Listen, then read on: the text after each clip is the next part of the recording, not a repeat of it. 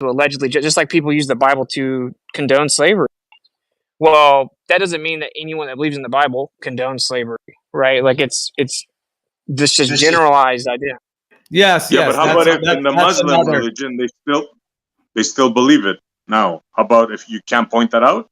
Because I can easily show you that in the Muslim religion they still have those beliefs. You're not allowed to point that out? There are many. I think we're saying you're allowed to point anything out, but there are many sects in Islam, right? And just like there are many people that think things differently. Some people think you should blow yourself up and you get 72 virgins, and a lot of people don't think that. It's actually like an extremist minority position of Islam. So I think this happens a lot with the scriptures. It happens a lot with almost every religious belief. Like, for example, the primary one for Christianity is Catholicism, and whether or not they say Catholicism or not. Yeah. Sorry, I'm just. Well, no, yeah. Yeah, that's all I'm saying. Like that's like it's such an easy target because they are so notoriously evil, right? That when people, if I'm a believer in the scriptures and you're just like bashing Christianity and you're building it all upon what the Catholic Church did, well, of course I'm going to almost feel personally misrepresented and attacked at that point because I don't believe in any of those things. Yeah, that's a good point. Yeah. Perfect example. Yes, and that would be for me. For me, in terms of my focus with the plant medicines, is what I would say. Like in all of these categories, like there's correct information and misinformation. There's truth and non-truth. On that level, in terms of claims of any of these things, because they're all very deep. There's a lot of deep components to a lot of them, but anyways, so if someone is using like purposeful, well, see, this is what gets tricky. Is like, do they know it's the wrong information or do they really believe it? I see. That's the thing. Yeah.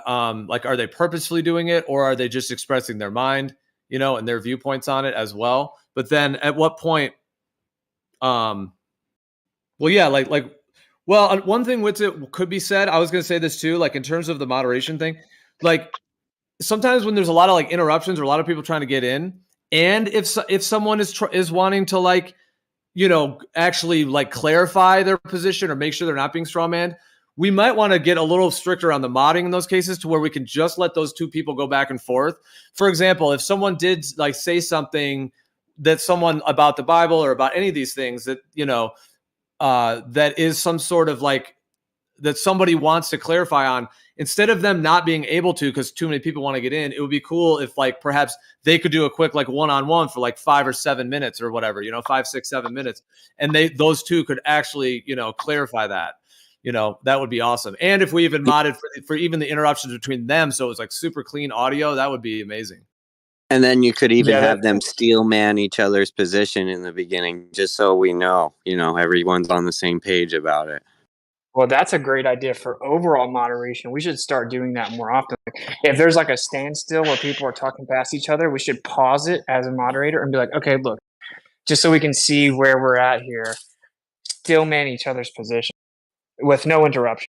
Because I think that's one thing that's severely lacking, and that would kind of cut right through the straw man. That's why it's called a stillman. But I will say this is what makes moderation tricky here. Jace is really good at that. Jace is like the best stillmanner ever. Yeah, for sure. So moderation gets tricky here because you moderate. Say that we're talking about how good you are at stillman in the flat Earth horizon. So this is where it gets tricky moderation wise, because it's like, well, you kind of have to know the historical context. Right? You're going to have heard a conversation between Gio and myself disagreeing about plant medicine a year ago to now know that if I jump in and I start kind of misrepresenting his position right now, you're like, wait, that's pretty bad faith. What's it, right? Because I heard the convo between you two. So like to ever moderate that would require like accountants of historical context. You know what I'm saying? And that makes it tricky. Because like now who's the arbiter of how thoroughly it was ironed out the first time and how intentional is it? And so I don't know, other than just like a reminder of I don't know. I think the stillman might be the solution. How about this? Okay. What if somebody came in every day, like just put any, okay, let's say this. Okay. Could we agree in general that there's truth and non-truth? Yeah. About everything? Okay. Now, if somebody were to be taking a non-truth about a particular spiritual or religious system or belief, etc., if they were to take a non-true thing and then like use it, like you said, as like a gaslighting thing to like, and even maybe even add a straw man in there, and maybe even a couple other fallacies, who knows, you could get wild with it, and then like just like do this just like long distance catapult shot at it every day, and like that's what the live stream is, like that's the airwaves. So I don't need specific example. I got lost in that. Well, that's what Glover's do. That's what no, he's saying like if someone kind of is intentionally and consciously like using this straw man as a weapon on purpose despite already being correct. Is that what you're saying? Because like that happens to me nonstop, dude. When it comes to specifically ballers, right? It doesn't matter how many times I walk through my position on electrostatic with Xanax. He has a script about what I supposedly think. He's gonna say like I think when it cross. I don't know if that's what you're saying, but if you're saying like it's like this shooting from a distant jab with like some type of like bad faith intention of misrepresentation, is that what you're saying? Or maybe I missed it completely. I don't know. Yeah, could be that. Well, like I'll say this, like, well, I'll just say from my own personal experience, a part of things, like in terms of the plant medicines, I'm not really including LSD. LSD is a pretty wild compound. It is semi-synthetic and it's pretty wild. It's not very natural. So even though it's amazing, I think it's like pure cosmic ether, like at its peak. I mean, it's absolutely incredible. Just breaks reality down to like its core constituents of like light and sound, especially at high doses. I mean, LSD is like an incredible cosmic compound that can. Yeah, you got to go high or don't go at all.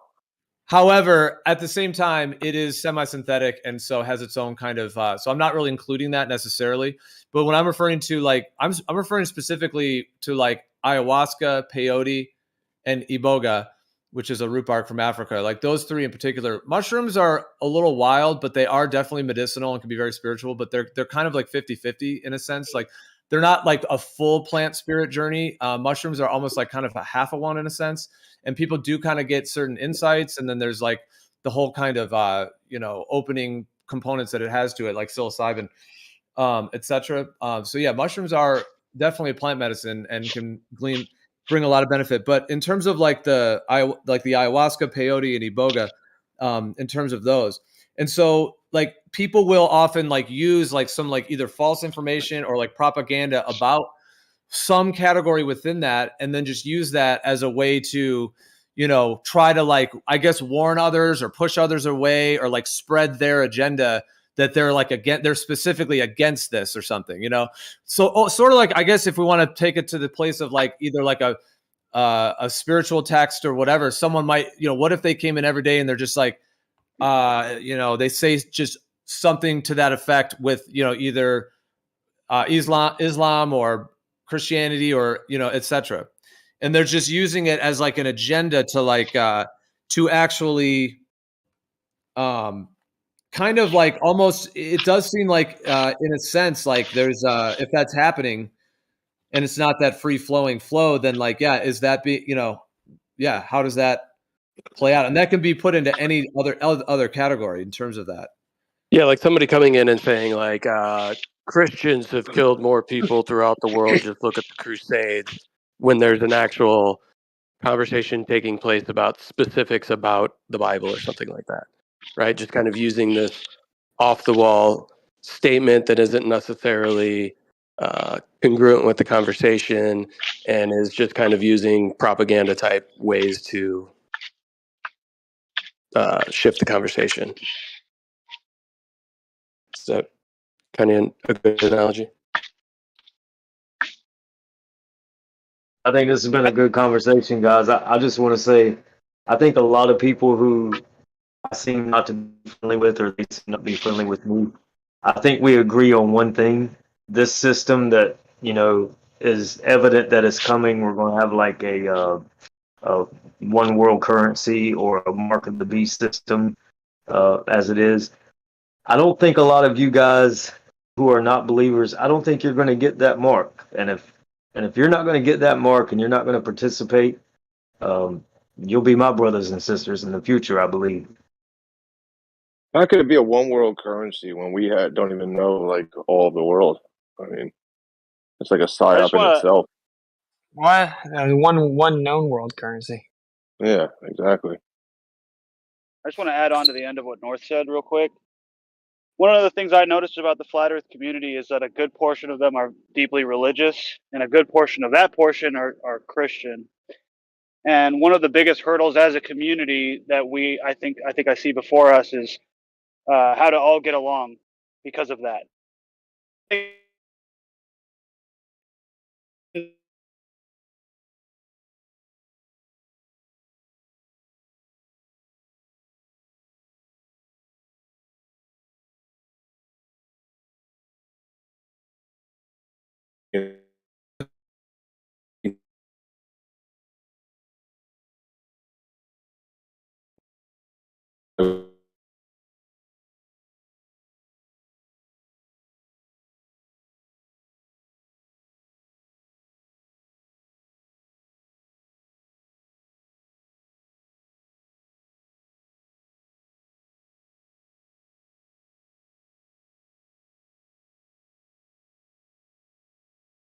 Even go there.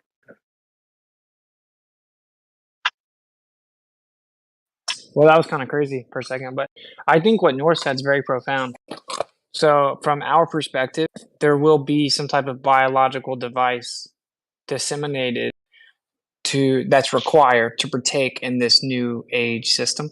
And a lot of people may not think that's real or reality or whatever, but I think almost everyone that's like really truther, certainly in here, like they've heard that so much that they are going to know better than to participate in that scenario where we quickly all become on the same team on a very deep spiritual level, where if you can look into the face of death and accept that over participating, then you know, from our perspective, you make the cut.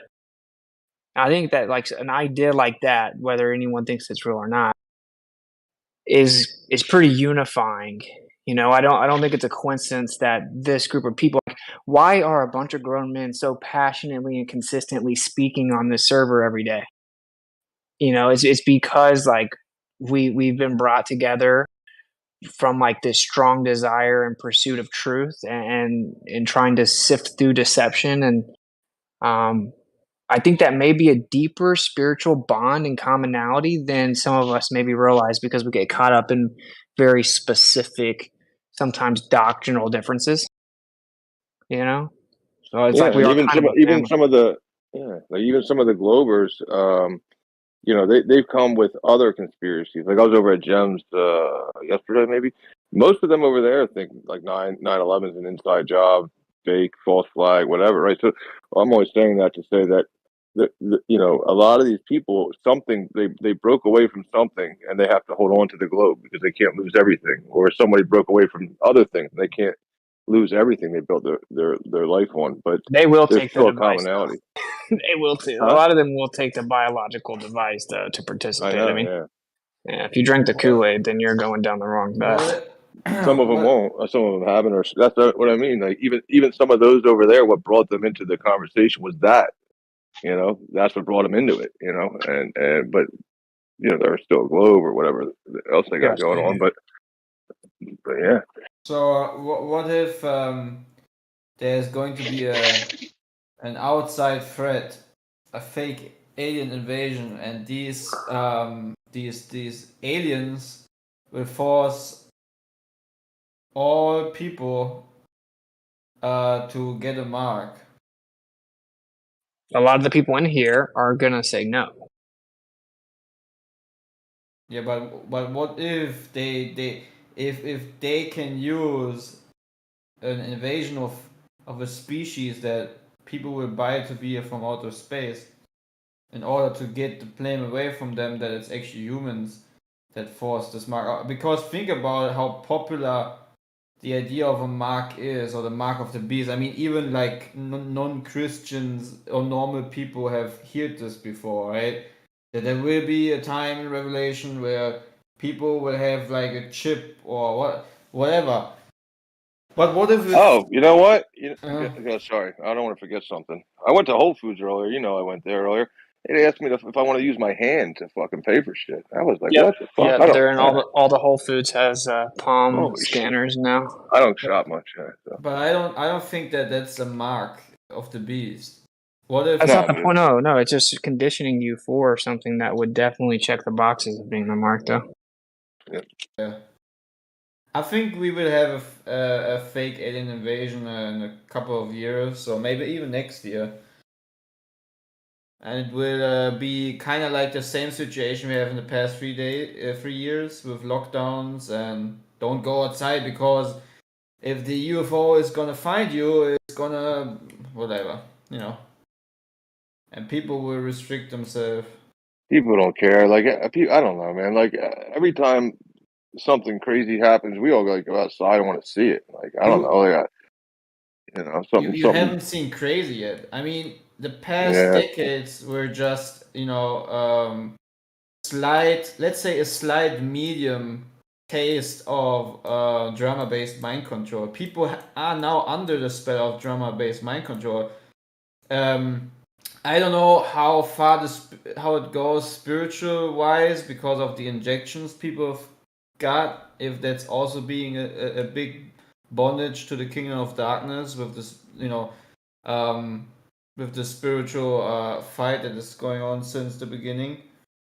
But people are very much perfectly conditioned for a big major fear or drama-based event that will completely change everything regarding life. I'll tell you what I think is amazing. I think this is amazing, man. People in here that don't even believe in the same creator I do, I know that they will not receive a mark when it comes. But I've talked to people who say they believe in the text and they believe in like a rapture scenario. And they say, well, I'm not going to be here during that. So if there's some kind of thing you get in your hand, so they say if there's some kind of thing you're going to get in your hand, I'm going to get it. I mean, I've talked to pastors, bro. I've talked to people that are 50, 60, 70, pushing 80. And they said, well, I'm not going to be here. So if there's some kind of system where I got to pay for my groceries, I'm going to do it. Because I don't believe I'm going to be here during that time. So just to let you guys know, there's a lot of you, man. I mean, you're not going to get it. And these other guys who say they believe in the same text I do, they're going to receive it. So I find a lot of comfort in people who don't even believe in the text. They haven't even seen things. They haven't had a relationship. At that time, this is going to be the line that they're going to draw, man. People are fed up. They're fed up with the propaganda. They're fed up with the poisoning. They're fed up with all of these things. They're surely not going to pledge their loyalty to one man or one kind of system that's coming, and that just gives me some hope. Yeah, I agree. That's a nice view, but the thing is, might be a bit pessimistic here, but think about it this way: we are now living very comfortable lives, right? We're all in here living comfortable lives. I'm comfortably sitting in front of my PC right now. I know tomorrow I go to work and everything goes by its order. But what if it gets really uncomfortable to a point where you're starving? Has anyone in here had the experience of starving at any point in their life in here? Like literally like starving, and there's not going to be food for some time. Maybe even no electricity. Anyone in here? Have you ever experienced that uncomfortableness? I haven't. I haven't even experienced the situation of not having internet for like 2 weeks or something. Like I think it's all going to get better. I think it's all going to get better. I don't know how a big city would react if they don't have internet for 2 weeks, and even let's not even go as far to say no electricity for 2 weeks. Imagine what happens to these TikTok zombies, and like no offense to the people. I mean, they have been programmed to literally be addicted to this kind of stuff. We were talking about truthers, Clay. We were talking about truthers. Yeah, and consider this. Yeah, consider this. where will we be 10 years from right now? I don't know. And in terms of, like, if they delay doing anything crazy for, let's just say, a decade from now, like they don't even have any in terms of anything too crazy, just think if we have an entire decade where things are going to be more or less normal. You're going to be driving, doing your thing, you know. Yeah, there's going to be probably new technologies. Who knows what they'll do with the cars, the automobile situation and the self-driving cars. I mean, there's going to be all kinds of things like that. And they're going to be like building their smart cities. But in terms of like seeing this from a perspective of like that there's like literally that there is some level of like what could be called like some kind of an evil takeover of this realm, that there seem to be these controllers that are deceiving us and poisoning us and doing all of this. Like, what I'm saying is that the potential for truth to essentially be able to set us free as an entire human race, essentially, or all of humans, to be able to be freed from that, because they seem to have control over the financial system and big pharma and big oil and all of these factions. So like from that perspective, and with all that being said, in terms of everything, I'm just throwing out also just the idea, what if we have like at least a whole nother decade of change we can bring to the world to actually have a chance to, if they don't have any big events planned until at least like the mid 2030s and beyond. And I think they're actually, that's kind of my sense of things too, is I think they're delayed right now, and they're just deciding to delay things, but they'll creep forward on some things, I think. But yeah, I'm just trying to say, like, if we have a whole nother decade, there could be huge changes that could happen in that decade. But Gio, don't you agree that there's a large percentage of the population that just simply do not want to wake up? Like, I don't foresee a scenario in which they will. They actively don't want to. But they're not even. It's not even required. Yeah, they're not. It's not even required. That's also another thing. Like, there's no requirement in what's coming to believe anything. In that sense, but I think the actual power structure that currently is in place does need to somehow there needs to be some kind of a dissolving of their structure. However that plays out. I second what Gio's saying. There's a lot of doom and gloom talk going on right now, and if one thing is for sure, it's the conspiracy community has always been wrong about the end of the world, every single time. Sorry, guys. We just suck at calling it. We suck at calling it, guys. We got it. No. We just gotta be honest with ourselves. It just keeps going and going. It just keeps. Thank you. That's the irony of it. They claim, well, the Bible says you'll never know the day, and then they call it and they fuck it all up. Just don't say it, man. Well, he will be coming as a thief in the night, but the other thing is, the thing that I look at is I see how truth is being suppressed day by day. No is being turned into yes, and yes is being turned to no. And lies are now the truth, but that's all. That's been going on for a long time, though. Yeah. Yes, but it's getting worse and worse, and it's predicted to be that way. That's true, bro. What they're trying to say is, and this is a good point, that since it does seem to be getting progressively worse for decades now, all along those decades, people have said, "This has got to be it. Look how bad it is." Right? I mean, like, it could get so incredibly bad that we think it's so backwards right now, but we have seen nothing. I'll say we haven't even gotten to real post-birth abortion and bestiality yet. I think that would be. I mean, I think that those are in the cards at the, so. Well, wow. I think even. Yeah, I know it's sad. They've been trying to reptilian trying to push it. I called like pedophilia. In the 60s. I called pedophilia 6 years ago. I would say there's nothing new under the sun. I married a reptilian. I would say, Clay, I would tell you to just start talking. Like, listen, start look at yourself in the mirror and just say, "I'm happy." Start smiling and talk with like a. Man, I'm very much happy. I'm just saying, there's nothing new under the sun. It will be just like in the days of Noah. Like, you control you. Like, you are in control of your emotions. Make yourself happy. Look at the brighter side, whether you want to or not. I am happy. I'm just saying. That right now I'm also very happy because I have comfortable life. I have many things, but I know that the Most High will put me on the test. If I will stand for the truth, if all is comfortable with, if I may be being hit with a whip while hanging upside down in some kind of cell, or someone torturing me or whatnot. Yeah, it also says that if the nation turns back to him, that he will like basically rescue them.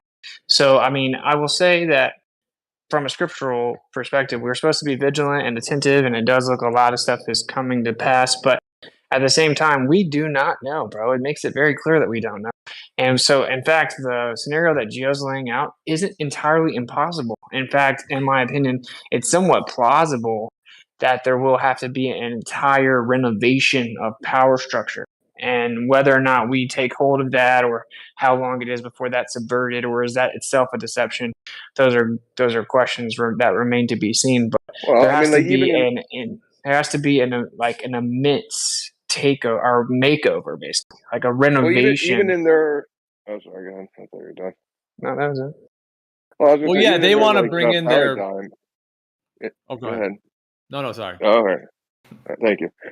So even in the most I don't know, mainstream personality, right? What they're thinking is, all right, yeah, we get on this one world currency, and then we're finally going to be independent, and then there will be just like an AI robot somewhere just distributing the cash, and we're all going to have this great community where we're finally going to have our own ideas and our own thoughts and complete freedom from the banking system. We won't need the bank anymore because we'll have our own little like chip or whatever. At least they have their own idea that it's going to change and dissolve the current system. Is all I'm saying. As crazy as their idea is, they still want to dissolve the system as it is.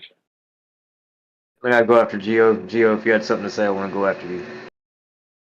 Can I get in sometime? Well, I think after you. I think maybe the moment passed for what I was saying at the moment. Maybe, yeah, I'll pass it. No, okay. I want to know. What was it? It was good. I know it was good. Yeah, if you can remember. It would be this, that like Agenda 2030 and Agenda 2040. It would be this. It would be that, like, here's what I'll propose. I'll even lay it out a little bit further. That what they did in 2020 was a very risky move. And they took huge chances and they blew it. I really do think they blew it. They blew their chances at maybe they actually could have accomplished their NWO thing had they not done that way. And I actually think it's because a lot of people there is a component that people talking about truth and becoming aware of what they're doing. That is another reason why they did it as well. Like literally like shutting people up with the face coverings and everything else.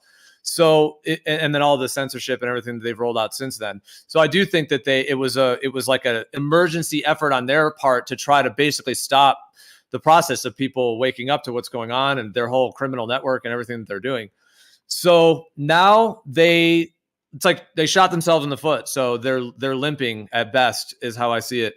And I think they had all these plans that they were planning to do. I think that whole event that was even being planned to do in the next cycle. And I think they did it. They did it sooner because people were waking up. And so once they did that, it just showed their true colors to an extent to where they can't stop it now, is how I see it. And so because they couldn't really get all of like the measures, let's just say, that they wanted to implement, in place, essentially because of the Kool-Aid and everything, all of the requirements and mandates and everything else that was going on, because they didn't really get people fully bought, sold on that, fully bought or whatever, they didn't really get like as much coverage and as much compliance as they actually wanted. And actually they found like a reverse effect. So now they're kind of in like a limbo where they're kind of just delaying things and just trying to kind of work on small areas of things. Obviously, they're still doing the things like the directed energy weapon things, and there's fires all over the world. So, I mean, there's still all kinds of stuff going on. But for most people in like most countries, I mean, yeah, like you can live a safe life to the best of our abilities, etc. But anyways, I'm just saying that. So I think they're now delayed, and I don't think they have anything major planned that is going to be life changing in any major way for quite some time. That's why I was saying, like, if we think like 5 years or 10 years, and how much time we have when we're still, able to be free like this, as it were, quote unquote free, and we can actually still be able to actually make a change and make impacts that actually could perhaps even, and it's not just, well, it would just be the whole vibration of humanity essentially would get to a point that when they are going to roll out their stuff in the 2030s, then they will not be able to, because that is where they in this perspective, would be is when they want to have a complete shifting point into, as we would say, the NWO, like it's after Agenda 2030 and beyond. So I think that's what we're looking at right now. And I do think, if on the other hand, if we're not able to avert that, then, that would be their plan. But I think already they're delayed, and I think they're having way more blockages now in accomplishing their overall thing, even though they are certainly still creating quite an impact on the except world. for zombies, and they just changed 2030 to 2025. Did you know that? But hey, I think North is next, actually. I think Gio made some great points, and I think they are getting a lot of pushback. And they try to go ahead of things, and they try to make things happen. And we've seen this even with Israel that they wanted the kingdom to come right then, and it's just like these people. They want their kingdom to come right now. They want it to come, and that everyone's trying to rush things along. But it's going to come in its own time. There's a couple of interesting things I just want to say. I've said before that they always counterfeit what he's going to do, and the scripture actually says he'll send fire among the isles of the sea in the latter days. And I would also say, this would be my last thing, that when people say you won't know the day or hour, and they speak of the sun not knowing the day or an hour, these things are true, but we are given very specific details about a certain system coming, about a certain mark coming, monetary system, buying, selling, and trading, and how many years that'll be. And it'll be 3.5 years. And when those 3.5 years are up, you know what happens? Those guys are thrown alive into a lake of fire. So that would be at his coming. So we are given a whole lot of information about how those things are going to transpire. We're given information about specific lands and what's going to happen in the land right when it's happening. So all of those details are there, and if someone wants to take the time and look at those things, they can actually watch this thing play out. And that's going to be the period where I think a lot of people are going to make the choice. Either they're going to be a part of that system or they're not going to be a part of it. Yes, that will, and then the concept of like smart cities, like that term that's used. I even like the term dumb cities, because like they would be the opposite of smart in terms of living with nature, just like the word dumb. But then also, you know how that word DUMB, people say deep underground military base. So basically the smart cities are also dumb cities, because the ones that they're building, those smart cities, are absolutely part of a massive underground network of interconnectedness, so that they can control the cities from underground. So they are all part of a deep underground military base system. So they're dumb cities. But yeah, those smart cities, exactly. Yeah, that's what's going to happen. The question is, though, even when that happens, like, could we still be free on the land? And see, that's where if the NWO thing really got what they wanted, that is where we would actually be at threat. Like, we'd be threatened at that point, like ourselves, our families, etc. If they were able to do something to that extent, or whether they're just more going to congregate people into the smart cities, and we'll have more of a free choice to either live on the land beyond, outside of those areas. Gio, so, and Whitson, I guess you two are like the top dog here. Where's our meeting place? Like, where are we all going to have to meet up at? Wait a minute. Can I get in here? 10 years. Yeah, I just need to know the GPS spot. Like, where we GPS spot. Yeah, I don't think they rush the thing, Gio.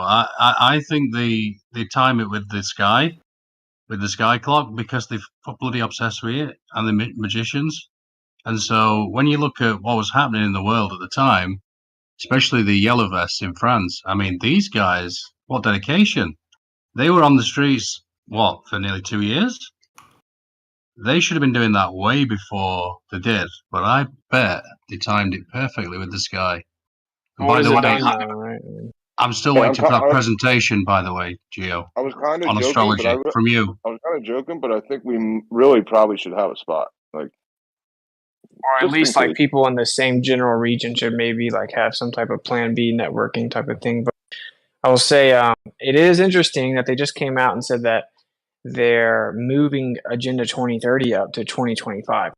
I don't invest much into them as in like they truly control as much as they want people to believe.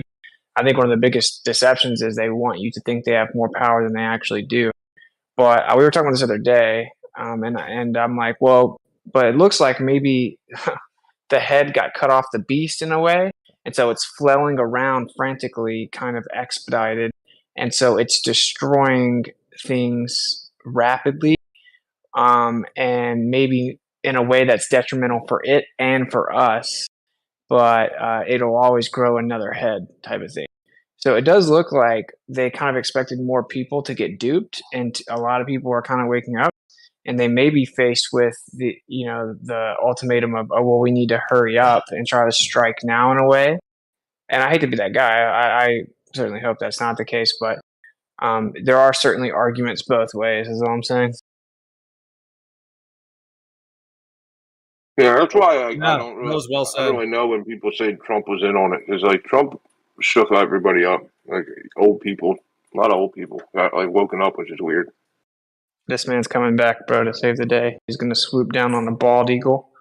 I don't know about all that, but I'm just saying, just calling out the news in general, you know. He's gonna swoop down on a bald eagle, and he's gonna reach down in the sewers and start pulling the children out, just like singing the national anthem. Donald Trump. Oh yeah.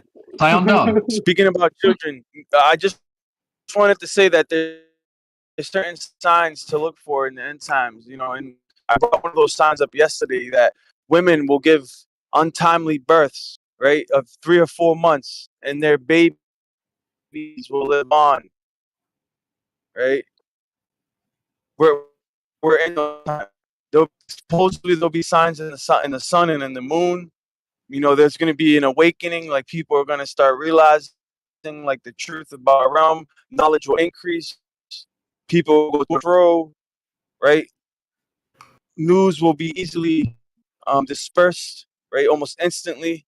Like a lot of these things, like we're living in those times. Like these are unprecedented times. Like there's always been abortions, you know, infanticide, child sacrifice. Those things they've been going on since even before the flood. But the things that I mentioned about, you know, 3 or 4 month babies, bro, that's like unprecedented times, man. So, Gio, I'm serious about this presentation. Yeah, I want to see it. But as I was saying before, the plant medicine stuff, that might be an issue for obvious reasons. So I was thinking about for live streaming. Yeah, to put it on on YouTube or something like that. But anyway. Well, no, so I mean, I don't think they have any. I mean, they've made a lot of these plants illegal and all that, but I don't think they like censor for it necessarily too much. Because actually, like if you're talking about, is that what you're talking about with plant medicines, things like ayahuasca and peyote, etc.? I mean, these are even legalized now in many areas. Like apparently the entire, like all of Washington. So I'm just talking about the plant entheogens. So like ayahuasca, peyote, iboga, and mushrooms, the ones that are natural plants. So basically not LSD and also not like MDMA, which is considered more of like an empathogen. It's more of an empathogen rather than a sort of more of a visionary in that sense, but it can be. But anyways, but that's also semi-synthetic MDMA. So that's not including those. So it's just the plant ones, just the plants, like the entire state, like district of Washington D.C. That they're all legal there. They're legal in for some reason that whole region, like it passed there, and then also in Ann Arbor, Michigan, and places in Colorado, and then also like Oakland, California, and Santa Cruz in California, and I think other places as well. So they are, but yeah, and then there's so much more information nowadays. I mean, even in they publish it because there's like been real studies that have been done now, you know, more recently with like mushrooms and for like people that have PTSD and things like this. So it basically at this point, like that movement is so strong and has been for decades that it does seem like it's going to probably eventually that we'll have access to actually work with the plants again, I mean, I'm talking just on the collective scale. I mean, I'm not talking about people just doing what they do in their life. I'm just talking about actually being able to utilize nature, in the proper ways without limitations. Yeah. What I was thinking is that you do like a Thai hour stream, like on here. That'd be great. I'd love to see a presentation. Like astrology, I don't know that much about. So, but I was thinking, you start with that like what was that? Remember that quote from that billionaire? It was like, if you want to play the stock market or be a millionaire or something like that, play the stock market, or know that I can't remember the thing. But basically, it says if you want to be a millionaire, win at the stock market. But if you want to be a billionaire, you've got to know how to read the stars. I don't know if you've seen that little quote from whoever it was, a Rockefeller, can't remember his name. But you could start with that just to appeal to, because it's probably going to be an American audience and they're God's green. So, but you just chop it up into minute clips, put it on TikTok, dude. I reckon it'll blow up because you're like a treasure trove of information, and people will eat that shit up. I'm telling you. So, and I'm interested in it because I think there's definitely something to it. Having looked into history and seen how obsessed these people are with the sky clock. I think it'd blow up, dude. And I know you like me a bit, where you like, I don't give a shit about clicks and all that stuff. But it's good information, I think. And if it is nothing, it's still interesting, I think. So. Well, yeah, I mean, it goes back to me with somebody who's making the. Yeah, do you want to go say something, guys? No, go ahead, man. Finish your thought, and I'll go next. No, I'm gonna grab something. Yeah. I was just gonna say some people would, consider when people say reading the stars. Some people would say, it's kind of interchangeable with the hosts of heaven. So would reading the stars be wrong in a sense if you catch my drift? As most of those people are doing it for riches, to have power over other people, and a lot of people just want to lord over people. I mean, if that's really the people you want to be friends with, that's cool. But just think about those things and consider them. No, I hear you. Yeah, there's that thing about what is it? You can't serve mammon, is it? And God, as in money. I get it. I totally get it. But but it's a thing of that. There's just it's sort of like a gun could be used to like hunt food and feed your family, or it could be used, to hurt someone, like another human. Like the way you use the tool is different in terms of that. And yeah. Hey, I have a question, guys, for the room. We always talk about how there could be more land outside of, whatever. What about more land going down? Like, what if there's like major city constructs below the ground? Well, we know there are, man. With artificial sunlight and climate. Well, they would have to have either some kind of artificial light, or they would have to be projecting the light source that we receive into that cave or cavern or underground, whatever you want to call it, city or whatever. That's what they would have to have. And yeah, I think many people have found underground cities and towns and different things of that nature. So yeah, we got tunnels everywhere, man. But to say, I had a couple more things I wanted to say. What I was going to say, I think my connection dropped off for a second.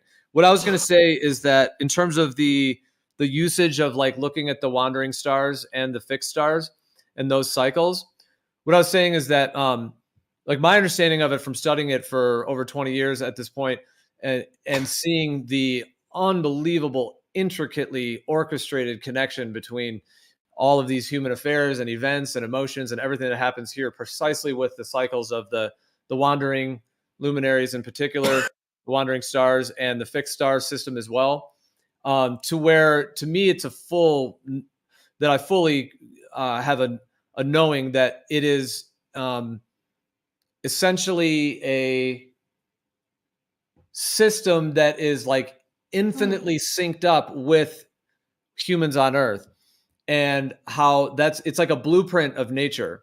It's like a foundational blueprint of the entire functioning of this entire realm.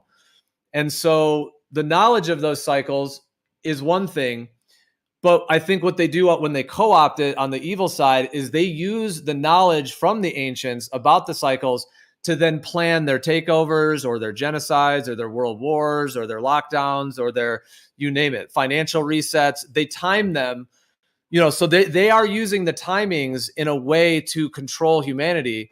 But because we're blind to it, most people, and don't have this knowledge, when those alignments come in, they utilize those energies in combination with either an event or a psyop or some huge agenda, and then they're trying to activate a certain reaction out of people. So instead of people actually being synced up with nature and expressing these energies in their own way, now they're being captivated into this other thing that they have to engage within. Yeah, I get that. And what if it's like this, man? I've posed this question a long time ago. What if when we see the meteor showers, they come like clockwork, right? What if they're seeing something and they know something we don't? Because no one's ever posed this question. I think I'm the only one. What if it's the same exact pattern each time? Or what if it changes slightly, and does that have a meaning? Is there something to that? Is there something that's going to happen in a specific spot on the earth? Is it showing us, something that's going to happen? Or do you get what I'm saying with that? Like if we see the Geminid meteor shower last year and we see it this year, is there a change or is it the same pattern? Now, if there's a change, what meaning is behind that? Because everything we see is made for us, right? It's for us. So everything we look at is for us. I think that's quite obvious. So if they're using that and it's clearly for us, if there's a slight change, there has to be a meaning. All of these things have purpose and order, like you just stated. You see the order throughout time, right? So this is my question, and I know it's possible for us to look at this pattern and record this pattern each time, each year, each month that it happens, each year, because it comes the same time every year, to look at those things and see if it's the same pattern or not. It's the same lights in the same spot and the same amount. You get what I'm saying? Yeah, there are regular cycles of these. Yeah, absolutely. Yep. Yeah, if it's like they're all on cycles. Ultimately, they're all, I think, pulsations, electrostatic, electromagnetic pulsations. Do you ever think that we can be inside of a machine? I think it's not a spiritual thing; it's just a machine.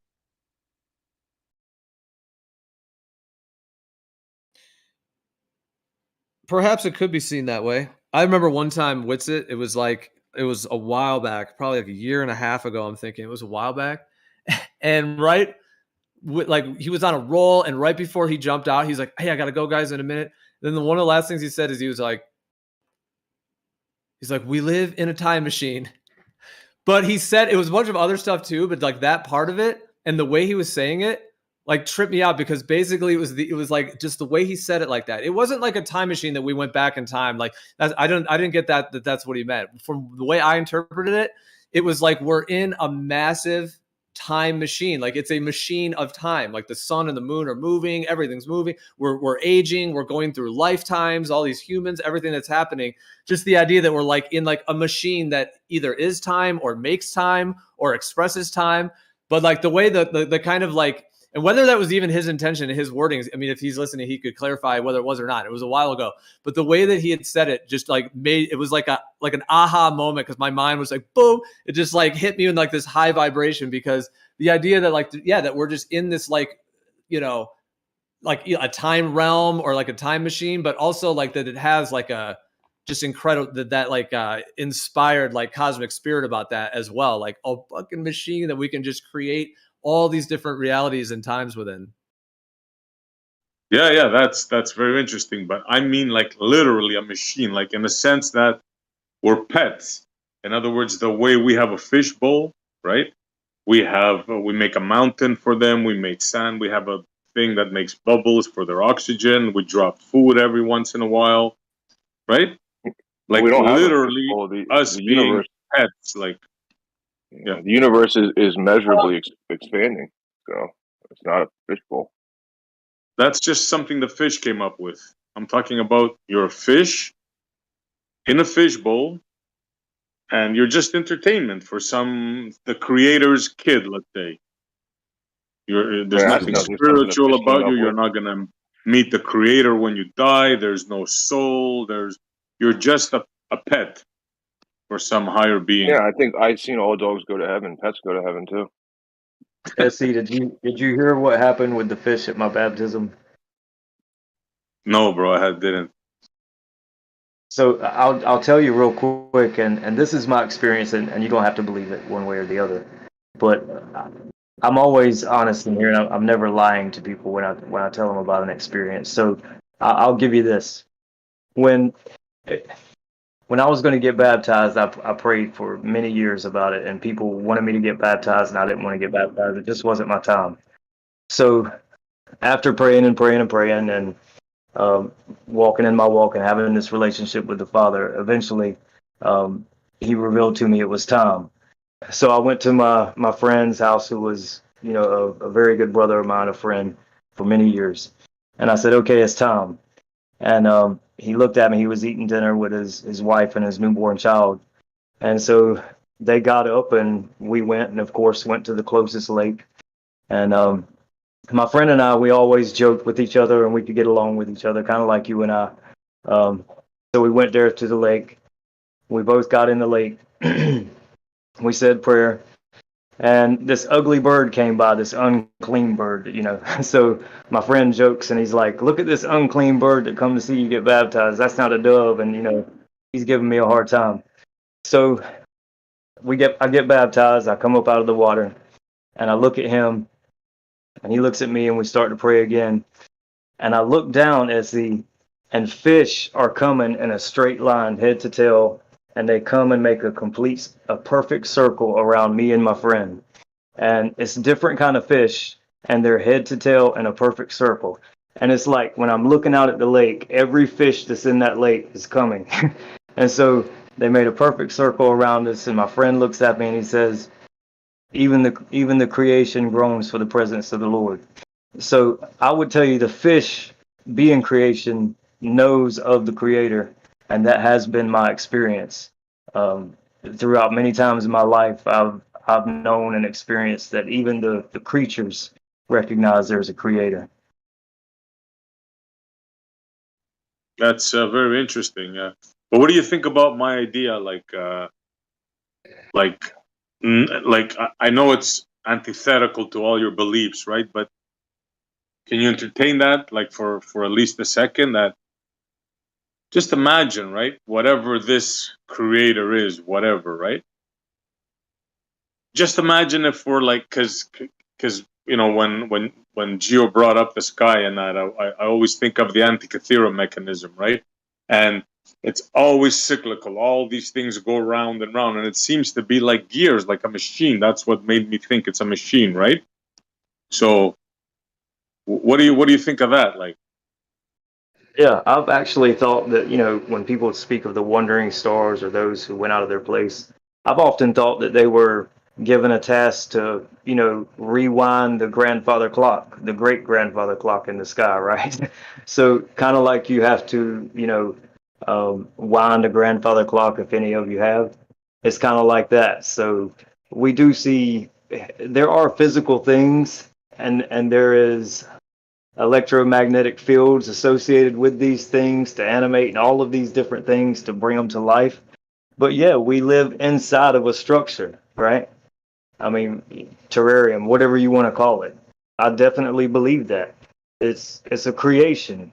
So yeah, we live in it, and it's for us. But to say that, I don't know what you're saying about the fish, but I do agree with you. Well, it's, he's it's saying like a that clock, you're it's saying like a it's for machine. us, the same way that a fish in his fish bowl that his pet owner got him will be like, well, this fish bowl is for us. This little castle here, this is for us. So what's the I was Like going to the difference? say Earth is the fishbowl. with the wandering stars, I don't think they're necessarily out of their place. I think they're in their perfect place. And the intricacy that I've seen with the way that the cycles occur, and with like direct events, like actual statistical and measurable direct events on Earth, and just the entire tone of people's psyches, their minds, the actual events that happen, all of these things that are like very deeply correlated and connected to all of those factors.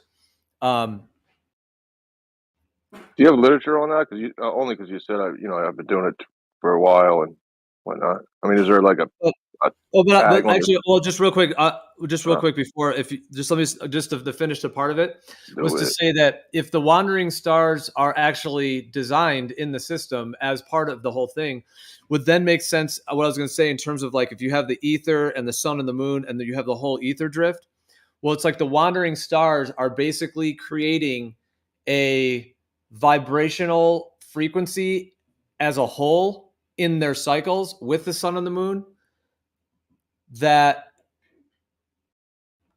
whole thing is essentially what causes the ether drift to be what it is, because the wandering stars have a slight tension with the sun and the moon. Like they all have a tension that they're working together, sort of like if you have like a whirlpool of water, and if you put like a bunch of like things like you just threw them in the whirlpool, at the beginning they're not really going to start swirling with the pool. They're going to go against it and slow the pool down a little bit, but then eventually they will pick up pace and go with the pool.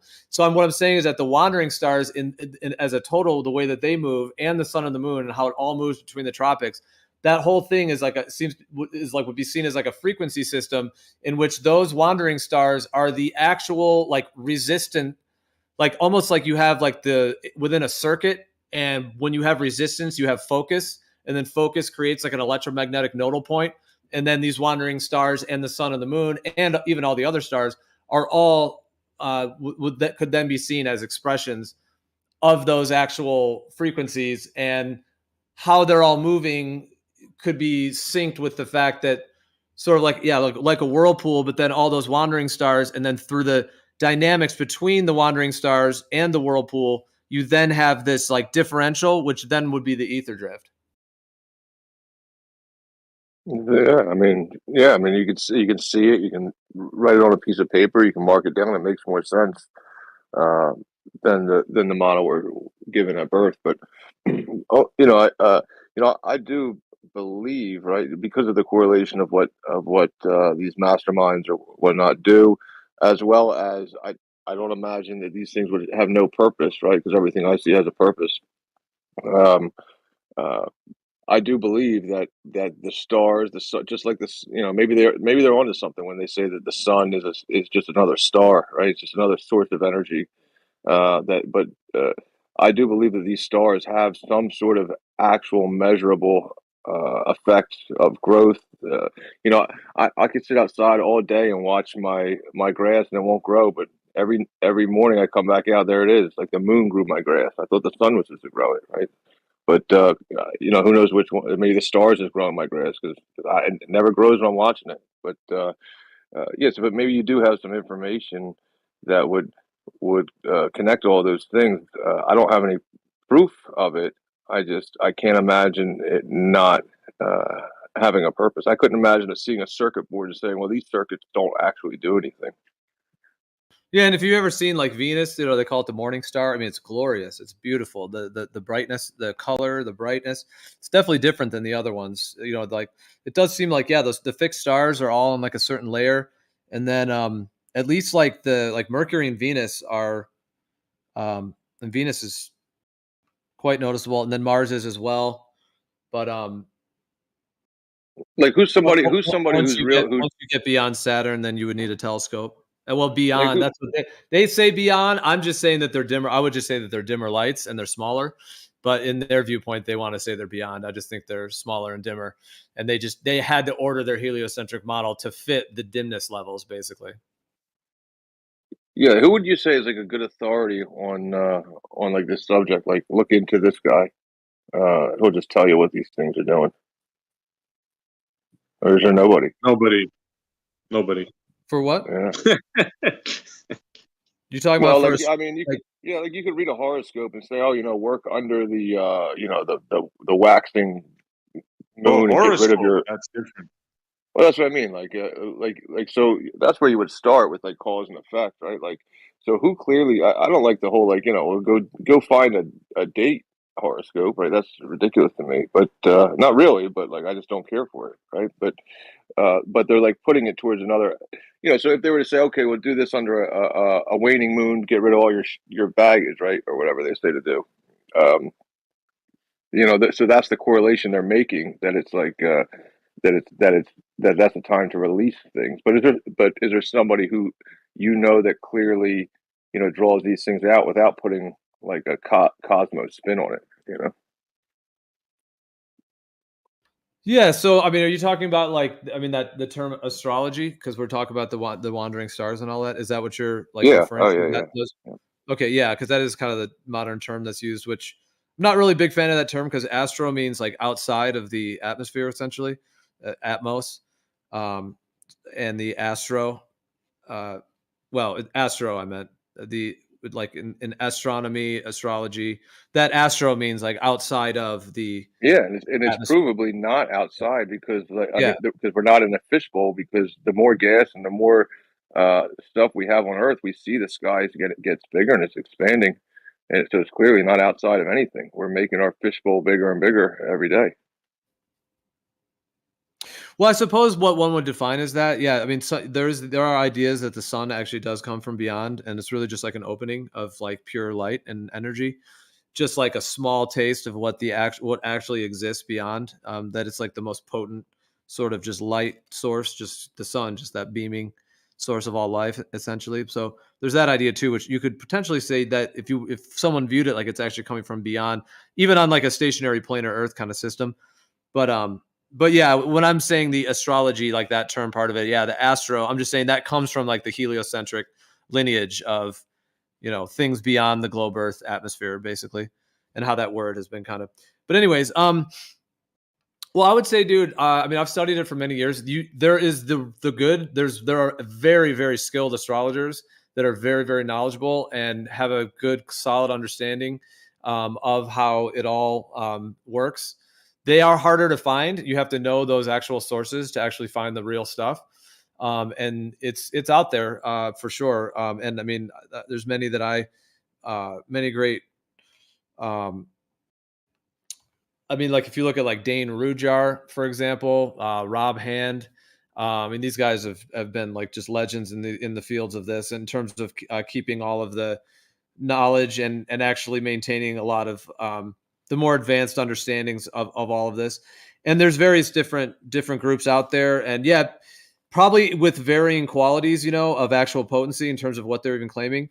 And then yeah, that then blends into like what I would almost refer to as like pop astrology, which is basically like, yeah, just who even it could even just be like just trying to like generalize things in a way, or even trying to like control people through it is another negative side, or some like misuse of it in some way, to where they're like, yeah, being like overly generalized, for example, is like, and not actually potently elucidating the actual energetics that are present, and actually understanding how the actual cyclical nature works. So that would definitely like the latter of what I just said, or what I just said there would go for a lot of those like newspaper horoscopes. And there's a So lot of kind of like pop you said, astrology. That's kind of like that's like the fake version of it. yeah, you said Dan Rujar. Who was the other one? I looked him up already. And the second one you gave, it's like I almost don't want somebody to tell me what they think is happening. I just want them to say what is happening. Like I don't care for like their opinion on it too much. I've tested this several times, and on the date September 11th, I found that I am 30% more productive, and so is my wife and children.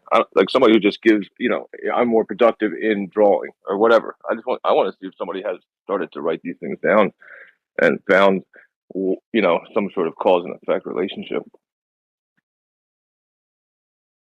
Exactly, dude. Yeah. So I mean, the whole fields of astrology are basically, looking at, well, at the actual more advanced levels of it.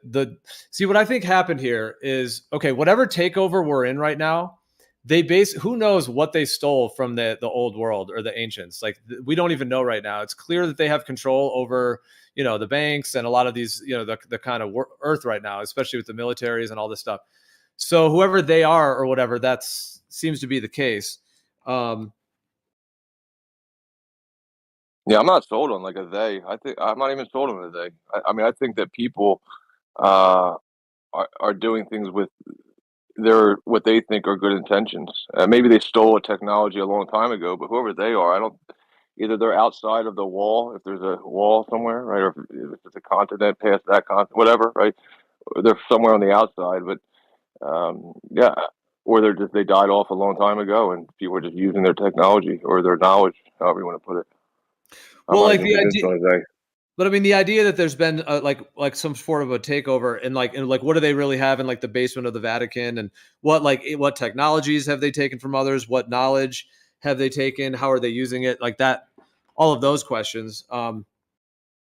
In terms of, sure, but if there's not like a bigger machine to power, if there's not a bigger machine to power, or there's not some sort of actual tangible energy that you can bottle up and do something with, then what's the point of all that? Like, then why are they doing anything? Like, they're trying to control us for what? What do they care? You go to an island with yourself and your people, right? But so if there is a they, then there has to be some sort of tangible, like monetary value to the energy output that we give.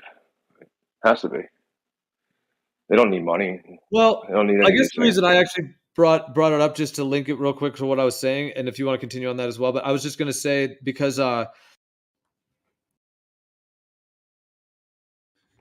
like what I meant by that was to say originally is that, okay, what I was going to say about astrology, I would say that whatever the old world knew about the movement of these celestial bodies, I was just going to like put that in its own category. But from the perspective that there has been some level of a takeover and a control of information and this whole kind of situation we're in, it would be a scenario in which like only certain information made it through, in terms of a lot of these things, when it comes to perhaps many different ideas of things. If there was, I mean, they claim like the Enlightenment period. I mean, there's the claims of what they tell us history actually was, but I mean, what really is the truth on that? So I guess what I'm saying is that in modern day, when it comes to astrology, there are like still the people that understand like the actual core understandings of the principles of these cycles, because it's not really about like some kind of fancy explanation in a sense. It's actually for people who study it themselves, like, and actually watch the cycles themselves. That's where it really kicks in. If someone's interested in it, is like I definitely love reading other people's viewpoints on it. And like I mentioned, Rob Hand, like he has a book called Planets in Transit, and it's pretty darn good. I mean, they are like paragraphs of words at the end of the day, but the thing is, he's not just giving these like broad generalizations or trying to like sell you some idea or anything like that. He's actually breaking down the actual cyclical correlations that are very, very present and common during times when people have very specific cycles of like two or more of these luminaries, or planets as they call them in the mainstream model. So like, let's say somebody has like Pluto transiting their moon, let's say. So the luminary Pluto will be transiting their moon, which is actually a longer one. That one lasts for a couple of years. Pluto is a longer one. Some of them are only like shorter cycles as well. But anyways, and actually like being aware that cycle is actually occurring, and then actually experience it directly as having a direct correlation. So there's no like doctrine or there's no requirement to believe or anything like that with this. It would just be, and any human can do it, which it would just be to, looking at the actual positions and all of their geometric relationships between them, because they're always like making geometric relationships and alignments, and they're always moving through the actual fixed star field as well, which is the whole zodiac. So the whole thing is always moving. and essentially becoming in tune with that part of nature to the point to where you're able to essentially see that it seems to be this like infinite cycle of synchronistic perfection in which it's syncing those like core principles of this realm with each individual life and each individual human lifetime and on collective scales all simultaneously. It's pretty interesting.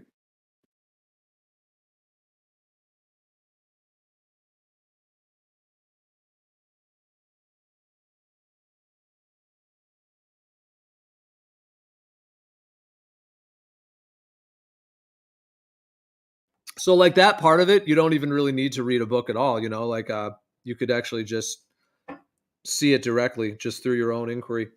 But it could be, but, I mean, but like, how will you receive the whatever that message is? You know, that's what I'm saying. How do you access what the like? So I'm under the understanding that you know, so they're going, you know, so the globe lie, right? So there, you know, some people would take the position of they're hiding the creator, right? So because if you find a big tank in the middle of the woods, you'd be like, oh yeah, look, they're hiding a creator, right? But that's not what they're hiding. They're hiding the creation and how it works and how you can communicate and how you can speak and how you can, you know, empathically,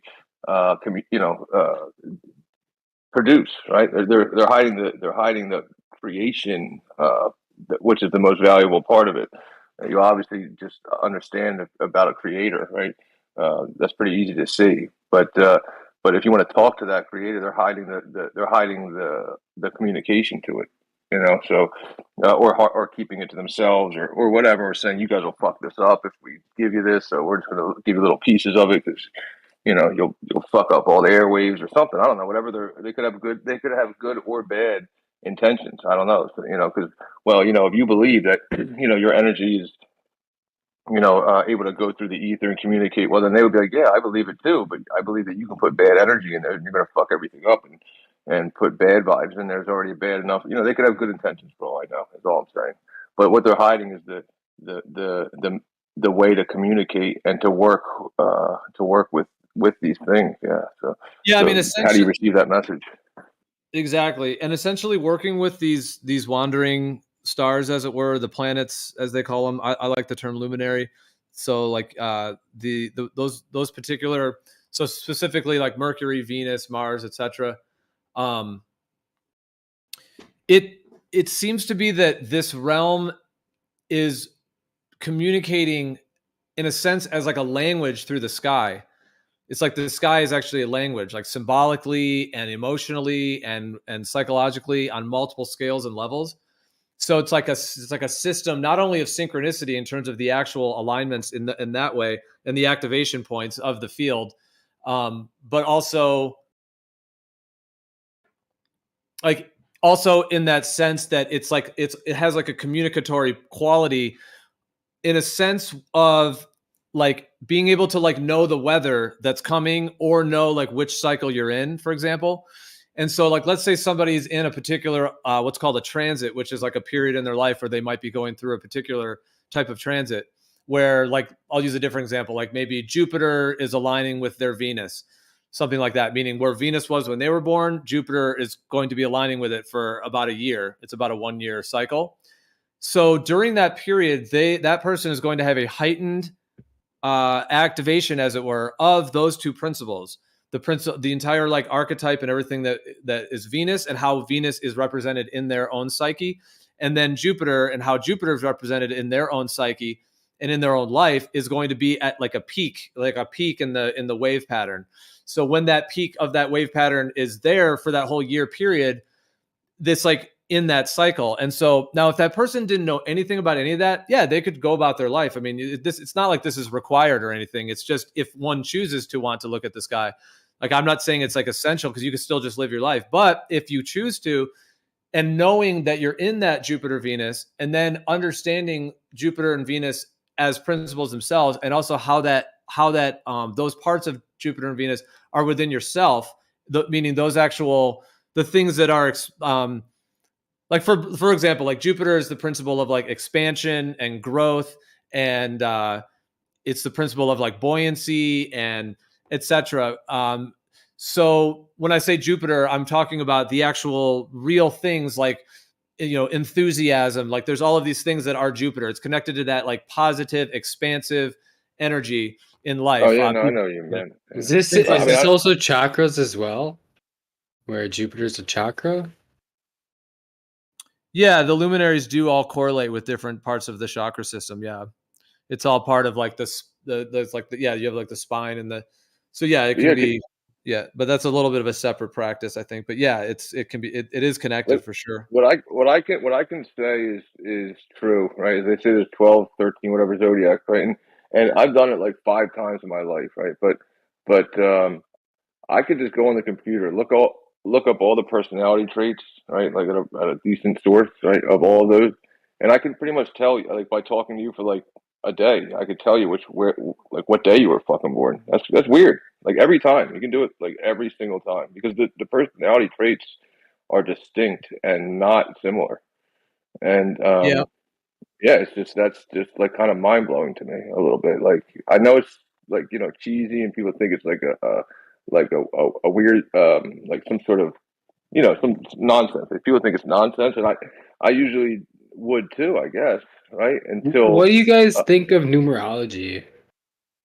I think or like repeating numbers coming up in your life. Hold on, let's just stay on topic for the moment. We can go to that after. But go ahead, no tanks. Yeah, I mean that could be confirmed like repeatedly. Like you could test that hypothesis of these horoscopes. Anybody can do it, and it's just about every time. Like I just about every time. So there's more to it than that, and that's what I'd be interested to find out. So just like when they say, well, if you're a Libra or whatever, that means you're pretty serious person, right? Okay, that's cause and effect. Libra, serious, or whatever, or whatever. Yeah. So when you're doing that, are you doing the sun signs? Like that's what you're talking about? Like the day they were born. Oh, so like I don't even know what it's called. I don't know what it's called. Sorry. Well, you're talking about someone's sign, though, right? Oh yeah. Even Libras alike, so you shouldn't strawman them. So, like, basically within the sky, there's the 2 main systems. Well, there's 3 really.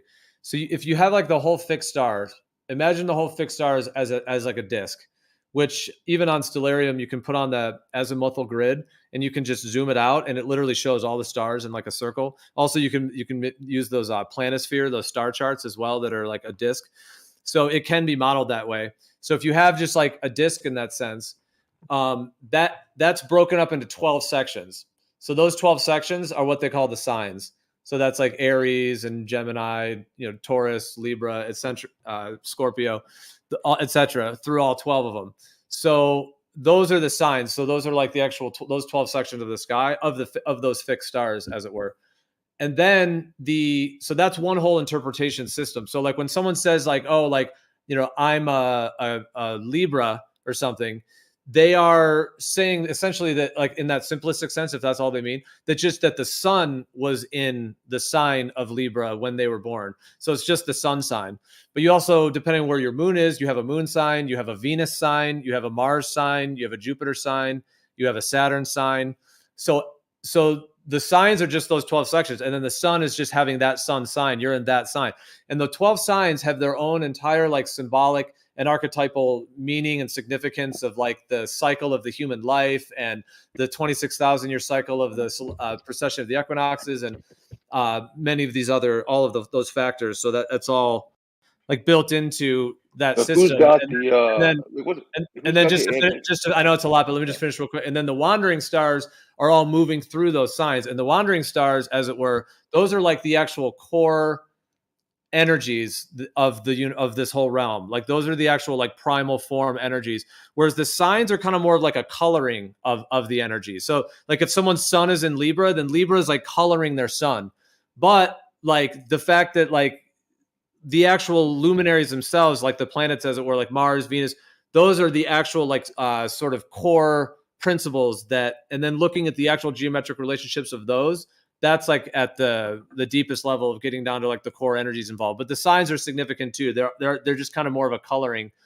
And then there's the houses, which is a separate thing too. But yeah, that's kind of how it breaks down.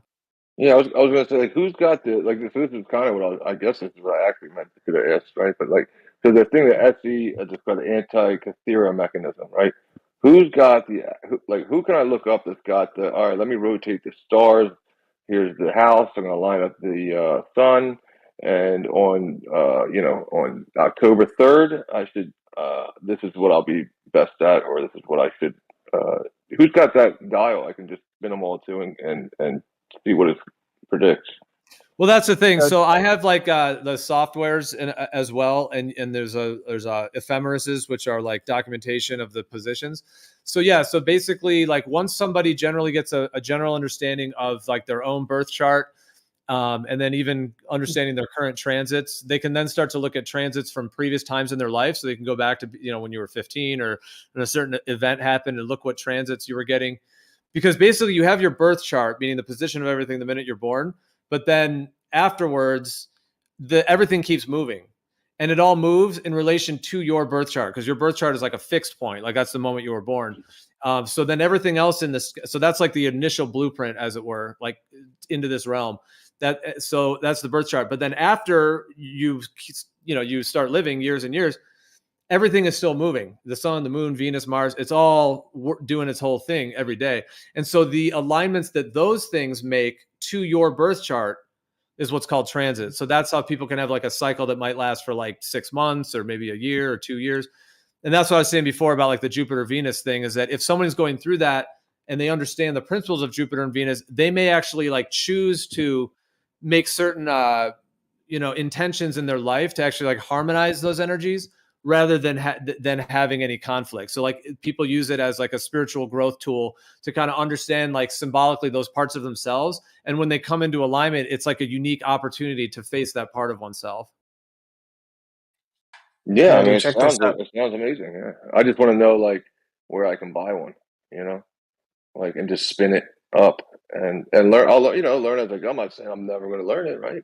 But like I'd like to see some like yeah, I'd like to buy one of these if you know where. Real fast, Gio, I'm curious if you know about this. So there's this guy, and we were talking about doing some business together, and then he wanted to know like some of my information, right? So he could look me up, like astrologically. And so I gave him like the time I was born, the city, the day, and then he also wanted my full name, like middle name included. And he put this into the software that I guess is pretty expensive. And it then gave this very like highly detailed outline of like the coming years of my life. And dude, it was like insane. It was insane how clearly about me it was. Like actually insane. So people say all these like vague things, like they're less less likely to commit, or they're more aggressive. Oh, they're whatever. Like it was nothing like that. This was like hyper specific things, dude, about what's been happening, how everything relates to like my past and what's going to happen. And then it utilized a system of epicycles, and then it gave you like primary days and sequences within the coming months. You could break it all the way down to potential days, and it'll go as far as to say, on this is the day that you should maybe like be hesitant with any specific big financial decisions or investment, or like this is a day that you should accept anything that crosses your path financially and take the chance. Yeah, dude, it was insane, bro. Like I have never even really been about that. I know there's truth to it. There's energy that's local, and it has to affect us, right? This like blew my mind, bro.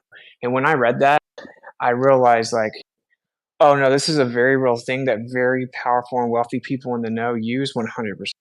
Because dude, it's like a cheat code, and it was about me. So I'm saying all that to say, and it's based on the epicycles and then the patterns of your life. And like my next epicycle ends at 33, and I'm 31, right? So have you ever heard of this program, or a program that like even inputs your names? Yeah. There's definitely a lot of different ones out there that, yep, they have different calculators. If they're doing it, it may also involve numerology. So there's some systems that people have like either compiled. So yeah, there's several different ones. Do you remember what the name of it was, or which one it was, or is it like, because I know of a couple of them. I'm gonna try to You see know if a I can find it couple? right now. I'm gonna write them down. What are these? It's Couple expensive. It's expensive. I know that. He told me it was expensive, but he sent me a copy of mine.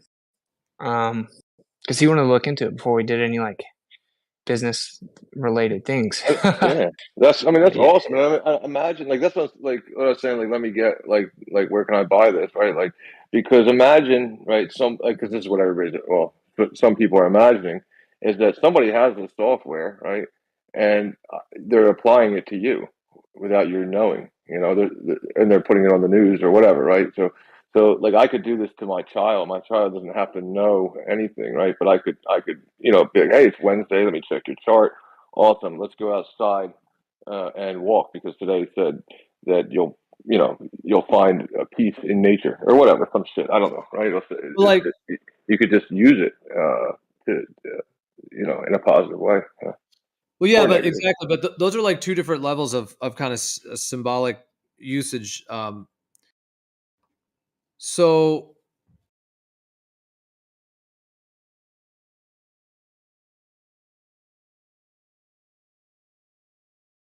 Have you guys ever had anything paranormal happen? Like when like a mystic or a medium knows something about you that you just no way he could have known that.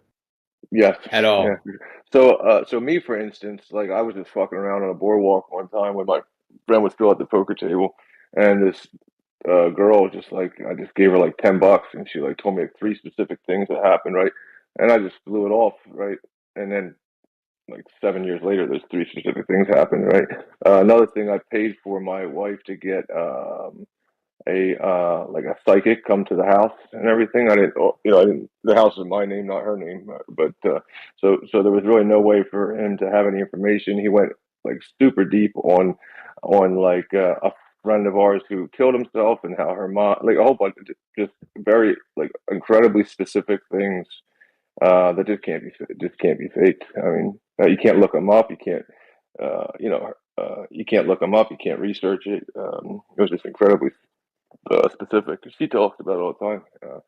But yeah, these things happen. I don't know. I don't have any secrets to how to make them happen though. Witsit, that one that you did, like what was that like kind of like a birth chart reading basically? Like was that your like who you are as a person, or was it like selectively parts of your past, or that it was It was like so it was going from that date forward, but it was like in the in-depth explanations, it was integrating parts of my life that it like knew, and it was like incredibly accurate. It felt like the feds did it or something. You know what I'm saying? So wait, so it was predictive though. They're giving concrete predictions. Yeah. But see, like there's okay, all right. But they're somewhat generalized, right? So it's like it's not like on this date you're going to make money. It's like it's showing you your energetic cycles and what days to be cautious of what thing, what days to kind of be patient regarding certain aspects of your life because you may be tested in this field, or this day will be financially beneficial. And it went as far as to explain the years, and like it told me that basically this year is more of like a settle in and spiritually align and truly internalize my purpose, and my purpose being for the goal that I know and understand that I have to do something big to help out other people and all this crazy stuff. And yeah, where you will go? Like I thought, now you got a destiny. What the hell? it was really crazy, man. And it was saying that like the financial years for me will be the last couple years of my epicycle, and to not really stress about any materialistic financial aspect, and that if I actually overly pursue that right now, it would be detrimental. But like the reason that like I'm not the kind of person that would just read some chart and be like, oh man, it was mind-blowingly specific. I'm actually Did trying you find to the find it right now. copyright yet at the bottom of the page? I'm trying to find it. Where it says copyright GoDaddy.com. This website is where we generated this report. I'm trying to find it. So what I'll say is this, like there are different kind of like lenses of interpretation. So from the perspective that we have like the fixed stars, like the signs, and then you have the wandering stars, as it were, the planets, the luminaries, then you have the sun and the moon. And within that whole system,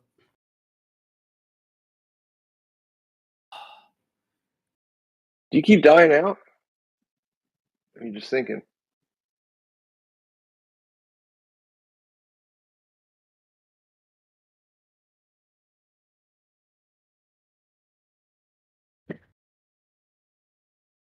I did a numerology chart thing. I gave my my first, middle, last.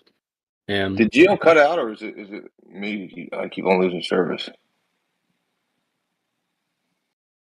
No, he's cut out. He's come back now.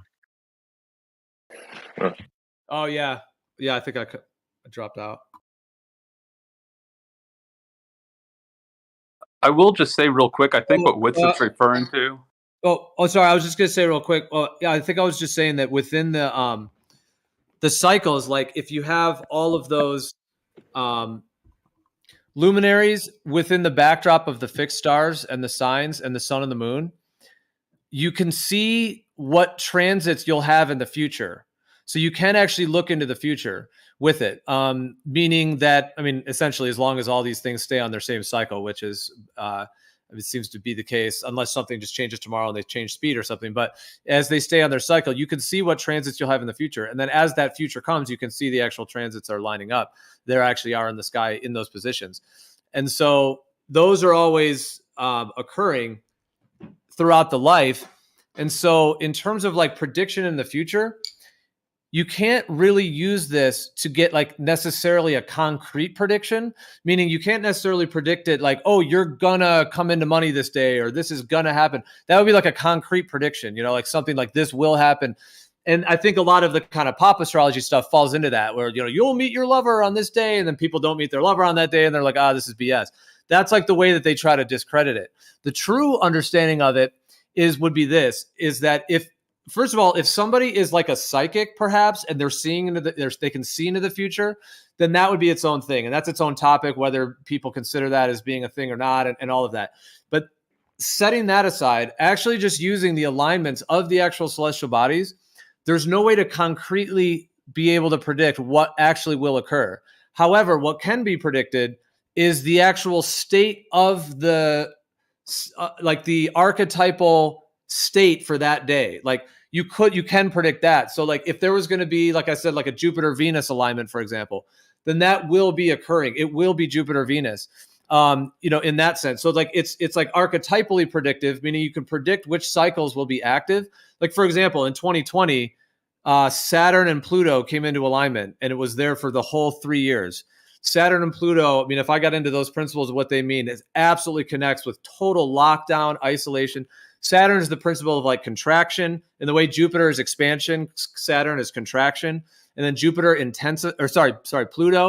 Pluto intensifies whatever it touches. So this was Saturn and Pluto. So you got the Pluto intensifying force or energy with the Saturn contraction of lockdown, pandemic, the whole thing that went down. So they know that they can activate these archetypes in particular ways. So what I'm saying is that like before 2020 came, there isn't any astrologers, like I said, unless they're a psychic, but just using the astrology or just using the positions, they couldn't actually predict that it was going to be like a scamdemic, for example, versus some other expression of Saturn-Pluto, but it was going to be a Saturn-Pluto period. So anyway, so yeah, I'm just saying using the actual alignments themselves, you can only like sort of like predict the main parts of the weather and what kind of peak wave pattern they're going to be in terms of their closeness of alignment. And you can see that status, and therefore like the propensity to either like utilize those energies in a way you want to, like with like intention and etc., or to like ride the waves in the way that you would want, or to be aware that if they start locking the whole world down, it might be good to be like, hey guys, this is kind of not the best expression of Saturn Pluto. right now. Yeah, it's pretty cool. Let me just say it like this: it was so eerily accurate that I wouldn't share it with many people because it would almost feel like invasive. I did just find it. So let me try to find the name of the program. I'm saying, like, I know that you guys can trust that if I'm saying this, that it was pretty wild because it's just never been my thing. So it's DCOZ, so DECOZ, numerology chart analysis. Hands DCOZ, DECOZ. And so I can kind of tell you what some of the stuff is here. So table of content. So you have introduction, life path, birthday, expression, minor expression, heart's desire, minor heart's desire, personality, maturity, LE bridge, HP bridge, karmic lessons, hidden passion, planes of expression, plane of expression physical, and then mental, and then emotional, and then intuitive, balance, rational thought, cornerstone, subconscious self, challenges, pinnacles, cycles, transits, the physical transit, the mental transit, the spiritual transit, essence, personal years, personal months, and personal days. And it goes into the details about the days, right? And so then you have this Worldnumerology.com. No. No, I just posted it. I just found his website. That should be him because right at the top it says. I was looking for it. Right at the top it says Master Numerology. I was there. Okay, I was there. I got it right. That should be it. Go ahead, was it? Oh yeah, I don't know if it's the DCOS one or whatever. I guess he did say it was expensive. It's a few $100, I guess. But and so here it's like it tells me my life path and all that stuff I just read off, and it gives me the number. My first pinnacle from birth until age 33 is 9. My second pinnacle from age 34 until 42 is 8. Right, and then I'm like, I don't even understand what this is saying. Right, at first, right. So it's like your personal month for June 23 is 4. Your personal month for July 2023 is 5. And so you're like, you're kind of confused, but then you go down. It's a very in-depth analysis, and it just like I almost teared up. It was so wild, bro. It's not something that I would ever just like try to read into and believe. I was like very skeptical. Yeah. Well, this is numerology. Like this is not necessarily astrology. This looks like, because his website is World Numerology. That's what it's called. It looks like. And it says numerology apps, readings, free insights, articles, workshops, professional software. So yeah, he's offering a lot of stuff. But yeah, so this is basically numerology. Like now maybe some connection to the celestial bodies, like, could be like, is there anything about the actual, like the sky in it, or is it all the numerology? Because it looks like isn't the constellations just 12? And well, I know that I know you have to input your chart information. Right, but I think but I think he's using the birth date and the letters to calculate the numerological results rather than using the birth date to get the time to then get the position of the celestial bodies. That would be the more on the astrology side. He may just be using the actual, like literally the numbers, like if someone's birthday is like, 5/22/1980, whatever it is. I'm just saying, like, if that those actual numbers all have numerological significance and the actual letters in your name. Because at least I'm just looking at the front page of his website, but I don't see any looking at the celestial bodies. Although I'm just saying whether he incorporates that or not. But it looks like this is like he's like. That's the same dude's name. The same dude's name. Hans DCOZ. Yeah. HANZ. It says World Numerology Master Numerologist Hans DCOZ. Okay, yeah, you're probably right. Yeah, I mean, it says numerology at the top of here. I don't know much about it. All I know is that it's really crazy. Like, I'll read this. Oh yeah, dude. I mean, the thing is, looking at the celestial bodies with that term astrology, the positions of those is its entire thing. And then numerology is its own entire thing, which is why they get into gematria. The controller dudes get into gematria so they can use the numbers for like black magic rituals and psyops and controlling humanity. Yeah, gematria, that's what it's called. Well, the gematria, I kind of see gematria as like it's like the dark side. Like numerology itself can actually be very, very like divinatory and positive and insightful. It's like tapping into like a profound level of intelligence within this realm and creation, and it can like connect you spiritually in a lot of different ways. So there's like all those positive sides of numerology. But and then I kind of think of the gematria as sort of like a twisted, dark co-opt of it, where they then try to use the numbers for control and for sorcery rather than for something positive. It tells you like positive and negative things, which is so crazy because it's like it isn't really like tickling your ear that much, right? Like so like and I don't know much about it. I don't know anything about it. So it says here, right? It says like Austin, you are the humanitarian. It says so. These are like the positive things. It says you're attracted to a cause or a movement whose purpose is to make a better world. You are extremely idealistic, sometimes to the point of being naive about people or methods. You have great compassion and seek to create a more humane society. You are drawn to those who suffer physically or at the hand of injustice. You are the righter of wrongs. Your deepest intention is to transform the world. You are willing to sacrifice in order to advance the cause, et cetera, et cetera. And then it comes down and it says, yeah, so it says conversely, you are charismatic despite the cool and distant personality you project. People are attracted to you.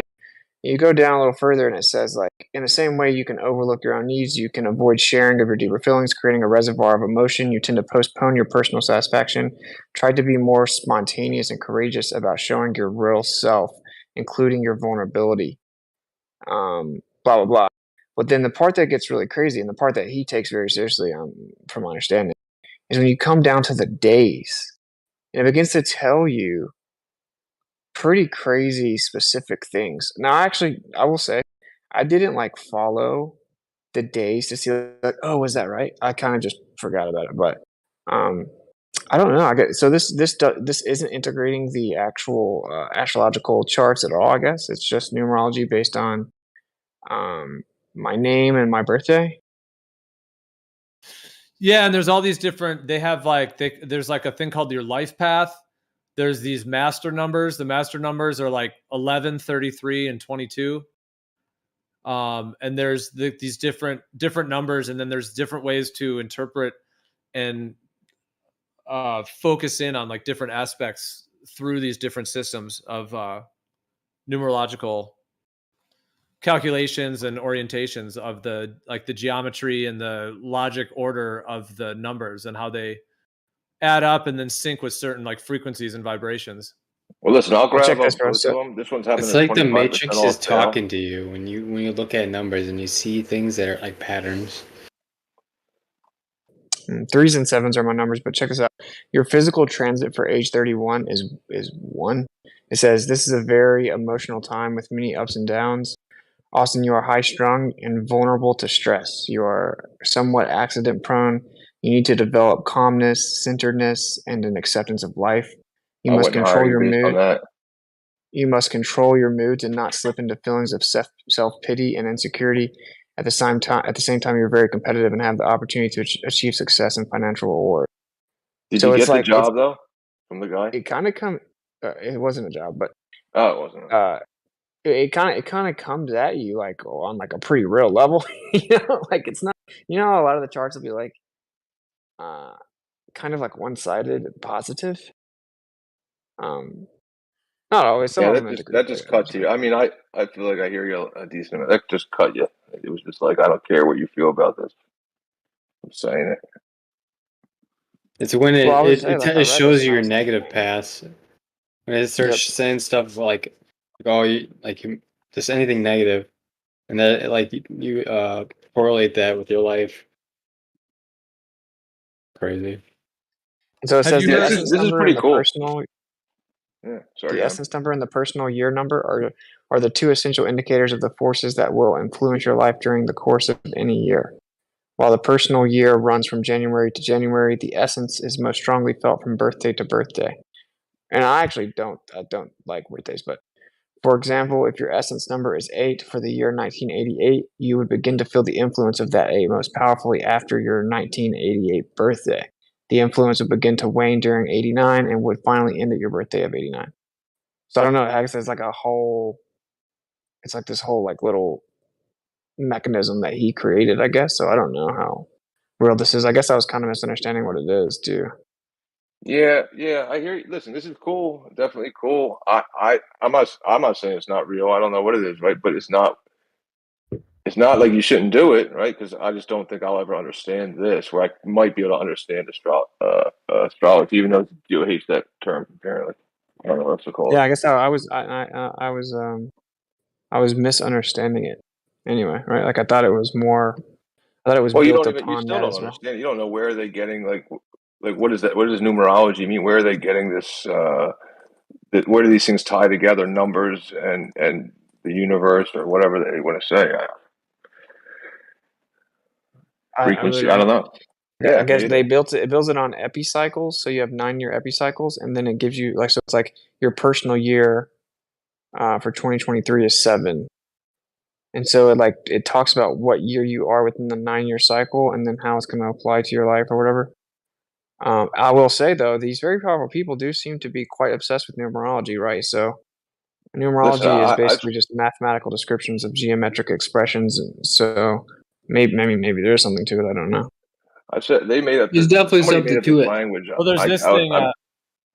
Oh, Somebody sorry. made up this language. Like if I were to say to you, like, can you give me a new way to describe numbers? Like how else would we do it? Like 1 through 10, like a different language for numbers. I can't even know where to start. Whoever came up with the language of numbers is just unbelievable. I don't even know how I'd start. I could do a new alphabet. I just can't do a new numerical system. Well, yeah, right here you have to ask the creator or the people that designed or Well, made that's this what I'm saying. People place. say, "Well, it's got to be what numbers came from God." Like how? How did that happen? He said 9 is 9. Yeah, but there's ways though that things can like communicate through different aspects, like through different channels. For example, there's the type of work where they do with the coca leaf. This is the leaf that they get cocaine from, but this is the actual medicine, the coca leaf.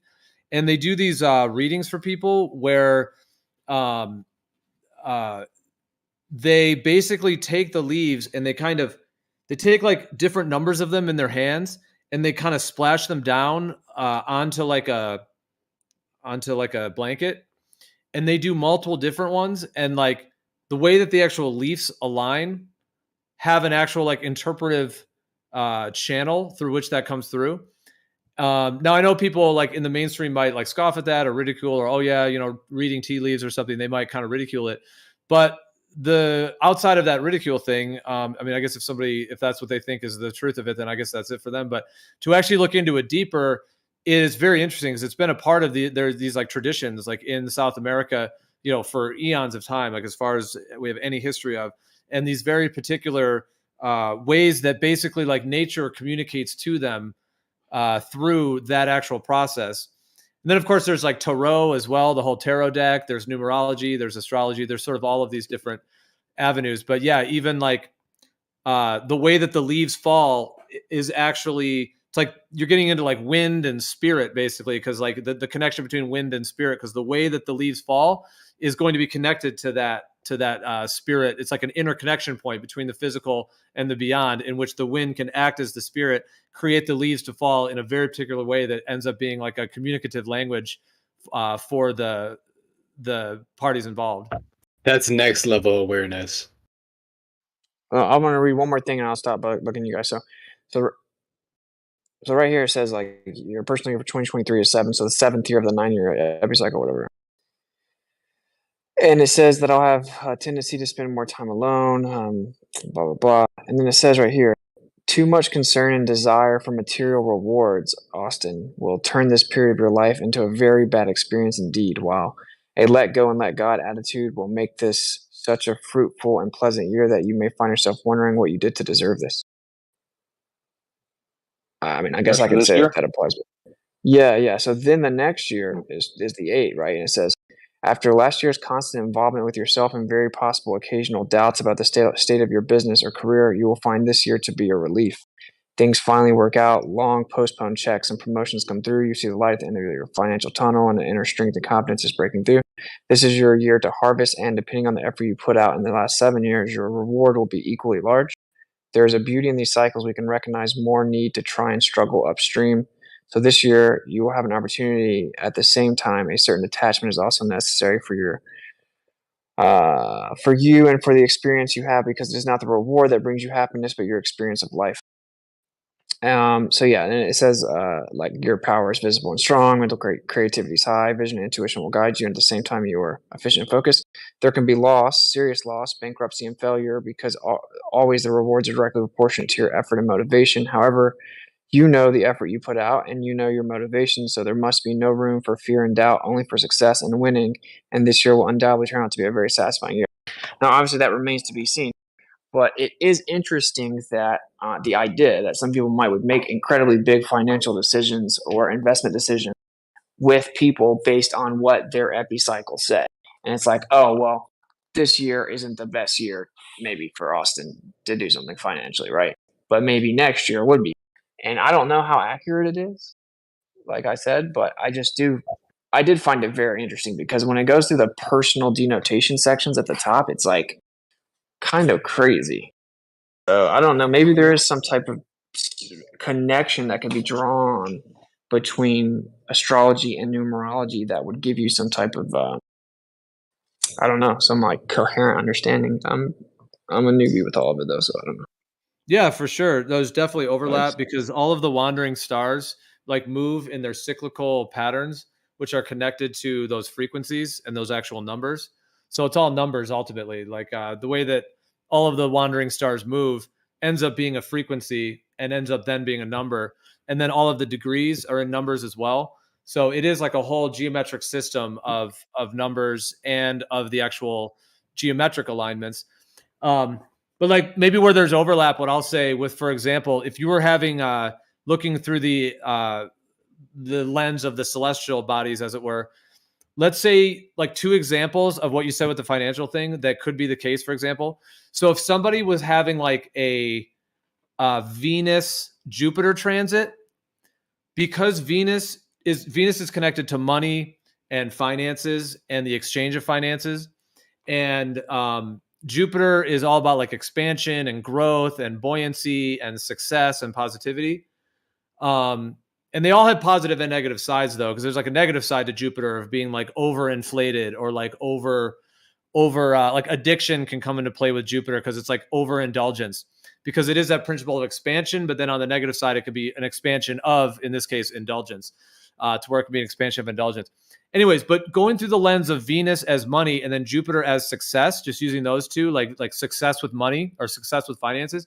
So if somebody was going to be knowing that they're going to be coming into a cycle in their life where they're going to be having Venus and Jupiter, that could be used to where they could say, all right, I'm going to ride this wave. Like I'm going to really take some action that's going to, let's say, generate more wealth, for example, or to do some positive transformation in their financial life. And because Venus and Jupiter are kind of in the sky, as it were, or they're aligned for you in that way, in the way they are in the sky and the way it is to your birth chart, as it were, that energy for you will be like much more at a high peak of the wave that you know, to have something like some huge financial success, for example.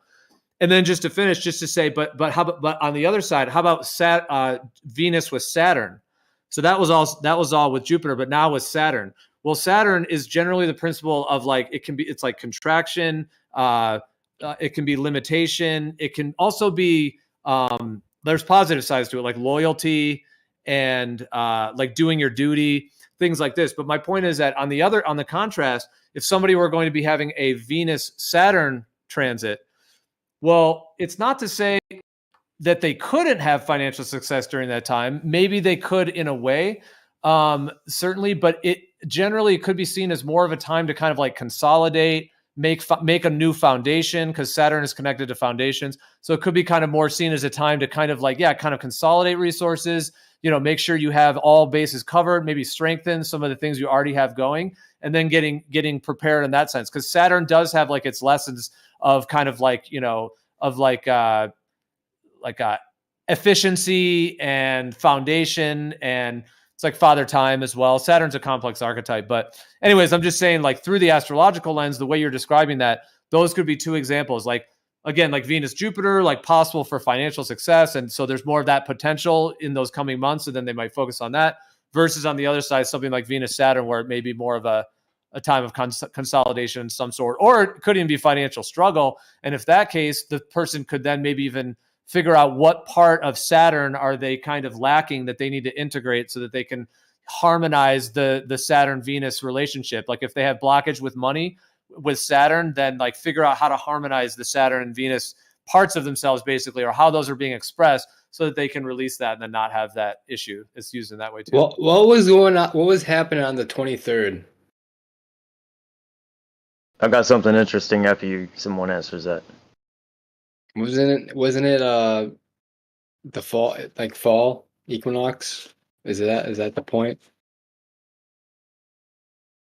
Is that the point where it's downhill for the sun? That is the point at which it passes over the equator, yeah.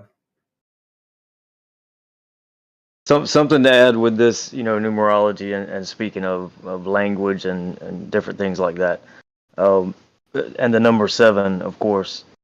So, Winston, I don't know if you've heard this, but this has been like a challenge for people to write up a genealogy. And I know SE brought up genealogies earlier, and it kind of relates. When you get to the genealogy of the Messiah, or who people call the Messiah, in the book of Matthew, you have, if you can make a genealogy like this, and this will be the requirements: the number of males' names shall be divisible by 7. The number of generations shall be divisible by 7. The number of nouns shall be divisible by 7. Only 7 words shall not be nouns. The number of names shall be divisible by 7. Only 7 other kinds of nouns are permitted. The number of words that occur more than once must be divisible by 7. Occur in more than one form must be divisible by 7. Occur in only one form must be divisible by 7. And the number of words that occur more than once, to be divisible by 7. And let's see, what's the other requirement? The number of words that begin with a vowel must be divisible by 7. The number of words that begin with a consonant must be divisible by 7. The number of words must be divisible by 7 evenly. The number of letters must also be divisible by 7 evenly. The number of vowels and the number of consonants must also be divisible by 7. And that's the genealogy in Matthew chapter 1. Wow.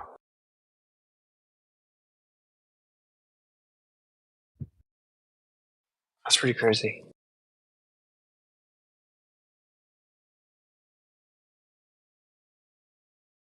I make entire life decisions based on the number 7.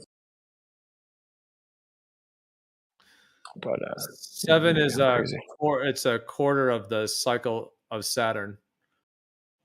7 is like a quarter of that. So 7s and 3s, and specifically triples. But if I see triple 3s or 7s, or if I see a combinations of 7s and 3s, I take it as confirmations or signs or suggestions. And like, dude, Kai knows firsthand, bro. It's like insane. It's absolutely insane. To the point it's like a just inside joke between us. That's cool, man. So chapter 7, Revelation, 144,000. Chapter 14, 144,000. Chapter 21, you get into the New Jerusalem, but each time the 144,000 are mentioned. So that's pretty cool. Something I learned about cycles, it doesn't really make much sense, but it ends up working out, is if you take your birth month, the number of the month, so if it's February, it's 2, and then you take your birthday, the number of the day, and then you add those two numbers together, you'll get a number that represents your yearly cycle. So if it's something like 21, then every 21 years, something big happens on that year. It can, and I've been asking people about this, add up your birth month with the birthday, those two numbers, and then did something big happen that year in your life, right? And it's amazing how it doesn't always end up lining up, but it often does. Like big life events, it did for me. It's like a pivotal year in my life when I decided to drop out of college, and it was like a huge, like my life path completely shifted, not necessarily for the worse. It's just big life events happen on these years. And also if you divide that number in half, then those kind of half cycles can be important years for you as well. So I don't know if anybody else, you just add those two numbers together, then you get this life cycle number that might reveal some interesting stuff. That is interesting. I mean, you guys know that like Tesla was obsessed with like the number 9. And he would do everything based on the number 9, like everything, like touch his napkin 9 times, like have to have 9 napkins, like to whatever. But I would say the reason I do think there's something to it is numbers are actually just representative of geometry, and everything is geometric. It's more like a energetic expression of shapes, and like there's really 2 primary geometries, and that's where you end up getting the spiral sacred geometry idea, and all this is within basically a torus field, and you have the hyperbola and the toroid. All that to say that really I think everything would be more accurately denoted with shapes, but the way that we kind of describe geometry is with numbers.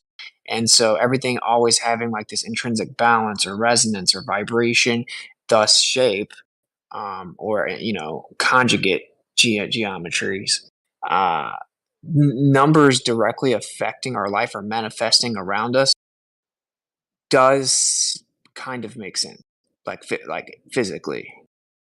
Like it's not just like absolutely absurd and impossible that numbers would play like a pivotal role in our life or be pivotal signs in our lives because, like I said, it just represents geometry, which is energy basically. And I think that might give you a glimpse into why some of these very powerful groups are quite keen on utilizing numerology. I don't think that they're just stupid, but who knows? People will think you're crazy when you talk about this. Yeah, and like everything in nature operates on cycles, and so if that's the case, then human behavior obviously is going to operate on cycles. And then if you can tap into the knowledge of what these cycles are, then you have a huge edge and advantage, like economics probably fits into this. Yeah.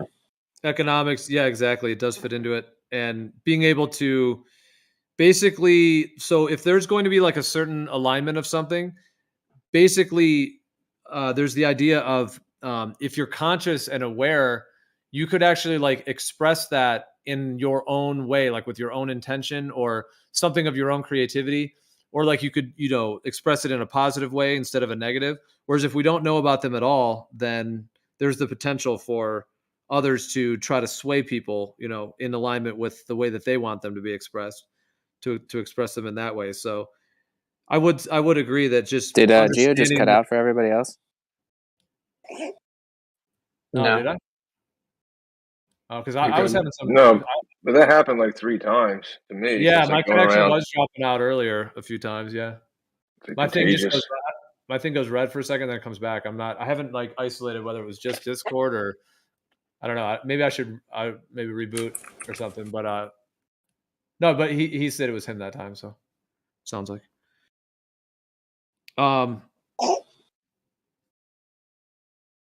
Well, yeah, just being aware of the cycles and basically having our own like sovereignty in basically essentially kind of like dancing to the waves of this realm as it were in a way that we actually want to express them rather than being kind of coerced and manipulated into expressing them in some very particular form that only certain controlling entities want to try to engender.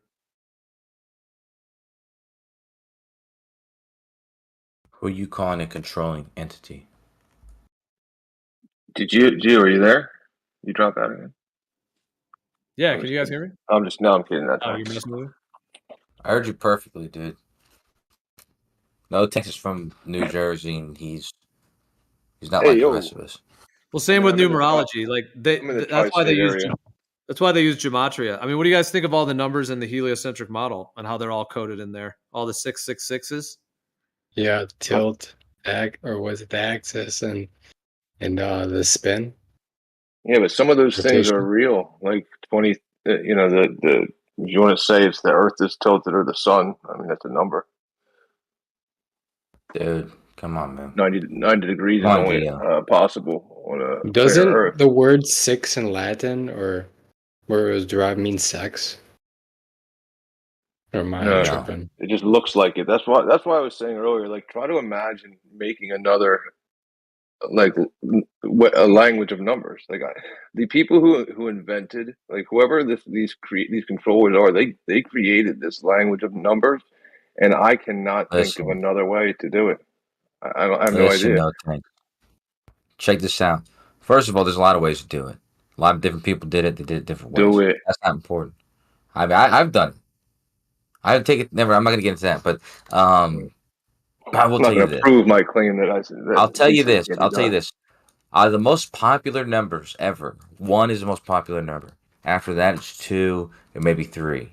Okay? If you take the 2 out of the 3 most popular numbers and you multiply them, if you divide them into each other, you do all these sorts of things, you end up with numbers that are just 6.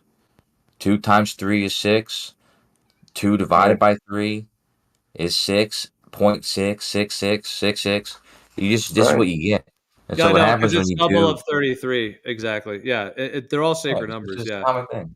33. Well, because 33 is a unique frequency point too, and then the way 66 is connected to that, and like 1/3 and 2/3. So yeah, there's all of those. What is 33? What does that number really represent? It's a master number, I know, but is it energy? What would be the energy or from that? Yeah, I think it's connected to the angelic realms. It's an angelic. It's also the number of vertebrae you have in your spine. Oh yeah. And then there's the Kundalini. Yep. Yeah. And Atlas is at the top of the mountain, which is also your dome. Even though this is in feet, but like like water will cavitate at 33 feet above sea level due to atmospheric pressure. So that's basically 1 atmospheric pressure is the 33 foot. And that's how they calculate atmospheric pressure. That's like 1. And essentially, if you pull a vacuum with a tube with water, once it gets to 33 feet, it will start to actually like boil and cavitate. Like you can't pull it up higher than that. It just boils off. Yeah. Yeah. I heard this. So that's another crazy. That the actual atmosphere is like the gradient is layered in this 33 feet. Granted, feet you could say is like, kind of somewhat arbitrary that it's 33 because, what if it's meters or, something other thing. However, but then you can think about it's all like part of that language, man. I'm telling you. Yeah, exactly. The roots of where the foot comes from. So when the elites were using that 33 at the very beginning of COVID for like signifying like they said 33 cases of corona in this area, and it was everywhere on the news. Like, is that just like to like make it impact that thing even more? Yeah, like could you imagine having that power behind you, like being able to understand that a number somehow communicates through the universe and carries a power with you that I could just pretty much look at you and say 33333, and then you're gonna fall dead. Like, what the fuck is going on? Well, that's yeah, no, they are doing this. They do these like black magic rituals to try to harness like the ether with a particular imprint with a number, and then they put that number in the environment to try to like unconsciously or subconsciously trigger people into that unconscious state where they can then kind of control it from. Would that be with sound? Is that what would they be doing with sound or frequency with like towers? Yeah, buddy. That's what I'm saying. It's kind of like, so think of like, it's kind of like another thing I've done a couple of times before is just by having conversations with people and their personality, you can guess their name.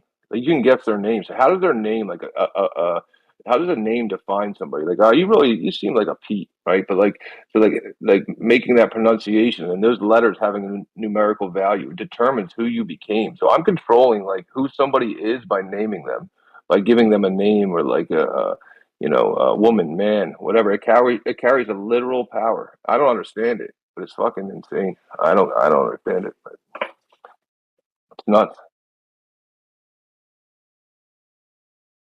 Like I see a lot of number 11 a lot. 11 and 9 or 81 or on numbers that add up to 9. Well, another way that this links into like the astrology as well with numerology is and synchronicity and how all those intersect is because with synchronicity, when you have seemingly unrelated events that seem to have like a unique synchronistic connection that has like a meaningful it's like a meaningful correspondence. there's an actual meaning behind the way that these things lined up. And so there's certain examples, like certain ones that are well known about, where there will be like multiple times in which a particular number will show up in a person's life, like on a repeated basis, and it will have like very specific meaning. So like in order for the creator, the creation, etc., to even orchestrate that, it has to orchestrate all those numbers to all line up in that way. Like maybe it's the number on the receipt of a product you buy, and then it's another number over here, over there, and there's a way in which that number correlates with like something very significant right in and around that time, something like that. And someone has like, or they have a dream with that as well. There could even be a dream connection in terms of that. So in order for that to all be orchestrated, that's where, like, I think in a sense, like the astrological and the numerological start to overlap, because in terms of the astrological, that's essentially time. Like as time is moving, you have everything is moving in its positions. So that's that kind of time part of it. And then correlating that to the actual numeral, like the numbers that all showed up had to all be like orchestrated in the physical world. So that's the number side. And then that's all linked with time, which is the way like the sky is moving, the way that that's all linked. And like to have like the numerological resonance through time, that numbers actually have like certain frequencies and resonance, like backward and forward through time. And that all has to be synced up with the sky and with the actual events for all of that to be orchestrated.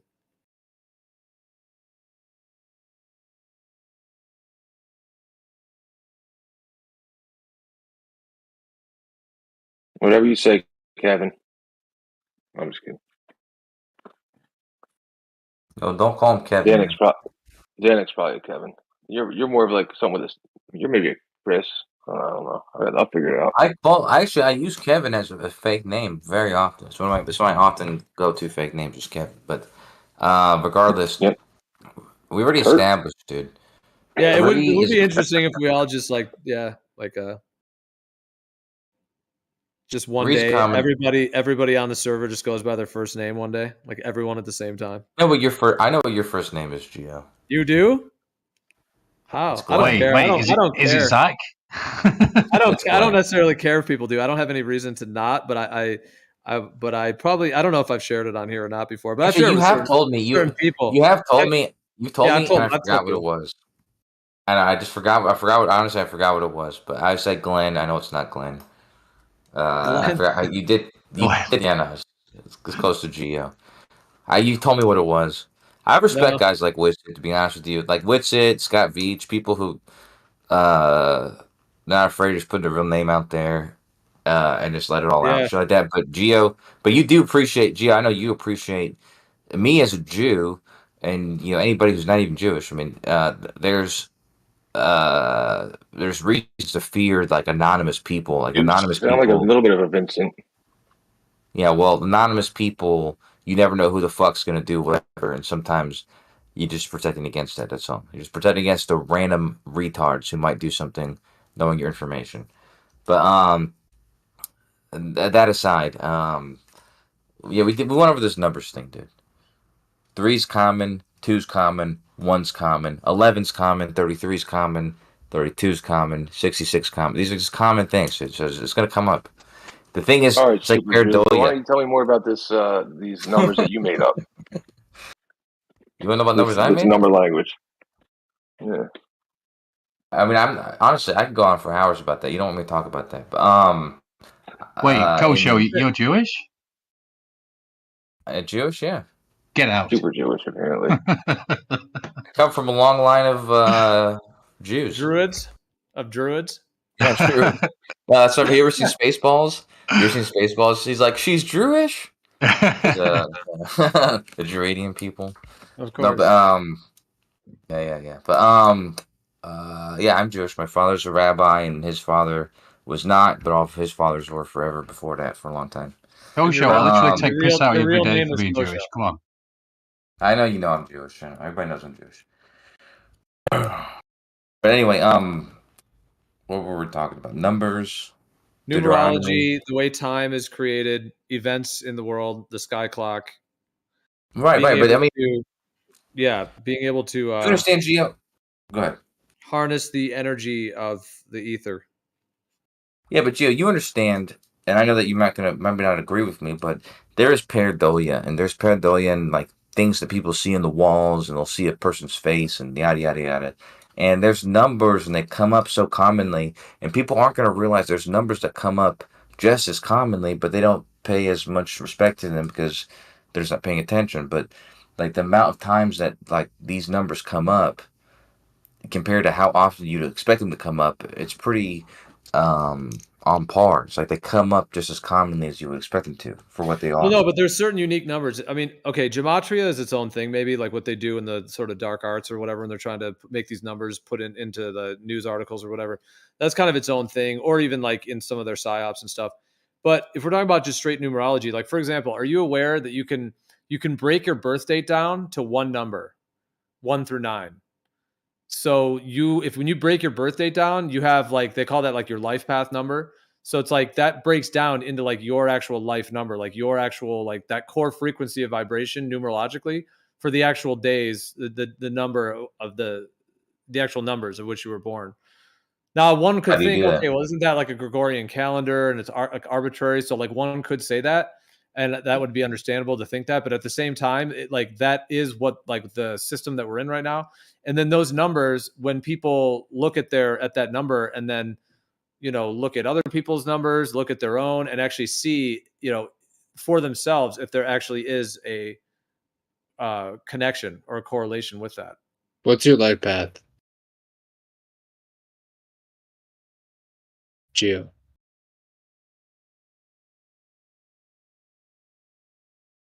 Or is that too personal? Watch your math, man. Oh, your life path. Yeah, what is your number? What's your number, Gio?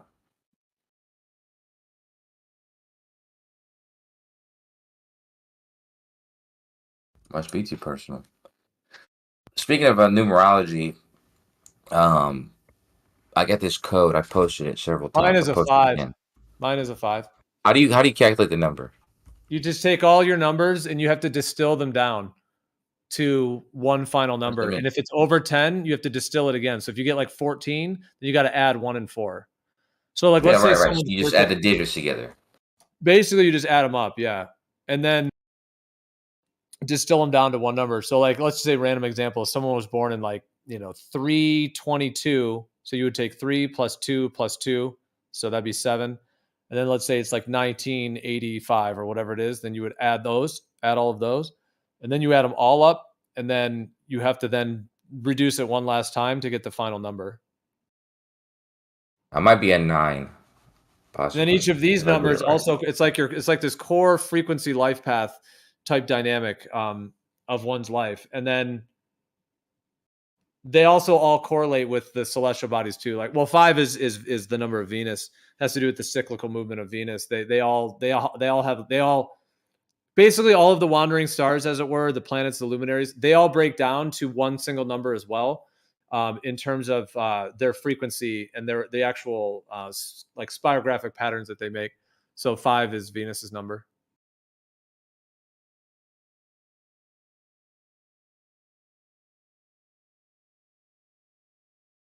I think I might be a 9.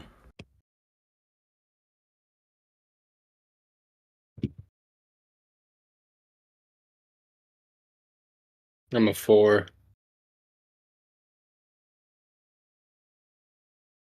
Yeah, there's a bunch of websites that give explanations, and I would never recommend just ever taking one as the gospel, but there are people that are trying to harness the meaning and understanding of them. I usually it's always good to read multiple as well, just to kind of contrast and compare, and ultimately to actually what I've for myself, I always would read other things, but then also actually hone into it myself and come to my own ultimate conclusion. But also there can be others that in some cases can describe these things fairly well.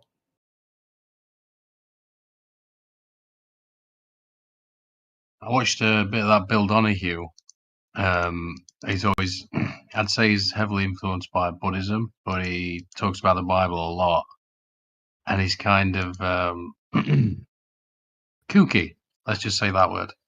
And he always used to say about the Bible that it was written in the stars. He'd be like, "This is a book that's written in the stars." He'd be like it like that. Oh yeah. And I know. I never I quite agree. knew what he meant, you know. But anyway, so there's this book which I'm just looking at now. It's called. There's the cover, "A Witness of the Stars," and it's pretty interesting.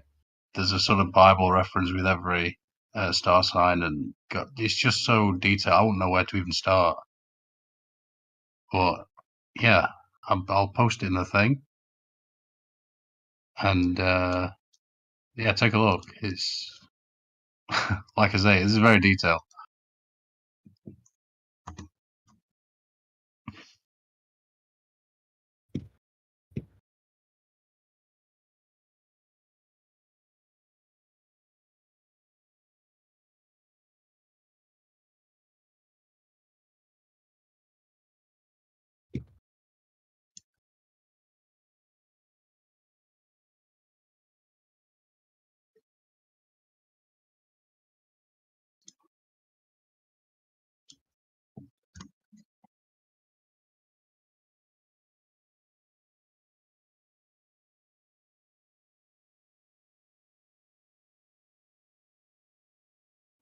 Nice. That's cool. I like the cover. Witness of the Stars.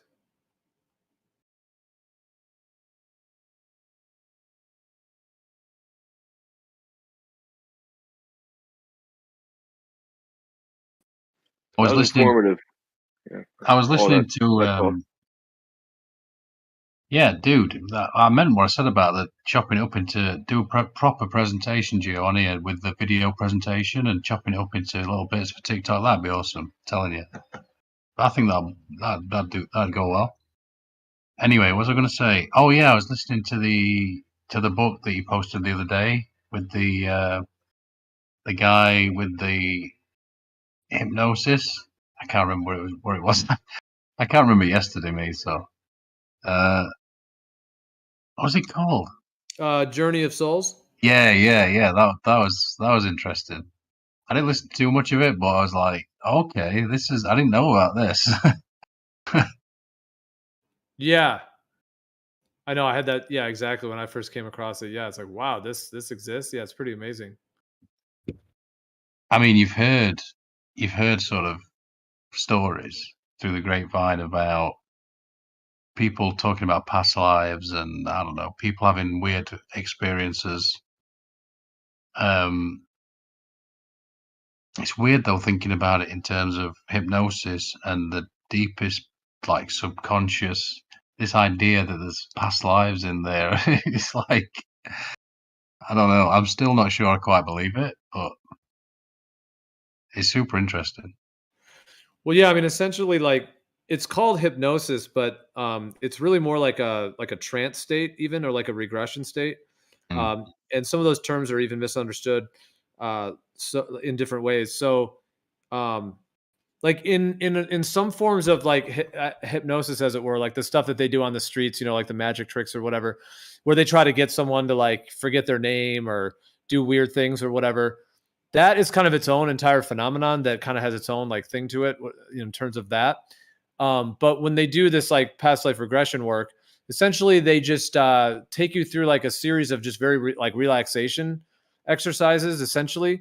So it's not like a ticking thing, like you're getting sleepy. It's more like just taking you through like little visualizations, basically, that really relax you into a very, very deep state to the point to where, you're basically in that's why I like that term trance. But in this sense, I'm using it in terms of like that you're actually in like a almost dreamlike maybe, but not necessarily like a full on dream. But you're in like a different brainwave state, essentially, is what it is. By relaxing your mind, that by simply just sitting very still and relaxing and really having like the environment be incredibly relaxing, seems to put you into like one of these like delta brainwave states. So you're still conscious, you're still sober, as it were. You can talk, you can think, in that sense, you're just in a very, very relaxed state. And then when someone is then in that state, they then will basically kind of guide the person to uncovering a memory of their own past life, but they don't guide them in terms of telling them what it is.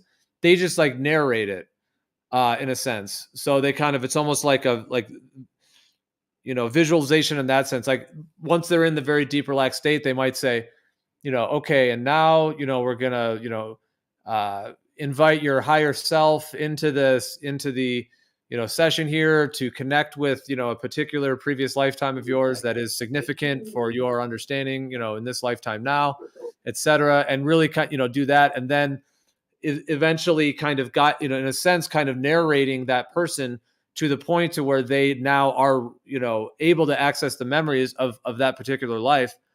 And then they ask them questions about that life. They ask them details about it. And it's incredible, like the level of detail.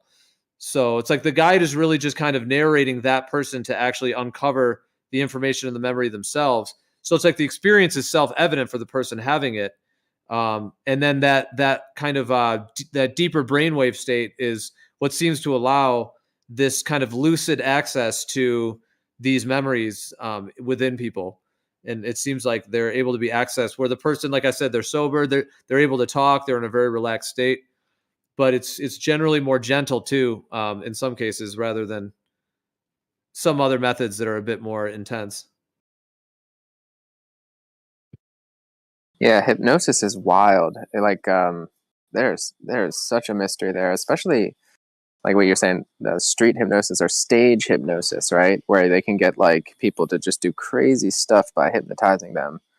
And if I was the deep state, not to bring it down to that low vibration, but like, why do you need chips? Just master the whatever it is, that mystery of hypnosis and the subconscious.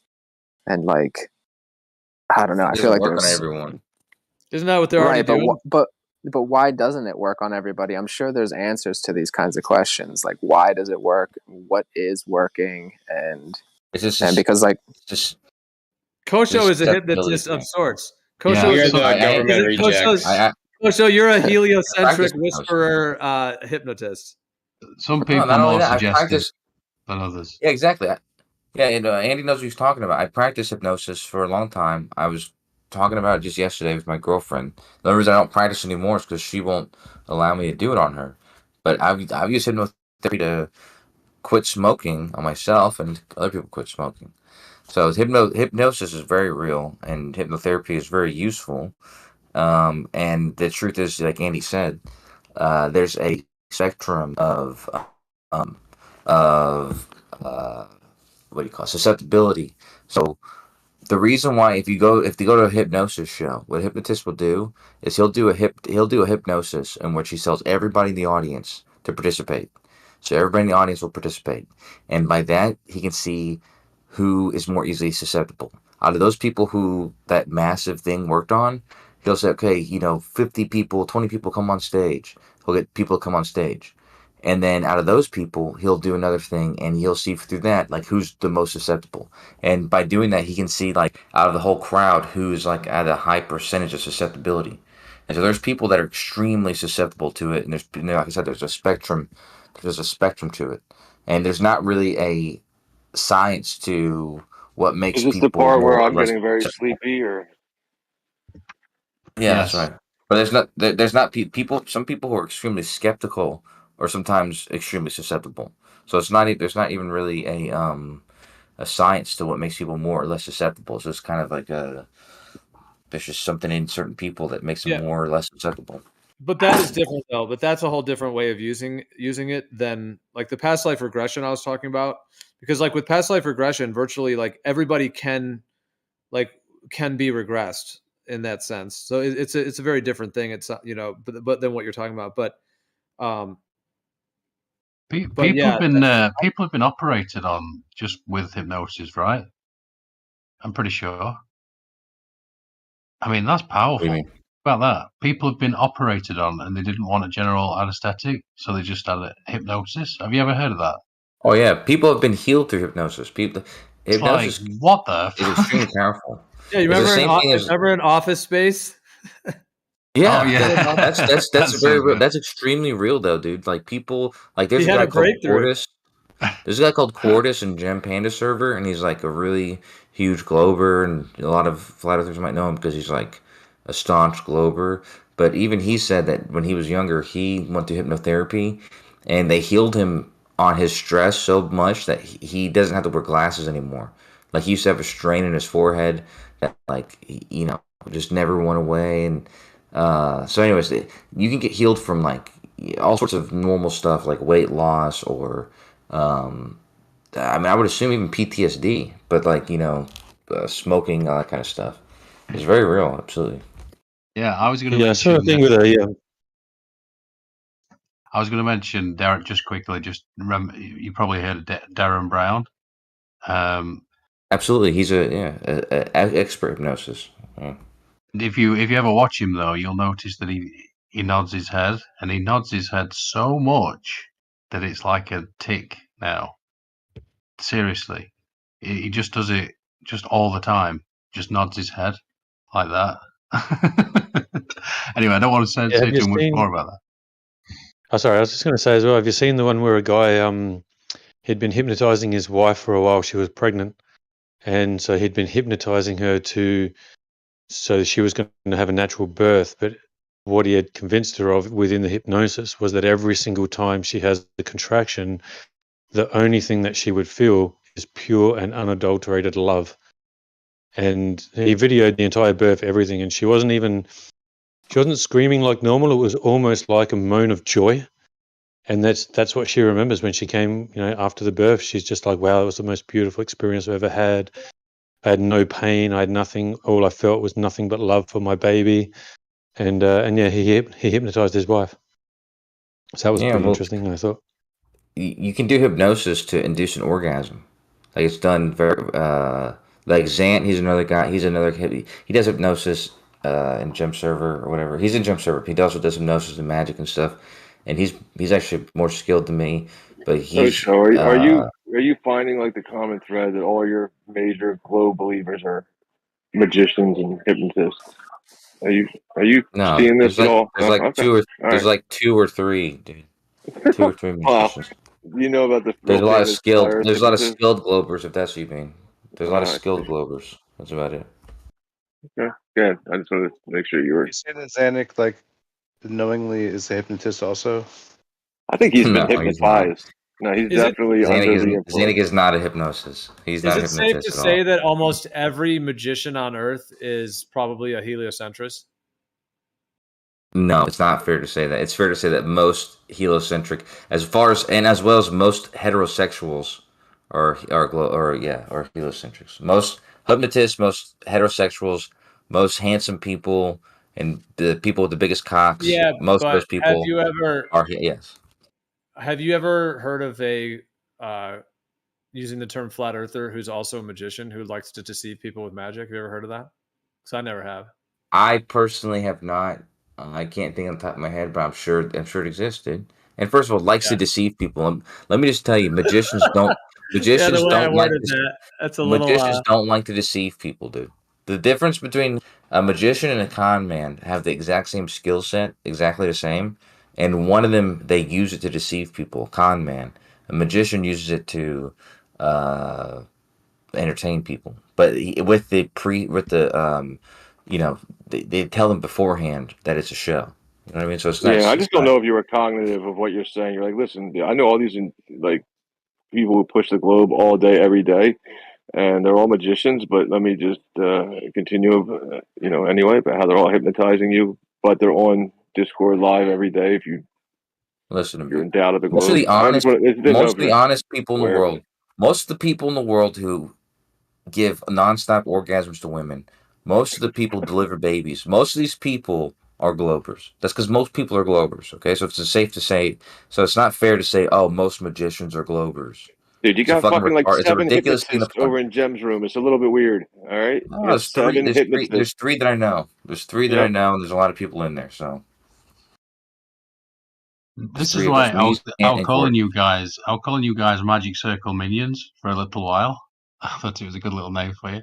Zant really is actually, he's part of the Magic Circle. Like he's he's in like super secret Magic groups. Well, we got Crypto as a clown, so whatever. Crypto, though, there you go, you motherfuckers. There you fucking go. Crypto does magic. I know that because me and Crypto talked about this. So there you go. Crypto does magic. Fuck all you guys, okay? It just took me it took me quite a while, longer than it should have, to realize that there's Magic Circle minions on both sides of this argument. Make no mistake about that. No, but there's a thing, white magic and black magic. White magicians or whatever you want to call it. Just because you know how to do magic doesn't mean that or know how to do tricks doesn't make you a bad person or a deceiver. I love magic. I think it's awesome. And that's why I think that this whole globe deception is like admirably fantastic and awesome. I love magic. They're such magicians. It's crazy.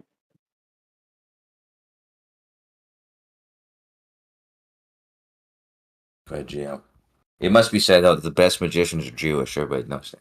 The best magicians are Jewish. Everyone knows that. No, that's called chutzpah. Remember, that was the word of the day. I posted earlier. Come on. Yeah, I saw that. Yeah.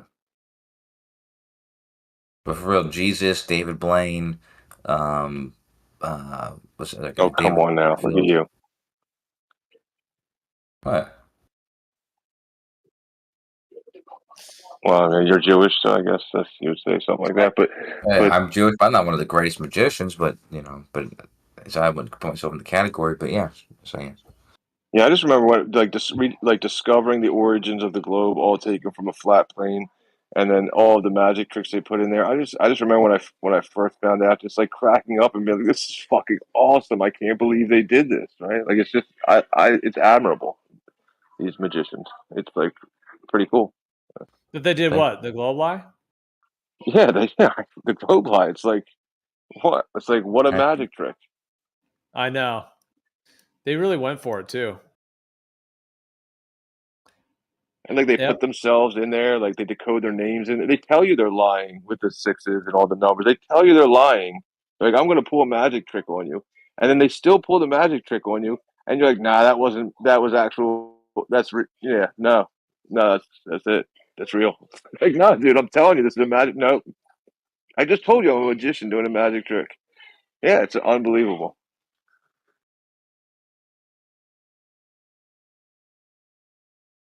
Don't know any magic tricks? I wasn't born in the year 1666. I can't perform as well. They're dark cosmology magicians. I hear if you have performance issues, they have pills for that. They're like, look, you can go. You can prove that the Earth is. I mean, the moon is not moving. It's in lockstep. Right? Like, I'm gonna go. I want to see the Earth rotate. I'm gonna go to the moon. Oh no, it's in lockstep. Also, it's like a magic trick, like trying to go back and forth to the moon and to the Earth to watch it. It's just ridiculous. Huh? I do wonder if because I was just looking at that thing, Truth Prevails just wrote, and I'm going to write back, but I'd just rather speak. I remember watching this old documentary about it's called The Last Druid or something like that, and it's just in this old shack, like in Ireland or something like that. This old fella just pottering around his garden, and it was like an hour and a half. It was pretty good documentary actually, or just an interview, I guess. And he spent most of the time talking about psychics and the sky clock, and that's why sometimes he was talking about like kings. They wouldn't make a move. They wouldn't go into battle without going to these people first. And think about that, what power that is. It's unbelievable, isn't it? When you just think about how much power that is. And he was kind of saying that people more in tune with this, like I mean, you were talking about telepathy and all sorts, and I was like, this is wild. I knew what you meant to say. I'm like, is this just some old kook in a shack somewhere? No, it's just his house looked just as you imagined it looked, like a little hovel or something, little, you know, like the shape of it and everything. And yeah, so I think about that sometimes when, like, that's where I want about with Geo, where I'm saying there's definitely something to this astrology log, you know, and the fact that it's what's the word I'm looking for? Like mocked. It's like people. It's just made fun of now, isn't it? Like, oh, it's just silly. Wait, the magic trick. That makes me want to look into it more. Well, yeah, they've done a huge campaign. Yeah, they've done a huge campaign to try to discredit astrology, as it were. And essentially, as far as like I know, in terms of history, like astronomy and astrology used to be one and the same, meaning that they would be looking at the actual positions of the celestial bodies and recording those and observing them and etc. But then they would also be looking to how the positions of those celestial bodies actually were correlating with human life, or could glean some additional insight into the functionings of consciousness, of nature, of humans, etc. So they were one and the same, like the actual positions and their cyclic and the representations of how that is meaningful was connected directly to the actual astronomical, meaning just looking at the actual physical positions and the mapping of them in that way. And then through this current system with the like Newtonian Cartesian materialistic paradigm, with like these kind of shoulders of giants, as they try to claim, like Descartes and Isaac Newton and all these guys, they've then developed this system to where, and with the Rockefeller medicine and all the other factors of it, to where they've like isolated and removed astrology and they call it pseudoscience. They call it, you know, just total BS. They put it in the horoscope in the newspaper to make people even laugh at it because it's inaccurate, whatnot.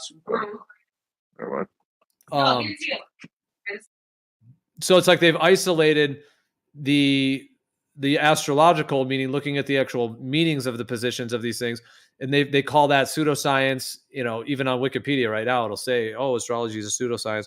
So, and then they have on the other side, they've fractured them, and then they've pumped up the astronomical through like astrophysics and NASA and all of that. So, like, not only did they downplay the astrological, calling it a pseudoscience, but then they took the astronomical and blasted it into this scientism monster at this point, where they're doing all the astrophysics and the claims of the universe and all this stuff.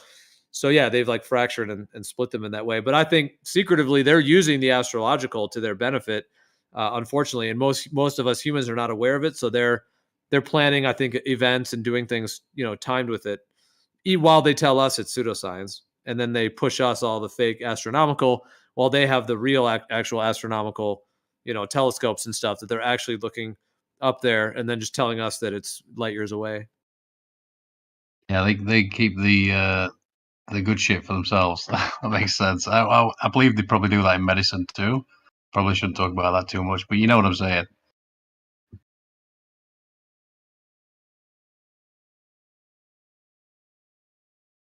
That sets folks off. There's one of my brother's friends who's like, I don't want to sound judgmental, but he tends to go for the most extreme of whatever the truth of the thing is. So we were talking about them. Do you know them like, what are they called? Where they like, oh man, I think there's one in like Prometheus. You know, whoever's seen that movie where it's like a bed that you go into and it basically operates on you and shit like that. And it can basically heal. I don't know exactly. I can't think of what the name is. Somebody else has got that. Please chime in. That now would be a good time. Prometheus, that movie. That sounds familiar. I don't know if I saw it, but I think I definitely saw trailers for it. But he's saying they've got them beds. They're the elites have got these. That would be the cloning. No, it's like where if there's anything wrong with you whatsoever, you just lay in this bed and it basically heals you. Yeah. So you think they're using this shit while they're stationed here? While they're stationed here, like the elites, because they live in this fucking chemtrail fucking environment, don't they? Well, I mean, not if they live on part time. Not if they live on other lands.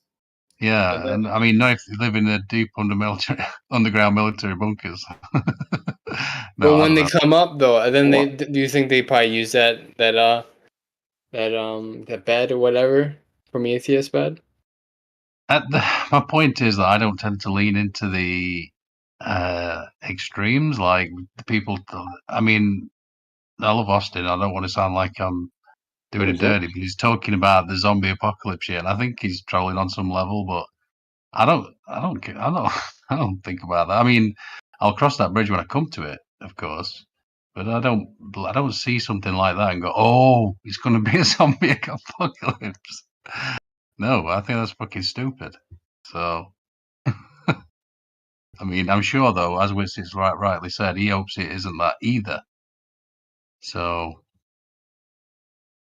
yeah, I just you look at these truther channels and some of the shit they come out with is just it's laughable. Well, I think things are getting better for some and worse for others. So yeah, there's definitely going to be some challenges, as it were. But I think we're going to be all right. We're going to make it. We're going to be all good. Things are going to, as a whole, get better. Gio's glasses are full. It's more than half full. I'll give it at least 90%. Well, I'm here to keep y'all's feet on the ground, so that's the way I see it. Because some of the shit, they've swapped all the Beatles out, not just Paul McCartney, all of them. I'm just here to say, shut the fuck up, sit down, shut up. Let's get back to some reality, you know. Jesus. We got a ways to go, but I think a lot of transformation can occur in the world, and I really do think this current power structure is on its way out. So I think that's the big picture to me, is that it really is on its way out rather than on its way in. I think it was on its way in back in, the early 1900s, basically. World War I, World War II. I mean, that was obviously at that time. I mean, if you were like Nostradamus or, that style of like ability to, and if you were just alive at that time and you knew what was coming, you'd be like, oh, wow, we are in for it. But I think now we're like on the way out, even though it does seem like, there's still some intense things happening for sure. And there's still destruction and pain and suffering that will be occurring. But I think that the December 21st, 2012, like that shifting point was actually a point. It's like in a lot of those ancient calendars, the December 21st, 2012. Well, yeah, it wasn't the end of the world, of course, which is what they tried to hype it up to be, but it was the end of a cycle and the beginning of a new cycle. Yeah, and something definitely shifted there. I don't know. I felt some as well, Gio. I don't know if you did, or something. Yeah. And then the whole shape of the Earth truth started erupting in the following, right after that. I think I read somewhere that it was like prophesized that typically when there's like a shift or something like you're describing, that people get sick and they have like dreams and they come out of this, like they come out of it like with a new what do you describe it as, into a new era or something? Yeah. But it just I've read somewhere that people get sick and then they would, not like sick like they're dying, but they just, right, you're sick like the flu or something like that, and they have these like feverish dreams, and then they come out of it like kind of like now down a new path. Well, yeah, I mean that can occur, like we were talking earlier, in like a heightened form, like in terms of like what we were talking about with ayahuasca, where someone, like in an experience like that, they may go through like a purging of sickness, basically, like releasing that, and then having like a huge weight lifted off their shoulders, or like a huge improvement afterwards in their attitude, their physical health, emotional health, psychological health. Kind of that idea of going through something painful or challenging to actually come out on the other side like more integrated, evolved, happier. Sort of like also the idea of like facing your insanity, like facing one's own insanity to actually become more sane. Yeah, like with children when they get when they're growing, they get a fever. Like their bones are growing. Right, they get their teeth are coming in. They get fevers. And they get sick almost in a way. As when you grow, it's like you get those two things seem to go together. You know. Yep. There's even in a dramatic type. Well, in one example, when I say dramatic, I just mean it can be intense. Like in a lot of these like shamanic tribes, like they have the elders, like the shamans that are the ones that help with for the medicines and so on. Like they're basically the medicine men of their tribes and keeping them healthy and all of that in those ways. But like whenever there's going to be the next like shaman in line, basically like the child that will be the next shaman, there's like essentially there's a thing called the shamanic illness or the shamanic crisis. So generally, like just to try to say it briefly, so imagine you're like these tribal people, you're doing your medicines, all of that, and as the generations are growing, well, one of the children, one or one of the children, usually one at a time, although it could be two at once, but generally like one of the children at a particular age will start to have some kind of like an illness or a crisis of some sort. It could be psychological, like sort of like hearing voices type thing. It could be like physical, like an actual physical ailment or illness. And the elder shaman kind of knows that basically that person is going to be the next shaman. And so that elder shaman like supports that person and that child and helps that child to heal and to, essentially be like initiated with the plants that help to heal it as well. I mean, the plants are ultimately like, in a lot of their traditions, the actual kind of channel by which, so the shaman is helping that child to basically, well, as he grows older as well, not necessarily when he's like young. I'm just saying that when the illness, they might pick the child out knowing that one has the shamanic illness when they're young. But then when they come of age, they then will do these plant medicines and they'll do these various different processes. And then that child that has that shamanic illness, through working with the plants and often doing like very deep, like solo journeys, out in the woods by themselves with the plant, like a, deep, like spirit quest level, at the peak of it. And they go through very intense, like facing their own demons and facing their own illness and all of that.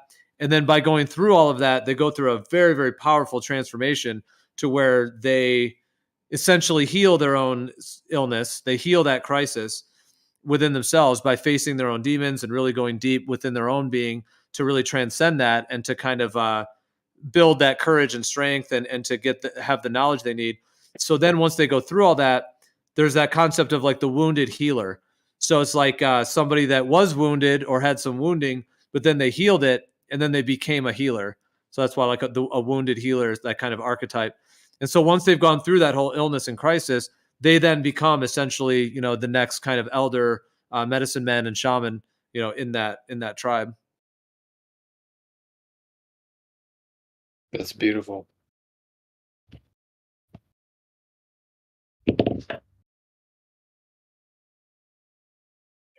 Yeah, maybe that's like a requirement we should hold doctors to. Like, have you ever, kind of doctor, have you ever healed yourself? No.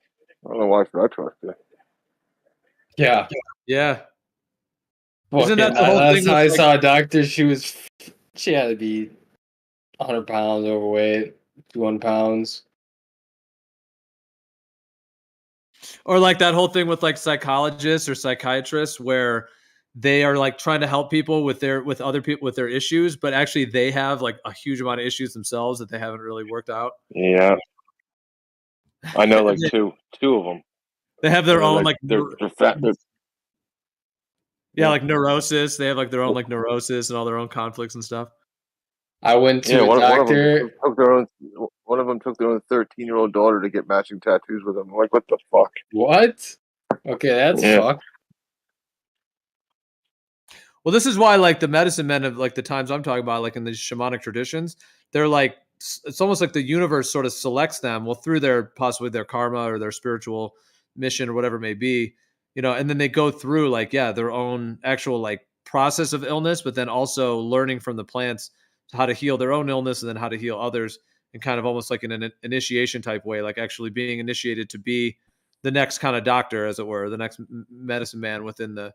So yeah, they've gone through like a rite of passage and actually have shown their strength and their ability to have leadership qualities and all that. Instead of in today's world where it's just like doctors can be sick in a bunch of ways and then they're apparently doctors. They're the medicine men. You are romanticizing it a little bit though.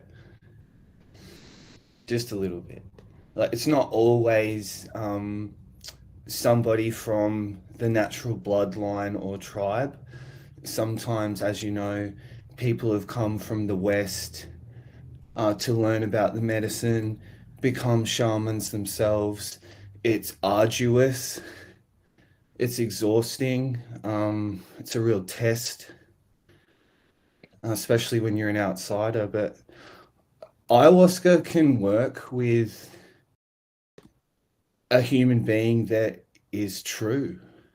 That seems to be what it's really about. It's you can't hide from ayahuasca. People lie, as you know. They play tricks. They wear masks. They put on costumes, attires. When you're dealing with the spirit realm, you can't wear any outfits. You can't wear any masks. You're seen. You're known. Every aspect of everything you're about is known. I'm not challenging you here, G. I'm just saying the true spirit, if you will, in the human being, like, can extend itself and be seen. And I think you've been given those eyes, like, and that's the weird thing about ayahuasca. It can work with some people. Some people it just can't. It can't work with them, and it rejects them.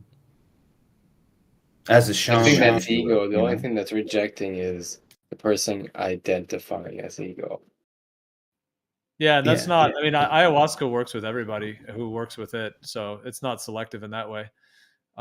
Well, that's not true either. I've seen it not work with people at all, in any way. There's a total clash. Well, I'd have to know what material they were drinking, what all of the components were. So I couldn't respond, but that's not. I saw people come to a retreat I was in for 2 months, and not everybody had success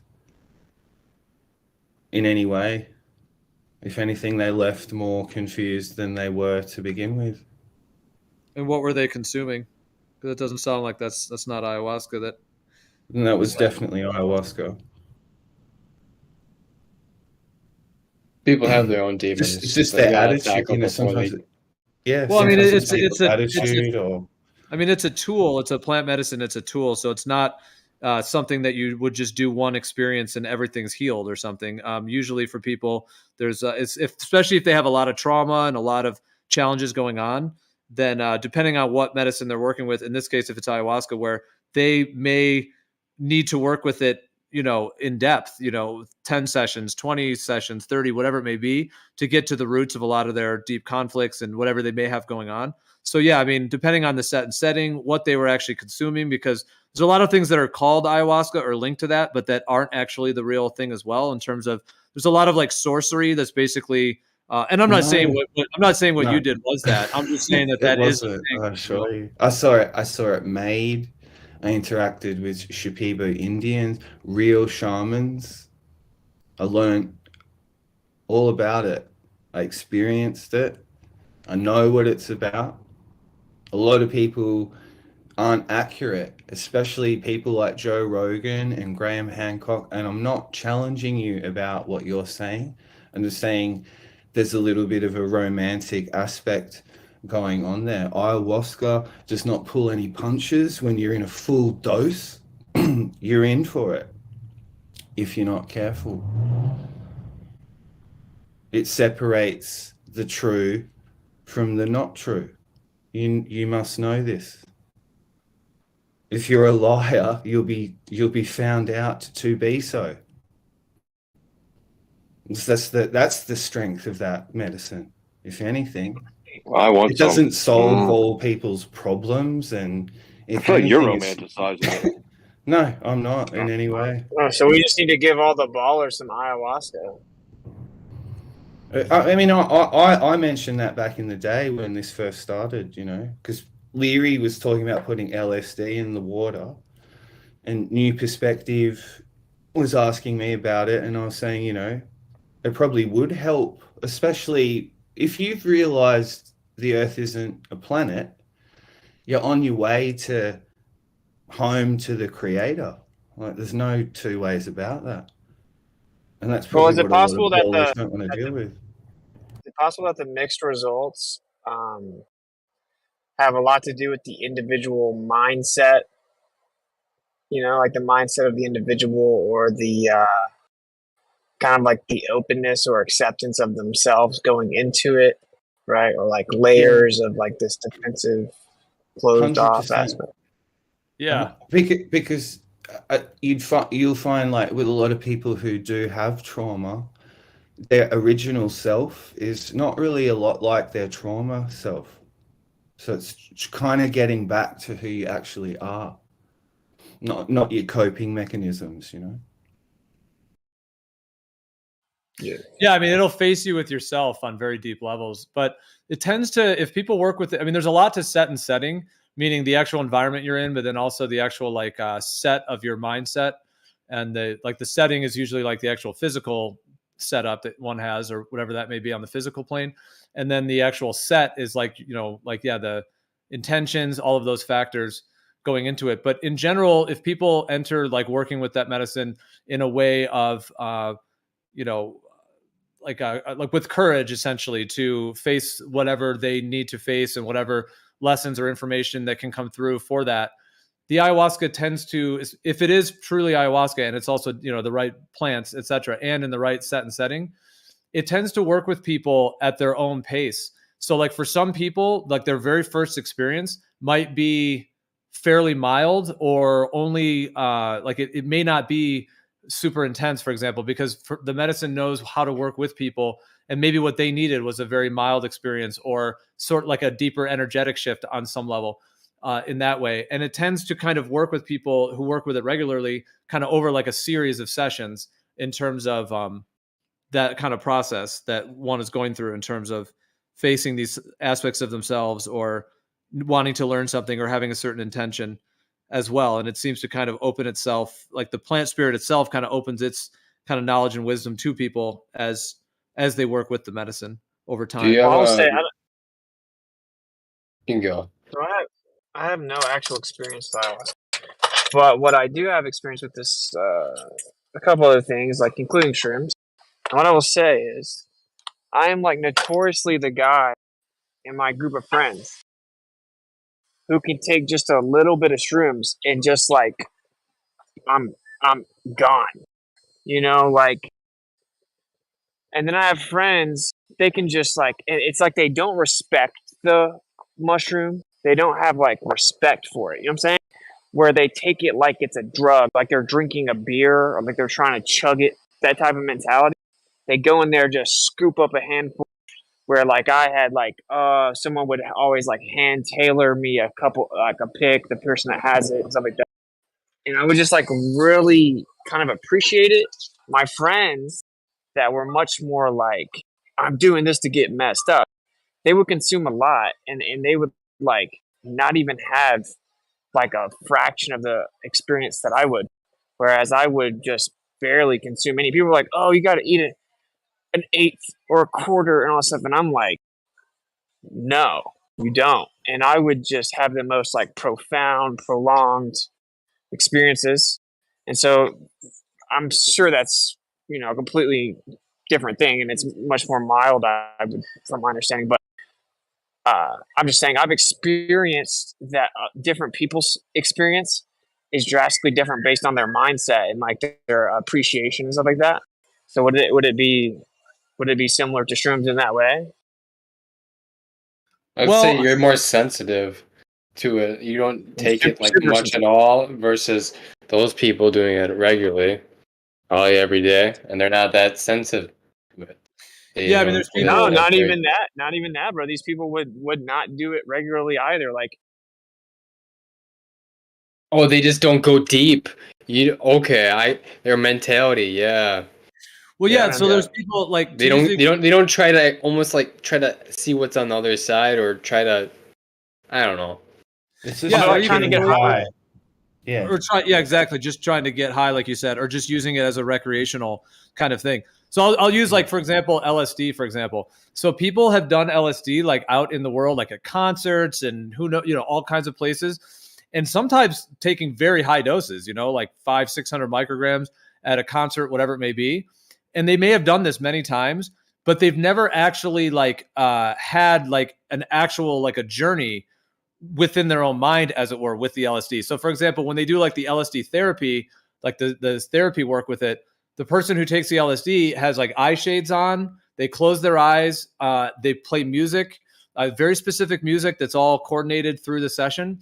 And then they just, the kind of intention is to like lie back, sit back, close your eyes, and really kind of just be aware of what's coming up for you. Just be open, be surrendering, just be in a receptive state, because, they know that you're about to go through a very powerful activation. So what I'm saying is that in the case of like that kind of LSD therapy type environment, where the intention is to really go deep, to uncover possibly some memories that could be of a healing nature, to learn more about the universe, the nature of life, spirituality, whatever their intention may be. And that by actually kind of like closing their eyes and going within and essentially having that intention, there can be experiences that people have had that are absolutely incredible. The wide range of experiences that people have had in that type of setting, when their eyes are closed and they're going through a very deep, experience like that, compared to the guy that's at a rock concert who's just kind of getting high or whatever it may be and seeing colors and that kind of thing. So like what Witzit's saying, I do think there's something to that. I think with ayahuasca, it tends to be a bit more encompassing, and it has a much more stronger plant spirit there. So the ayahuasca, like in general, you can do that with mushrooms, and you can do that with LSD. You can just be at a party and that kind of thing, but not really with ayahuasca. Like no one really like parties like necessarily, like people don't really like take ayahuasca to party. It's usually like in some kind of a set and setting. And so it does seem like with ayahuasca, like the ability to kind of avoid stuff or just to kind of party is much less. Like it seems to have a way of like being able to kind of initiate an actual kind of connection and the experience that people have, etc. So but with mushrooms or LSD, that can be the case, even to the point where people may have done those like mushrooms or LSD many times, but they've never actually even had like an actual like spiritual experience where they're like going within and really going deep. I got a question. Same thing. Could just really quick, is it a guy I met in the jungle was from South Africa, and he was there mainly because he had writer's block. He was a writer, and he wanted help with that. Oh, interesting. So, like, I've had the same, because it makes sense what you're saying, because I've had the same exact experience with LSD, and I'm not necessarily, I don't normally talk about it, because I think people need to be very cautious with any mind-altering thing. That's my opinion, or whatever. But, like the same thing where, I would kind of always be, like, just gifted, like, top quality stuff or whatever. And so I would, like, it was like a double hit tab or whatever. And I just took half of it. So I just one hit. Dude, I was gone, bro. Like, I had, like, the most profound, to the point where I was, like, my perceived reality was malleable. And I was, like literally creating entire settings. I was, like, removing everything else around me and all this crazy stuff. I was, like, looking at light, contemplating what it is, and the light started flickering while I looked at it and, like, understood what was going on and all this crazy stuff. And then my friend was just taking a lot of it and, like, was like, oh, this stuff isn't that good. So I'm like, what? Like, I'm, like, contemplating the meaning of life on such a crazy deep level and stuff. And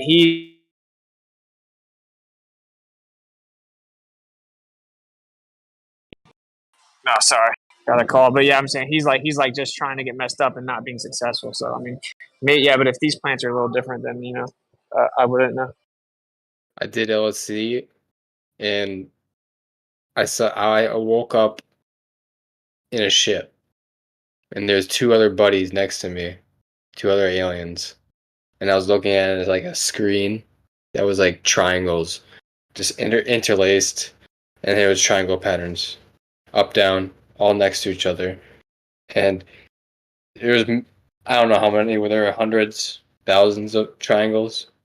It was like pixels on a screen. And I saw like cartoon, like aliens. I think that was when I was back on looking in the screen. Was when I was back looking into it, when I saw the cartoons again.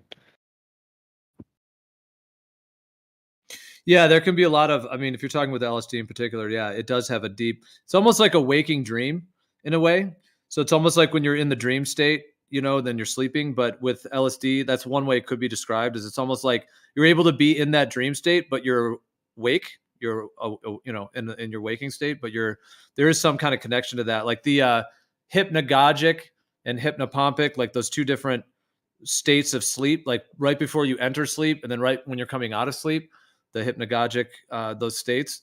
It does seem like, in a way, like LSD in particular does seem to kind of activate that state in like an extended way almost, when you're also like in a waking state. Do you think this place that we're in, I think this is like a battery? This is really down the rabbit hole conspiracy, but like, do you think we're like, that's why there's negative and positive, good and evil, and that's why there's collision? And if it was just only positive, the battery wouldn't be working, and if it was only negative, it wouldn't be working. But when you have both, they both generate power. Definitely, dude. I think those are all factors. Yeah. And to link it with the plant medicines like we were talking about, like in terms of like ayahuasca, peyote, and iboga, like those three in particular, like what I will say about them and my viewpoint on them is that, like, that positive and negative, like you're saying, because like in my viewpoint, like a true medicine should do no harm. Like it should never actually harm you. Even though people may have a lot going on in their minds and in their psyches, but a true medicine should do no harm. Like mushrooms are a little wild. They can be definitely beneficial, but they're also a little bit unbridled, and they don't seem to quite have the same kind of plant spirit guidance in a sense as like the other ones I'm mentioning. But like just in terms of what you were saying there with the positive and negative, like in my viewpoint, my understanding in terms specifically of like ayahuasca, peyote, and iboga, those three, they have like almost like a spiritual entropy towards like a positive betterment in a sense of that particular individual who engages with that medicine. So like that's in that sense, like they can like clear like dark kind of things within the psyche, basically like the addictions or anxiety disorders, things like that, but also not having like any ability to like re-traumatize or worsen the person. So it's like I've done shrooms and I hear that like a fucking alarm going off every time. It's weird. Oh, like a ringing sound? Yeah. Yeah, that's with DMT. That can be, because it's not really, it's mushrooms contain 4-ACO-DMT and they break down into, there's DMT. I've done DMT too, and I've experienced that too. Yeah, I've gone back, like I've seen fucking elves, and they were like shaping the screen. I've seen things like, I saw the fucking swastika, like spinning. That's what I like. That was when I was really deep into it. I saw like fucking swastika. I don't know if it was the screen or what. Well, that's an ancient symbol. I mean, that's an ancient symbol that goes back. I mean, you're calling it the swastika because of how they used it in the World War II thing. But I mean, that shape, it's like. What would the correct term be? No, it is referred to that. I'm just saying. Well, yeah. I know it's with doesn't that represent the 4 rivers or on those old maps that show the North Pole, Mount Meru, and that Eden, or I mean the swastika represents that, those 4 rivers, like kind of like swirling in, and then doesn't that also the swastika have to do something with the Big Dipper? Exactly. As well. Yeah, it's the 4 seasons with the Big Dipper, the island and the 4 rivers in the middle, as well. Yeah. I mean, I guess that term actually is a Sanskrit term. It means conducive to well-being. The word it's probably pronounced more like swastika. But anyways, and then unfortunately, it seems like the whole Nazi thing, like co-opted it and then used it or whatever for their own symbol psyop, whatever they're doing with that. Because they're obsessed with the idea. They were obsessed with the idea of the lineage that came from the sky. Hmm. You know, that makes sense. They're literally like it's like a gang sign. Exactly. Is that like a family symbol? Like what are those things called? Like the crest, like a family crest. Coat of arms. I was looking at those. Yeah. Coat of arms are just all similar. Fish, lion, Well, maybe have you heard human of this? on it. Have you guys heard of this thing where apparently people are taking DMT into their system and looking at, like, if they take like a laser and they point it at a wall, there's like some videos on it. Apparently people are taking like not a huge high dose of DMT, but like some DMT. And while they're on the DMT, they're looking at the laser. The laser's shooting at the wall. So they're just looking like at the laser hitting the wall. And they claim that they see in the laser, like the reflection of the laser on the wall when they're on a little bit of DMT. The claim is that they're seeing like there's something about the laser and the fact that they have the DMT in their system, but it's like maybe the light or the way the light is coalescing, whatever it may be. But the claim is that I've never done it, but the claim is that if you're on the DMT and then you look at the laser, which is shining on the wall, like kind of close up, maybe like 8 inches away or whatever, you're kind of looking at the laser on the wall. Apparently that people claim that they see like ancient symbols and like numbers and like fractals, and like they're just seeing like this sea of like information and like all of like these like this like sea of like meaningful symbols and fractal objects and geometry and stuff. I wonder if it's because maybe the laser somehow makes it where that perspective makes them go in more inward spiritually. Well, like I mean, try to like be like outside, like see if there's anything outside the matrix. Yeah, I mean, like DMT on its own is possible that people could have visions of like symbols or ancient things. There's a lot of different like multicultural images and visions and things that people can see. But in this case, it's like actually looking at a physical laser. So it almost brings the question like, well, however that laser, like all the actual electronics of what that's creating, like, is that somehow, does that actually have information in it that somehow is like an inner space, even between like the idea of counter space, and like, is the laser functioning as like an interface between like light being the interface between realms or between like informational boundaries or something, to where being on the DMT somehow seems to activate something in the eye or maybe in the human or in the pineal gland or something that then allows you to see it. It's like revealing it even though it's in the light. Damn, I'm gonna get a laser pointer, dude.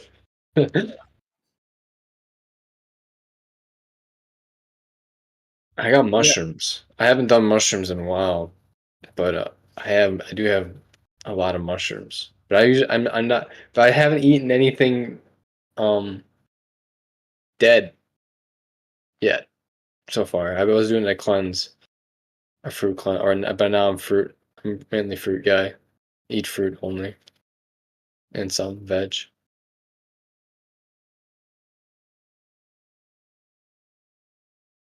But shit, I gotta fucking try that. Fucking laser pointer.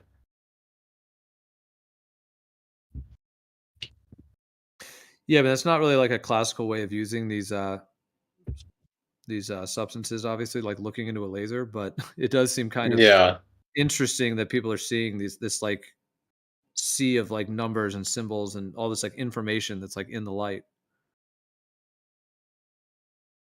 I mean, people have had like, I mean, on like DMT or other these people have had like a complete breakdown of like where they've seen like the actual underlying like matrix of what makes up like light and sound and frequencies. Like people have had experiences that are like very like transcendent on that level. So I mean, one could have experiences like that as it is, but it's just pretty wild that just looking at a laser actually somehow seems to activate it or activate something, that some kind of layer of information.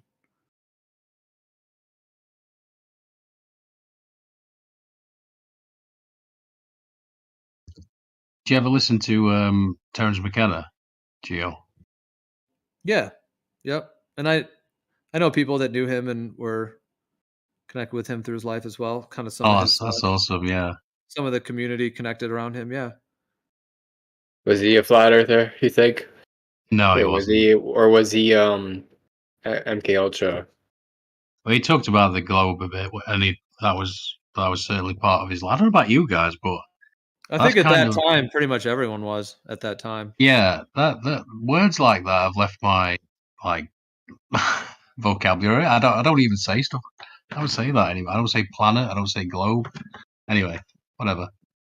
I always like the well, there's loads of stuff I like about Terrence McKenna, but one of the things he'd say is like, so he'd have a DMT experience, and they'd have the I'm pretty sure, I can't remember if it was DMT or ayahuasca. I know they're similar anyway, but so he'd have a DMT experience. And he'd see the elves, as this guy says, and he'd talk with them, and he'd be like, "Oh, this is all well and good now, but I want to see the the real thing. I want to see the sort of the big honcho. I want to see the real thing, sort of thing." And all of a sudden, he'd like dark, ominous tones, like "Doo," like it was building, and building. He'd be like, "No, no, no, no, just kidding, just kidding."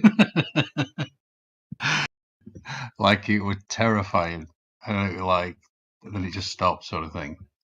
So yeah, I've only say that a couple of times on a couple of different talks, where there's just this huge build up. This sounds scary. I've heard some of his stories. I heard one where he did DMT and then acid, and someone was trying to break into his not break in, but was knocking on his door of his apartment or whatever. I seem to recall that story. Yeah, that's just sort of jolted my memory. It's been a long time since I listened to Terrence McKenna. Well, in terms of DMT, it's really important, like what plant you actually are getting it from or utilizing it from. So a lot of the plant species that they use to make like synthetic DMT are not actually like traditional shamanic plants. So I think that's why some people on DMT, they have very like jarring experiences that are like either like interdimensional and can be pretty unpleasant. And that's because they're actually using DMT from a plant that connects with that more like that actual realm or that actual dimension. And in some cases it can be fairly unpleasant, where there can be like because there's not the same like kind of spiritual protection, and because the like which plant the DMT comes from is key in terms of the actual how it functions essentially. So yeah, a lot of the synthetic DMT is like extracted from other plants, so it's almost like kind of more of an isolated DMT, and then people doing a huge high dose of it is very different than something like an ayahuasca, where it's like naturally in the plants. It's like it's actually in those plants that have all of the kind of like protective and healing qualities that are. I have not done ayahuasca. I've done shrooms, LSD, ketamine, DMT. I've never done DMT or ayahuasca. Just never brewed it or got the materials for it to do it.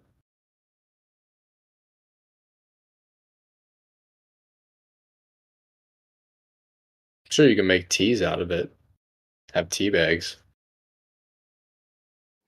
No, it's a brew that has to be brewed in a particular way. It takes large amounts of this vine and also a leaf, the Banisteriopsis caapi vine, and then the chacruna, which is Psychotria viridis, which is the leaf. So it's the vine and the leaf that are brewed together, and it needs to be brewed for many, many hours at like a boiling temperature. And they boil it for many, many hours, and then they pour the water out and then distill it down. So they just boil off the water down to where it's like a small amount of liquid. It's basically like a very potent distillation of those plants. And it ends up being something like almost like a shot glass, where you kind of just take it in one sip, and it's pretty bitter. It's kind of like sometimes it tastes kind of like, it's got some interesting tones though, actually, the flavor of it, but sometimes it almost has a little bit like of like a chocolate or even like a grape flavor, like grapes, almost like the way wine or the way like dark chocolate or wine sometimes, even though it's not alcoholic and it isn't wine, but there's interesting like little flavonoid tones that could be in it. But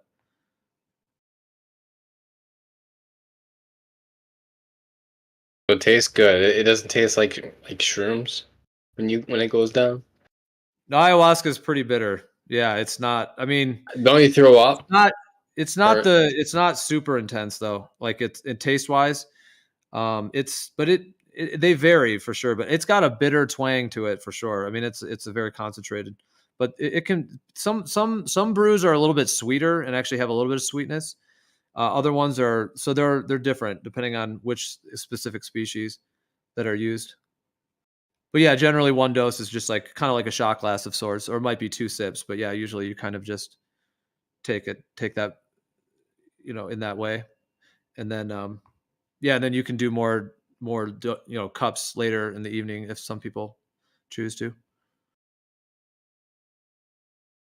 Dosage varies.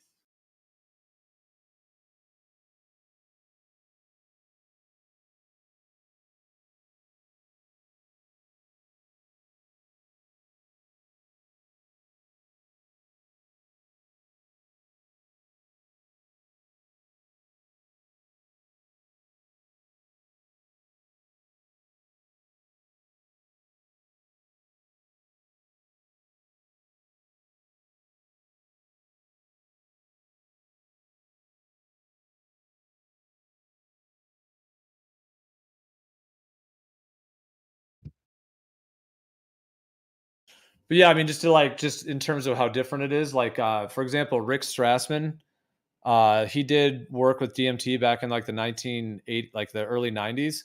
The government basically allowed him to use DMT for these essentially like trials that he did.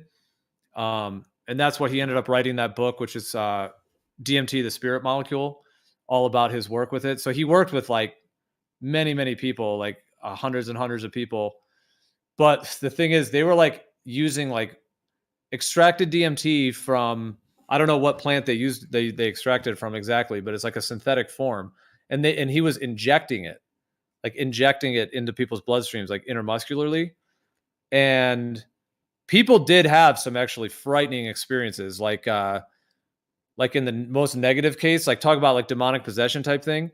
People in his trials, some of them had like experiences where they were like catapulted and out of their like body essentially to like another dimension where they were being like, somewhat in some negative cases where they were being like, almost like kind of like tortured or like almost like harassed by like what seemed to be kind of like malevolent beings, and like teased and like almost like ridiculed, like laughed at, some of the way they describe it, like literally like kind of almost like a possession state, like a pretty frightening experience.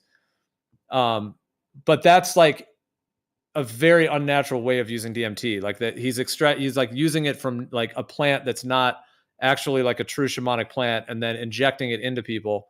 And so like those stories are out there in that sense. And some of those people, like they had very frightening experiences. Generally when they came back, they were fine. Like they weren't necessarily like many of them were like more or less came back to their conscious state. But so I would say you really have to know what you're doing within these realms to use the right medicines in the right context and etc.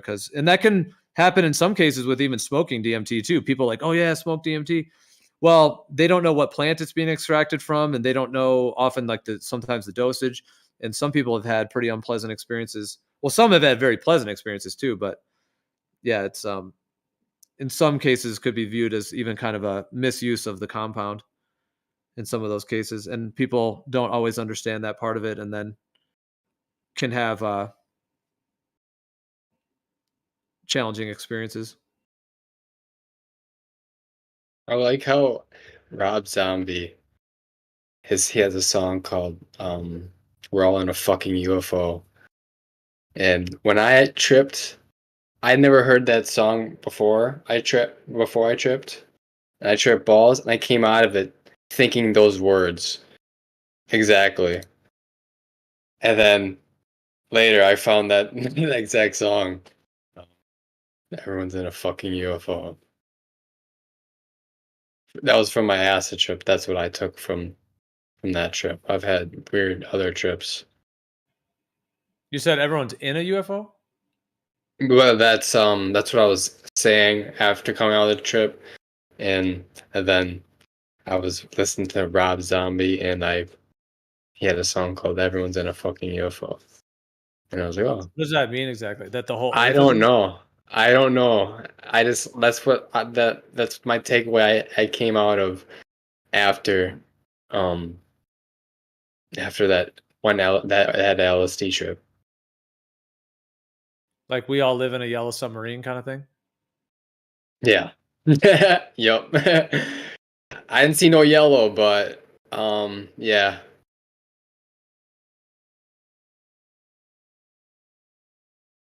Well, UFOs are kind of shaped like a toroidal field. A lot Yeah, of them. that's what that I think that like the structure of where I was in that room.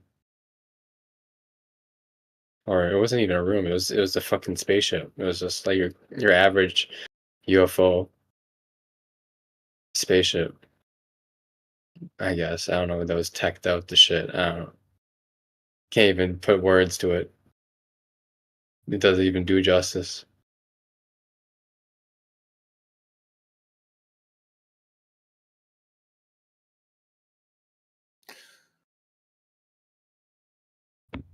What are you guys' thoughts on pot? I've heard of people refer to it as the tree of life.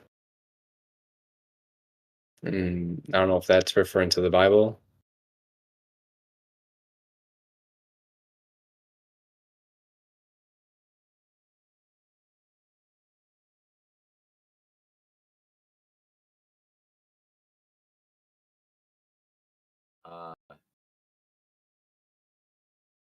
Have you ever heard of a guy named Roger Christie? What's that? Your mic's a little low. The guy who asked about pot. Have you ever heard of a guy named Roger Christie? No. Okay, What's the name? Roger? Roger Christie, like Christ, but with IE at the end. Okay. I'll write his name. I'm gonna write his name in open chat. Check him out. He's from Hawaii. He writes about cannabis, and he has. I met him. He has a fucking huge ass library, and he has like called and like personally emailed like every one of his references. He's a cool guy. He talks a lot about the pot and the tree of life, and he has a lot of very interesting conclusions. And he even supposedly made some kind of holy anointed oil that involves cannabis. But anyway, you can read all about it. One thing that's make hemp shirts from it. One thing that's interesting about that subject when people speak of the tree, think of one tree. However, in Ezekiel it says that there were many trees on either side of the banks of the river, or the bank of the river. And this is described as the tree of life, which the fruit would be for meat and the leaves would be for healing, for medicine.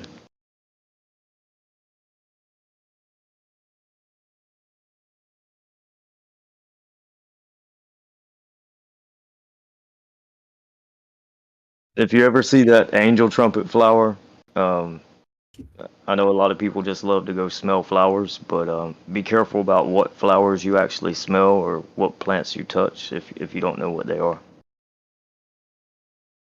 What does this one cause? Any symptoms? Do you sniff it?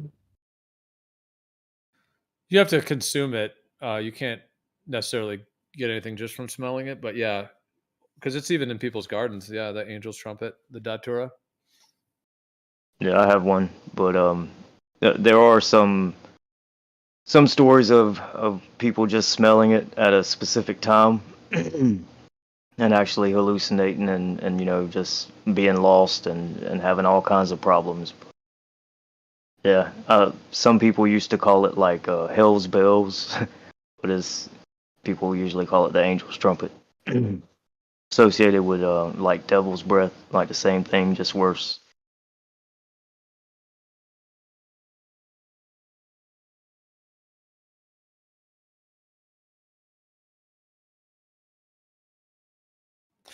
Yep. Yeah, there's a lot on that one, and also even the CIA kind of people, but then also like even mainstream medicine, because the active alkaloid in that plant is called scopolamine, and they make these like scopolamine based drugs that like they used to use back in the 50s. Like they would knock women out when they're giving birth. In fact, even many people today like their grandparents or their grandmother that gave birth to their mother was actually drugged with this drug because they used it a lot during the 50s. These scopolamine based drugs, which essentially would just totally knock like the woman's, goes into the hospital to give birth or whatever. And they literally just give her this drug and she just like knocks out. It's like she's just sedated essentially. And then the baby comes out and all of that. So the baby's like born in this kind of, with a passed out mother basically. But those are like these scopolamine based drugs. But that's just one use for them that they use them there, even though that's more of like for a sedative, like it's like a particular concoction of it. But then there's these other claims or stories where the CIA would take that plant and make like a powder of it, and then they would like blow it into someone's face, and just by blowing this powder into their face, they would basically start to have this like horrible trip where like you said, they like become like disassociated and confused. And then sometimes like people might like rob them, they might like spray that stuff in their face and then rob them and stuff. So yeah, it's like used as like a weapon to like attack people with. Yeah. And it's also used, I think, in mild doses for motion sickness and it's all kind of things. But yeah, you're definitely right about the people robbing people, and yeah, you're right on track. And I've heard of some nightmare stories with that too, where someone like these kids or whatever got like a bunch of seeds of the datura, of the Jimson weed. There's many names for it. And there's many, there's the angel's trumpet, Jimson weed. There's many different, there's also several subspecies too, but certain of them are, it seems like even more toxic than others. But there's been stories of like teenagers that have like, heard about it, read about it online or something, and they just want to, try it or something. And they get like a bunch of seeds, and they end up like grinding the seeds and just eating the seeds straight. And it's like way too like high of a dose, even at that. Plus, like, as far as I know, I mean, that's not like going to be a positive experience, in that sense anyways. But yeah. And yeah, like you're saying, they can get like, people can get like delirious and like pass out, stuff like that, or even like do things that they don't know they're doing, almost like sleepwalking in like a freaky way. Yeah, there's a lot of almost like exorcist style sleepwalking things. I don't know. I've definitely am aware of certain, stories and experiences that people have had, especially like overdosing, or they don't know what they're doing basically. Even though, I mean, that's never a plant that I would recommend anyways, or not that I'm even recommending any, but I'm just saying that one is a very dark type of plant that people have had very horrific experiences with it. Yeah, why name it Angel's Trumpet, bro? I mean, why name it Angel's Trumpet, right? Why not name it? Why not tell people what it is? Because I mean, when you see the plant, it's a beautiful plant, right? I mean, the flowers actually look like trumpets, but yeah, it's crazy. Yeah, am I hot micing? No, you're good for right now. Okay, cool. Yeah, I took Datura when I was about 15. Had it a few times. Yeah. Some friends of mine told us all about it, so we went and got some, and just brewed it up and drank it with tea. But yeah, it was very interesting, man. I couldn't walk. Eventually, I couldn't walk. I did have a few mild hallucinations, but nothing too crazy. But I couldn't talk. I remember, the next day, a friend of mine calls me, and he's like, "What the fuck were you on last night, dude?" And I'm like, "What are you talking about?" He goes, "I rang you, and when you answered the phone, this is all I heard. Like, he's like, so I couldn't speak. I was making no sense at all, and I literally couldn't walk. It was like you were the most drunk you've ever been. My mates had to carry me up to the car. But I did have another friend who went blind for a number of hours. What? And that's meant to be it's meant to be a bit of a side effect from it too. It can sort of take your vision away from you. So he went blind for about 4 or 5 hours. He couldn't actually see. So yeah, was it like black on white, or there was just nothing? No, yeah, he just said it was just black. He just couldn't see anything. So we were having to try to calm him down and go like, "Look, you'll be fine. Don't worry." But yeah, obviously it's not a Not a good feeling, I'm gathering. All of a sudden your vision's gone. Yep, I have actually heard that reported as well. Yeah, it's pretty frightening, really. A lot of the stories about it and what people have had. Like, there's even stories where almost like sleepwalking, where people have, ended up hurting themselves and stuff. Yeah, it's like seems to be I mean, yeah, like it seems to be connected to some very kind of dark spirit or dark realm of some sort, because yeah, a lot of the experiences connected to it are there's even, like, we were talking about the ayahuasca before, like doing ayahuasca in a healthy way, like with the right actual medicines and the right set and setting. But there's actually some, speaking of datura, there are some who claim to be doing ayahuasca, but actually the datura is something that they blend in with the brew. So this is actually like a common, it's like basically like malpractice in my viewpoint, but where they're not even real shamans, but they just say that they are. And then they have, they add datura in with the actual ayahuasca. So now it's like a datura kind of impacted type of thing. And there's a plant called Toei, is what it's like, TOE, but it's like there's the little thing over the E. So it's like pronounced Toei. And Toei is also a Brugmansia. Brugmansia is the species that the datura is, the Brugmansia family. So the Toei is also a datura and also a Brugmansia in the same way. And some of these places that claim they're giving ayahuasca are actually giving this, a brew that contains these daturas in them. And there's even like some documentaries that are claiming it's ayahuasca that are out there, but actually, like, and you see like in the video footage, the people almost look like it's like an exorcist. They're like screaming, and that's not what ayahuasca does. Like that's I know one documentary in particular is because there's Toei that's blended in with the ayahuasca, and it was like a scandal that was like found out later that indeed it was validated that there was Toei in it. Anyway, so yeah, there's definitely, I guess kind of like hucksters, sorcerers, deceivers. But yeah, that datura plant is because it's kind of like used in like witchcraft and stuff. Like that's what its history is, and it seems to have like you're saying, these like sedative effect that make you like disassociated. So yeah, just as a plant in and of itself. But then like if these places are like putting datura in with their ayahuasca, or what they're calling ayahuasca, then it's like a whole different thing. Basically, it's not even the real thing at that point. So yeah, it's actually something that has found its way, or that kind of is misused and kind of in that way. Because yeah, it's a dark plant. Like some people would want to like poison you on it and then like rob you, like the datura. Like that's what some of them do. Like, and maybe so there might be some like, really like kind of, snake oil salesman type people or whatever that are trying to loop people in to do ayahuasca, but in the end, it's just got datura in it, and then they just want to rob you or whatever. So unfortunately, yeah, there's like some sketchy things that people are doing in that out there, unfortunately, in terms of incorporating that kind of thing to then like actually harm people.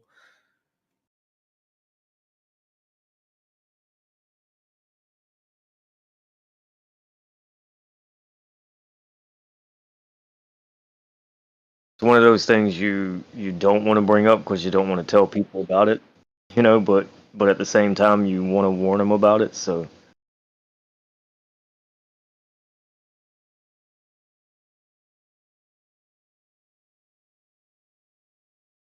yeah, exactly. Yeah, it's a very dangerous plant. Yeah, I've definitely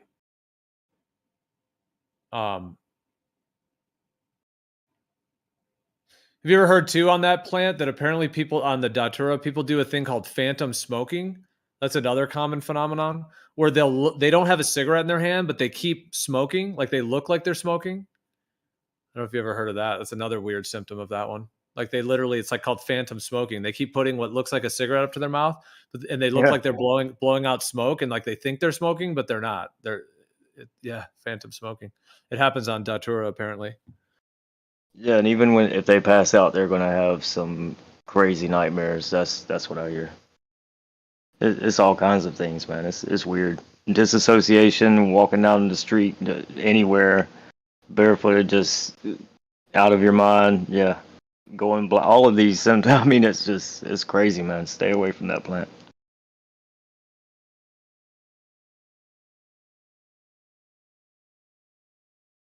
Well, that's the thing. Like I know that there's stories of like, yeah, teenagers that have like gotten a hold of it and they don't really know what it is, and they take like a super high dose of it, and yeah, it can just be a nightmare.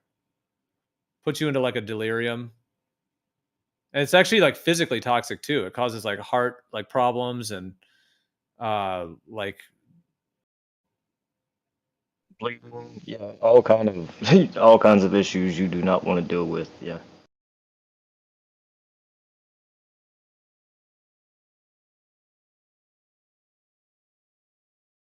Thing is, though, there's a lot of subspecies of it, and I think there is some medicinal use of some of these subspecies. So that would be interesting to know as well. Like, is it only certain species that have that? Because yeah, there are a lot of different like subspecies. I mean, everything needs its. There's the right time, right? There's the right time for everything, and moderation.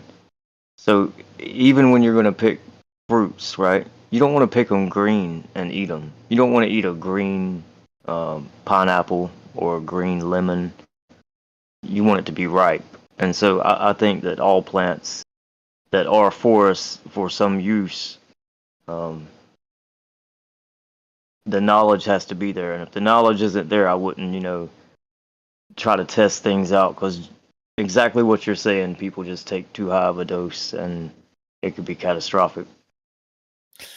Yeah, but it is interesting because it is used in some like spiritual context. Here, I'll just read this right here. This is just from Wikipedia.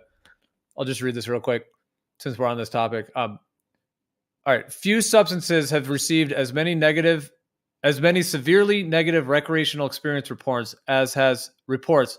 All right, I'll start over. Sorry.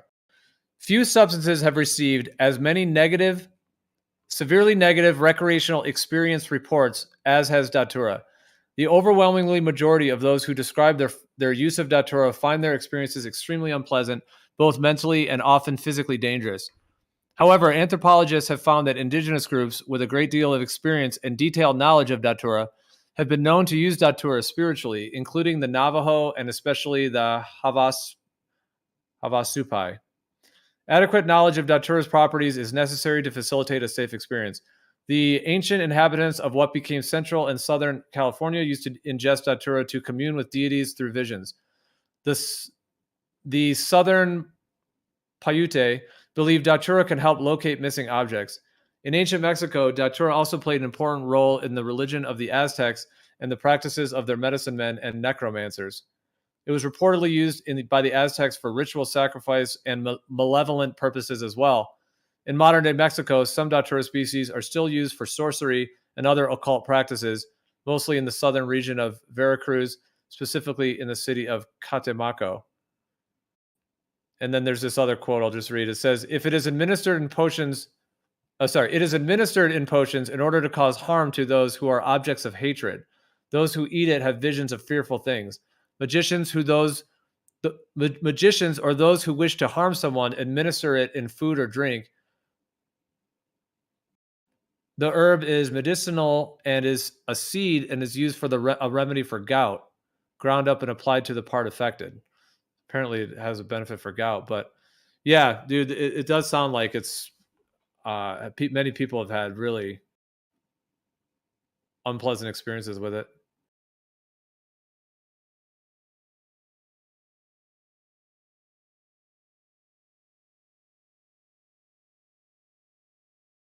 The only time I've consumed it in this life is I have had brews of ayahuasca that have these species in them. That's the only time I have. So I have experienced this plant, and it is intense. Yeah, I certainly found it to be pretty crazy. Just on a slightly different note, I'm currently down at the beach filming right now, and the area that I filmed 15 miles away, I just filmed the shore break, which is at maximum 4 meters high, from about 8 inches off the ocean. So I think there should be more like about 100 foot of curve approximately. But I can see the shore break. Can see the white shore break of the marina. Anyway, go back. Sorry, just thought I'd throw that in there.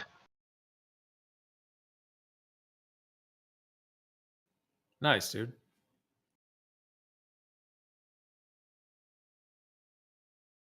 Yeah, there was one group that we did an ayahuasca ceremony with, and yeah, the guy who had brewed the medicine definitely added datura to it, and I was able to detect that it had it in there. Unfortunately, I would never choose to ever consume it in that way, but yeah, unfortunately, there are some. He wasn't really doing it for harm in that sense, but they even had a different name for it. They didn't call it ayahuasca; they called it a different name. So it actually wasn't even ayahuasca, but it was kind of like supposed to be medicinal, and then it actually had it had datura in it. So yeah, it's unfortunate.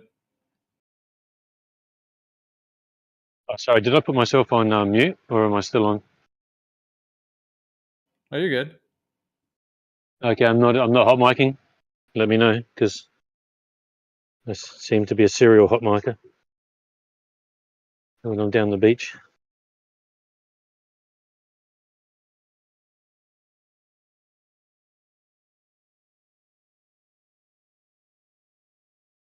Yeah, I've had a few.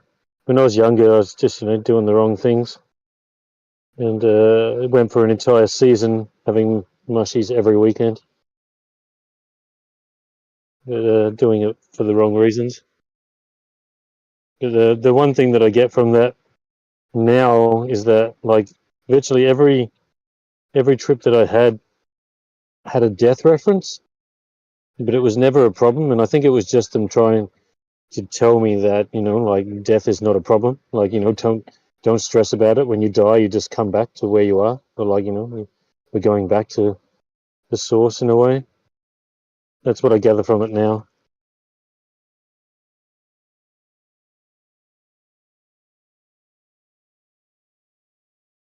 Yeah, I mean that can be a common theme. I've had many experiences connected to death, like either facing death or processing it in various ways, or having like this symbols that are brought up connected to the process of death and like spiritual death and rebirth, and even to the point of like feeling like I'm actually physically dying, even though it's actually like a spiritual death and there's like a rebirth process that's occurring, but like facing that kind of feeling when you're about to die, basically, and that surrender, like the process of either like clenching on or surrendering.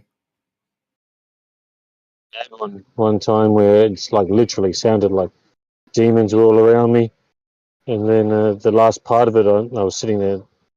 My whole head was just so loud, and then I had this feeling, and I was doing it as well. I was saying, "Oh shit, you're about to die, man. You're gonna die." And I just that just kept going on in my head, and then all of a sudden, it was like this wash of noise just went from me. All the noise was gone. It just as if it just washed out of me, and then I was like, "Oh shit, no, you're okay." It's just all of a sudden. But yeah, for probably I don't know how long it was, but for a few minutes there, I literally thought I was about to die. Yeah, was that with mushrooms or? Yeah, that was with mushrooms.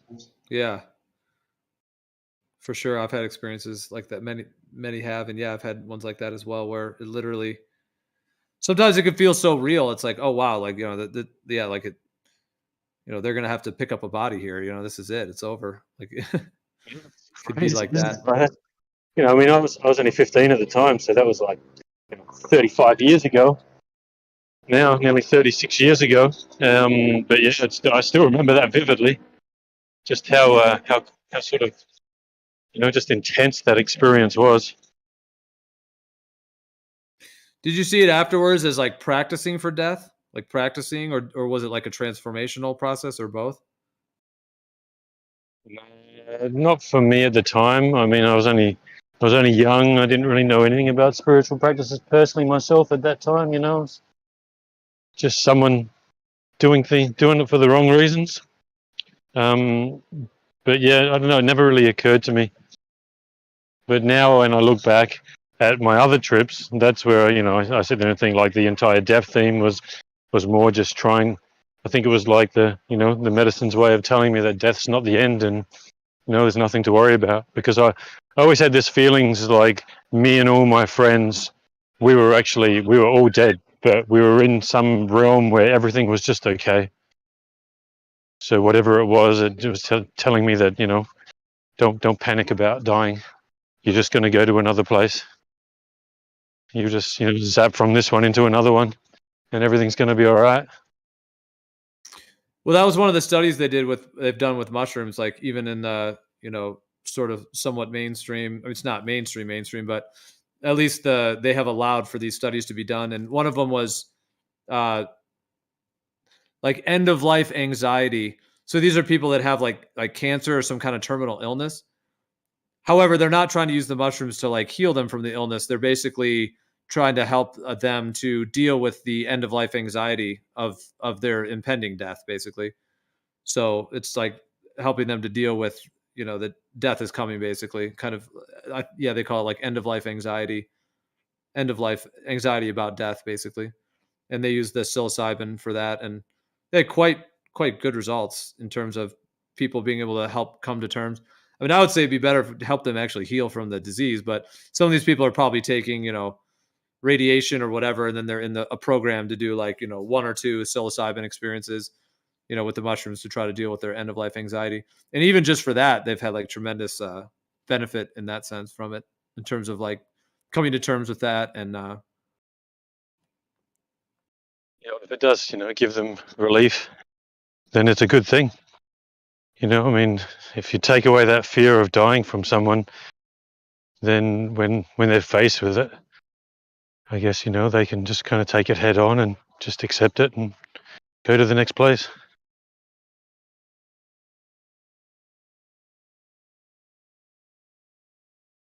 I put myself on mute. Yeah, a lot of people have experiences of facing death in terms of like a spiritual death and rebirth process, where they're kind of like letting go of like old parts of themselves that don't serve them anymore, and then stepping into like a more integrated version of themselves that has more like bravery to kind of face issues and things like that, and like less fear. So yeah, it's fairly common when working with these medicines that people have like that process of like facing death and then integrating it and understanding it more fully is often common.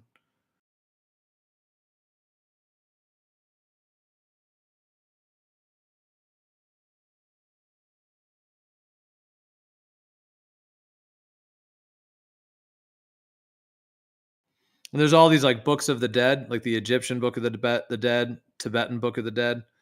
The reason they're called that is not because it's really about the dead, but it's actually about the journey of dying and the actual process and the layers that you go through when you die. And so these practices like written in those books are these like ancient mystical practices that are designed to help you basically like practice dying before you actually die, so that you know how to like navigate and how to kind of how to navigate through the, like in the Tibetan book of the dead, they call it the bardos, these different layers that we go through when we die.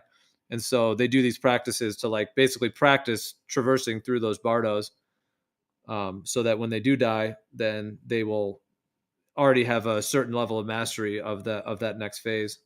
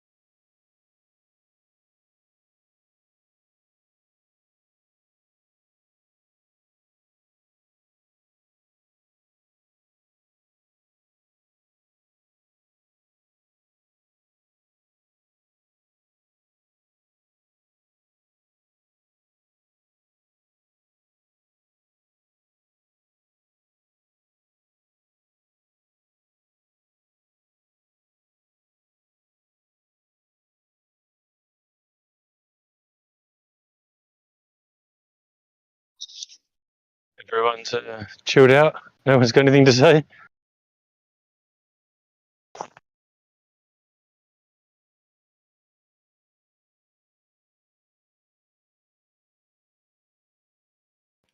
Yeah, if anyone's got a new topic, perhaps, or anything.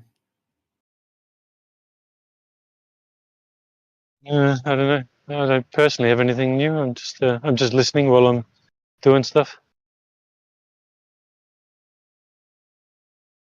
Doing my usual thing.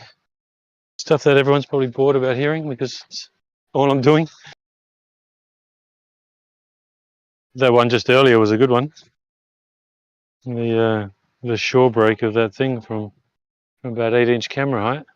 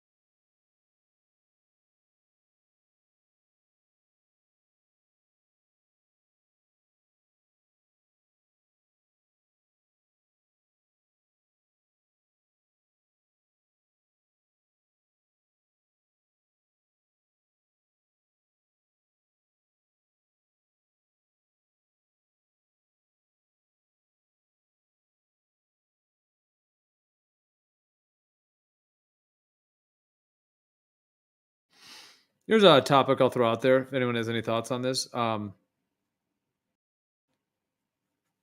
Like the idea of, is this Earth all there is, or is there more basically beyond, as it were? Do you guys any thoughts on that? Whether this is the all there is in all of creation, as it were, or whether this is only a part of it?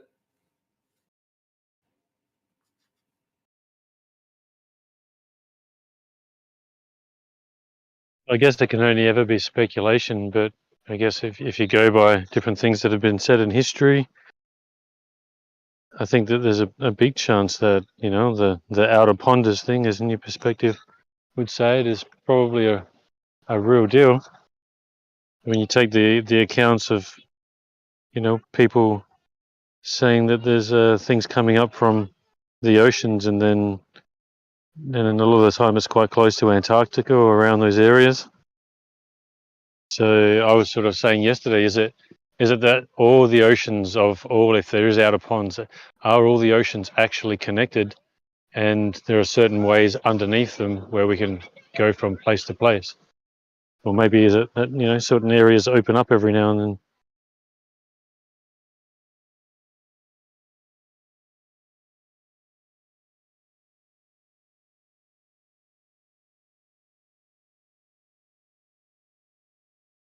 Gathering that you heard. Well, definitely, yeah. I mean, you've heard about the aliens? Sorry. Well, yeah, like more land, you know, definitely in terms of on this Earth, or what could be here or in this realm, as it were. But what about even the idea, like, okay, so this entire realm, as it were, is here. You know, we're here and everything. In your mind, could there be another realm that is either like this one, that is like almost like parallel to this one, or is existing?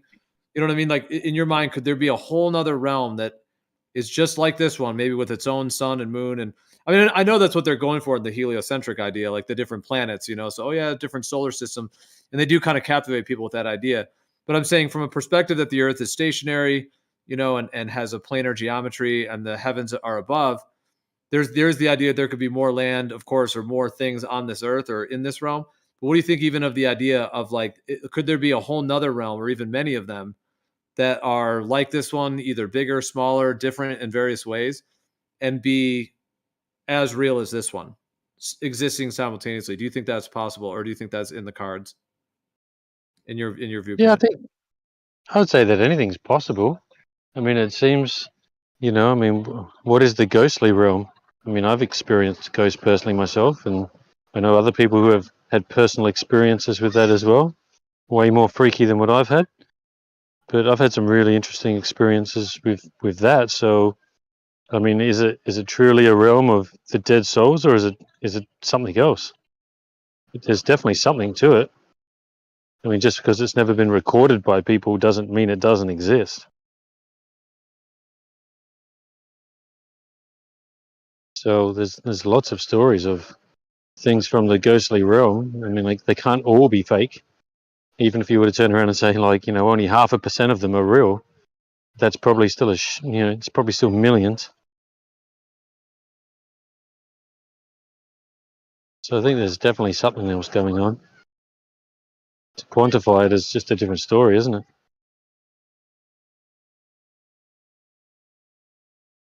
Yeah, you're saying just that alone, and the idea of where we go when we die, that there is some. Yeah, right. So I've done DMT twice as well, and so it was quite interesting. The very first time I did it, I was because I smoked it, so I was doing the third one, the one that's meant to send you to the next place. So in the process of doing the third one, it was like it was burning so much. I thought to myself, oh, I can't do it. But then all of a sudden, that feeling went away, and then it felt like as if I just had the biggest breath in, and then this like orange, sort of yellow thing came up, and it was almost like the Cheshire cat in a way, with that big massive smile. And it was just like orange and yellow, and it just looked at me and it said, "You did it." And then bang, off I went. And it took me to this place, and the whole time I'm going there, I'm like, what the hell is this place? Like, what's going on, And then when I got there, the only way I can describe it was like, sort of the King of Cards type thing, and there were a whole bunch of them looking down upon me. And they're looking down at me, and they're like, "Oh, wow, you're back. It's great to see you again." And I'm just looking up going, "What is this place?" And they're just going like, "Oh, it's fantastic that you've come to see us again. It's really nice to see you one more time, And then sort of by this time I was starting to fade back out, and they're like, "Oh, come back, visit another time." And then I sort of, started coming out of it. And it dawned on me probably about a week later that what was going through my mind was never, what is this place? I was actually thinking, how did I get back to this place? And then when I'm looking up at them, I've heard stories of people saying, "Oh, it takes a couple of weeks to really soak in your DMT trip." And yeah, over that time, it kept realizing to me that all the thoughts were about, how do I know these people, and how did I get back to this place? It wasn't me going, how did I get here? It was all, how did I get back here? So I found that quite interesting. Then I went to a friend's house, and my friend he's one of those insanely spiritual people. Like, he went and did ayahuasca in Peru, and while he was there, he went out into the forest and chanted Om for 12 hours. Like, he's just full on. He can literally go to the Godhead and stuff without taking DMT or doing those sorts of things. And I'll tell you a story about how he came and did DMT with us on the second one. But where was I going with that? But yeah, so I went to his house, and he had a picture of the Godhead on his wall, and I'm like, that's the guy that's the thing that I saw. And he's like, "Oh, you went straight to source, bro." He's like, that's the Godhead. He's like, you went straight to basically straight to God, in whatever we'd call God. So I was like, oh, that was a pretty interesting sort of thought pattern behind that. That kind of, I found that very interesting. But so he came and did DMT with us on the second time. And I mean, you guys have done these substances before. So he took it, he went out, and literally within 30 seconds, he started going, "Nope, nope, nope." And he sprung straight up, and he was out of it. Like, he was not out of it. I mean, he was out of the trip. And we're like, "You all right, man?" And he goes, "Yeah." He goes, "Shit." He goes, "I went straight to them, and they looked at me, and they were like, 'What are you doing here?' you don't need to be taking this. You don't need to take this to come and see us. Here's 5 things that you need to go back and work on. Now go. And they zapped him out of it. And he was like, oh, he goes, yeah, in a way, I probably knew I shouldn't have done it. Because he goes and visits them without doing it, you know, but he just thought we were doing it, so he would just do it. But he goes, he sees them without actually taking any substances. But I was like, oh, well, man, they gave you a list of things to work on. So you learned something. But yeah, I found that was kind of interesting as well.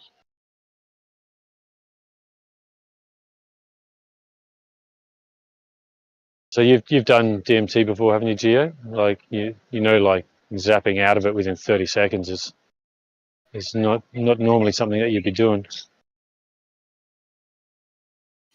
Yeah, that's true. But some people, might kind of. It's possible to kind of come out of it like that. Yeah, could be.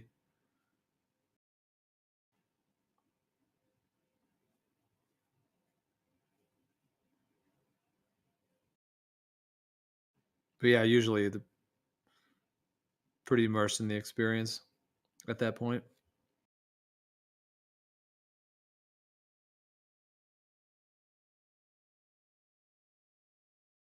It's still it's an interesting thing to have, even if you don't have enough. Like the second time that I had it, I didn't have quite enough, but I had the same experience, and I could see those people again. I could see those figures again, and I was coming towards them. And as I'm going towards them, I can see them, and they're kind of like looking at me, and they're sort of waving. But then it's like I stopped before I got to them, and I started going back again. So was that like? I mean, did that feel like you're like that you were in heaven, or were you in like a spirit world, or because you said it's like you would come back? So does that imply that before you came into this body, that's where you were, or is that what it was? Yeah, I think so. Like, I mean, that's kind of how it felt. It's like that felt like home. Felt like You know, home. that felt like that felt like the place I was from, where I was meant to be. So yeah, if maybe that's the place that we go to when we die, but I mean, do we experience something like that? Because it's a very interesting place. I mean, is that just what our consciousness sees at the time, and that's what we're sort of envisioning? Is that where we actually go? I mean, who knows? Do we go to a blank place of consciousness? Do we go to somewhere that's actually like a proper another realm? Because obviously that realm is very animated. So if that's where we go, it's pretty crazy.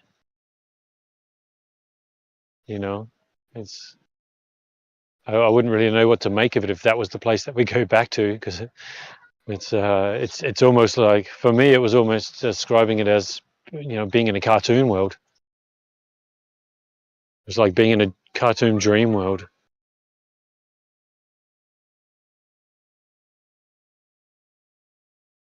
I don't know, what did you think when you went there? Did you sort of get that impression from it, or what impressions did you get?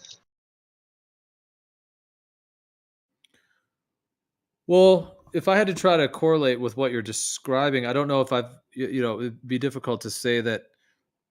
I guess all I'll say is that in relation to that, I guess what I'm saying is that I can't say obviously what your experience was or what that was for you, of course, or even whether my experience, would be the same. But I'm just trying to think of any explanation that would correlate. I guess I will say I've definitely had that, like this, the experience of like eternity and it being the home base in that idea. So just linking to those two things. I'm not saying that I went to the same place you did or have the same thing. Not necessarily saying that. I'm just kind of pulling from certain categories within experiences in terms of like just that sense of the eternal nature of it, that it's always been there, always has been, always will be. Like that kind of foundational experience of it, of that kind of like I said, I can't say of it because I don't know. I'm not necessarily relating it to your experience. I'm just saying that yes, I have had that consciousness experience of that, of it feeling like home, more home than anything I've ever felt in a human body, like in a sense, like more so of this like eternal home base that has always been there and always will be.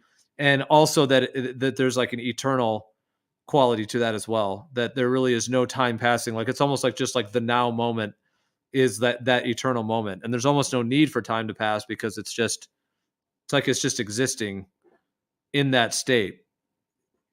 And even though it might sound like almost torturous eternal, but that's not really the way it was. It was actually more of like a comforting level of eternal, like just like this home base that is some kind of like that core foundation.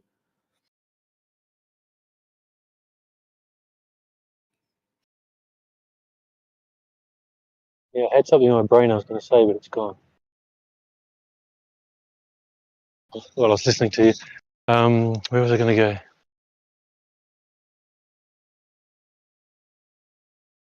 I lost it.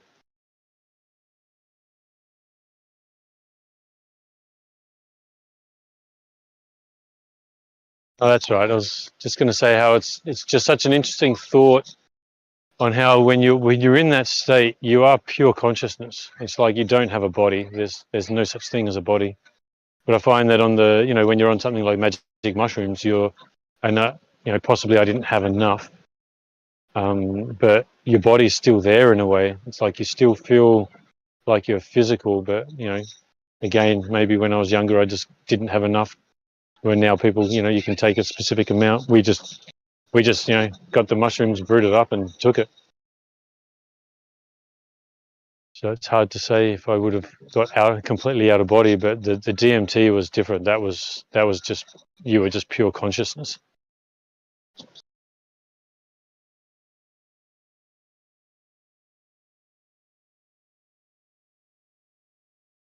Yeah. I mean, people have had potentially experiences like that with mushrooms, but mushrooms do tend to kind of more be in the body, as it were. Whereas, yeah, if you're talking about like vaporizing like a synthetically extracted form of DMT, if that's what you're referring to, is that what you're referring to, like vaporizing it and like some kind of extracted form of it? Yeah, I think it was extracted from one of the acacia plants. So I'm not too sure if that was, I heard you mentioning before that it can be taken from the wrong places. Yeah. Well, the acacias are, I mean, depending on which acacia, but yeah, many of the acacias are classically used plants, like shamanically so yeah, if it was extracted from one of those, that may have, because it sounds like, I mean, the experience you had, like, on the category of like positive or negative, where did it fall? Oh, it was definitely positive. Yeah. Yeah, it was 100% positive. Again, it was another one of those experiences of just showing you, like, like to me, even though, like I look at it and I think like, oh, it was a crazy kind of world. It was obvious, it was positive, it was like I said, it was like going home. So there was nothing negative about it in any way. Yeah.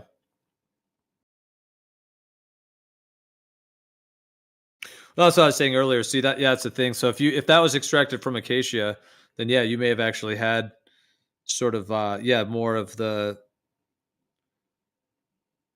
I kind of want to say the real thing, although it's not that the other one's not real, but I don't know. I'm just saying some of those experiences that people have when they extract it from other plant species, like ones that are, like I said, not necessarily shamanic ally plants, they can have very very malevolent type experiences, where, so yeah, it's really important to know kind of what you're actually working with, because plants essentially can connect you with spirit worlds, essentially.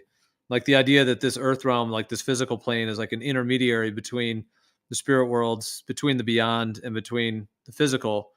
So yeah, like the idea that to be able to kind of access different spirit worlds in a sense, and like when we die, where do we go? Like which spirit world do we go to? Like there's that question. But then yeah, like in some of those cases where it's like if they're extracting DMT from a plant that has a specific like either malevolent spirit connected to it or like a malevolent kind of spirit world, then yeah, potentially you could be catapulted there with somewhat unwittingly if you don't know what you're kind of fully doing, like what you're consuming. Yeah, I mean, possibly, maybe it worked so well for me, even from the very first shot, because that was a period of my life where I was doing a hefty amount of fasting. So I was doing a lot of dry fasting. I was doing a lot of juice fasting, water fasting, fruit fasting. I spent a couple of years just doing almost an extreme amount of fasting, but not to the point where I wasn't eating other things, but just where I was just constantly, I'd do a 7-day, I'd do a 10-day, I'd do a 3-day, I'd do a 3 weeks, 4 weeks, and maybe I'd have 2 or 3 weeks off in between, but I was just constantly doing a lot of fasting. Yeah. Well, have you heard that like actually fasting can release endogenous DMT? That's why some people have like visions, through fasting, especially, depending on over the amount of period that they're doing it and all of that. But yeah, there can actually be like endogenous DMT from your own pineal gland that can be released through fasting as well. So yeah, I think the dry fasting is really amazing, where you just do no food, no water. That's the sort of one where like all I wanted to do all day was just sit down and listen to Tibetan music bowls and just meditate. It's like I didn't want to do anything else.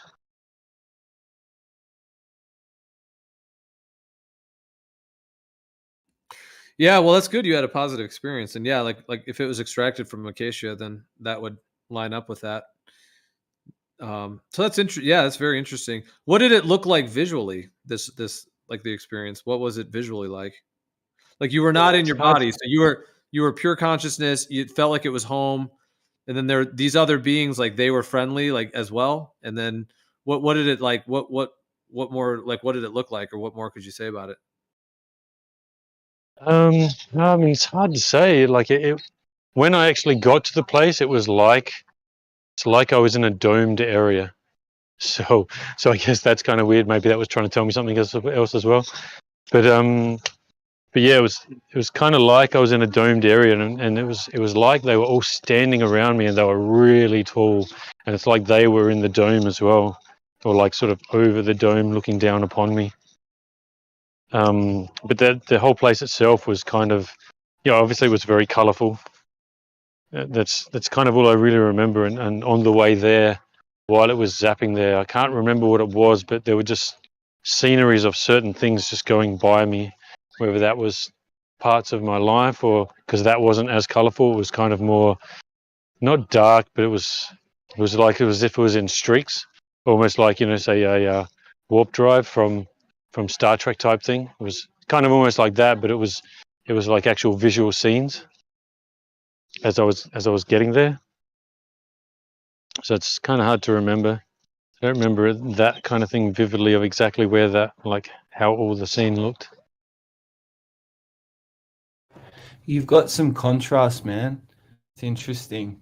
Like, because I got triggered about what you said about shedding, right? Because I've kissed girls and it worried. And then I thought, I'm going to stop worrying about this. Right? I got triggered, put my hand up. Yeah, but what you were saying before about not being afraid of dying and losing that fear, and then how you can potentially live this experience, if you will, it's like it totally changes it.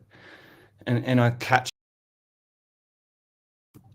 myself getting caught in the fear, So that was just really nice because I was just starting my day and heard you say that, and it's changed my mind frame for today. I'm going to live today as consciously as I can out of the fear. So thanks, that's a good idea, man. No, that's all right. Sorry I triggered you the other day. I know it's a pretty contentious topic, man, and it's pretty upsetting. You know what I'm Everything saying? that they've done to us It's is like pretty the upsetting, future for us too, like love and connection. It's all part of it, right?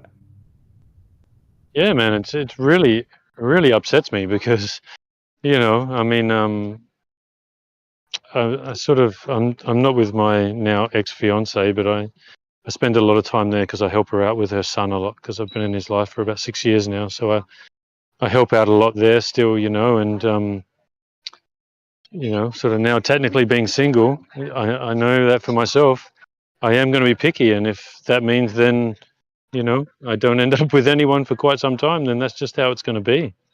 Yeah, I'm quite happy to be on my own, though. I'm a very very centered within myself.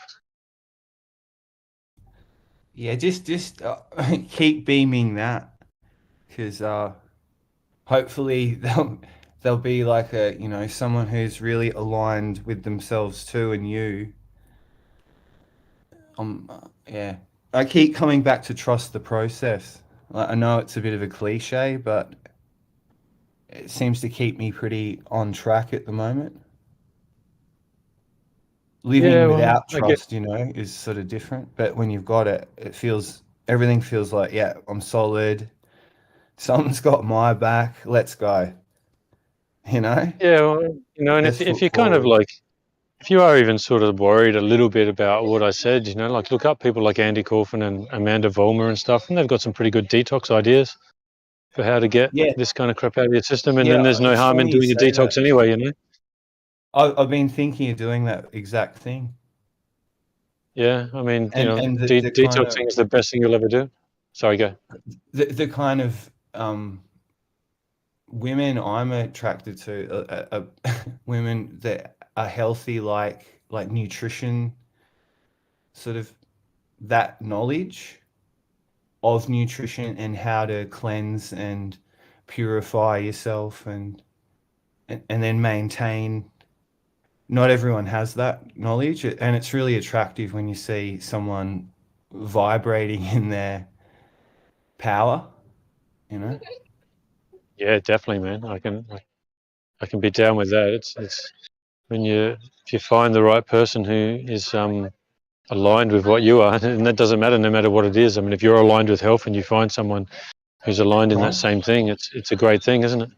Yeah, that's the future for me. Like more consciousness. Everything just turn up the volume, like Spinal Tap. Yeah. Might as well. I guess we right? tend to. Well, we tend to. Well, Sorry, go, Jim. Well, I was just gonna say, it reminds me. Have you ever heard of like these people, like these claimed these like gurus in India or people where they can like consume a poison and it doesn't even affect them at all? So just made me think of like how much like spiritually you could actually even transcend some of these I know things. what you're saying. Yeah. Yeah. I think Wim Hof's done that, hasn't he? Where hasn't he like literally ingested a poison right in front of people? I think he has. I think we're a lot more powerful, Geo, than they've told us about, and I think if we all learn how to activate the human machine, if you, I don't know, I don't even have words for it. I think what we're in and what we are there's a lot more to it.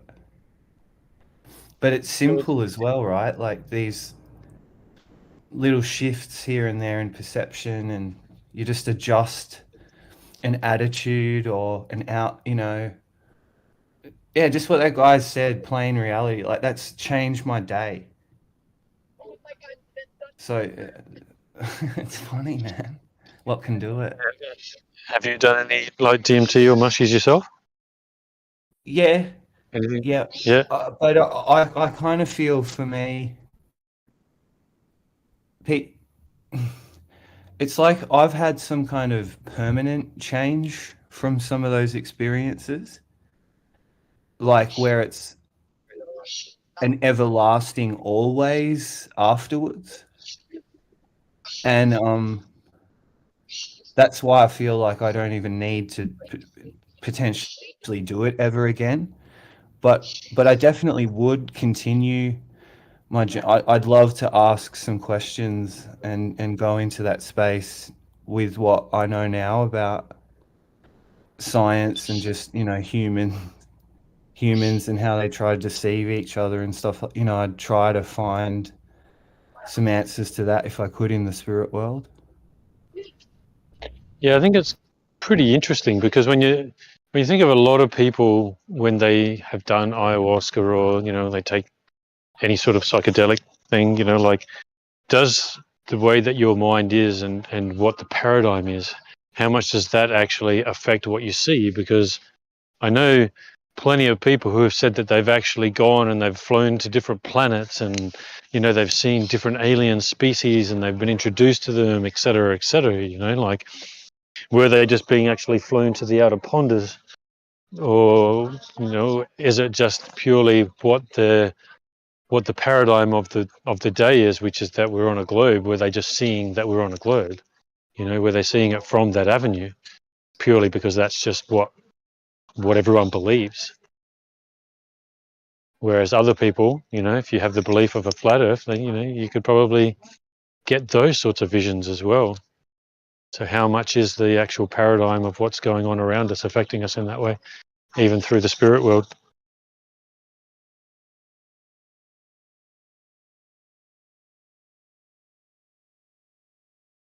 I just wonder how different it would be taking it now, being in a completely different frame of mind.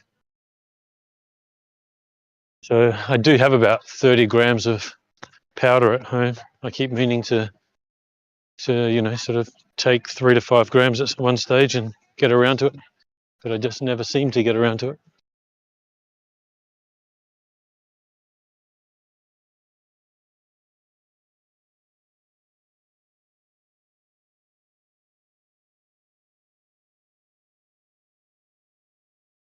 Did you guys drop off?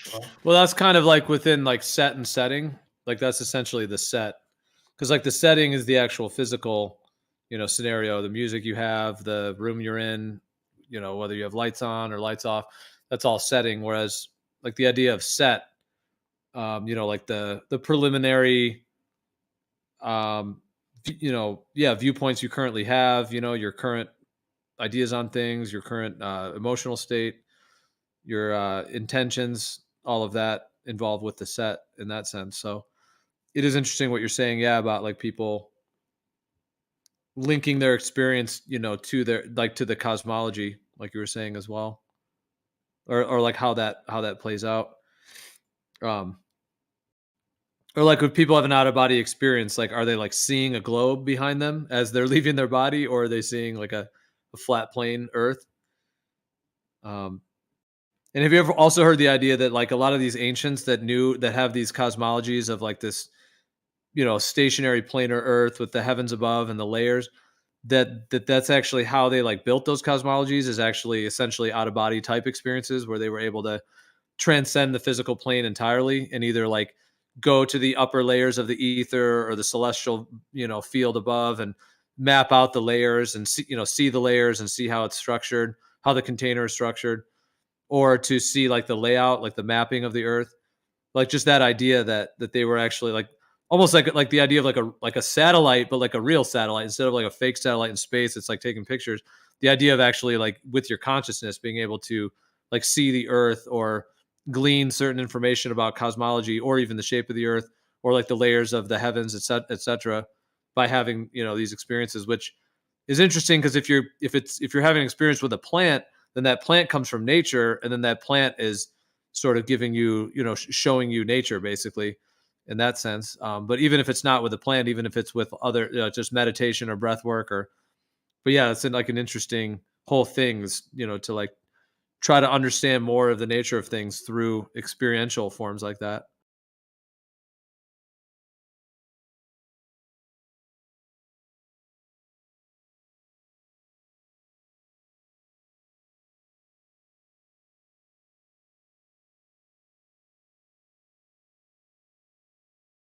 Like if you were able to have like an extrasensory experience, essentially something beyond just your normal senses, and be able to take in information or even like physical data, as it were, or of like the way the consciousness is all structured here.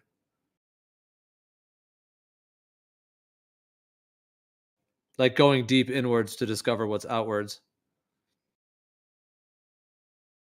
And that it's all really within us ultimately. Yeah, like who's that? Is it Nassim Haramein? Have you heard of him? Is that his name, Nassim Haramein? Yeah, he's a pretty interesting fella. Very interesting character. He's got some very interesting ones, like he tells of an out of body experience that he had on the school bus one day where he did that. He basically did there's an animation of where it zooms way out from the Earth and it just keeps going and going, and zooms past past the solar system, past the galaxy, through other galaxies, and then it zooms back in and it goes into the hand, and then goes through into the cells and so forth. Have you seen that animation? He describes having that kind of outer body and inner body experience when he was probably only about like 8 or 9 or 10 or somewhere around there. So is that just something of, is that a part of the paradigm where, we've been brought up, and as a kid, he's going to have been taught space and about the solar system and about the planets and the galaxies, etc. Like, is it just something where, because it's something that's put into you, and it's just something that you believe, where it's just what you experience, even when you go into these deeper states? But with those other tribes that you were talking about, it does seem very interesting, because how else would they really know a lot of these things? Like, how are you to know that there's actually some form of physical dome above you unless there's been some way that you've transcended and gone to it, or gone beyond it, or had some sort of vision of it? I mean, how would we know? We'd never envision a dome above us, would we? Like a physical form of dome. Couldn't see anyone just imagining that.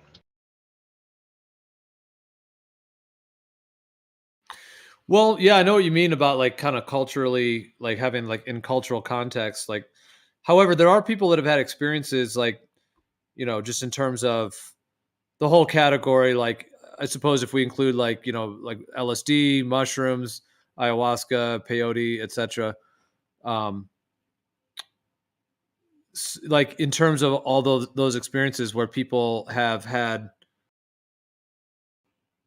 experiences of like a different culture, and or like something that's totally different from their culture. So that also is a thing, like people connecting with some ancient tradition, or the Aztecs or the Mayan or whatever it may be, like or seeing like the traditional headdresses of the Native Americans, and or having a vision of so what I'm saying is that you could be like just a American, as it were, or wherever you live, and just be brought up with your cultural context. And then in some cases in these experiences, people have like very, very rich experiences of some other, culture or tradition. And they even glean like insights about it.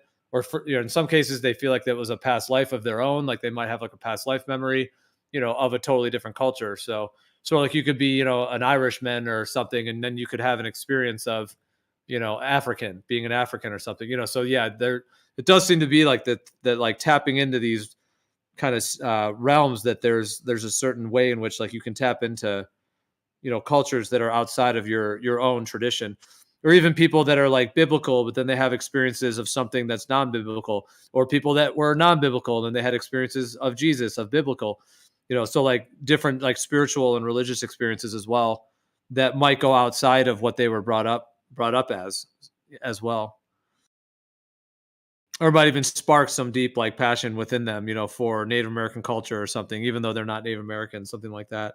So yeah, there does seem to be like a cross-cultural kind of like almost like reservoir of interconnectivity between these the different kind of like cultural and social norms, and even racial as well, like the racial boundaries as well.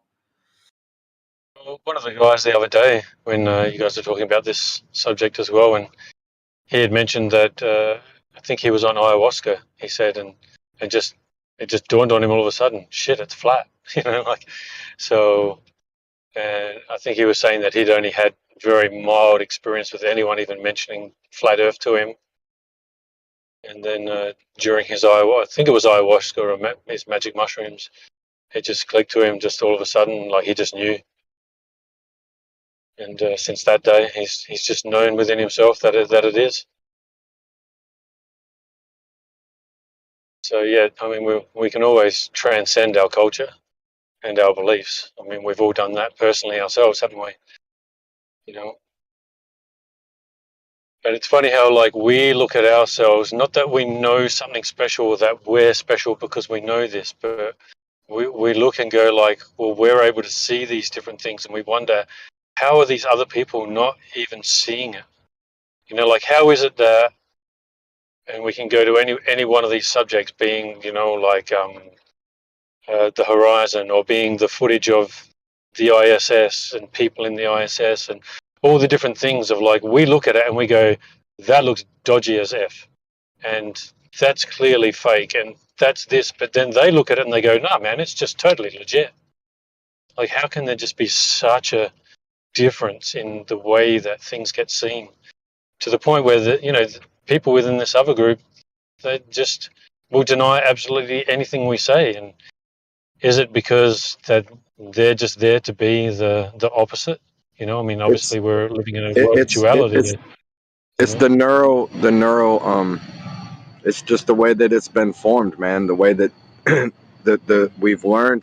They call it things like just habit. You know what I'm saying? Behavioral perseverance. It's just a habit. That's all it is.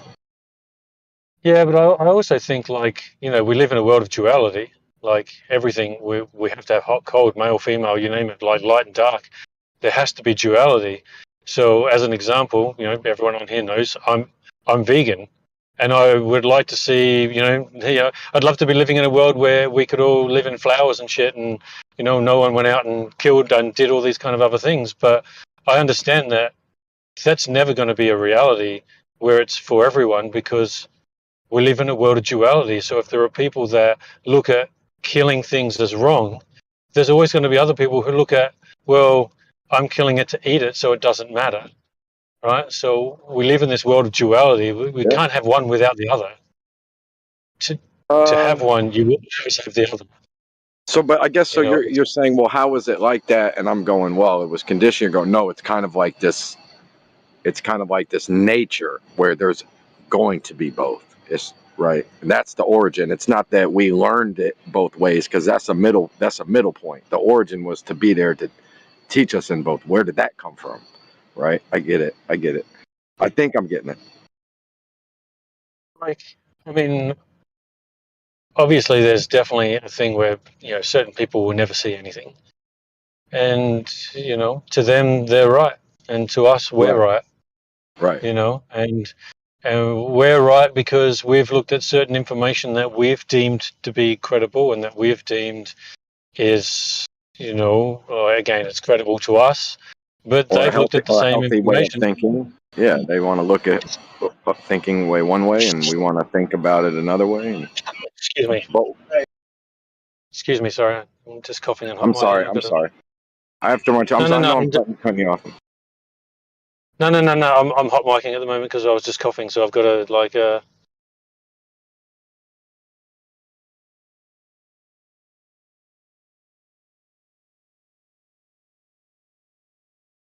But yeah, I think if I get where you're coming from, you are basically just saying like that we have these other people that I will just never see. Is that kind of where you're coming from? Which means then they'll always be on the opposite?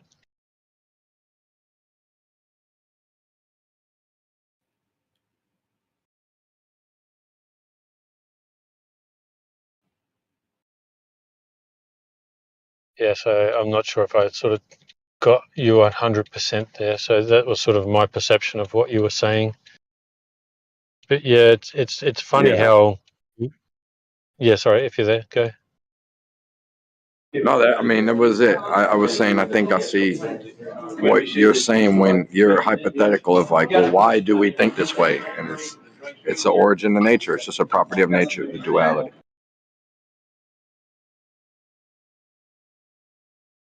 From the beginning, right? It's like, sure, like I might not never be exposed to the other way of thinking, but like it's still there.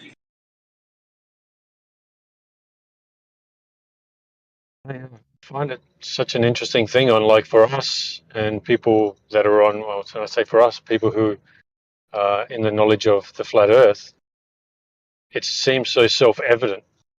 And when we see a new piece of information, like for me, I don't just accept any piece of information. I look into it first. But some just purely resonate with you, where you just go, okay, yep, that's fine. Like that, like I can resonate with that instantly. I don't really need to do a lot of research into it. I will, but I don't need to, because I already feel that. That makes so much sense to me.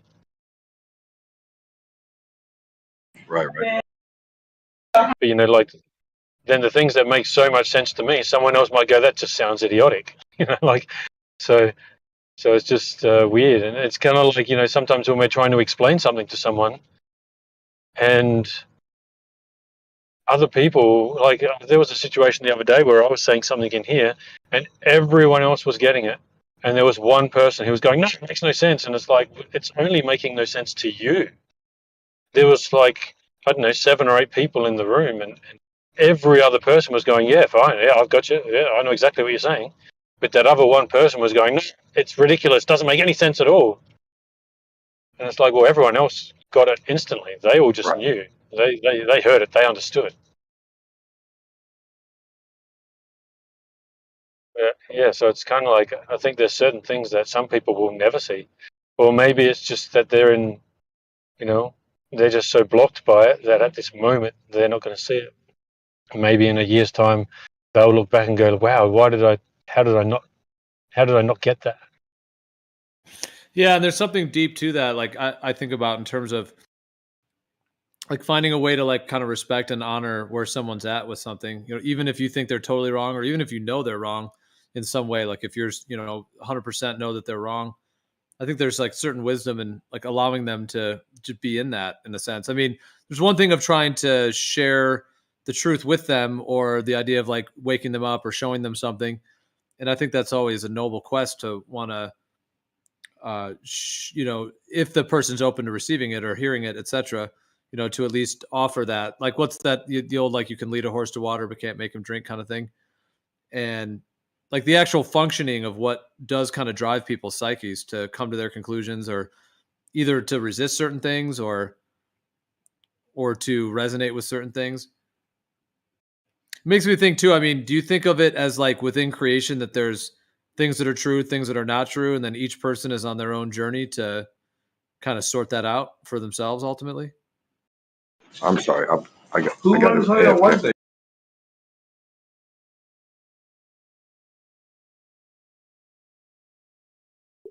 So that's some big hot micing going on there. Yeah, I guess, you know, when we have I mean, some people would consider certain things objective truths, but then someone else would say, no, that's objective. I mean, that's subjective. So it's like, well, where do we draw the line in, like, no, this is objective truth and this is subjective truth?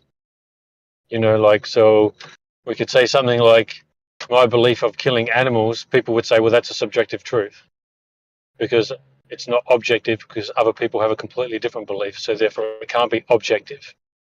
But I would think that an objective truth about that is that I think that we should all be able to come to an agreement that shoving a knife in anything's throat is going to do damage. That's going to cause harm. So that's objective. But the subjective part is the reason we're doing it. Right. Well, though, and this gets very interesting, all the different, like objective truth and morals and how that all plays out. But with the animals thing, I'll tell you this, and this is my own spiritual viewpoint, and this really comes from myself. It's not anything I read anywhere or anything like that, but I have a certain resonance, like in terms of like killing animals, like you said. Like there's certain animals that I think are not wrong to kill, to harvest for food, I should say. I mean, any just senseless killing, I don't think is ever right, unless I guess like insects, maybe if you have a huge like ant colony and you kill them all. I just think, like, I have my own viewpoints, like everything in its own kind of like category, basically. So like, for example, I don't kill spiders. I think it's wrong to kill spiders, like spiritually. And so I never kill them. If I see them in my house, I'll always like get a glass and try to get them in the glass and throw them outside, kind of thing. Because I also think that like certain spiders are like poisonous. They can bite you and kill you. So I think there's like a karmic thing where if you kill spiders, or kill especially that species, then it may kill you at some point. It may bite you and the venom might kill you at some point in some lifetime, as it were, as like a karmic thing. So that's one example. I also don't think it's right to kill bears, like a bear. I don't think it's like right to, hunt and shoot bears as well for certain reasons. But when it comes to like a deer, I think that's fine to, shoot to harvest that. Although I have additional thoughts about even the whole veganism thing and killing animals in general. But if it's for food, for survival, and to get the nutrition we need, I don't think it is wrong to, kill a deer, let's say, or, certain species. So like with everything I just said there, we could go in to talk about some of those in particular, but I was bringing it up more with the larger point of that's like an example of like when I'm saying that, is that objectively true? Meaning that it's wrong for everybody to kill spiders or to kill, I think snakes is another one, and snakes are another one that can bite you and kill you too. Of course, a bear could kill you as well. But anyways, me saying that, is that like universal for everyone, or is that, just my viewpoint on it? It's just kind of an open-ended question, but it's just an example of, because you mentioned the killing the animals and, do you think, is it right or wrong to kill certain species? But yeah, go ahead. Well, I was just going to say, do you think that there is objective morality? Not necessarily that you know it or anyone knows it per se, but there is something that is objectively right and objectively wrong? Or you sort of think morals are fundamentally subjective? I would say 100% objective. Yeah. So you think it's objectively spiders, but it's also objectively okay to kill deer? Or that's just your sort of intuition, or... Well, that's what I was saying. I mean, I think truth and morals in general are objective. Like, I do think that there is like a universal right and wrong for things. But right, so you're saying that if I think that killing spiders is wrong, you're saying, and if I'm saying that's correct, then if I'm also saying that the morals are objective, then you're asking basically, would that mean that it's for every human it's wrong to kill spiders? Is that kind of where you're going with that? Yeah, more or less. I mean, I'm kind of wondering how you got on this thing that's killing spiders is bad, but killing deer is wrong, and like why? That just seems completely arbitrary to me. And you say, well, a spider could kill me, like a deer could kill you, Well, I guess the way I see it is it's like in like the pantheon of animals and species, they're all different. They all have like different spiritual energies to them and different purposes.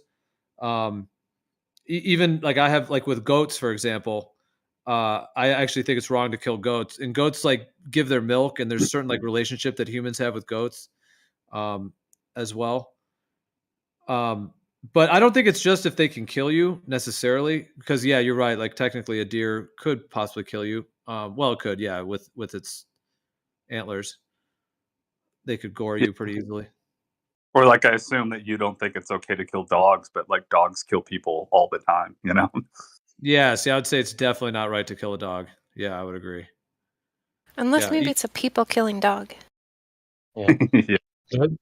The way that I kind of look at it is I look at it within the different species that we have and their ability to have life experience. So clearly a spider doesn't have as much actual life experience as a deer. Like a deer can actually love its young. It will hang out with other deer. It'll have a pleasurable life experience. Now we don't really know the experience of the spider, but the spider is very chilled. It's very loner. It just sits there doing nothing. It's doing its own thing. But whereas a deer, and especially like if we go into cows, there were people who had farms and then they just left their cows. And the cows got left out for decades. And those cows never leave each other. The cow family stays together for eternity. So mothers, grandparents, like they all stay together. They never leave. Their family unit is insane. All right. So obviously their ability to love and care for each other is very high.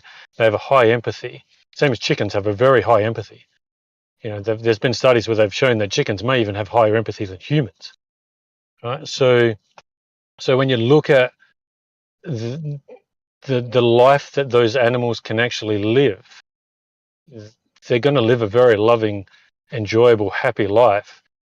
And they're the ones that we take. The spider, that's probably going to be alive for, maybe 2 weeks, maybe a year. The deer and the cow, they can have a 35 to 40 year lifespan. And we kill them at 2 years. And I mean, unless they're grass fed, which 95 to 99% of people are not out there eating the real grass-fed animals.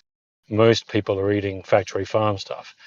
And then you get the general sort of person who will go out and be like, okay, so I eat really well at home, but if I go out with my friends, I'll just eat what I eat. Well, the thing that you ate when you went out with your friends is probably factory farmed.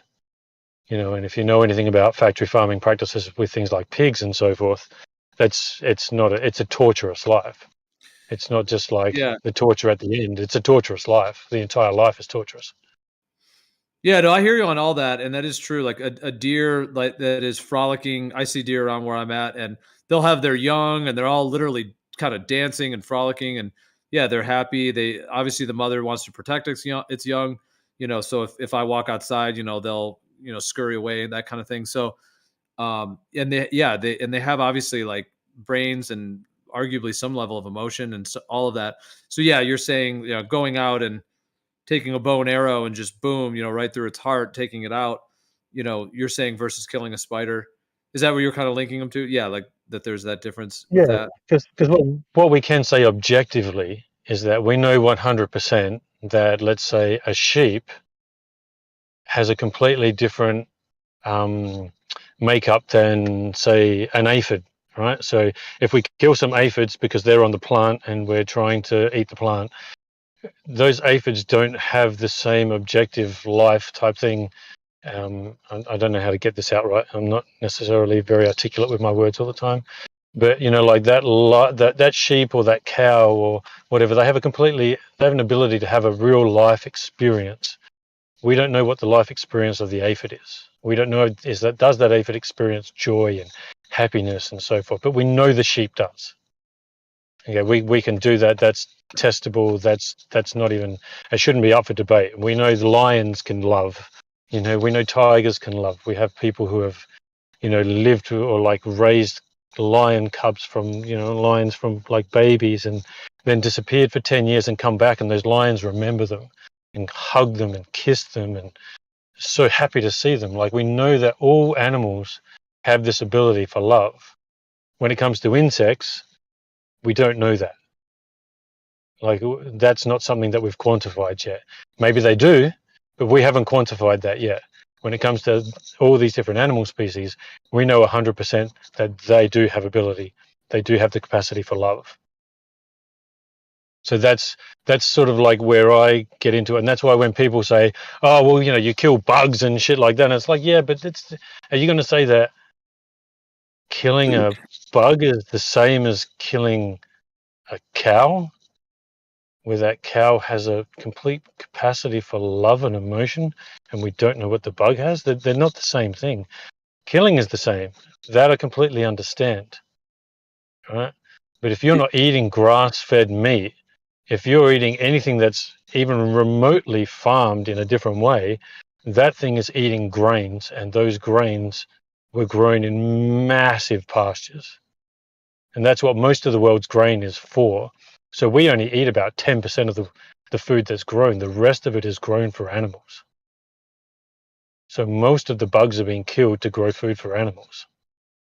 Yeah, dude, I completely agree. I think like I'm a vegan as well, and I find the argument of, oh, well, vegans kill bugs, so like where do they get the moral high ground to be like really just unthoughtful and like not honest, And so like I actually kind of think it's wrong to kill bugs intentionally. Like I'm like Geo, like I wouldn't squash a spider, but the way I sum it up is like we know that a cow has a deep emotional experience, right? Like watch a calf be taken away from its mother and the cow chase after the trailer and literally cry, or watch pigs like moan as they're being gassed to death. Like we know that they're having a deep emotional experience. Where if you squash a spider, like the spider next to it's just going to go on with its life. And like maybe it is like, tormenting deeply, but we have no reason to believe that. And people say, well, plants are conscious too. Well, maybe, but we have no reason to believe that they're having a deep emotional experience. Like we know for a fact cows, dogs, chickens, etc. are. And so I just find vegans kill bugs because, farms kill bugs to be inadequate. I mean, all these things happen. They're like, at the end of the day, they're all kind of valid arguments. Okay, so because no matter what, we live in a world where things are going to die. I'm driving my car. Things probably died for my car to get made in the first place for all the bits and pieces. I'm driving on the road, so I'm probably going to kill spiders and some bugs whilst driving on the road. But these are all unintentional, and like, what am I supposed to do? Just, we can't just sit in our homes, because even just sitting in your home means something had to die for your home to be there in the first place. It's the world we live in, but the idea is to try to minimize it as much as possible, and I don't kill any bugs that I can avoid killing. If I accidentally, even when I'm walking on the ground, I will 90% of the time I'm paying attention to not kill the ants and stuff. And I'm not saying that I'm better than anyone. I'm just saying this is how I go about things, and I try not to. But when I mow my lawn, clearly I can't avoid killing things when I mow my lawn. Yeah.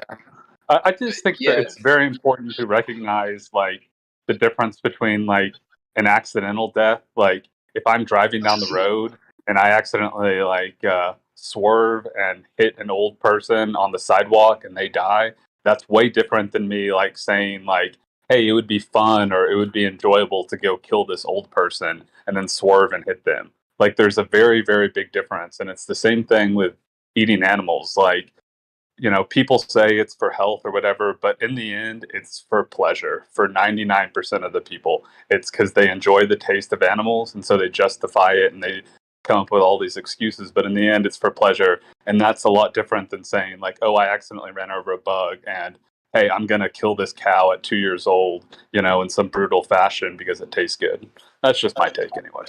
Well, let me throw this out there just to hear what you think. And it's not even like a debate point. I'm not even necessarily trying to take it into, because I know there's so many different ideas and points when it comes to this, like either eating meat or not eating meat, vegetarian, vegan, carnivore, all of that.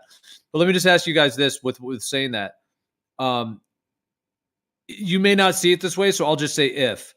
I'll just use the term if. But if our bodies require, I'll just put out this scenario. And like, once again, I'm not even trying to say this is what it is. I'm just curious kind of how you would respond to this. If our bodies actually require, because like basically you have, like when it comes to animal foods, you've got like dairy, eggs, meat. And then within meat, you've got, like all the different species of meat. You have like, chicken, like poultry, like white meat. You've got fish, you've got red meat, basically those categories. So my question is, if our human bodies, for ideal optimal health, require like red meat, basically all of those, let's say, some red meat, some fish, some chicken. Once again, I'm not trying to lay this out to get into a whole, we could debate it all, but I'm saying not even to debate it. My question more is that if our bodies require for optimal health, and if that is the truth, let's say, like that is the science, that is the actual truth of it, let's just say in this, how would you then view killing a cow or a deer or something like that? Like, how would you view it if our bodies required the nutrition? That's the question. If we require it from that source, like actual red meat, et cetera, yeah. I'll say for me, like from an ethical perspective, like if you're going to be like, if you're saying optimal, perfect health, like it makes you like a little bit more healthy, I don't think that that's a justification. If it's like, hey, I'm going to die unless I slaughter this cow, so it's literally like a survival mechanism, then from a moral perspective, I think it's justified. But we know, based on the millions of vegans across the world, that you can live a healthy, happy life on a vegan diet. And so it's like a little bit healthier. I don't think that that's okay. Like, I'm going to die if I don't eat this red meat, then I can see a justification for it. Yeah, let's take the loaded term out, and let's not use vegan. Let's use plant-based. So let's just take the loaded term, because vegan is a very loaded term, just like flat Earth is a very loaded term. But yeah, I agree with you. I think that if it means being slightly healthier, then no, I don't think it's justified. But if it literally means the difference between life and death, then for sure, because it's kind of like, I've always said, I would never give an Eskimo shit for eating and killing a whale if they just live in the snow and that's where they live, because that's their only source of food. Who am I to tell them what to eat when that's their only source of food? But most of us, we don't live in that world. Most of us, we live in the Western world, and we have We have a variety of foods that we can get from any supermarket anywhere. Does that make them better for us or worse for us? I don't know. Depends on where they're coming from, I guess. But I think the biggest problem that we've actually had is the fact that they've chucked us into cities, and we've all just moved into cities, and we don't have our own land to grow food on anymore. But when it comes to things like cow, sorry, Guy. Oh no, I thought you were done. Sorry, go ahead. Yeah, I was just going to say, like I'm a little bit different than many other vegans in the sense that I think if you were to have your own chickens and you didn't kill the chickens, or maybe if one of the chickens died of natural causes and you decided to eat them when they died of natural causes, I don't have a problem with that. If you're just going to have the eggs and you're treating your chickens really nice and you're feeding them and they're getting to run around, and then you just have some eggs and you make sure you replace enough calcium in their diet, I don't have a problem with that. If you've got cows there and you're just getting their milk and you're allowing any babies they have to also drink that milk, and you're not sledgehammering the baby, to death and taking the baby away from the mother, and it's still a happy family and you just get to have milk and cheese, I don't have a problem with that.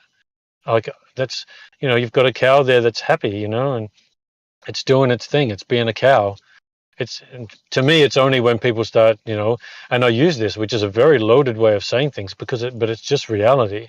If in the end you're shoving a knife in something's throat and cutting its head off,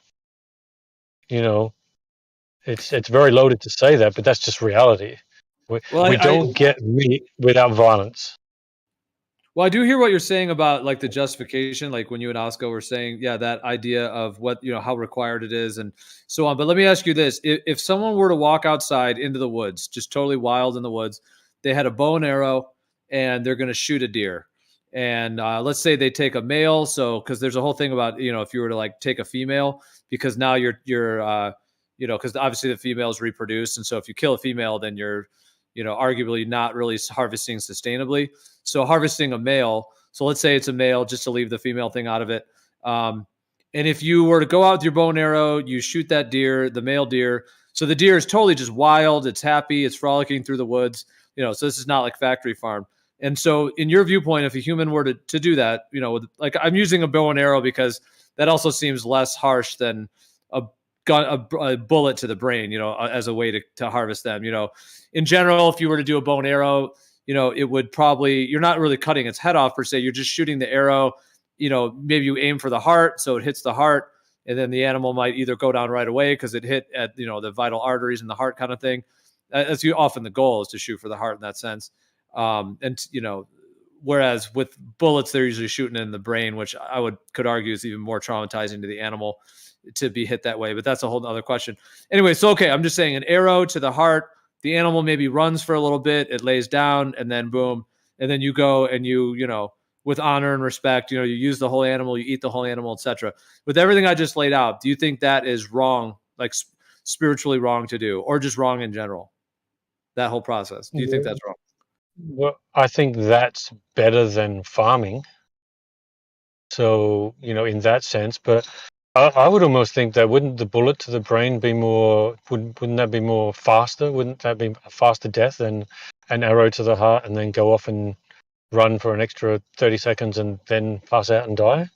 Wouldn't the bullet to the brain be faster, or is there a problem with that? I don't know. It would be. Issue Yeah, with that? it is faster in that sense, yeah. But I guess there's just the deeper question is: are you actually causing trauma to that actual deer, or to the spirit, as it were, by kind of blowing their brains out in that way, which is sort of it's like a bit of an unnatural way, because like we have guns in today's world, which is different. I'm just saying there could be a case argued for that. I know what you mean, though, that they're being killed faster, but is it more like dislocating to do it that way? I don't know, because I would think that, because what you've done, I mean, you imagine if I said to you, if your only two choices were a bullet in the head, which will be instant, or this one when it's going to take you like 3 or 4 minutes to die, and it's probably going to be a little bit painful because I'm going to stab you, which one would you take? If they were your only two options, and when no other options, like this, just purely hypothetical, would you take the instant one, or would you take the one that's going to take you 3 or 4 or 5 minutes to die? Well, that's a tough one. I know. Yeah, but the thing is, like, if you go into the idea that, like, death can actually be traumatic and can actually like linger into future lifetimes. Like if you have a traumatic death in one lifetime, that memory could actually linger into future lifetimes. And if the bullet to the brain is actually more like sort of shocking or like disorienting in a sense, so there's that perspective that it actually could be more like almost like, I don't know. An argument. Yeah, there could be an argument for both, couldn't there? Because I guess if you got an arrow through your heart, and then you would also have an instance of like, oh Jesus, what the fuck just happened? And then you'd be like, oh shit, and then you're gonna be like going, oh no, all right, yeah, I can feel myself fading. Okay, I'm gone. You know what I mean? Like you would still have trauma. Well, I guess the thing is like the question with a deer though is, does a deer actually experience the same thing humans do? For example, if you went outside and shot a human with a bow and arrow, oh my, yeah, the emotions, it'd be a whole thing. But the deer, like the minute they get shot, they generally they run, they kind of spark and run. And then they, if you hit them in the heart, then they would fall down and, like you said, pass out from, the blood loss, etc. from that, or from the whatever process is going on to where they're dying.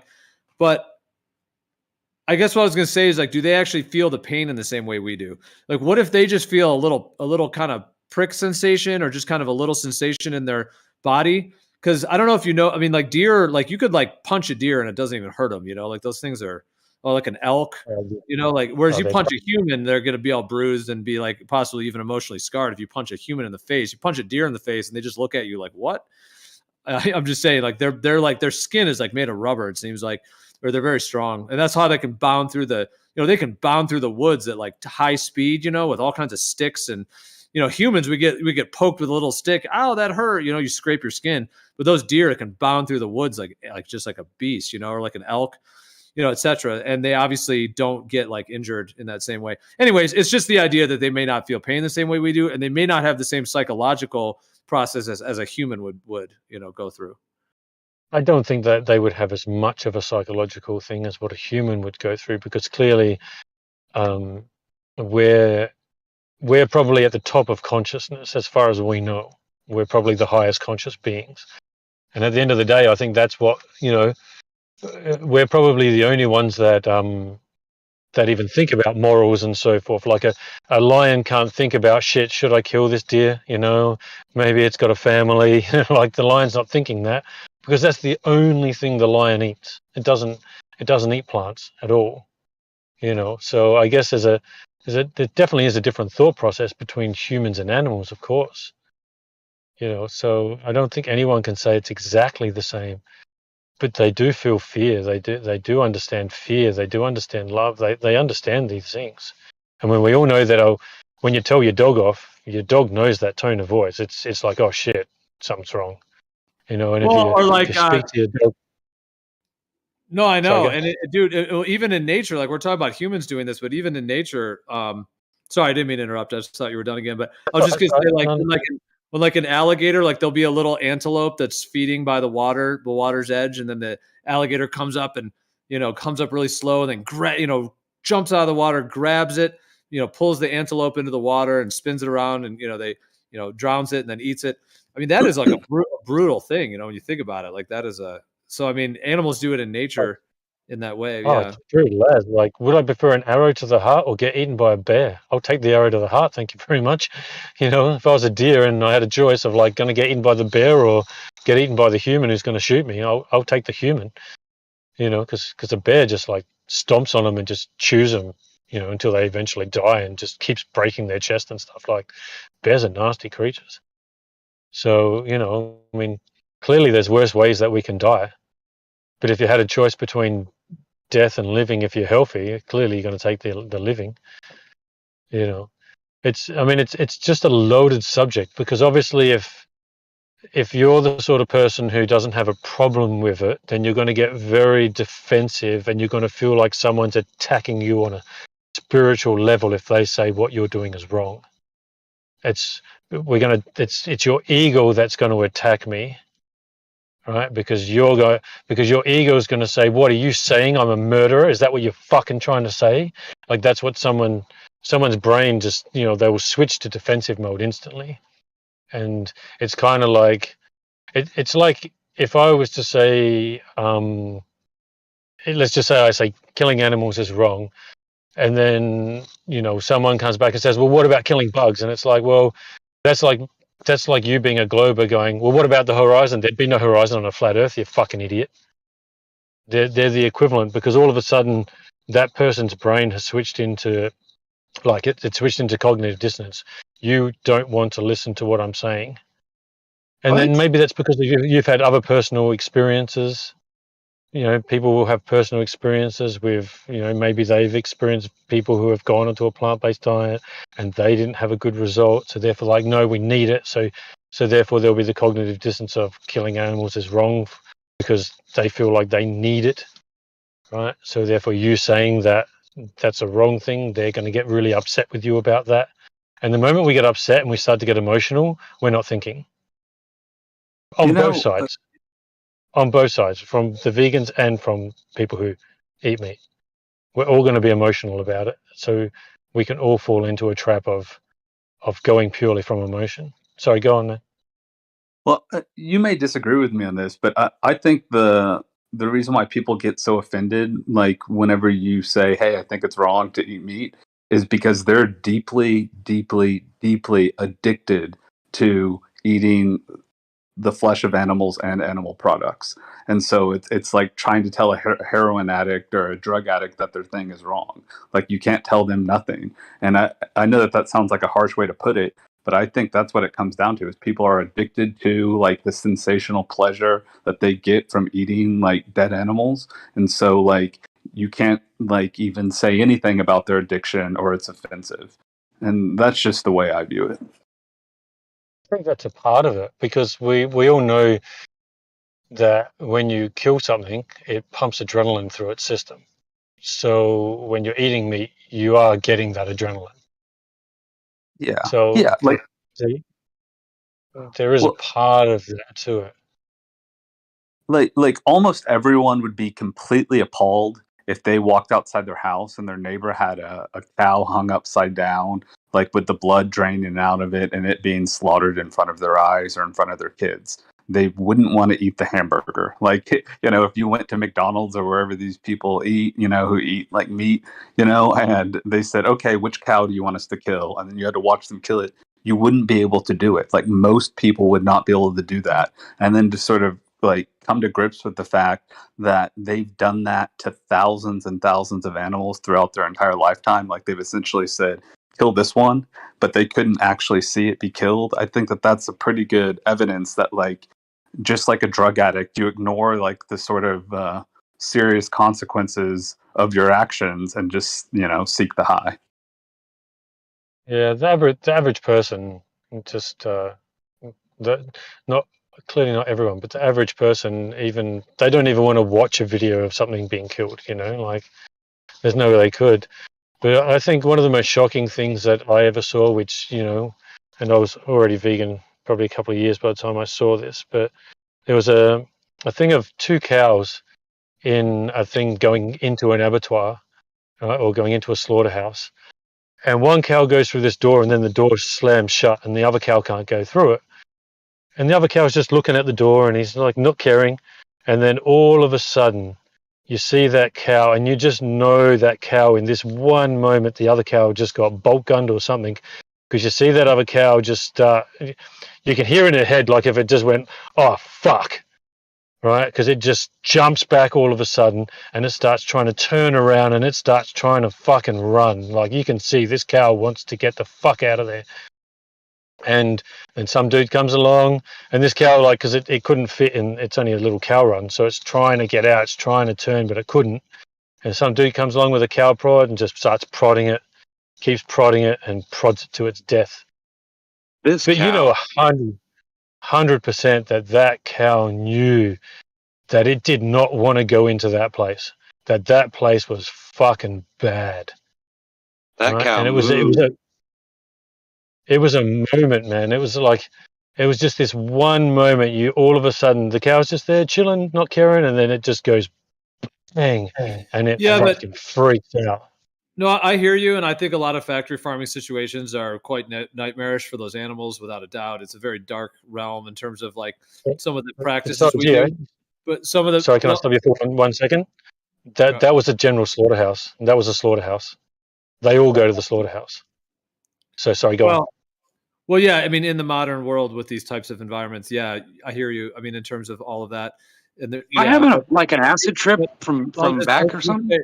Hold on, I'll just say real quick. The thing is, just let me finish real quick, and then I was just gonna say the thing is though, with that, is that is still kind of a modern way, a modern day kind of way of doing all that. Whereas like an animal in nature. But what about like even an animal in nature? Let's say there's a group of hyenas or something, and they're hanging out, and then a big lion comes and grabs one of the hyenas and starts ripping it open. The other hyenas are going to freak out. They're going to do a similar thing. So I'm just saying that happens in nature too, that animals, they do run to protect themselves, and they have that fear.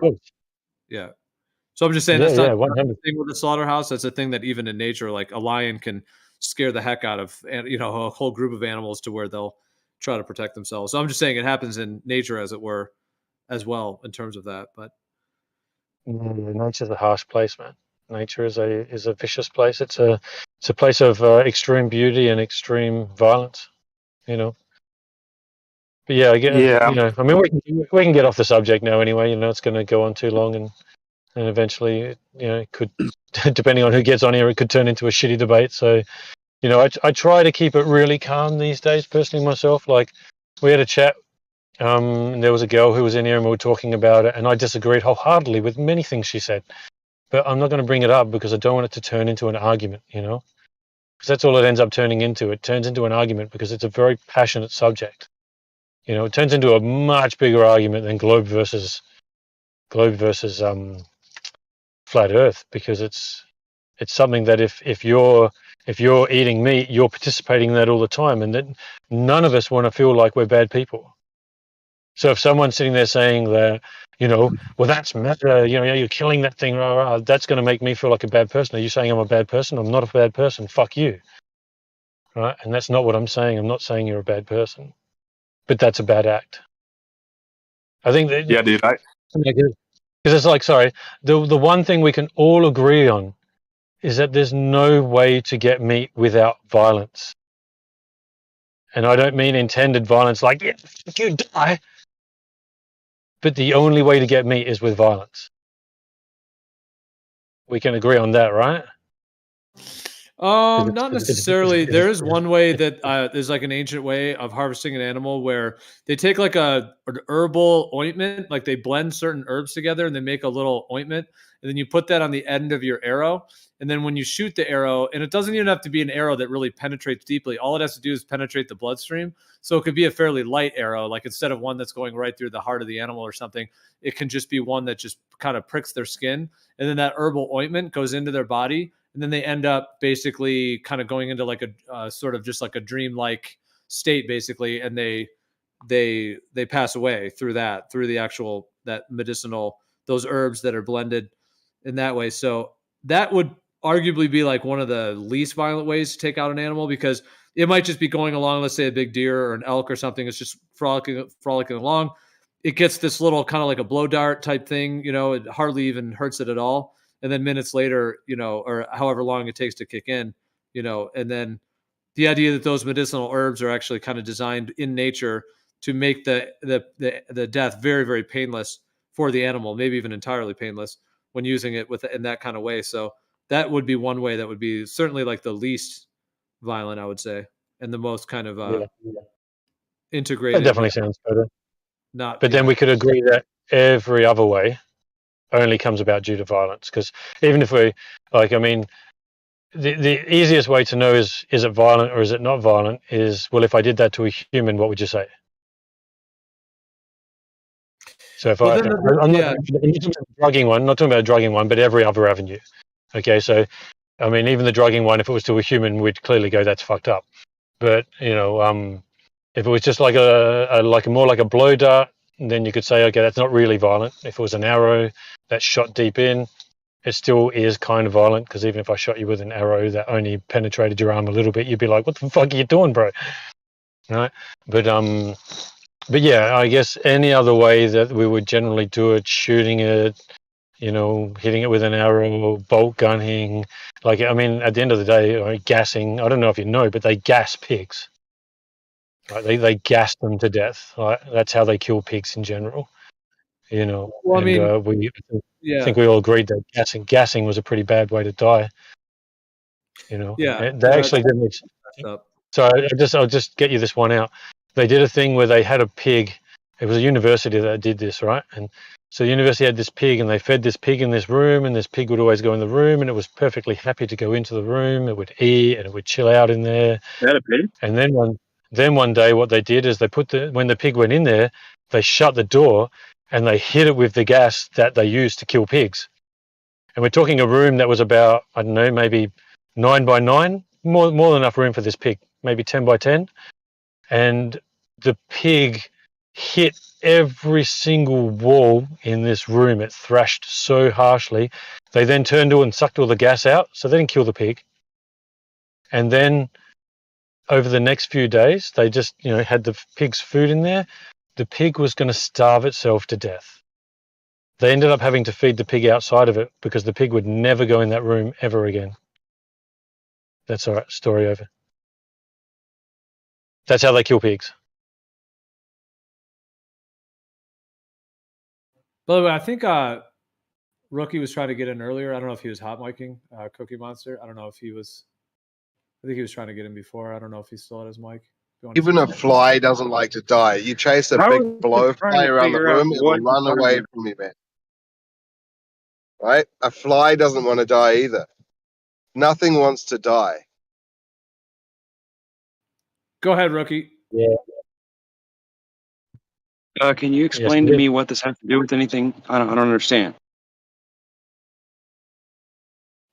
Oh, well, we were just talking about a bunch of different topics, but yeah, we're talking about. Is that what you mean? Just this topic? Like I said, we can drop it now because I can hear people starting. No, I'm not trying to be rude. I was just like out of nowhere, all of a sudden somebody starts talking about being a vegan. I'm like, what happened to the conversation? What happened here? I don't even know how we got onto it. Well, just to say, we can move on. Yeah, for sure. If anyone wants to move on, we can do that. I'll just say briefly though, the thing about the whole topic that is interesting is just the nutritional side of it as well. And I know it's a huge discussion between, veganism or eating meat and all the different claims and vitamin A and vitamin D and all of these different components. Yeah, because it's like anything. When it comes to the nutrition and the health side of things, I mean, it's like I can point out people who are in their 70s and 80s who are vegan, who are just insanely healthy. But you can also pull people out who are living quite a meat-based diet, and they're also insanely healthy. Like we could chop and change between unhealth and health all day long, because, I mean, it's like, obviously the hospitals are filled with people who eat meat. They also eat junk. But, so we could go into the health and unhealth all day long. We could point out unhealthy from both sides, and we can point out healthy from both sides, So yeah. I mean, that tells me that just tells me maybe I should do what I think is right and not worry about that stuff. It sounds like it's just somebody's putting it out there to scare me when it's really nothing to be afraid of. Yeah, well, at the end of the day, like I said, we all do what we're happy with doing. So, if you're happy doing that and you think that that's perfectly okay, then Amen. that's what you do. I hope that for all of us that it stays that way too. Yeah, I'm not here trying to force it down your throat. And maybe one day you actually sit back and you think, shit, you know what? Maybe I shouldn't be doing this anymore. Maybe that goes through your head, and Actually, maybe you I just was never vegan get for a back. year and a half. I tried it out. Yeah. So, can I just say one thing, and then I'll leave it be. And if you guys want to talk about it, that's fine. It's important to remember if you're eating animals or animal products that there's a victim in your meal, and the health argument to me is kind of a red herring, but I think it's something that people need to explore on an individual basis. So, like, if you recognize that there's a victim by eating meat, then contemplate whether or not you're eating, what the reason is you're eating meat. And I think upon contemplation, most people will figure out that they're doing it based off of addiction and sensory pleasure. They enjoy the taste of it, so they do it, and they ignore the victim in their matter. So I would just encourage people at all curious. What's wrong with eating what we'd like to taste of? I don't get it. Well, because there's a victim in it. But if I could just finish, I would just say, just encourage people to consider whether or not there's a victim in the food you eat, and if there is a victim, why are you victimizing that someone? And that's all I'll say. What if the answer is what if it's for adequate nutrition? See, because like, I mean, I've definitely experimented with a vegan diet, and I know there's a lot of different ways to do a vegan diet as well. Obviously, there's like, junk food vegans. There's a lot of different wide range, and unless we're going to stay on the topic, I guess I don't have to go on like my whole story and go into all of it. But I'll just say briefly that for me, I have found for myself that a vegan diet is insufficient nutrition. I'll just say that. Listen, he done triggered the meat-eating farmer. You know how many victims there are in plowing a field to grow vegetables? To grow vegetables, you act like a victim. There's a victim. I'd kill an entire ecosystem to grow those fucking veggies you get, not to include the small rodents and land animals and beasts of the field that eat those things. I got to kill them too, or you won't get your veggies. Mike, you're coming in a little bit late to the conversation. We've already addressed this point. Oh, I know. I was listening, but I had to have my word. You missed my point. There's a victim, period. You didn't address that. So you're just going to slide by that? Mister, I got a victim in my meal. It's on my table. Well, I mean, I think, yeah, there is the claim there's a lot of like snakes and rodents and insects and creatures that are killed. But those are bad animals, right? Gophers, groundhogs. Well, that depends. Do you want them veggies more than that fucking animal? You got to make a decision, brother. I mean, is there bad in finding a meal on Earth where you were placed and created in the entire ecosystem? We're symbionts with as given the freedom to eat whatever you decide to like. We're all symbionts in this environment. We work together to stabilize an ecosystem so that one part doesn't overtake the other, and all things are kept in their proper place. As Native Americans, we call this balance. I think Joseph Campbell had said once that this is not the exact quote, but something to the effect of like that a vegetarian is not sensitive enough to hear the tomato scream when they cut into it. Well, I don't want to insult anybody for being vegan, but when you got to go so low to say I have a victim on my plate, I have to show you how many victims it takes just to get you your tomatoes or your peppers. Fucking how many? The groundhogs, if I just let them overrun, they'll just eat all the peppers. They'll never make it to market. Never. Radishes, roots, carrots, that shit's gone. From an ethical perspective, you have the right to protect your property. So that's what I'll say to that. Well, it's not my property. It's a survival of the fittest. Either they eat or we eat. Which do you prefer? The point being, and I discussed this with Witsit this morning, that if a rabbit or a gopher is I'm attacking... not Witsit. Well, let me finish my... Okay, never mind, Mike. Just let him finish. Let him finish. Go ahead. Let's go one at a time so we can hear. Go ahead. If a rabbit's attacking your food, you have the right to defend your property. That, to me, is basic, like, morals and ethics 101. So if you have to kill that gopher to defend your property, I think that that's a justification. There's a big difference between protecting your property and, jacking off a bull, molesting a cow, stealing the baby, and all of this. Not all farmers do insemination. Some just do natural birth. But that's you're attributing corporate farmer to all farmers, but hey, can we add this, that every life uses everything, and when you waste not, you want not. So if you're going to kill it to protect the vegetables, why not eat it, right? Otherwise, you're just wasting its life. What did it live for? Well, here in Australia, we don't have things like gophers and that do that. I guess maybe there may be rats that might attack that, but I mean, I grow a lot of my own vegetables and stuff. So at the end of the day, of course, you've got to keep bugs off. But you can try to keep bugs off by encouraging, ladybirds and, ladybugs and stuff, and try to keep it down as much as possible. In the future, I'll probably, when I get a bigger property, I'll probably have chickens, which will help keep bugs off as well.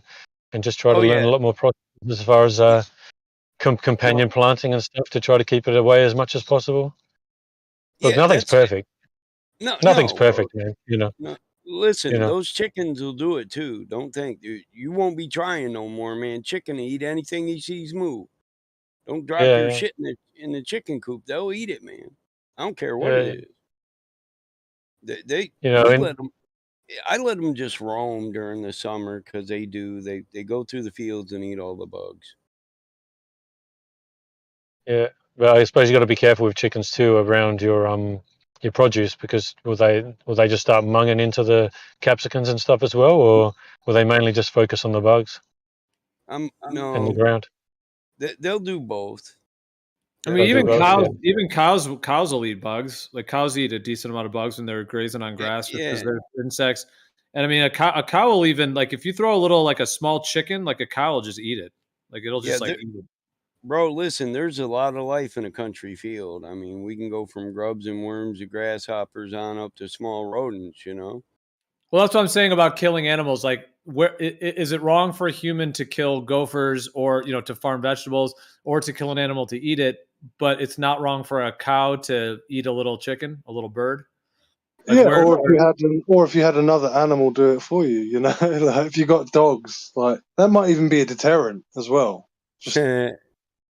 We hunt hogs with our dogs. We let the dogs do the hogs. That's funny you say that. The point, Gio, for me anyways, is that animals aren't moral agents, and we shouldn't base our morality based on what happens in nature. So that's what I would say to them. Okay, but then would you branch that over into, tenets to be human then? Though you would branch that though in terms of what we like. Yeah, I know what you mean. Like, don't extend our morality into what the animals do, like the fact that a lion kills this and that. So I hear you on that, but then are we not animals that have that same right, ability for in the cycle of life, or do you think it's then wrong for us to do it? Well, as I've said from the beginning, I think you always have the right to defend yourself. I think that's basic morals. But like, we live, in 2023, where you can easily live without exploiting and, being cruel to animals. And so for me, that's seems like an obvious choice. Yeah, but you can not be cruel to animals and farm animals. It's called animal husbandry. That's what I do. I don't raise livestock. I'm their dad. I give them a good life, and they never see it coming. I don't line them up. I don't even have them butchered on the property because I don't want the smell of death here. I don't hunt on my property because I don't want the scent of fear here. I go other places and hunt. No animal on my farm ever lives seeing some other animal butchered. So I agree with that sentiment. I'm just saying it doesn't absolutely have to attribute to farming. Farming can be done by righteous men in a way that is godly. I disagree, but we've had this conversation many times, Mike, so we don't need to have it again. We'll just settle it on the chessboard or something. Yeah, everybody says, well, in Genesis, he said eat vegetables. Yeah, listen, hold on, bro. I want to get this out. Yeah, all right, go on. You can change it. Let me get this out, though. But in the order that things were created, then they were given to man. And everybody always goes, first we were given herbs. Yeah, those were created before animals. I can't give you animals if I haven't created them yet, right? You can't have them for me because they're not created. So it's the order of creation, and we got to keep it in chronological order if that's going to be the argument that, well, we were first given herbs. Yes, we were. And then when the animals were created, God said you can have them for food too. In the same book, within 3 verses. I mean, this is the day of creation, Day, not ions later, but in the same day, you're given herbs, seed-bearing plants, fruit-bearing trees, and animals, fish of the sea, and the beasts of the field. It's all given to you. Just, one at 9 o'clock a.m. and maybe the other one at noon. I don't know. I'm not on God time, but I can read things in chronological order. I was just going to be stupid and say and throw out there. How about those Dodgers, hey? I'm just saying. No, you're right, man. It's because it's a very loaded topic. That's what I was saying. Like, let's just change the subject because because it can always what it's going to turn into. If you allow it to, what it always ends up turning into is like someone saying a point, someone saying another point, someone saying a point. Next thing you know, we're in some stupid fucking argument, and it's not necessarily. It's an argument that always ends up going nowhere. It's worse than the. It's worse than the flat Earth versus globe, You know why? Because it's an argument of opinion. Yeah, well, that's what I was saying before. Certain things are objective, and certain things are subjective. Well, I think that's how we got into it in the first place. Listen, actually, that's how we got into it in the first place. Sorry, go on. Oscar laughed it off because he knows I ain't mad. We've been here before. It's all good. I just got to get my piece in. That's all. I'm cool. Thanks for letting me get in it. No, you're right, bro. I mean, that's the thing is like, I remember I said something else and you were someone specifically and you were like, I love this guy. But when it comes to this, we would vehemently disagree. But we should be able to have disagreements and still love each other. And that's the great know part that about this, though, isn't it? Technically, we're on the same side, Can I add this? I love my cows. Some cows come in breech birth, and I have to gear up and put a glove on that's so long it goes all the way to my shoulder, and reach up in there and extract the cow. And if I don't extract it, the Too much information, Mark. It's not going to live, and neither is the mother. So I love both that calf and that mother, and I named them both on the day of their birth. I love my animals. Like I got horses here nobody rides, man. I just went and saved them from farms where other people couldn't afford to feed them no more because the auto industry crashed. And they don't have to do shit. They're just out to pasture. We just groom them. I get high, and I go out there and talk to my animals while I brush them. I even brush cows some days. But who's got the sick child? That's bad. I enjoy it though. It's therapeutic. It's therapeutic for me. How big's your property? Animals give genuine love, and I don't care if they're farm animals or wild animals. If you can give them it, they'll return it. Well, I don't know if we're gonna move on from this topic or not, but I'll just say it sounds like Plain Reality and Osco in terms of like the vegan meat eating type discussion. At least from what I heard you guys saying, I didn't get the vibe that you guys are trying to like convert or convince everyone else to eat that way though, because that is often when it seems like a lot of tension is when people will say like vegans will try to get people to stop eating meat or use all kinds of tactics or ridicule or whatever it may be.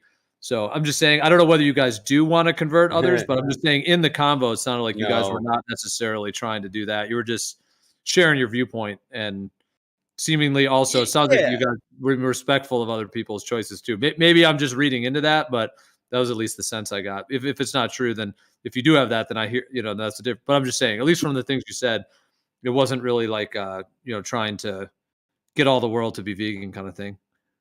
Hey, those are the two calmest vegans. Those are the two calmest vegans I ever talked to, bro. Normally they're like, "I'll whoop your ass because you're a meat eater and you'll wear out before me." Like a lot of vegans are aggressive, whether people want to admit it or not, but they really are. They're just like, is that you're true, a killer. Mike? Well, I don't know. We'll never know who wins till we dance. But we can dance. I'm not scared of the dance. I can explain to you kind of why they are, aggressive in that way. But the only way that I can explain it is it's very productive. No, is it productive? No, I'm not getting the word out right. Provocative. Provocative. There we go. That's the word I was looking for. It's very provocative. I look at it like they just have a great love for life and they white knight life. It's all good. I get it. Yeah, that's all. It's like anything. If like at the end of the day, if you think killing anything is wrong, and like if someone's killing something in front of you, what are you going to do? You're going to try to prevent it, right? Yeah, killing can't be wrong because we kill to protect ourselves, but murder is wrong, and that's a man-made concept of taking life outside the law or useless taking of a life. Mm. Well, thank you, Gio. And I'm not trying to convert anyone. It doesn't sound like he is either. Like, I definitely wish, people would become vegan, but I think it's a futile gesture to try to convert anyone to veganism, or flat earth even. So, like, that's just my general standpoint is you express your opinion and hope that people will think about it and come to it if they're meant to be. And that's just the way I view it. Don't let him lie. He's dealing soy in the background. He's trying to sell me a quarter pound. No. Seriously though, man. Listen, a lot of people won't. I'm aggressive. They don't approach me. They just back right down. But the vegans I've debated, man, those motherfuckers are ready to go to blows. I actually respect them. I respect them for that because that's kind of how I was raised. Men are meant to stand up for what they believe in. So I have to respect you as a man when you wholeheartedly stand up for what you believe in. It's called valor. I think the biggest problem is the vegan movement's just been, it's like every movement, it's just been co-opted to the point where now you got Bill Gates buying up all the farmland, going to make all of his fucking plant-based meats, and God knows what they're going to put in those things, and telling everyone that they have to get off meat because it's going to kill the fucking planet, And, Hey, I got one question. Is GMO meat, is that vegan? GMO meat? You mean lab grown? Yeah, can you eat some lab grown chicken and be a vegan? I'm just wondering. I'm serious. I think, I'd say currently at the moment, no, because the only way that they get the lab grown meat is by they use bovine calf serum, and they get that bovine calf serum by the killing of a calf, or something to do with the mother and the calf. That's what I was wondering. Yeah, that's what I was wondering. Where is it if it's non-violent? Yeah, because you said if they can get rid of that aspect of it, then technically in a way, because it's like there's an argument for oysters also being technically vegan because they don't have a nervous system. So if they don't have a nervous system, they don't feel pain, and if they don't feel pain, then how is it a problem? Like we don't even know. Go. Well, if they can't complain, eat it. That's the rule. Well, you eat them things alive, you shuck them right out and just swallow them. It's not about whether it can complain or not. It's about whether or not, because everything has a level of consciousness, right? I even personally, my own beliefs, I don't care. Someone might call this crazy, but I think literally everything has a form of consciousness. It just depends on if you go from the rocks, it's an extremely slow form of consciousness, and everything gets higher in vibration as you go up. And clearly, plants are on a higher vibrational level than rocks. They obviously have a higher consciousness level than a rock does. And humans have a much higher consciousness level than a plant. But we all have a completely different existence. So we all know that everything is alive. We all know that that's the case. And for me to eat a plant, the plant's got to die. But if I grow that plant, as an example, and let's say I'm eating spinach or I'm going to eat capsicums, I can just pick the capsicum when the capsicum's ready to go, and the plant will keep growing, and eventually that plant's just going to die. And I can just keep that plant going until it dies. All right, same as if I'm eating spinach. I can just keep chopping off a little bit of the spinach, and the spinach just keeps growing back healthier. But obviously I can't keep chopping legs off of an animal and expect the animal to be healthier afterwards. So there's a complete difference between everything that we're eating, right? Well, but there is. Obviously something has to die, In a natural environment, I don't think there would. For survival training, we weren't trained. I have a vast knowledge on what I can forage and what bark and what heart I can eat from what tree. There's a lot of things in the forest, depending on what area you're in, that you can eat, but you have to know those things. But I took Guatemalan jungle survival training, and I don't think I could have done it without the protein from the grubs and the bugs and the worms, because the plants that you can find are few and far in between, and they wouldn't sustain you while you need to get out of the wilderness and get back to society. And if we even go to a long base term, if we're going to stay there and set up camp, we're going to need a source of protein and energy to do all the work to build our town or our structures, our buildings. Yeah, I'll tell you the one thing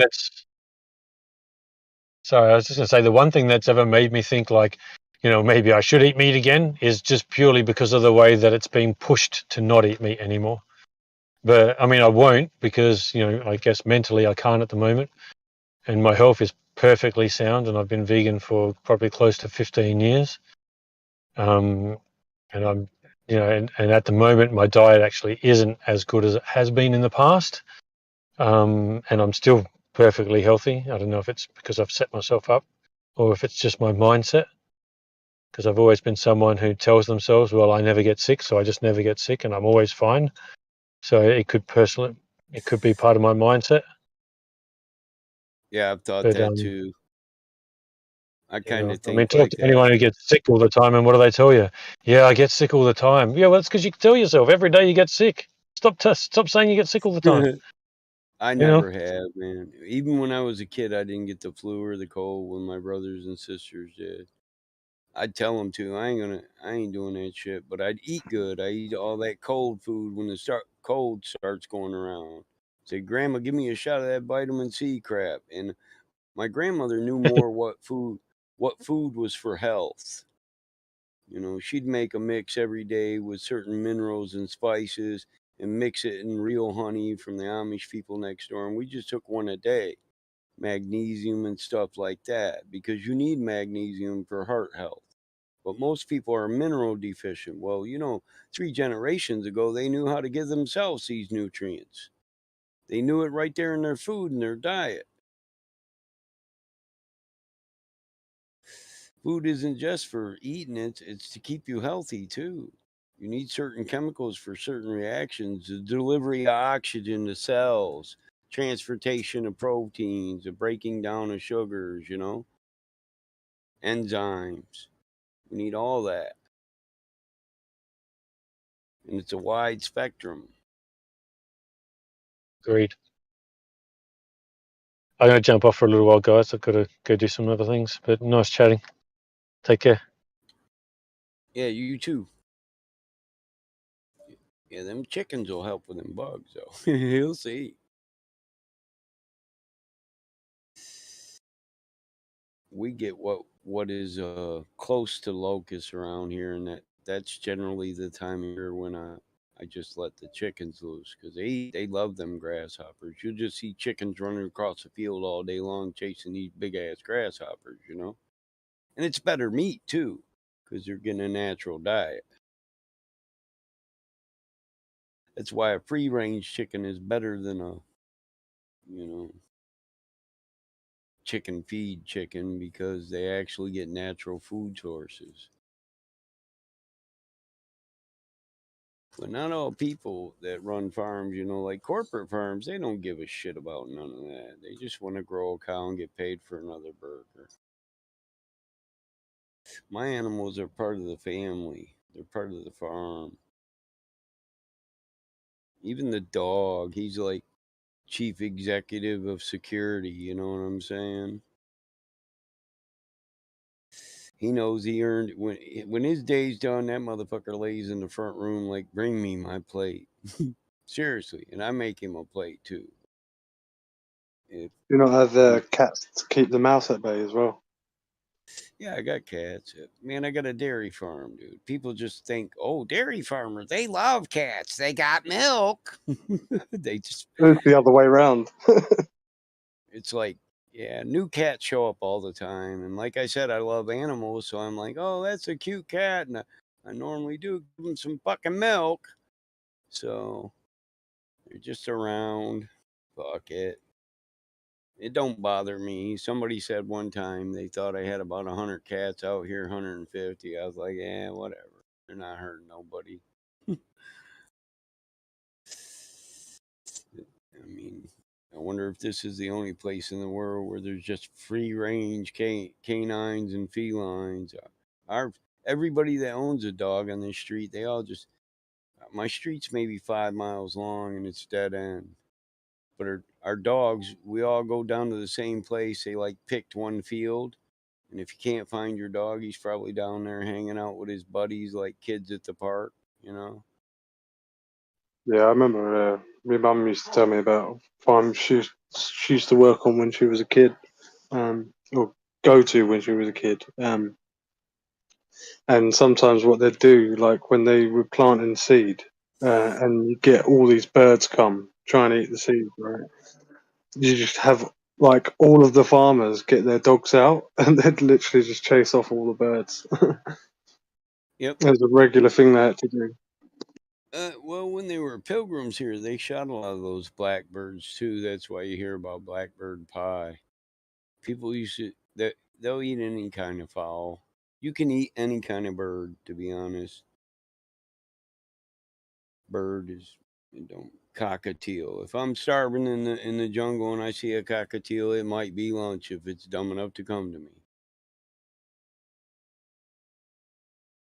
Or if I can hit it with a That's rock. the one kind of thing like I wouldn't feel that bad for because it's got the biggest advantage over us. Like it can just fly away, man. Right. Right. Yeah, you should have flew away, dude. Yeah, I hear. Mike, I saw this thing today on this. People had a rescued Black Panther, and it spent a bunch of its time in cramped quarters without the proper attention. And now it was in this perfect place, but it really spent a lot of time hiding in like the sheltered area and didn't come out. And they were worried about it. It was hissing at them, and it was pissy, and it was unapproachable, you know. And they brought in one of these dog whisperer people for cats, and they were talking about how this one guy's like, yeah, I was pretty skeptical, whatever, you know. Well, she sits down with the thing, and the thing's like, where the fuck am I? And she's like, this is for you. You're allowed to cruise around. Nobody, you know, you don't, this is for you. And he's like, what do I got to do? And they're like, nothing. And she's like, nothing. It's like, this is for you. There's no tricks coming, no secrets. You're allowed to cruise around. And the puma supposedly says, what happened to the two cubs that were next to me where I used to live? And it was really worried about that. And I guess she found out, came back and told them, you know, it was okay. And then the cat started cruising around, hanging out and acting chill because somebody talked to it. And then the dude that was fully skeptical changed his attitude towards it and started talking to the thing, you know? I bet I talk to all my animals. But she says the fucker talk back, like questions, not like, you know, yes or no, and like questions, like, hey, what's with those? Yeah, I've met people like that, but I think animals have their own language, like body language, and a lot in the eyes. Slow blinks, fast blinks. If the Dan, are you saying it like spoken like English? No, but they interacted entirely about, you know, with the conversationally. It wasn't, I mean, sure, it seems like she's full of shit, but they were all saying, how the fuck did this woman know about the other cubs? Like there's no way this woman would have known about it. Telepathically. Yeah, they're saying there's no way the woman would know. They deliberately didn't tell her shit. And next thing you know, she's asking, you know, oh, the cat wants to know about. Oh, and the cat wanted its name changed. It was oh shit, what name did it have? It had Diablo. Its name was Diablo, and it fucking hated being called Diablo because of the evil implications of it. And they changed its name to Spirit, and it was like, cool. Like he's like, I like that. And it was like that was its other concern. It's like it didn't like his name. Hey, I think I want that cat. Can you hook me up with these people? I want the chick. I'm serious. And she's got her shit together, talking to animals. I don't know, big cat. I like having big dogs. Yeah, there's a reason why we don't domesticate bigger cats. If you can't throw them, you're in trouble. Those fuckers will take over. Well, yeah, listen, bro, that's because in our mind we see a cat bouncing a mouse around, and then we change ourselves into a mouse because this fucking cat's bigger. I don't want to be the mouse. Ain't no argument about vegan with the cat and the mouse. What's that shit about us being addicted to some parasite that they poop out or some shit like that? There's some weird story about that. Who that we have that? a parasitic relationship with cats. Yeah. With yeah, cats. I forget what that was. You got worms? Was it? Yeah, well, it was worm. Was it worm related? I think it was. You better get you some sides. Garlic will help with that. A lot of different garlic. There's other things too. So they're tuning you in when they come up and purr at you. They're just all. Hey, as a farmer, that's one thing I've often wondered. We deworm a lot of things, and if animals get parasites and they eat about the same as we do, why do we not deworm ourselves? I think you're talking about, they call it the cat parasite. It's like toxoplasmosis. Which apparently it's like a really common parasite in cats, and they say that like most humans that have cats like have this parasite. And like I think it's even been linked, that thing of like that like crazy cat ladies, like is it connected? That makes sense. You reach a limit. It's like, oh, I'm over 4. I got better look out. My dosage of cat is too high. Maybe I'm straight because I eat a lot of raw garlic. I eat 3 kinds of garlic a day at least, and raw cloves.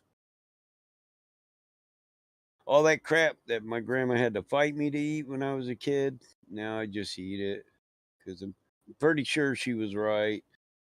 Like, I got friends from the city who eat just grocery stores, meats and stuff, and they look pretty old at 51. But here I still look like I'm 40 at least, and I bale hay, plow fields, mend fences, pave parking lots. I can still run a jackhammer, even though my back's fucked. I got both. Brussels sprouts is my worst, right? When mom and grandma used to give me Brussels sprouts, right next to macaroni and cheese, which is super good, right? I'd eat that shit up so good. But Brussels sprouts, I sat at the table until they told me I had to fucking eat it. You know what I mean? That was back in the day, right? When they said you're not leaving the table until you eat this shit. So. Yeah, that's when they just boiled it and throw it in the meal. I like to they should have mix. grilled that shit up. I like to mix it in But they're rice. good now, is what I'm saying. Yeah, I love Brussels sprouts now. Yeah. I put it in rice. I put it in rice with carrots and onions and dill, homegrown dill. We grow our own herbs out here too. The thing I never liked as a child was peas. Just a little pile of green peas. Yeah, I never wanted to just eat green peas by the spoonful. I never liked potato soup, and now I make the best potato soup now. What do you think now, Gio, about peas? Like, I'll still pass on them. Although, I mean, like in a soup or something, yeah, I mean they can taste all right, but yeah, I still wouldn't eat just like spoonfuls of peas. You still have this? Okay, and yeah. Peas go in a casserole, man. Exactly. Yeah, they go in a baked thing, not necessarily a soup thing. Yeah, you got to put that shit in casserole. Once you bake them, they're a lot better. They're a lot better. Yeah, it's pretty good, like a chicken pot pie. I don't know. For some reason, I'm just saying, as a child, I remember not liking It's like, listen, it's like squash. You ever had squash? If the wrong person cooks it, I still hate squash to this day. Yeah, if the wrong person cooks it, it's fucking nasty. But if the right person cooks it, you're like, what the hell is that? It's like a stuffed pepper, and they call it double baked. I like it double baked, stuffed with cheeses, multiple cheeses. Nah, I'm still not a squash guy. I don't know why. Maybe texture. I don't know. But when I was a kid and I was forced to eat it, I was like, no. I bet money right now I could put it on a sampler plate in 3 different ways, and you'd probably eat all 3. I would try it. I would definitely try it. But I'm a master of that shit sucks. And they say, well, you have to eat it. And I say, well, if I have to eat that shit and I need it, then I got to be the guy cooking it because I got to make it taste good. Exactly. Yeah. So that's what it is now. I try to remember what they tell me and then mix it into my food source. Like certain things shouldn't be cooked or overcooked because you're just taking all the nutrient out of it. Yeah. Lots of vegetables are that way too. You're better off just throw them in cold and let it warm up with it while it sits on the table. So, Mike, do you Do you have raw milk from your animals like regularly? Oh, I drink raw milk. Yeah, I get Would you real get it from your cream. own animals though? Yeah, we make buttermilk. I like buttermilk. Do you milk goats too, or just cows? I have milked a goat. I don't do it real often. Goat's milk is different, man. I got to be real stoned and have the munchies. I get a craving for it, I'll do it. Well, like most It's of like the I guys gotta that go work, out. I'll be back in a few minutes. I'm going out to milk the goat, kind of thing. Like, yeah. Well, wow. no, if I can say it without nobody thinking I'm racist, most of the guys that run my farm are Mexican because, well, they have the best work ethic and they treat the animals properly, you know. Mm-hmm. So, Mm-hmm. Mm-hmm. but they milk the goats. That's not something we'll sell a little goat milk. We got a cider mill, you know, it's like a farmer's market and cider mill all in one. So we sell produce, pies, all kinds of stuff. Let the Amish people sell stuff out of my cider mill. We barter. Then I can get like Amish cobbler and Amish bread pudding and Amish rice pudding and oh my god, all kinds of goodies. I'll barter with Say them when people. you say buttermilk, what's the difference from milk and buttermilk? You said, Gio asked you, do you milk the goats? And you said I love buttermilk. What is that? Buttermilk is you just start with it and send it through a process. I mean, you can Google how to make buttermilk, but it's just a different form. It's been through a process. I love buttermilk. That was detailed, Mike. Ranch Compare it to sauce. milk, would you? Just compare it to milk real quick, since we're asking. Compare it I to love milk. buttermilk ranch. Ranch It's thicker, you know. sauce. Okay. Is it closer to butter? Is it whipped more or something? Or is Yeah, it you're adding. where it's quick? Listen, I mean, is it after cream or before cream? so you add. No, it's after separation and made. Yeah, so you take milk, and I'll take pure milk and add like lemon juice and vinegar, a certain amount. You stir it in, and it starts to curdle a little bit, and it gets thick, and that's why it's called buttermilk. But it's better for baking; it has more flavor. Gotcha. So when you hear Better buttermilk, for dipping. Also. Buttermilk pancakes, well, you got to make buttermilk first before you can make buttermilk pancakes. So if you've never had buttermilk baking products, and if I bake a loaf of bread, we use buttermilk, and I don't care if it's pumpkin bread or zucchini bread.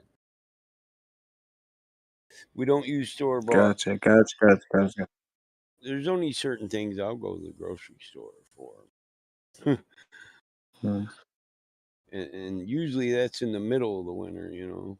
We pickle and jar a lot. We can a lot. I don't eat any, Smucker's jam. I hear people talk about all the jellies they like, and like I've always made my own jam. The only time I've ate jelly, Applesauce. Really yeah, good.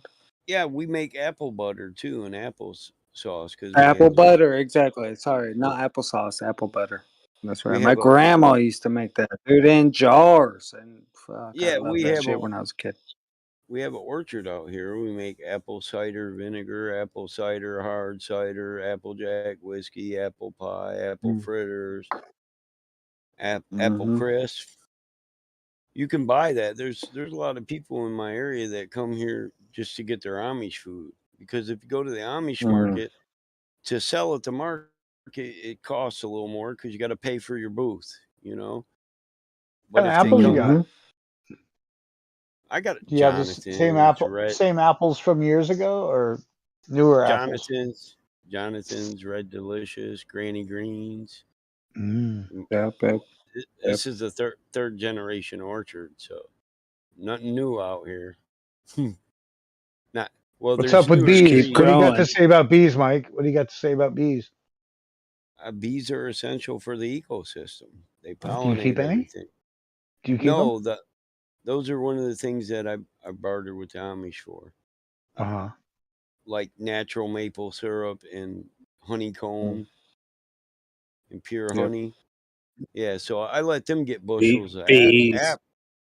Listen, them Amish women are queens in their own right in the fucking kitchen. Now, when a woman, Amish woman says, hey, if you hook me up 5 bushels of apples, you'll be loving the treats I give you. You should just give her bushels. Just tell her, well, you know, the containers are over there. Do your thing, you know, because Amish women are hard. They don't want you to fetch their apples for them. Their husband would get insulted, so they will fetch their own apples. These women work harder. Amish women work harder. Like, I see these liberal kids in town and I hear them on the internet, and I'm thinking the Amish lady next door would just kick your ass. She'd just kick your ass if you insulted her or said something, because you're just like, they're like, I'm nonviolent. I got virtue. And I'm like, dude, you couldn't hurt nobody. So it's not virtue to not hurt people because you couldn't. Virtue is where you're capable of destroying an entire town, but you choose not to based on morals or ethics. That's virtue. Not just being nonviolent. If you're not capable, It really is, and you know, and that's how most people should at least have their basis of thinking. Okay, basis. I'm not saying we all need to live like Amish or whatever, but just a good basis of hey, who works hard? Let's trade together. Let's work hard together. But we can enjoy the fruits of the you know, the corporatocracy or whatever. We can enjoy some fruits. You know what I mean? I love. But there's got to be some jealous young men around there. If the guy's got 3 or 4 wives, 7, 8 wives, some young guy's coming along and he's like, I think you that's got the be wrong weird. religion, buddy. I think you got the wrong. I don't think you're thinking about the wrong group. Yeah, they're Amish, bro. There ain't no So sister. they got like 18 kids with 1 man and 1 woman. Okay? So I seen.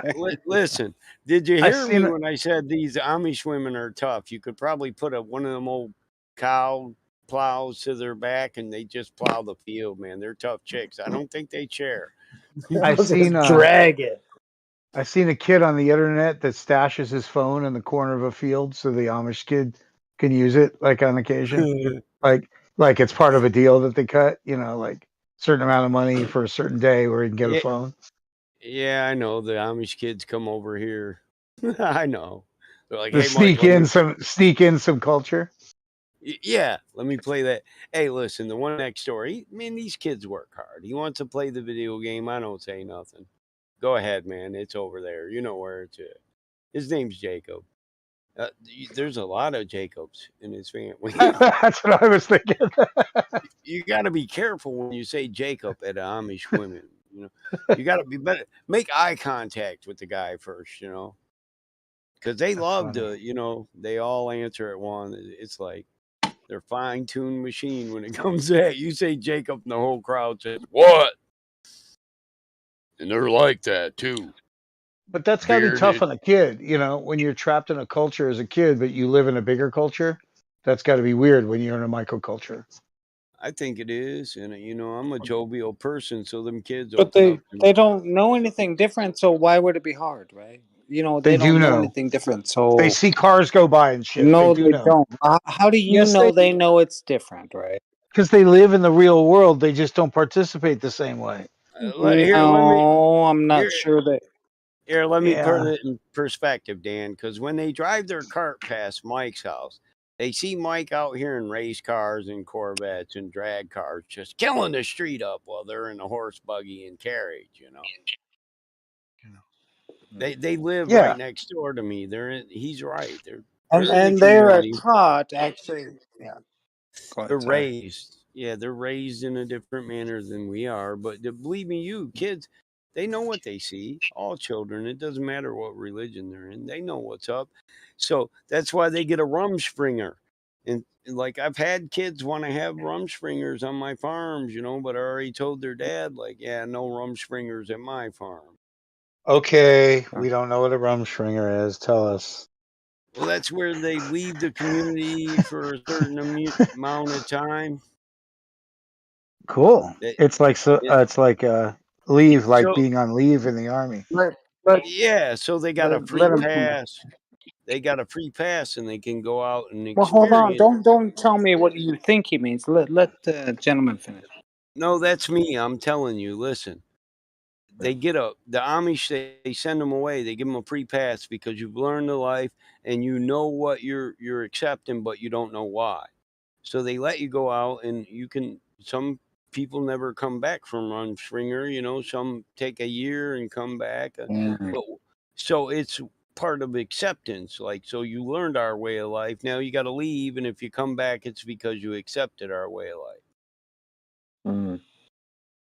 So I would. Well, I I was just just want to going to say ask. real quick, there's a really interesting documentary on that from like 15 years ago where all these young Amish kids are like going out and doing drugs and buying prostitutes and eventually come back to be Amish. It's pretty cool.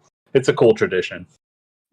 That's exactly what I was going to ask. Was like, what's the percentage of the comeback, right? You know, when you do let the kids go out to, quote unquote, go out. You know, that's a weird, way to term it, but just go down the street, let's say, right? And then what percentage do come back that you've seen? Most of them do, to me. And I don't see it as we're letting you go out, because you can go out and you're free to travel anyway. But until you're 18, you're on your dad's authority. But it's you get to make a choice. So you're no longer in our home. You come back, you accept our community, and then we're going to get you your own home. If the whole community's got to build it, and pitch in to buy it, these people stick together. They're good people, but they really are. I got a theory on that. I think most of them come back because the American way of life is so draining, both physically and emotionally, that these kids that are not prepared for it, most of them after 3 months are like, "Oh, this is too fucking much. I see why we do it the way we do it," and they go home. Exactly. You can live happily and peacefully for the rest of 60, 70, 80, 90 years the way we're doing it, and they don't even have to cross the street, right? Or is it them or the Mormons who have the funky beard? Yeah, Mormons can have multiple wives, can't they? Yeah, one's got multiple wives, one's got a funky beard, right? They got the funky beard there with when they run the horse and cart buggy. It's up and down the road, Man, I've seen the way they do things, like a saw. They run a saw. They have this elevated ramp that they put the horse on, and it's going to slide backwards if it doesn't keep up. And it runs like a treadmill, and that's how they run equipment. Wouldn't you like think cars. That was genius? Wouldn't you think it that is was genius? It's totally cool to watch. It's way cool to watch. All they do is elevate it more, and they get more speed out of the horse. If they really want to get it cranking, that horse is going to feel like it's slipping backwards and start running. Horsepower, baby. I just saw something about that, like between 1910 and 1930, that there's never been anything antiquated so fast as the horse. Like, it was such a part of life in terms of businesses, and everything that was going on revolved around the horse. Fucking everything. Yep. And the blacksmith, the livery stables, feed, Think about stables. the horse. Think about the horse, right? It's weird. It got wiped out real fast. Real fast. You own any horses? Horses are cool, man. Well, then we had Henry Ford that came up with this stupid car, right? So they turned horses into horsepower. Yeah, that's funny. You know what? Listen, one horse doesn't have 1 horsepower though. What? Yeah, one horse doesn't have 1 horsepower. I can't remember the exact. Yeah, I can't remember the exact. It's an old. Isn't it? What's your name, sir? I'm talking to you. I think you're from Florida, right? You're the. Are you? What's your name? I'm sorry. My name's Aaron. My name's Michael, but I'm not from Florida. No, I'm from Michigan. Okay, Mr. Michael from Michigan. I'm sorry. My name's Aaron. So yeah, what wasn't the 1 horsepower? They lifted like 1 weight with 1 horse, like 300 years ago, right? Yeah, but listen, 1 horse doesn't have 1 horsepower. It's 15 horse. A horse is 15 horsepower. Really? Yeah, yeah, isn't that crazy? Whoa, that is crazy. Yeah, you would think it if it's going to be not equal to 1, it'd be less, but no, it's Are we crazy. being Maybe it has Mandela? to do with a team of horses. Maybe it has to do with a team of horses. Are we Maybe being it is. Mandela? Are we being Mandela right now? Well, Are you telling me that one well, horse is actually let's 15? All this time, I thought it was one horse was one horse. let's just let Geo fucking Google fucking refine this for us about what is 1 horsepower. Goddamn. So hold on now, I'm not done with the funny facts. Now here's the funny facts. Okay, so a horse is equal to 15 horsepower, but a human has 1 horsepower. So who's really the fucking A horse? human does not have 1 horsepower, does it? Do they? Is that really right? Almost, yeah, it's almost equivalent to 1 horse. Yes, it's like I cannot believe that. I'm not sure I have 1 horsepower. 997. But yeah, I can pull the string on a 1 horsepower motor. I mean, you know what I mean? Or I can do that. well, it's But the maximum I'm not sure I output can pull a horse. the maximum output of 1 horse is 15 horse. The maximum output of 1 human is 1 horse. I'm not sure I can pull a horse, is all I'm saying. I think I could best 10 of them motherfuckers, so I might be I might be 150 horse human. But I'm not running on ethanol. That's crazy. Oh, gee whiz. What are you eating? Peas? Yeah, this is what Google says, that 1 horse is 15 horsepower. Whoa. No way. Good job, Mike. Well, I got horses. I stand corrected. I'm gonna shut up. He's got the power. He's got the power. It kind of goes with the territory, you know. It says they defined it as the amount of work required to pull a horse. No, from a horse to pull 150 pounds out of a hole that was 220 feet deep. That's how they What a trip. What the fuck? Wait, what? 120? Holy shit. 220. Where do you get a hole like that? How much weight was it? 220 pounds?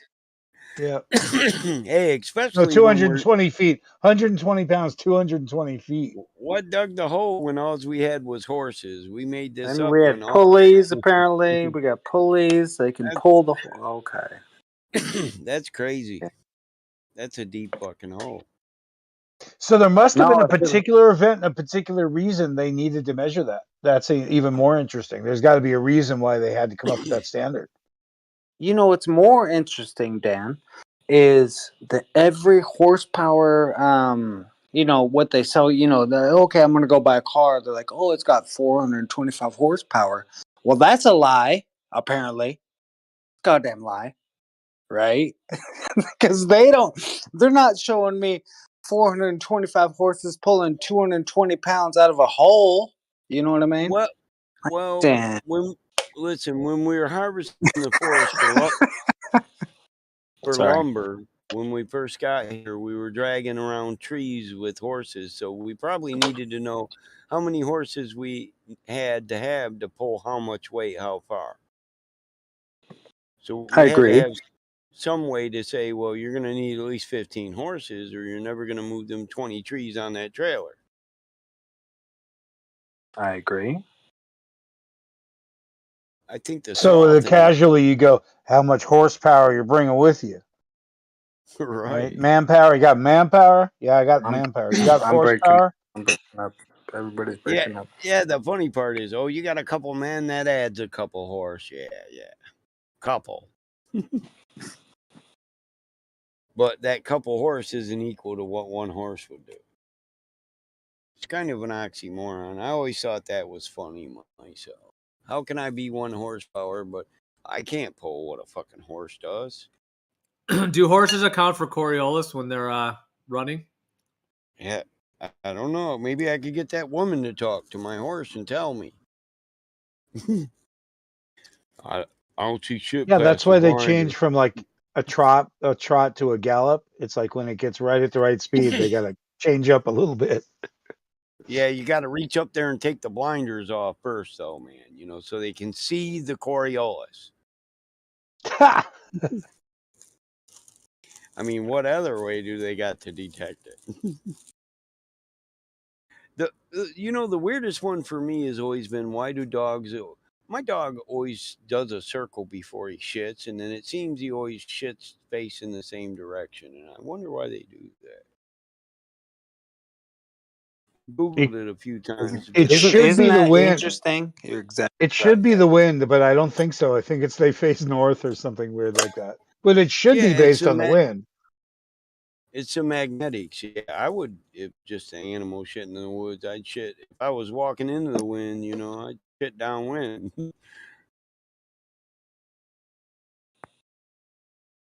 There's got to be some old country term for that. I've been crapping laterally lately. I don't know what's wrong with me. Let me ask you, Michael. Let me ask you, Michael. Does your dog always shit in the same spot, though? Right, in the same place. Well, it depends. He's kind of got like an area for every area that we have to work on the farm, because we have a few.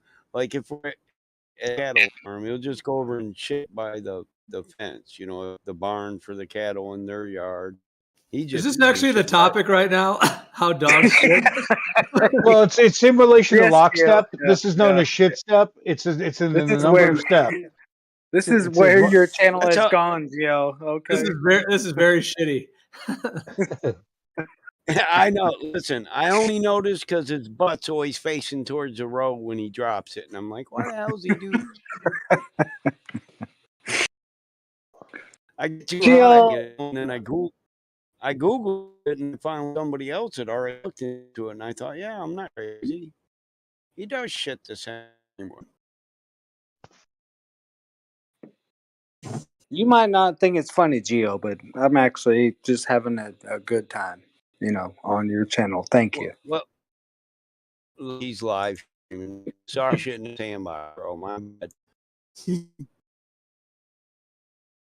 So it's weird in Africa. Cow shit, and horse shit is like totally prized fuel to cook your meal over. It's like, ooh, look. Oh yeah, firewood. Yeah. Cow patty, you know, they eat grass. It burns. Listen, it burns better than coals, and a lot of farmers used to just put that in the wood burner. I was just gonna say, don't pretend like it wasn't 100 years ago that we also used cow shit and all this stuff to, you know, to make fire. You know what I mean? Right. I actually know some people that still do it. You know, when we throw a bonfire, we'll throw a lot of that shit in there. Goddamn right. Burns great. Burns long. Burns hot. Burns good. Fuck yeah. Yeah, when they used to go on them cattle drives, they'd take cow dung with them, and then when it dries out, they can just throw it down, start it on fire, put rocks around it, and make their morning coffee, keep them warm at night. Put your pot on it forever. That's right. Exactly. That's why. Yeah, that's why if a compost pile starts on fire, you're not putting that shit out. Period. That's right. Compost piles themselves will catch on fire, right? Yeah, they you know, if you leave spontaneous combustion, whatever it is, right? You know, they will. So. It's from. That's why you make a 220-foot hole so you can shit down there. It's from a chemical composition change in reaction due to decomposition, where nitrates meet potassiums, and then you creates have a heat spark between all the little bugs in there, and the little bugs are farting and they're creating methane, and boom, all it takes is enough heat. That's it, just enough heat, because you got the gas, you got the oxygen. All you need is that little spark right there. You know, pressure can form. Pressure can force a chemical reaction too. Exactly. Yep. Contained heat. Yeah. And of course, the trapped fart between logs in your intestine.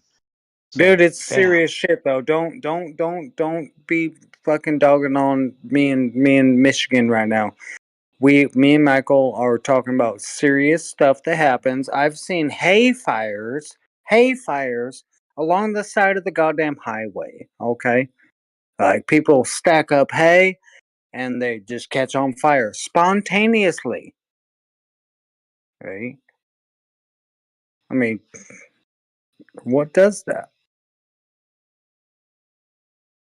Spontaneity? What do I win? It is spontaneity, but yeah, you know what I mean? Yeah. What do I win? It could be water. It could be a lens effect of water. No, it could be the rotation of the Earth. Probably is probably what happened. Mm-hmm. Probably the rotation. I'm guessing. So, so humans are the only creatures that think the Earth is rotating. That's probably a good assumption. They should have asked that panther. They should have asked that Black Panther. I know. That would have been a good question.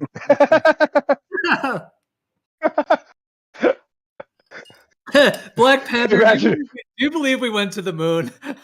we hire the dog whisperer just to go asking dogs what they think of science. Well, let me go like this, Gio. The Russians sent a monkey into space, didn't they? Did they talk to it? Did they ask the monkey? Sure. Yeah. Did they ask the monkey any questions afterwards? I don't know. I'm just wondering. Okay, so maybe a monkey went to outer space. I'm just saying. Yeah, they did. When the monkey came back, they looked really kind of timid and kind of uncomfortable. Looked like the guys that came back from the moon. Yeah, pretty much like the astronaut. Yeah, they sat there all angry during the post interview. Exactly. Yeah. Oh my god! It looked like just like Buzz Aldrin and Neil Armstrong. Okay. They're all, Bobo, could you see any bananas from the moon? Did you plant any bananas? Yeah, oh no! Oh no! Oh fuck! We're fucked. Damn it! That would be interesting if there really is an animal talker. I mean, we should ask some serious questions. Like dolphins know shit for sure. Dolphins and whales know shit about us. Man, they got no problem coming up and hanging with us. That's weird. No, that's cool. Yeah. But no just take it what it's worth, though. You know, take it what it's worth, right? You know, they just okay. They'll love it. They'll play with your ball, play with your balls, whatever you want. Yeah, right? no, dolphins are incredibly intelligent. I saw this little YouTube short where this dolphin, like these guys were just driving in their boat, and a dolphin came up and was swimming next to them, but it was like the dolphin was trying to get their attention. So they ended up stopping the boat, and the dolphin came up to them, and basically they figured out that the dolphin wanted them to follow the dolphin. You know, like, or the dolphin wanted them to follow. So they ended up following, and then the dolphin took them to like a whale that was trapped in a netting. So it's like the dolphin was like getting the people, bringing them all the way to where this whale was caught so that the humans could, you know, help free the whale from the netting. That's awesome. And the whale brought like a skate or something afterwards as a present. You remember that? The whale, it was a smaller whale, right? They weren't big ones. Oh, is that a different one? Wait, you're saying it brought like a fish as a gift or something, you mean? Yeah. Before it split, it brought back like a kill. It made a kill and brought it back. Yeah. Like a thank you. That's a language in itself, right? Gifts. So there's intelligence in the sea, right? Right. Well, not only that, they were smart enough to go to the sea because they were probably animals suffering from unstable temperatures outside, either hot or cold. The water probably would have been stable enough. Imagine how much you got to adapt. Let's say you're an elephant, right? And you're sticking your nose becomes long enough to breathe. Hold on then. Geo's story of the dolphin that took the human to a whale and brought back. So I don't know what you're talking about an elephant right now. There's no elephants in the sea, I think. I was talking about mammals going to the sea and what it would take to elongate your trunk to breathe, you know, if you were waiting and stuff like that. And then eventually imagine your trunk literally going up onto your back and staying there, developing into a blowhole. That's fucking bizarre. In other words, it is just a nose. Look at the end of them. Look at the end of them. They're shaped exactly the same with the same mechanism on the end of them. We don't have that on our nose. It's evolution. I don't like dude. dolphins. Dolphins are perverts. I took my mom to swim with the dolphins in the bay, and he started humping my mom. I was like, "What the hell?"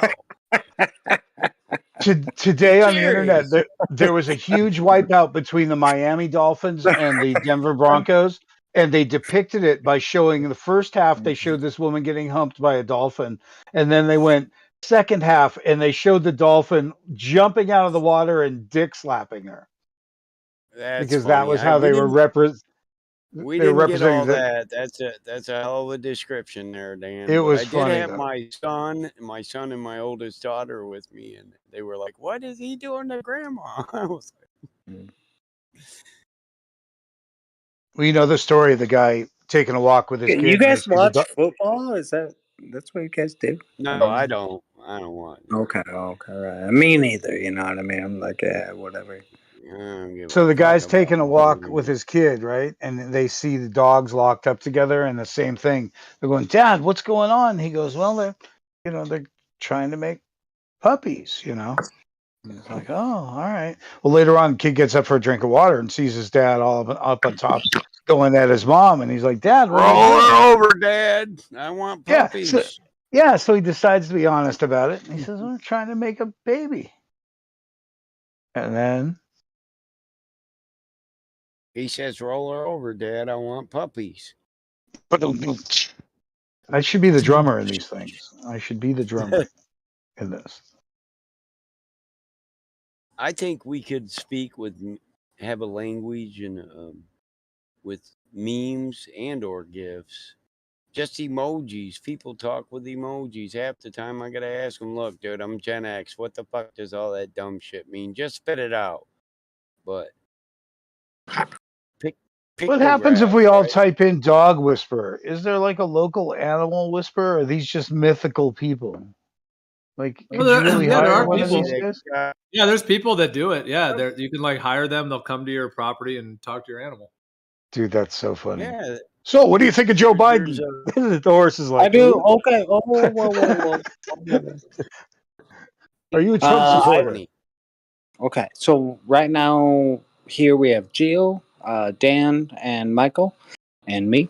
And I was just wondering, Gio, I'll preface it to Gio.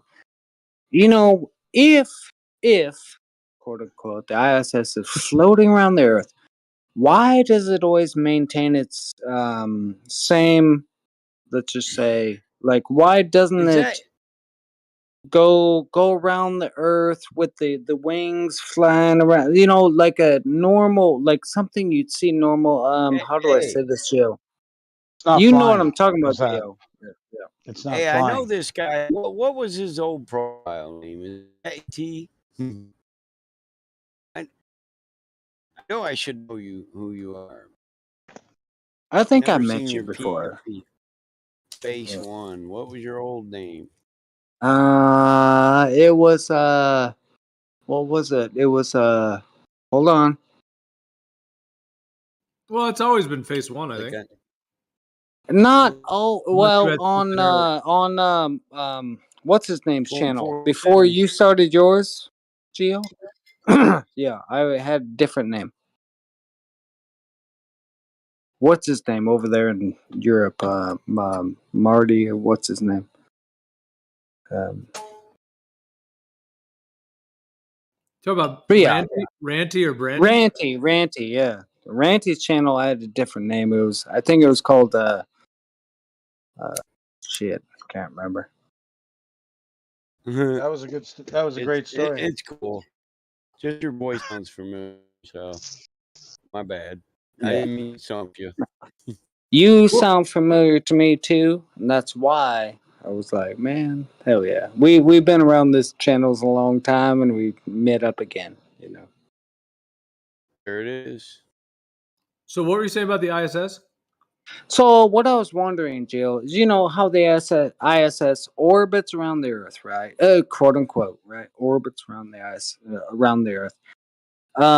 What causes the ISS to always maintain a bottom down position around the Earth, right? When they come up and go back around, they come up, but the bottom always stays down. The cupola always stays down.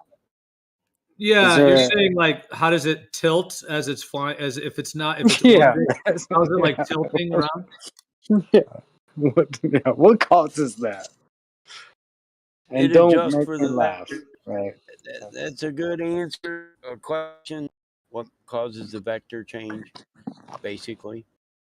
It Yeah, like can't be gravity because gravity would just attract the whole thing, Well, right? Okay, go ahead. Sorry. Well, we know that's what. Yeah, I'm with you. But they would say that preferred direction of drown, which changes its reference to down as it goes around the ball. That's what the Globers would say. You know that. Yeah, but how would it? But I think what he's asking though, if I'm getting what he's saying, if you have the ISS, I'm with you. let's say that what it even is what they say it is for the moment, and let's say like the bottom of it, whatever we see as the bottom. Let's say, why do we always see the bottom? Like if you're flying an airplane over a globe, it would have to like the actual wings would have to, well, there would have to be, it would have to tilt to fly around the globe. But how is the ISS like tilting to orbit around the globe? If that's what he's asking, it's a good question. It's real good science. Real good science. Okay, that's the answer. No, for real though. What is their explanation for that? How does it tilt around? Because gravity would keep it, in its orbit in that idea, but it's not going to keep it oriented that way. Centripetal force. I believe their answer is Orientation. centripetal force. I think. But I'm talking the actual tilting. Like it has to. Like if it has a right side up and an upside down, then it needs to always like maintain the bottom side towards the globe. But like I said, on the Earth, where the airplane can fly around the globe, it's flying through air. But on the if it's orbiting around the sphere, then what's making it actually tilt its orientation so that the bottom always stays facing the Earth? Exactly. Orientation. And wouldn't the astronauts, quote unquote astronauts, inside the ISS have to deal with this too, right? This change, because it's only 93 minutes, like an hour and a half. They're going all the way around one whole revolution, right? It like how would they even know where they were? Because they'd be spinning upside down. But we've seen videos of them for an hour and a half, right? And they're not even moving, right? And this craft is not even orientating itself to gravity, pretty much. That's what I'm saying. I'm not on my computer. My internet's down. I'm on my phone, but I can read something here. It says the claims that the ISS is only in free fall does not hold up to scrutiny because NASA employs the centrifugal acceleration produced by angular displacement to keep the station afloat at 408 kilometers altitude. That means that the ISS rotates just like the bucket. And just like the water in the bucket, people aboard the station would walk along the outer perimeter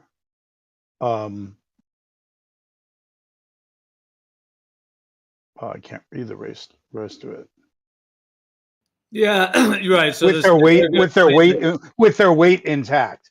If it was winging around, there might be centripetal force, and they might actually be pushed to the outside. Right. Yeah. So they're using centripetal force for the vector so that it doesn't have to tilt. But then, how does that play into the fact that the astronauts wouldn't be affected by it? They're just free floating. Not to mention, if they drop something, it should dart towards the sun, which has much stronger gravity. Or their orbit. Yep.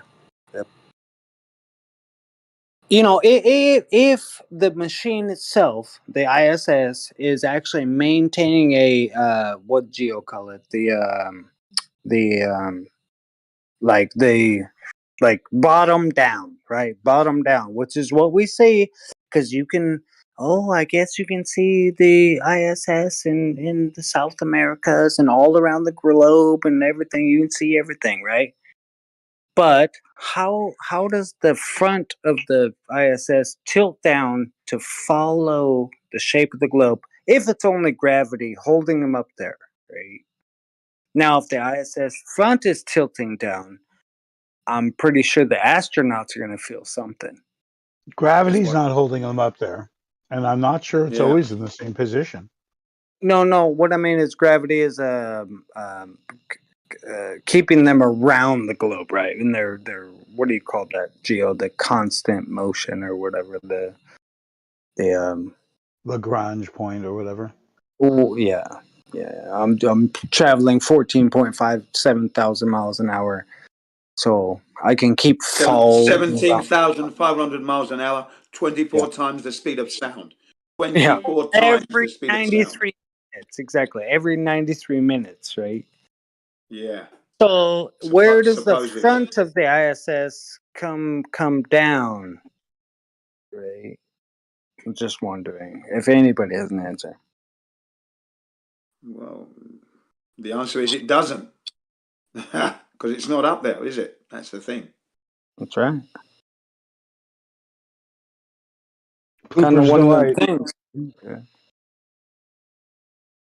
Pooper's delight. You can tell on their face when they talk about the bathroom.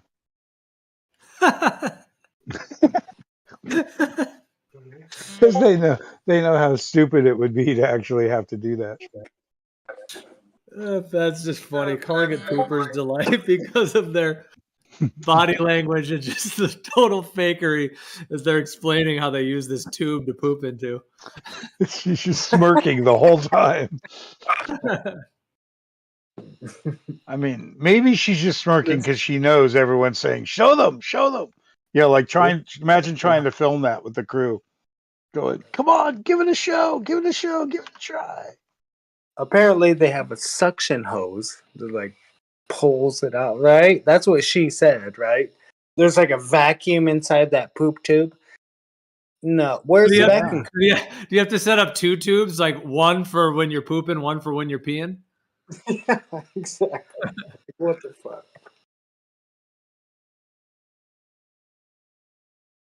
Well, as a matter of fact, people are kind of dirty. So it had to have been of utmost concern. It was Really definitely number one on the engineering of the ISS. Yeah, was the poop tank. They have to learn what foods make stinkier farts and stuff. They're like, oh, no more broccoli. Like they probably, and when they come back, they'll, how come you guys didn't eat any of the broccoli? You know, and they'll be like, there's a reason for that.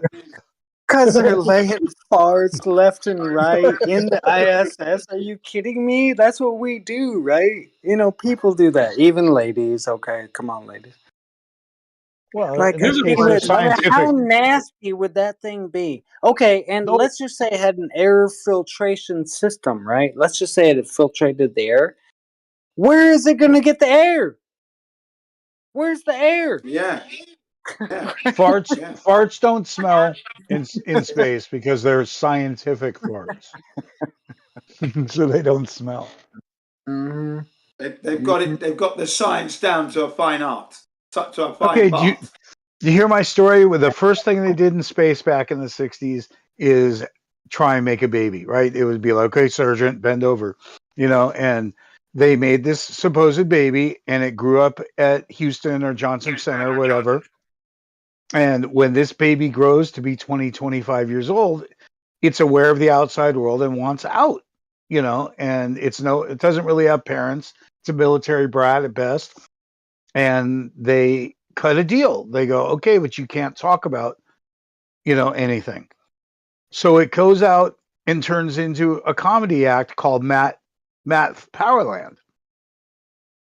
So my theory is that he's the space baby that was produced when they first tried to make babies, and he became such a problem that they let him out, and then he tried to leak it through comedy, and then they put him back in some, you know, back wherever they put him, and because they're watching him, I think he plays that guitar just to freak them out. Is he any good with the guitar? Has he got better with that guitar? Is he better? It's impossible. He has no ear whatsoever. Does he have a channel anymore, or what's the status on him these days? I think he's back living with NASA again. That's what I think. No, he had a baby and nobody's ever heard of him since, I think. Oh, and by the way, Tom Hanks yesterday said the next big advancement for humanity is when they have the first baby on the moon. Okay? That's what he said yesterday. and he's doing a show currently around all that. He's going to be doing some kind of stage thing. Yesterday. Oh, I thought Tom Hanks died, but man, there's so many celebrities that just passed, after the COVID shit. Yeah, so did I. I thought Tom Hanks had passed away as well, but no. So maybe he's back. He's back, I guess. With a baby. Gee whiz, on the moon, for Christ's sakes. Here we go.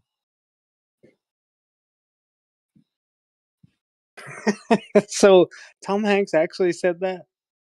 Yeah, he said that yesterday, that the next thing that's going to be the next advancement for humanity is when they have the first baby on the moon. Baby on the moon. Oh, well, that way they'll have things to molest for the astronauts when they get there. Man, I used to love Tom Hanks. He was like my childhood grow up, quote unquote father figure. Man. Toy Story and a Yeah, all time, Forrest Gump. I mean, all the movies. Gee whiz. Bosom buddies. Yeah, just all that stuff. Dang. Now I gotta. Ever since he did that Apollo 13, I dropped him off. Cancel him now. Damn it. Yeah, that is sad. It is sad. Just cancel Tom Hanks. You know what I mean? He is pretty cool. Yeah. He was cool when he did the Apollo 13 mission. That's when I knew he was. Yeah, even Apollo. Yeah, that was one of the best ones that drove me to space. Right, like really. What year was that? 2006 or whatever. I was like, wow, that's so amazing. You know what I mean, right?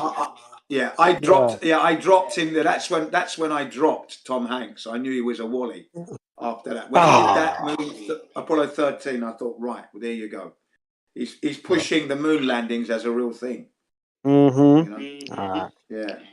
So I didn't get into it. Yeah. I didn't get into it as early as. I like Clint Eastwood as an actor, but he prostituted himself for the space thing. They used him in the space. Was it Gravity or something? He was in that movie. Yeah, a recent space movie. Yeah, Clint Eastwood. The Right Stuff. He was in The Right Stuff. Okay, there you go. Yeah, dude. What a bunch of fake movies. Yeah. And then not only that, then they're advising everyone to go and get the jab. Do you remember? That's all I'm going to say. That's right after that. Exactly. Yeah. Right. Do you think any of these famous actors, like which ones of them actually know the Earth's not a globe? Which ones do you think? Do you think any of them actually know? I would say no. There's a couple rumored, rumored people. Kelsey Grammer, Alan Alda. People that are mostly retired, so they're kind of able to somewhat talk about it. Yeah, what's that Star Trek guy? The Steven, what's his name? The white-haired guy that was he was on Star Trek, right? And I think he passed away. But he gave a quote, right? Right, Joe? He gave a quote. What's his name? The older guy, he's It ain't Shatner, so it's James Doohan. Shatner, exactly. Shatner. Yeah, he's still alive. Shatner's still alive, by the way. Okay. Yeah. But he gave a quote, I think, a couple years ago saying that. Yeah. Yeah, I know the quote about space and the Star Trek or whatever was exactly the same. Yeah. It's the same thing. It's all fiction, is what he said. Yeah. Yep. All fiction.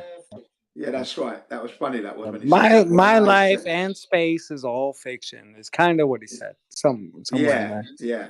I remember that. Yeah.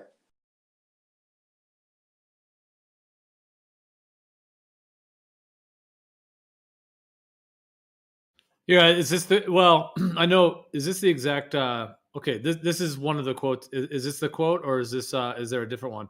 All right, this is the quote. The mysteriousness and mystique of space is such that science fiction attempts to tantalize you by telling you a story that could possibly be out there, and that's the appeal of science fiction. No, that's not the quote. Yeah, that's not the quote. No, this one was more like he was Science admitting that there's fiction no is difference. science fact. There's no Okay. difference between Hollywood and space. Basically, is Yeah. what he was trying to say there. No, he said science fiction and science fact. There's no difference between science fiction and science That's fact. it. That's it. That's the quote. That's the one. Yeah. That's it. Well done, Dan. I knew we'd get it in the end. That's it. And That's that was it. on mainstream TV when he said that. Yeah. Yeah, there was a massive some kind of fair going on at the time. You know? Yeah. Star Trek sphere or whatever. Yeah, and he said that. And I thought, wow, brilliant. No difference between science fiction and science fact. Wow, that's crazy, dude. Well, have you ever seen the special? I'm not sure if it's a YouTube thing. I can't remember, but it was all the things that have come from our society that literally came from Star Trek, and how many things literally came true, you know, to real life. How it became like regular things, you know. Like I've never seen it. No? Mobile communication, perhaps. Yeah, like there was dozens of things, you know, warp drives, you know, quantum, you know, the warp drives, stuff like that, you know, stuff that seems silly, photon torpedoes and things that were just sort of names. They now have, you know, plasma weapons and stuff, I guess. Yes. Well, Dan, there's a great meme, you know, picture meme of 1950s train versus a let's just say 2020s train, like the bullet train, right? So you get 1950s train and you get the bullet train that we have now, right? That's technology.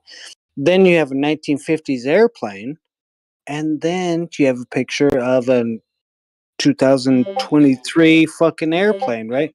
The best airplane in the world, which we don't even know of, but they show the Blackbird, right? Yeah. And then they showed the picture of the car of 1950s, like a 1955 Chevrolet, right? And then they show you, you know, the brand new Chevrolet, right? It's fucking awesome.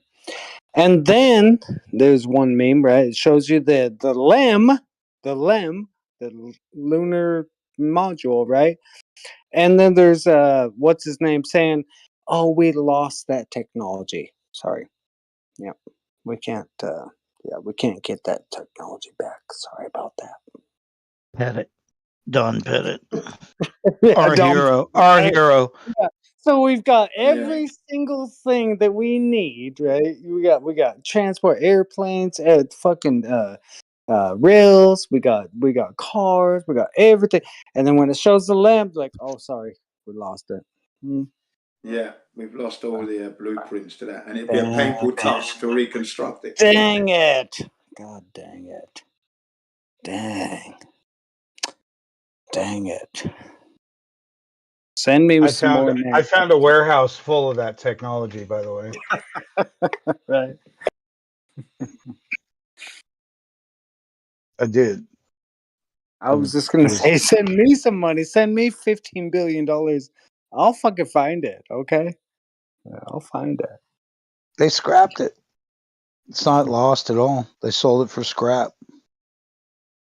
No, what about the money? I just want the money. I'll find it. Me and you, Dan, will find it. Show me the money. Goddamn right. Man, that industry or any trend industry, kind of like the way dinosaurs went and the way electricity went. In the Edwardian era, which I never even fucking heard of until this story, they first ran electricity before they had rubber insulation. They didn't even have cloth insulation. And that's why we used to collect those glass things that used to be near telephone poles that we called insulators, because wires used to just run open. Yeah, really bare wires, man. Yeah. Yeah, they said it was so fucking dangerous, and they kept selling shit to run stuff in the house, and it was just fucking dangerous, man. They're like, Like they had no idea the danger of the shit, and they'd run the bare wires up in the corners. They're called insulators, Dan. They're called insulators. That's right. The What I call them. You're Yeah, right. they're insulators. I got some of them in my garden here on the farm. Remember the colored ones are rare, like red and black and green. The last example of that was a telegraph line. Now they just turned a bunch of old railroad tracks around my house into a path that goes through most of the state. But you know how they paid for it? They took down all the telegraph line, and this shit's like 3-inch copper wire, like 3 inches around. They actually made money taking down the copper line and putting money into making, building it into a trail where you can bike or walk, and there's a lot of lakes and ponds and stuff on it. But it was paid for by the telegraph wires that were still alongside the railroad tracks, and of course the iron from the railroad tracks they took copper, out. All the copper. Yeah, the copper, dude, telegraph wire, like some of it is 3 inches round, and some of it is an inch and a half around. Yeah. But they stole when I it. was a kid.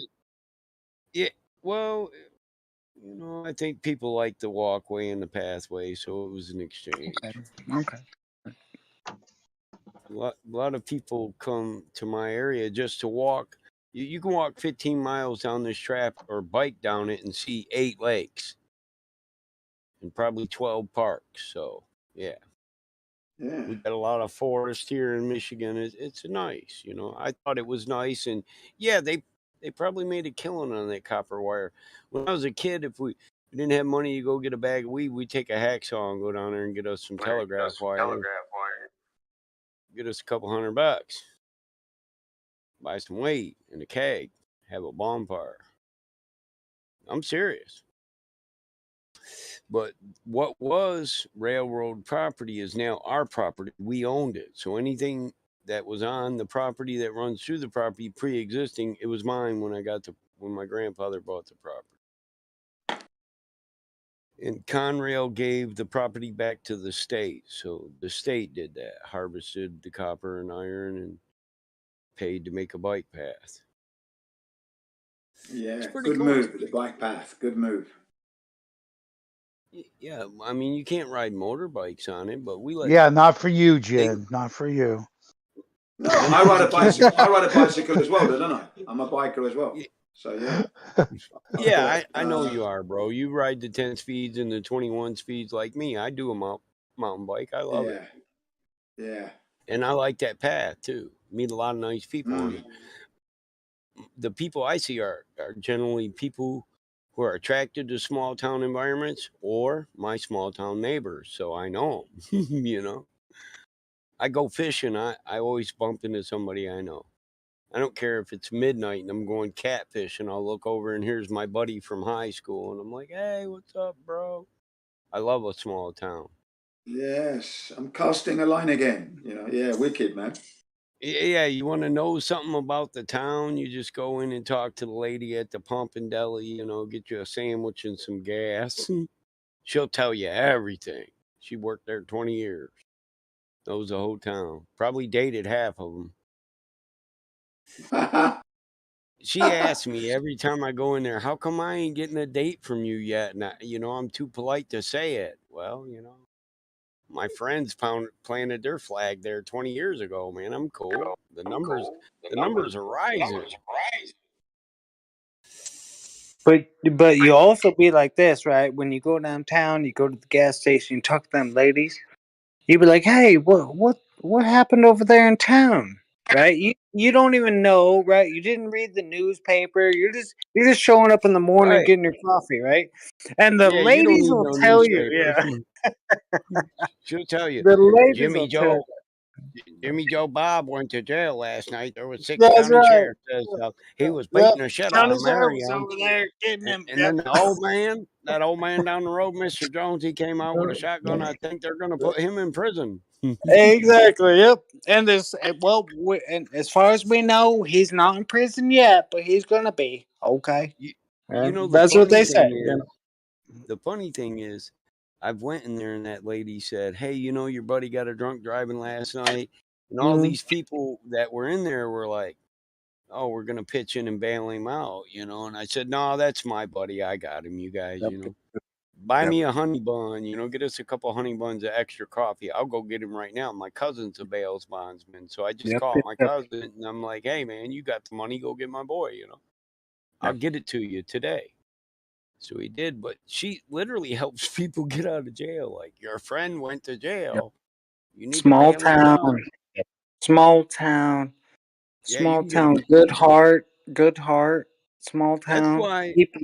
Listen. I don't take offense to that song, Try That in a Small Town, because he's just saying that we're in everybody's each other's business around here. Your business is my business and our business is peace. We're enjoying life. So you don't come out in the country and disrupt our calmness, because we don't take kindly to that. And then we're the type of men that built this fucking nation. Down, down, down, down, down, down, down.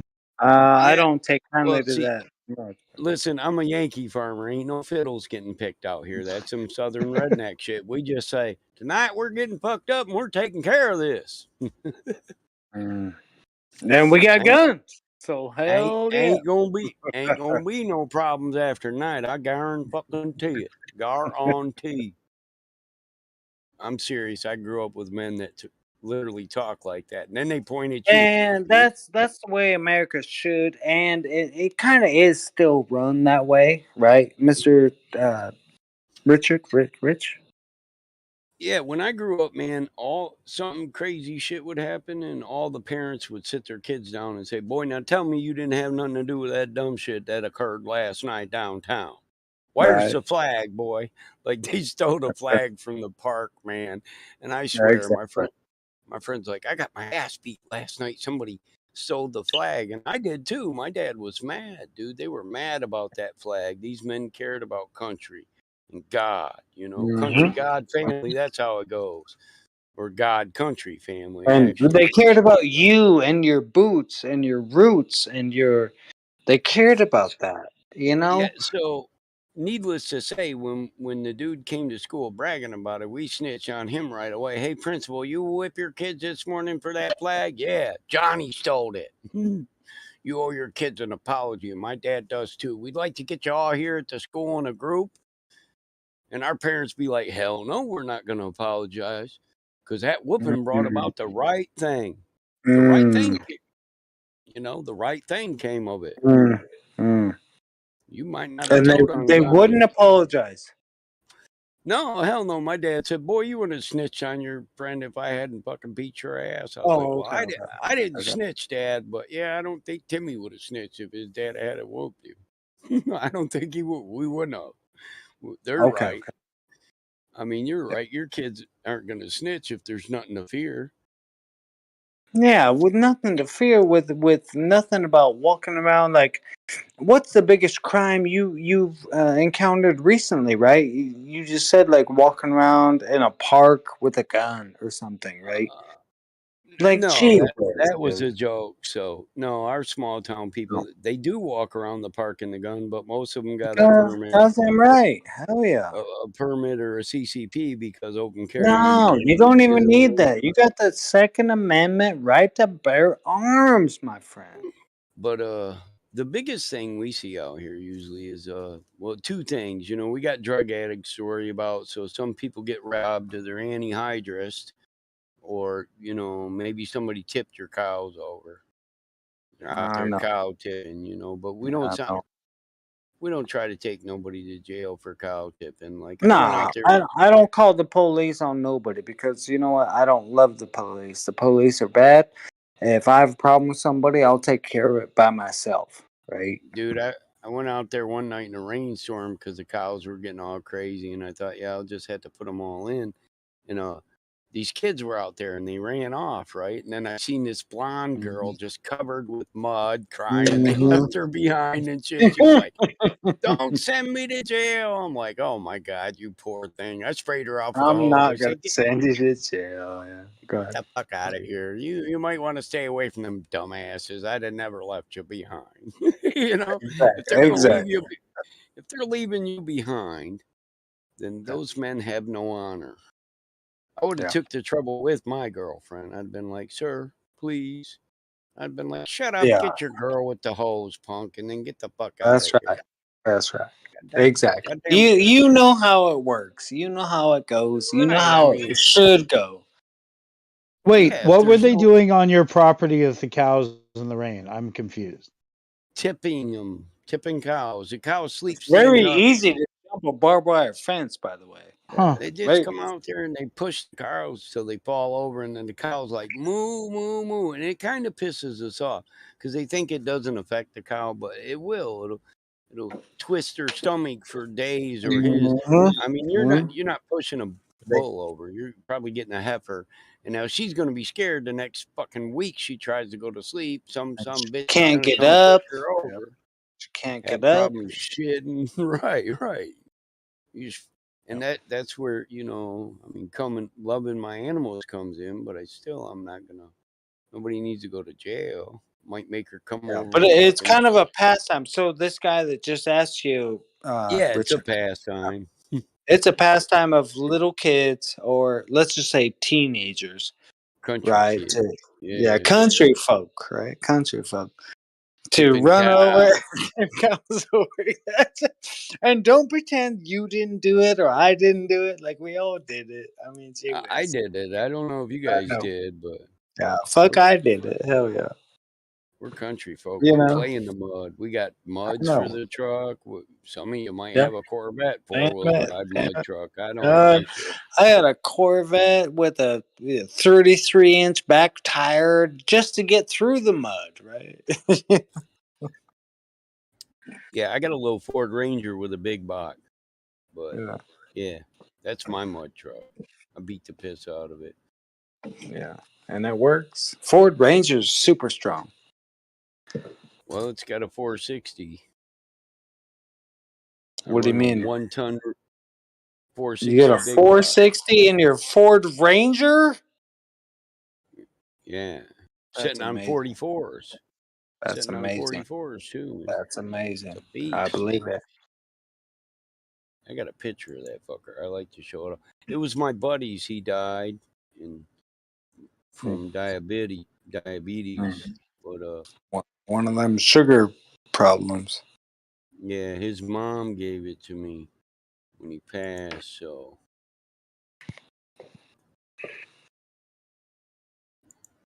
I keep it good. You don't gotta send it, to the channel or nothing. It's okay. I believe you.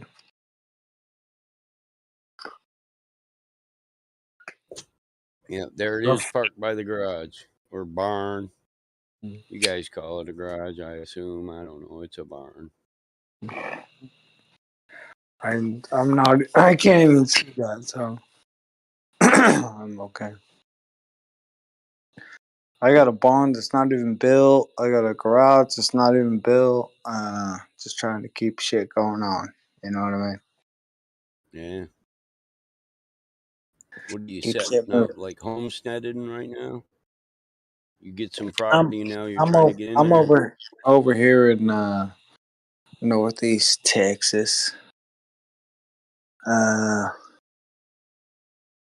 a house built for my wife, right? My wife is, that's my lady. So, had a house built on property, 2.5 acres. That's it, right? 2.5 acres, and just trying to make the property work. She's happy with the house and everything. Everything's fine, but just want to make sure everything else works. Where's my shop? Where's my garage? Where's my driveway? What do I do? I know she's happy, right? Oh, I do. The first and foremost, got to maintain the home. You give a woman a house, they'll give you a home. But once you get that barn built, that's you.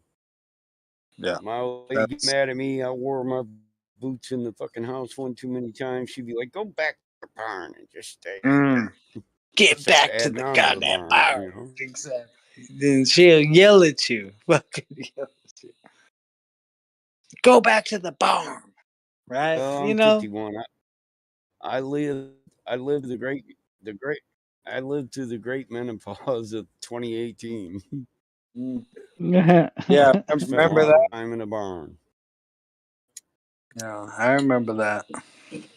Remember that? Yeah. Remember that? Menopause. Who the hell could forget it? Men don't pause. We just keep going. You know why they call it We just keep going. Keep drinking. Keep going. manopause, Keep right? doing It's because work, they dude. just Yeah.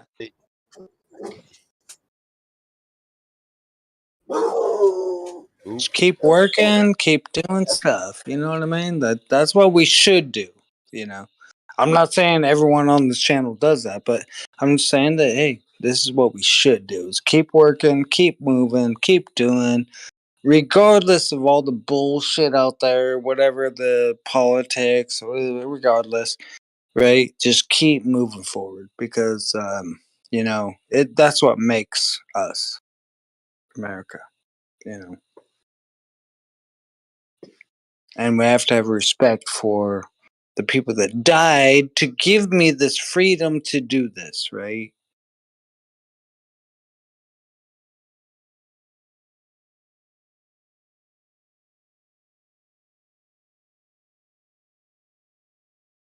If I didn't have those folks behind me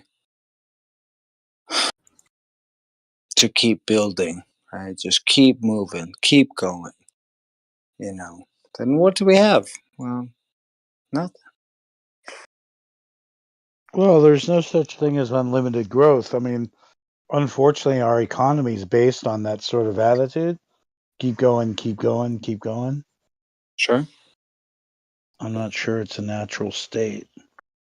What do you think is the problem with building something on your own? I mean, like on your own, not getting a loan. I don't or think it's a anything. problem. I think that most people's little utopia doesn't include maintenance and the decay of things. In other words, 12 and 15 years later, everything's broken.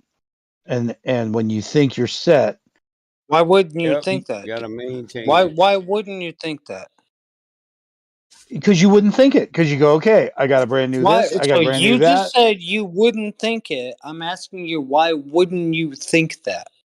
because when you went I'll to tell go you to your why. island, Because his when you parents didn't teach him about maintenance. Let's let Richard I was, talk. yeah, I just listen. I was taught to maintain a home before I ever owned one or built one. Mhm. That's my point. Exactly. And I I was took care of grown by my up parents. with a man called my dad, building a house on his own in Nebraska, right?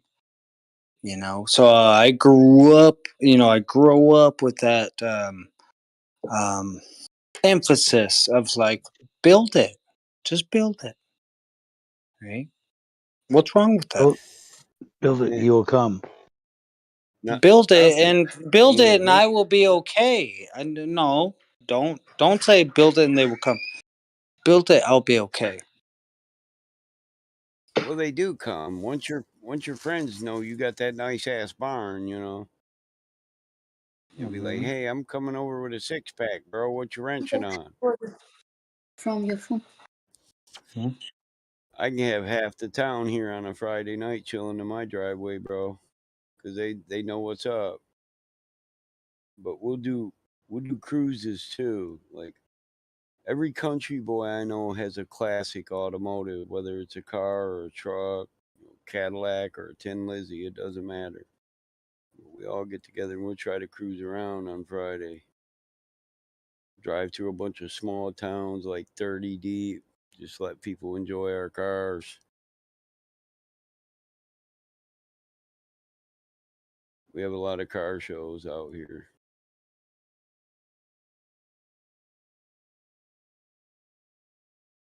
America's culture is all about cars. Yeah, it's pretty competitive at our car shows, Dan. We're trying to outdo each other. And if we get lucky, some of those small towns will shut down a half-mile or 1-mile strip and let us race and everything. Like Jonesville. We can race in Jonesville.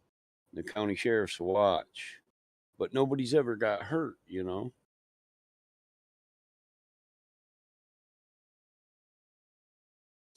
I love it when the young kids come out with their half-built hot rods that ain't been painted.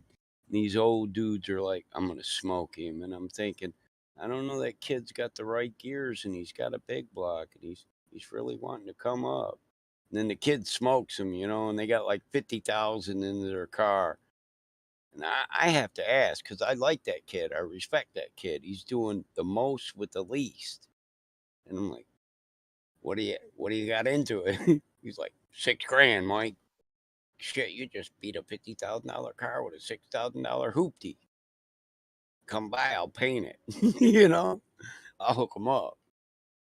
Especially if they best one of the guys that, you know, think they're top of the line from way back. I've given kids free paint jobs and shit.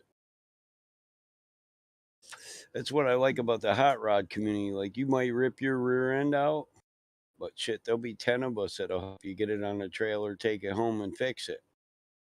We'll try to make it better than it was when you first built it, which is usually possible and accomplished. Just need some seasoned fabricators. That's it. I'm type of guy. That's becoming a lost art. Fabrication's becoming a lost art.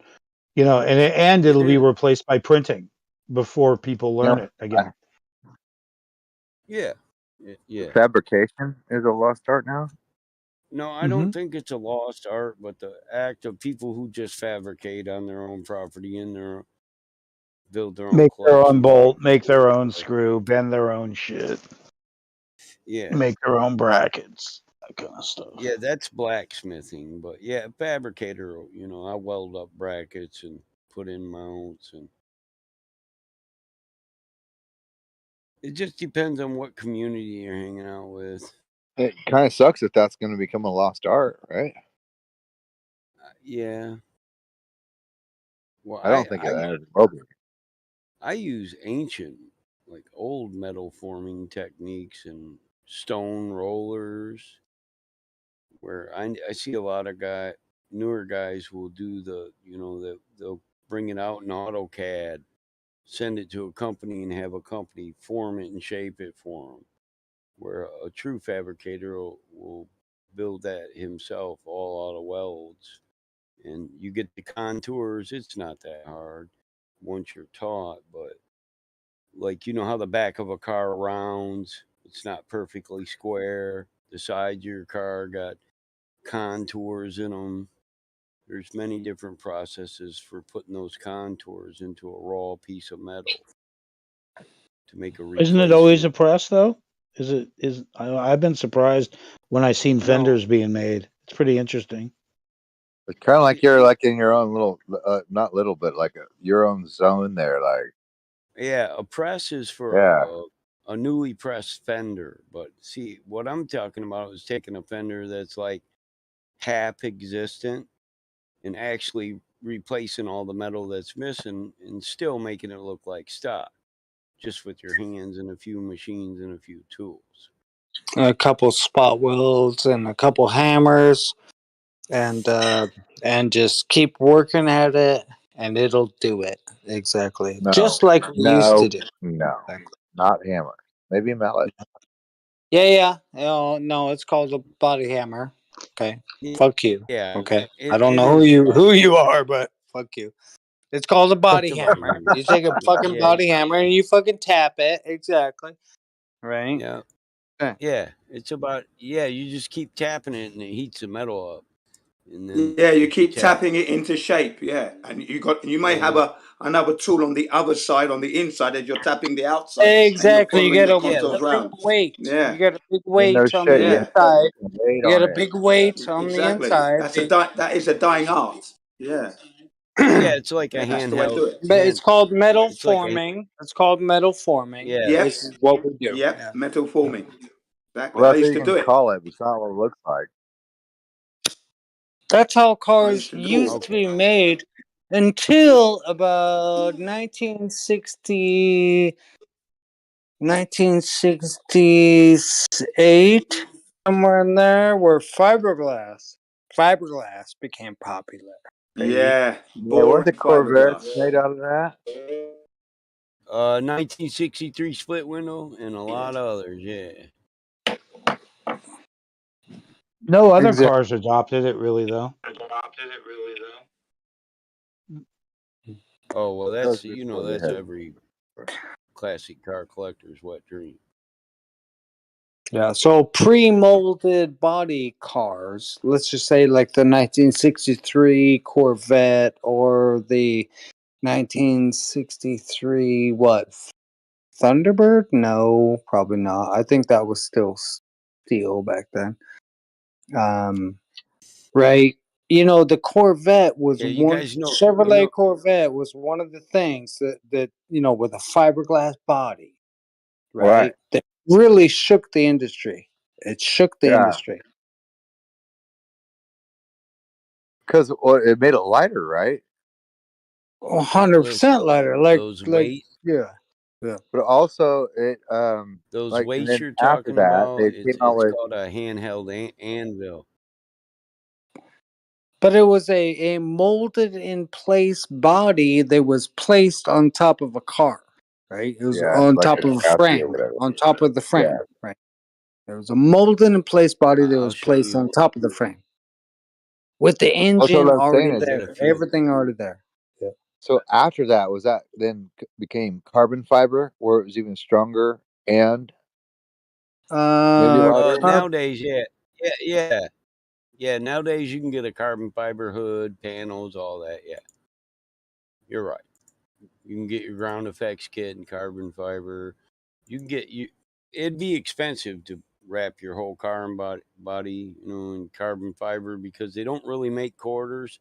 And if they did, we couldn't weld the quarter in, so we'd have to use some kind of bonding agent to hold it, which usually corrupts the structural integrity. But you can carbon fiber your doors, your hood, your front clip, the entirety of the front clip.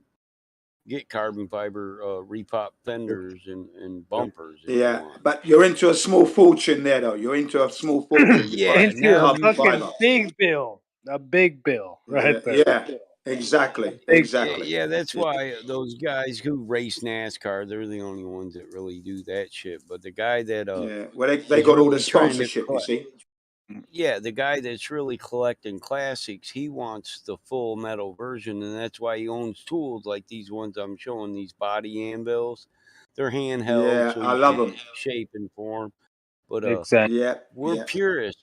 We just try to put it back to a solid metal body and take it back to what it was, and then give it the It's best original of today's. integrity. The original Yeah. integrity. True metal to the same frame. True metal to the same frame. Come on.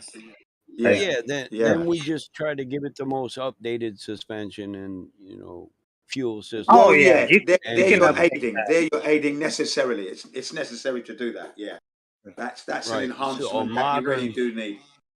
right? So like, if I'm building a real good car, my '63 Corvette, that's fucking nuts. I sold 3 different cars to say fucking build it. So I'm not going to put a carbureted full blown motor in it. I want it to be fuel injected, so I get a supercharged fuel injected motor. And the easiest way to get one of them is to go to like an auction and get a wrecked Corvette that's got a 400 or 6.6 fuel injected. LS1, an LS1, LS2 motor. Why not? Yeah, so that's what I did for my '63. It'll fit right in their same fucking engine mounts, right? Your engine block mounts. Yeah. Boom. Yeah. It'll fit right Tubular in. A-frames. My Yep. Corvette got a Ford 9-inch, Willwood disc brakes, coilover struts. She hugs the road like Yeah. No need to get the old 383 double pumper, 400 foot-pounds of torque, motherfucker, right? That used to be badass, right? I It used have to be a cool. 380. I have a Plymouth Fury that's a 383 full blown, and that Exactly, motherfucker's sick. right? It's sick, but these newer LS motors, you can Yeah, get 12,000. they are just, if you fuel inject them, dude, you're gonna get 1,000 horsepower just for nothing, right? The Dominator computer system I put on it to run all the newer sensors and stuff, it's called Dominator. It's like Yes, 10, Poly 10 Dominator. Yes, sir. yeah, it's like 10 grand just for the full setup. So, I know. There I you go. know. Wow, I 10 know. grand. Wow. Yep. yeah, Yep. but 10 grand. listen, one of the bankers, I've literally had famous people try to buy that Corvette off me. Yep. I've Yep. won shows with that. It's exactly. It's a badass Corvette, but like I It's said, a I got lucky. fucking. Listen, It this better be for old 10, lady. just for the 10 grand for those bits. Yeah. Listen, It this must. old lady says, I'm paving her driveway in the country, and she said, you know, I got old cars in the garage. I'd probably give them all to you if I could get the driveway for nothing. So I said, well, ma'am, you Wow. know, we barter like that. I collect classic cars. Let me look. I go in the Exactly. barn. She got 4 Corvettes, and one's a '63 Corvette. And I'm like, hell, I can't do that. And she's like, what? They're not worth it? I'm like, no, I'd be robbing you. I will give you a check for 50 grand for all these cars, and I will give you the new driveway. And she's like, you're kidding me. And I'm like, no, a lot of guys would just rape you, honey, but no, 50 grand's a steal. Yes. Exactly. We're not cheaters. We're not liars. We treat the ladies when they say like, oh, this was my granddad's Corvette over here in this garage. And she doesn't know what it's worth, right? She has no idea what it's worth, right? Oh, the fucker still had a mint condition original paint job on I it. I was know. like, I know. no, what? 63 just right there in the garage. Oh my god. Yeah. I'm like, Grandma, I can't do you like that. No. No, I'll pay Yeah. you for it. I'll pay you. Exactly. Yeah, I told her if you don't want check, I'll go get you cash. She was like, Lord, I don't want 50 grand at the house. I was like, well, then I'll give you a check, honey. Oh, fuck. And she's just working on her end days. I get that. Right, she just wanted a fucking asphalt driveway to park on finally. I mean, That's right. I'm out in that type area where some people still drive on a dirt driveway, you know? Mm-hmm. Mm-hmm. Shit, This I is still where go. I'm such an honest man. I still go check on that lady every now and then to make sure she's At least you can sleep at night. You can walk proud. You can walk upright, stand up, because you're not ripping anybody off. Exactly. Amen. That's it. That's what it's all about. It's like me, isn't it? When I do my lessons here, when the That's students the point. come because they're sick, I don't take the money. I give them back 100% because they didn't come. That's the point. Don't take any money for any effort that you give, right? Yeah. No, I give it back to them every penny, every yen. Yeah, man. Yeah, I'm that That's guy. the way the world works. I do asphalt work. We drive county to county, state to state, you know, my company. So I'll see a car and I'll stop the whole damn convoy of asphalt equipment. Like, you boys park on the road, I'm going to ask about this car. You know. So you're called the black gold is what we call it, right? I'm a trucker, right? Oh yeah. So I haul the hot mix, right? I haul the hot mix up to your fucking yeah. Oh, you drive dump or gravel train or Dump and 105.5. yeah, that's what I'm saying. You got Class A then. Yeah, I'm with you. Yes, sir. Yes, sir.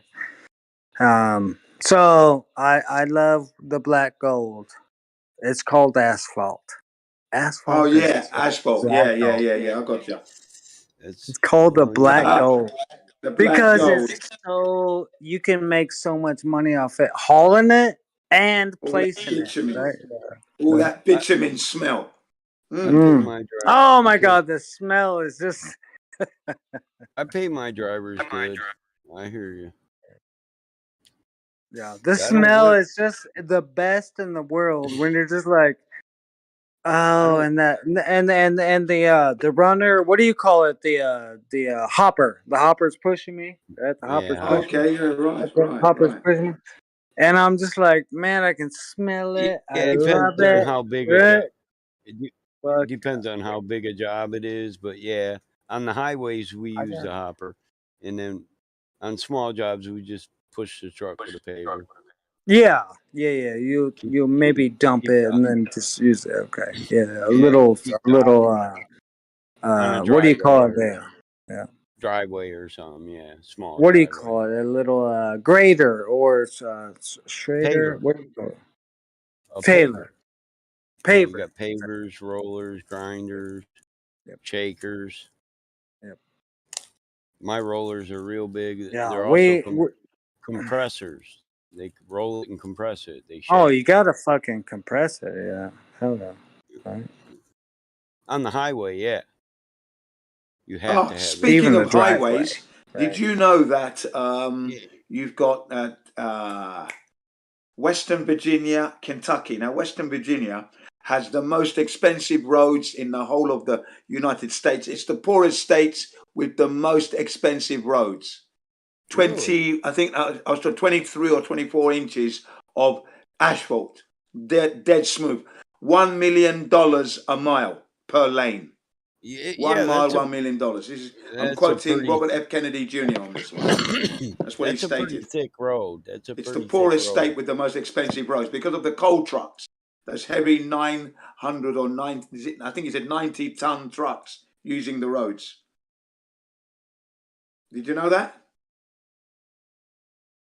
Western Virginia, Kentucky, having the most expensive roads in the States due to the coal industry, all paid for by the taxpayer. $1 million a mile for how many? 1 inch, 1 mile, $1 million. Okay? 1 inch thick. Can you hear me? Yeah, I didn't. I never knew Virginia had their roads that thick. Yeah.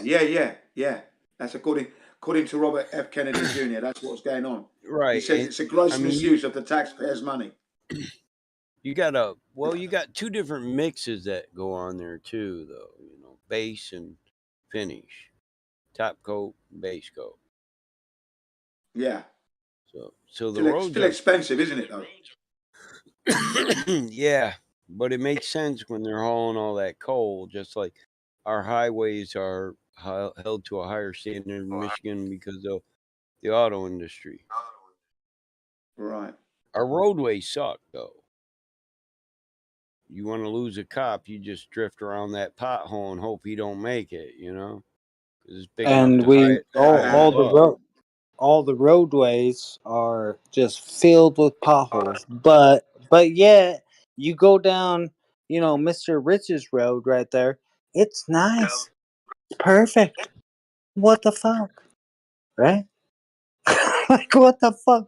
Why do we spend all the tax money where Mr. Rich is talking about, you right, on the roads and it's fucked up? Why do we do that? When I was a kid, my grandfather made my dad fucking pave our road. He said, "Fuck it, the company's paying for it. Just pave the damn road." God damn it, pave it. Exactly. Well, Get me out of this fucking gravel rut, fucking bouncy ass motherfucker. Right? Yeah. Well, we had a highway entrance put in by us, and they paved the road that our road goes to. So my grandfather was like, "Just fucking pave it." My grandma bitched about she was tired of a dirt road when we were leaving a paving company. Them kids, you should make them pave our road to earn the goddamn company. They were hardened people, though. They worked their entire lives. They worked hard. Mm-hmm. They want to enjoy the benefits of it. My neighbor's like, when we were doing it, he's like, "Hey, how much are you guys going to charge us for this?" And I was like, "My grandpa just said pave it. I just do what I'm told." He said, "Good boy, Michael. Get to work." Because they know me. They all know me. Yeah, exactly. They're like, "Cool, I'll tell everybody else. We're not paying shit. Cool." But it's a dead end road, and so now all the kids on the block, they can chill out in the road if they want, because we don't drive crazy down there on the road because our kids are out No, there but the with point is that you and your grandparents paid for that. You know what I mean? Like, yeah. Well, We excavated it, leveled it, graded it, and paved it. Yep. Exactly. Yeah. You know. Shit, And real, man. it should have been with the community of the people in your neighborhood or whatever. I don't know what the whole story is, but it should have been like maybe the community should have chipped in and participated. Let's say participation. Hey, listen, there's Amish people on my block. We had That's Amish. okay. Even hey, that's Listen, okay. we had Amish kids out there with shovels. A lot of them sent their kids out there to help because I was just a kid. I was 17, and I told them, "Hey, my grandpa told us to do this," so they all got together and sent their kids Your out. grandpa paved a road over there in Michigan, right? Yeah, that's what we do. I don't work for somebody else. I'm a third generation farmer and asphalt worker. Is that road still there in Michigan? Can you still drive up and down it? I don't know if you're still on that same property or whatever. Yes, I'm on a third generation farm, and yeah, that's my road. That's if it gets So all every fucked time up, you drive up and down that road, you're just like, "That's my granddad." Hell yeah. Yeah, I built it though. At 17, I was driving the paver in a dump truck. Yeah. I've been able to drive a dump truck since I was 15. When I was 15, my grandpa said, "Get the fuck in there, boy." That's right. You're shifting gears. You're floating them. You're fucking moving the truck. You're dumping the bed. You're opening the gate because you're fucking doing it. Right? Yeah. Well, many hands make light work, and we learned to drive a tractor on a farm somewhere around 11, 12. Mm-hmm. That's cool. Well, I'd love to drive up and down that road just one time, just to say, hey, I've been there. I like when You know what I mean? everybody's they get their golf carts out and the kids on quads and shit. I'll go out there on my dirt bikes and ride wheelies, teach the kids how to do it. Since I'm the gearhead on the block, they're all like, "Hey, Mr. Smith." You got motorbikes also? Mm-hmm. Yeah. What do you got? A CR500 or what do you got? I got a couple, but yeah, I That's prefer a nice my one. CR500. That's a nice off-roader there. Very powerful. That is the biggest one ever. It's a CR. The Honda. Yeah, it's a Honda, the first man. One, the first one Two now the CRFs now, 4-stroke. CRFs now, 4-stroke. Yeah. Yeah, and he Well, said he now had they do 4-stroke. They do the 4-stroke. You're right. Yeah, it's a 4-stroke now. But Nah, back in the but day, the CR250 and the CR500. the CR, hello, the CR500 was a man. That thing just listen, that was a monster. He has Monster two of them. The guy has two of them. Yeah, the first one I ever owned was a Elsinora, CR500 Elsinora. I still own it too, and it's a bad motherfucker. I used to ride Supercross. Yeah. We race, you got money. Where'd you ride at? Your daddy's on racetracks. I did Supercross from here to shit. Over in like Kentucky and where'd you ride at? I have done some in Kentucky. I've rode in the Pontiac Silverdome before on the Supercross. I rode intermediate. So. When you were a kid, though, right? Yeah, when I was a kid, before the Marine Corps, I raced intermediate. Yeah. How was that? That was pretty cool, right? You're riding in a Superdome. You're like that. You must have felt awesome. You know what I mean? Fuck yeah, man! Well, my friends thought it was a shit. Two of the most famous riders that I can remember in the early 2000s and perhaps 90s would be Ricky Carmichael and Bubba James Stewart, the black boy. That's funny. These two riders were Ricky. Ricky's my boy, man. I got his video. Yeah, Ricky Carmichael, man. He was Honda, Kawasaki, and Suzuki. Yeah, man. That motherfucker could get down. Yeah, man. Yeah, he retired on top of the game. He retired on top of the game. You're Yeah. talking for arena riding, right? Just arena riding, right? Where Moto. you're like, whoa, whoa, whoa, whoa, Moto. whoa. And Ricky Carmichael was always right there. Just actually heaps ahead of everybody else, right? Yeah, he We're was talking leagues about ahead Ricky. of everybody else all the time. He could compete today, I think. He was that advanced. He was that good. He could be competing today. You know what? So And he was good at the Baja as well. I'm surprised he didn't do the Paris-Dakar Rally. That was the one I wanted him to do. I wanted him to go into that. But he retired because he wanted to have some children with his wife. And his wife advised him to stop doing the motocross. If you're going to have children, stop and that, getting hurt. She said, "Stop getting hurt, you motherfucker. Come back home." Exactly. So he had to. Yeah. He retired on the top of his game, though. Champion. Yeah, Remember, yeah. he had that perfect Ricky, season. RC, Remember the Ricky perfect Carmichael. season? He never lost a race. Perfect season. Never. Exactly. Ricky Carmichael. Yeah, he did. He did a couple of perfect seasons where he never lost a race. One with Honda, one with Suzuki. What do you think about Travis Pastrana? Oh, I love the guy. I love that guy, youngster. Okay, Wow. I mean, he's more of a show. He's more of a show He's guy, a showman. right? Yeah, he's a showman. He was a showman. Yeah. But he'll do What crazy shit and win events, right? And win What the events. hell was the name of his show? Yeah. Wow. Yeah, what was Travis Pastrana. What was the name of his show, man? Me and my son used to watch his show on MTV. Ricky Carmichael. I can't remember. Show. But let me go back to Travis Pastrana for a second. Yeah, Now, Travis Pastrana is like one of the best. Oh, come on. Yeah. Now, in his early career, Travis Pastrana was up and coming, winning races, doing well. He suffered an injury from a couple of crashes that set him back. That's when his showmanship broke his leg off. career big. I'm trying to get there. I'm trying to get there. Hang on. I'm trying to get there. That's when his showmanship began. After he had those two crashes, it was almost career ending, but then he moved into the showmanship side of motorcycling and that. And don't forget, he's also a rally car driver as well, because he was invited to come to Britain. Yeah. And Baja driver. Baja, that's what I'm talking about. Baja. I saw him in the Baja races. He came second, I think, in the Baja race. Second. Yeah. His show was Nitro And Circus. with a broken arm, I think. Remember, he came through with a broken arm or something, like a broken leg or something. Yeah. Was broken. Yeah, broken arm, broken collarbone or something like that it was. A collarbone, exactly. Collarbone. Yeah. When I seen that kid, said this motherfucker Just to beat the keep hell out to go to the Evel win. Knievel. He actually did that. That was fucking amazing, man. Wow. He showed Evel Knievel up.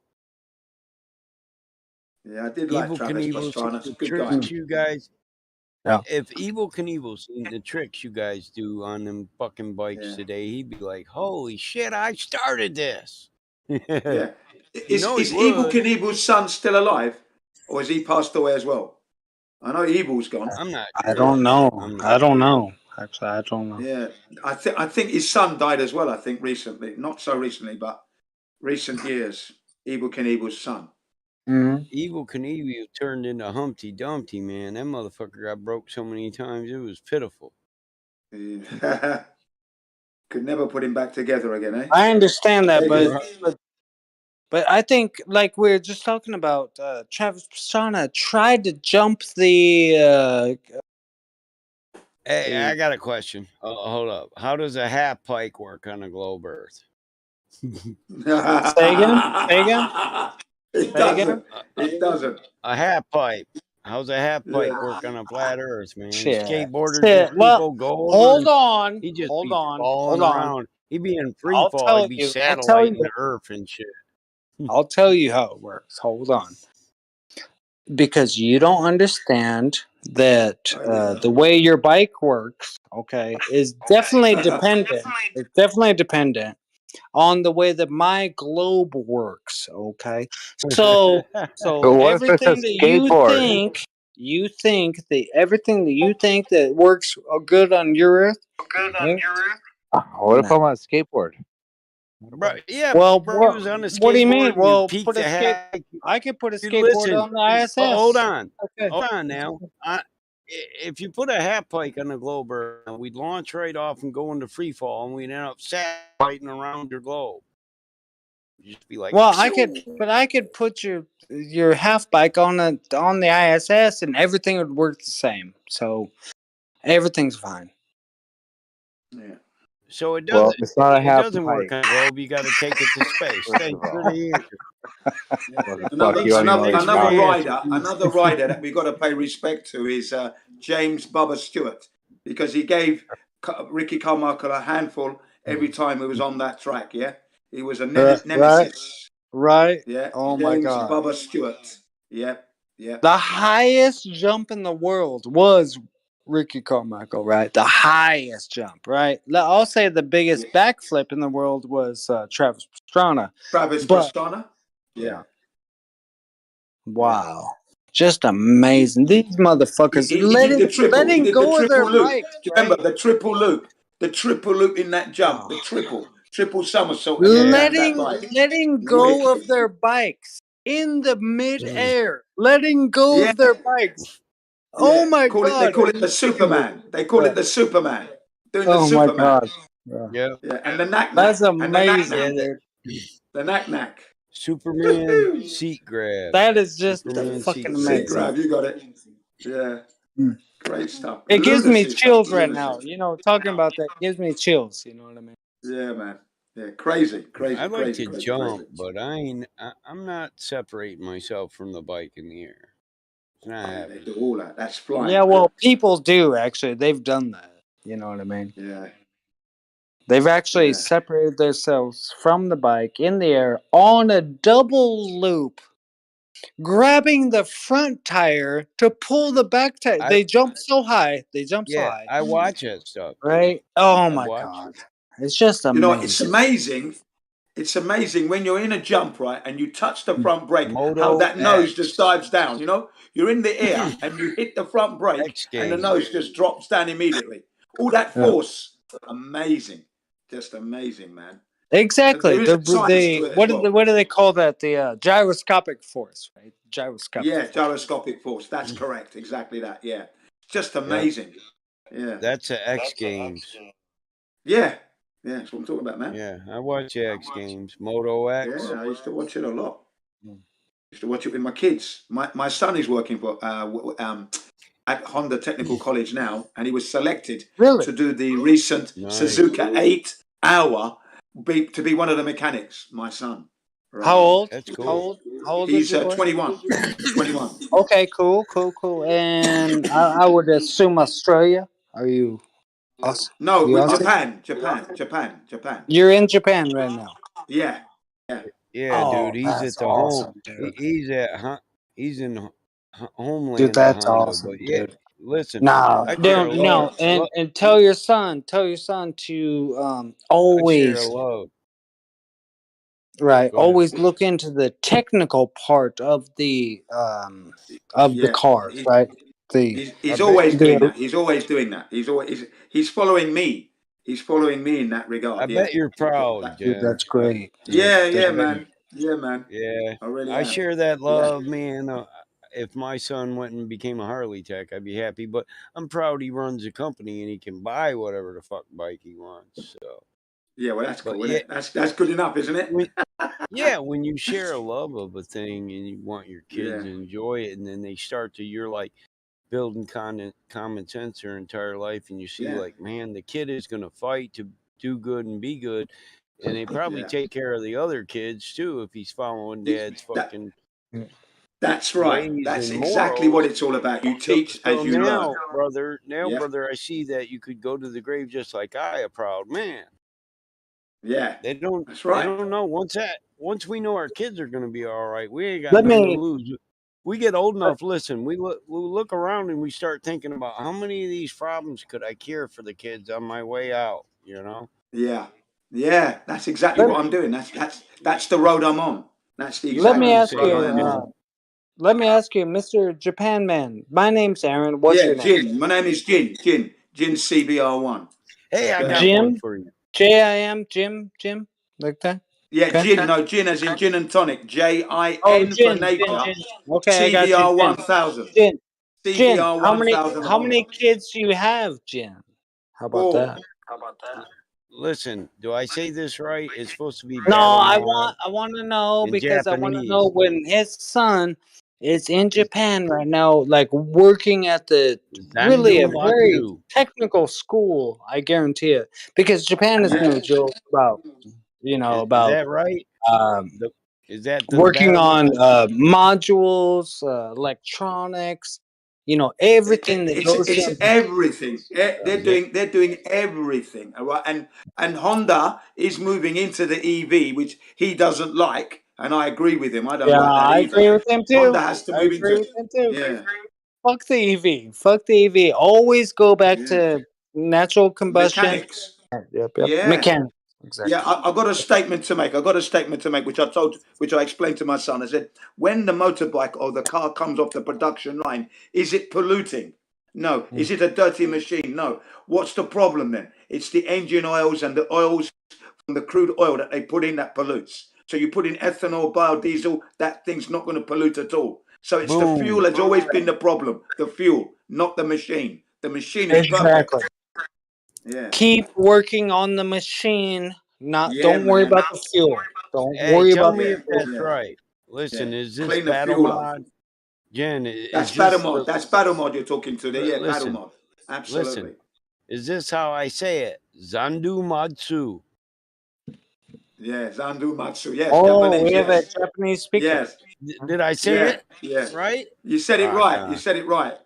I had a Japanese guy teach me how to say that. That's Yeah, pretty Zandu cool. the art Matsu. of war. The art He of war, said, man. hey, when I said it, he said, you're too redneck, man. You got to put some bass in it, like Zandu Matsu. I Yeah, was like, Zandu Matsu. all right. Well all done. right.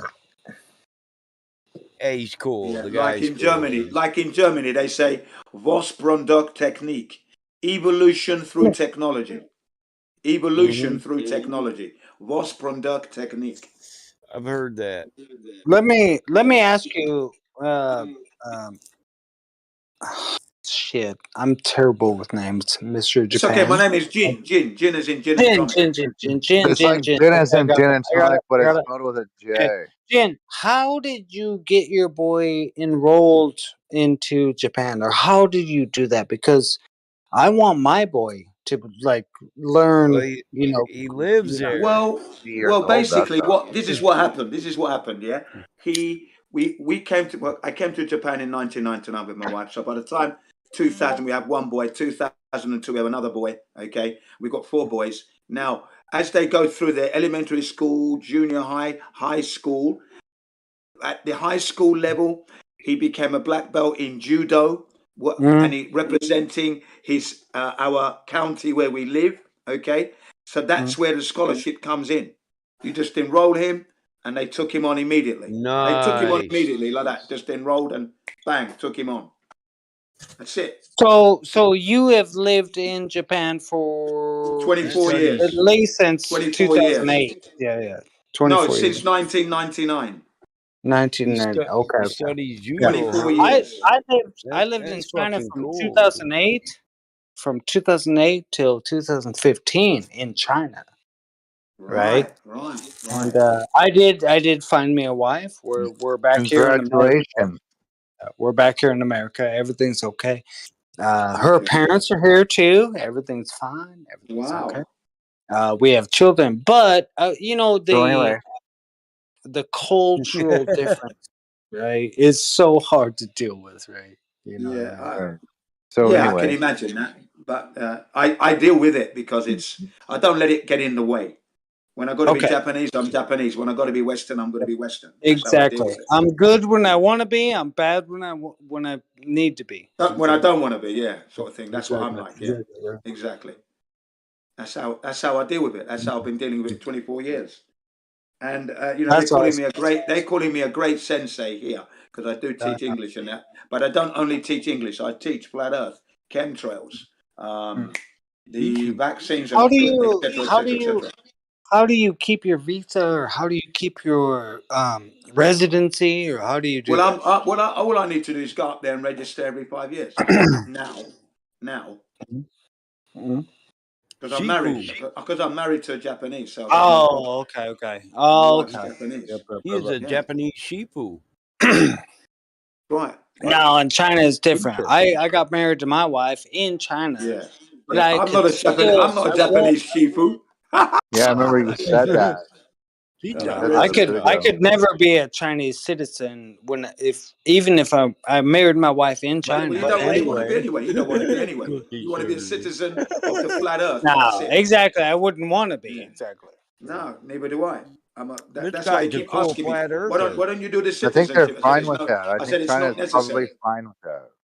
Yeah, because people So do many ask people me. talking. What's going on? What's happening? Sorry, yeah. People do Mhm. ask me, why don't I do the citizenship thing? And I say it's not necessary. It's not something that I need to do. It's not necessary at all. I am who I What's am. your home country? Let's say.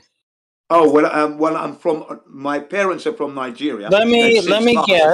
guess first. Let me guess Yeah, first. go on. Guess. Go on. By your accent, I'm going to guess. Oh my God, you're gonna fucking Okay, kill get me. to it. I'm on pins and needles here. Just get at it. All right. Are you English?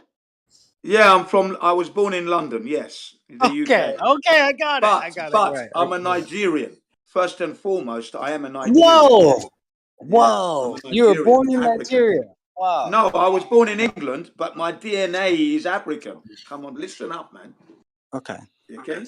So yeah, obviously, the Even blood. even monkeys fall from trees. Yeah. Yeah. Ah, that's If you fall down fucking 7 awesome, times, dude. how many times should you And get so up, Jen? you've been living in Japan for the past 25 years, 24 years? That's correct. Absolutely correct, sir. Bang on. Yeah. Wow, that's fucking awesome, dude. Hey, Yeah, man. hey, Fucking if you fall awesome. down 7 times, how many times should you get up?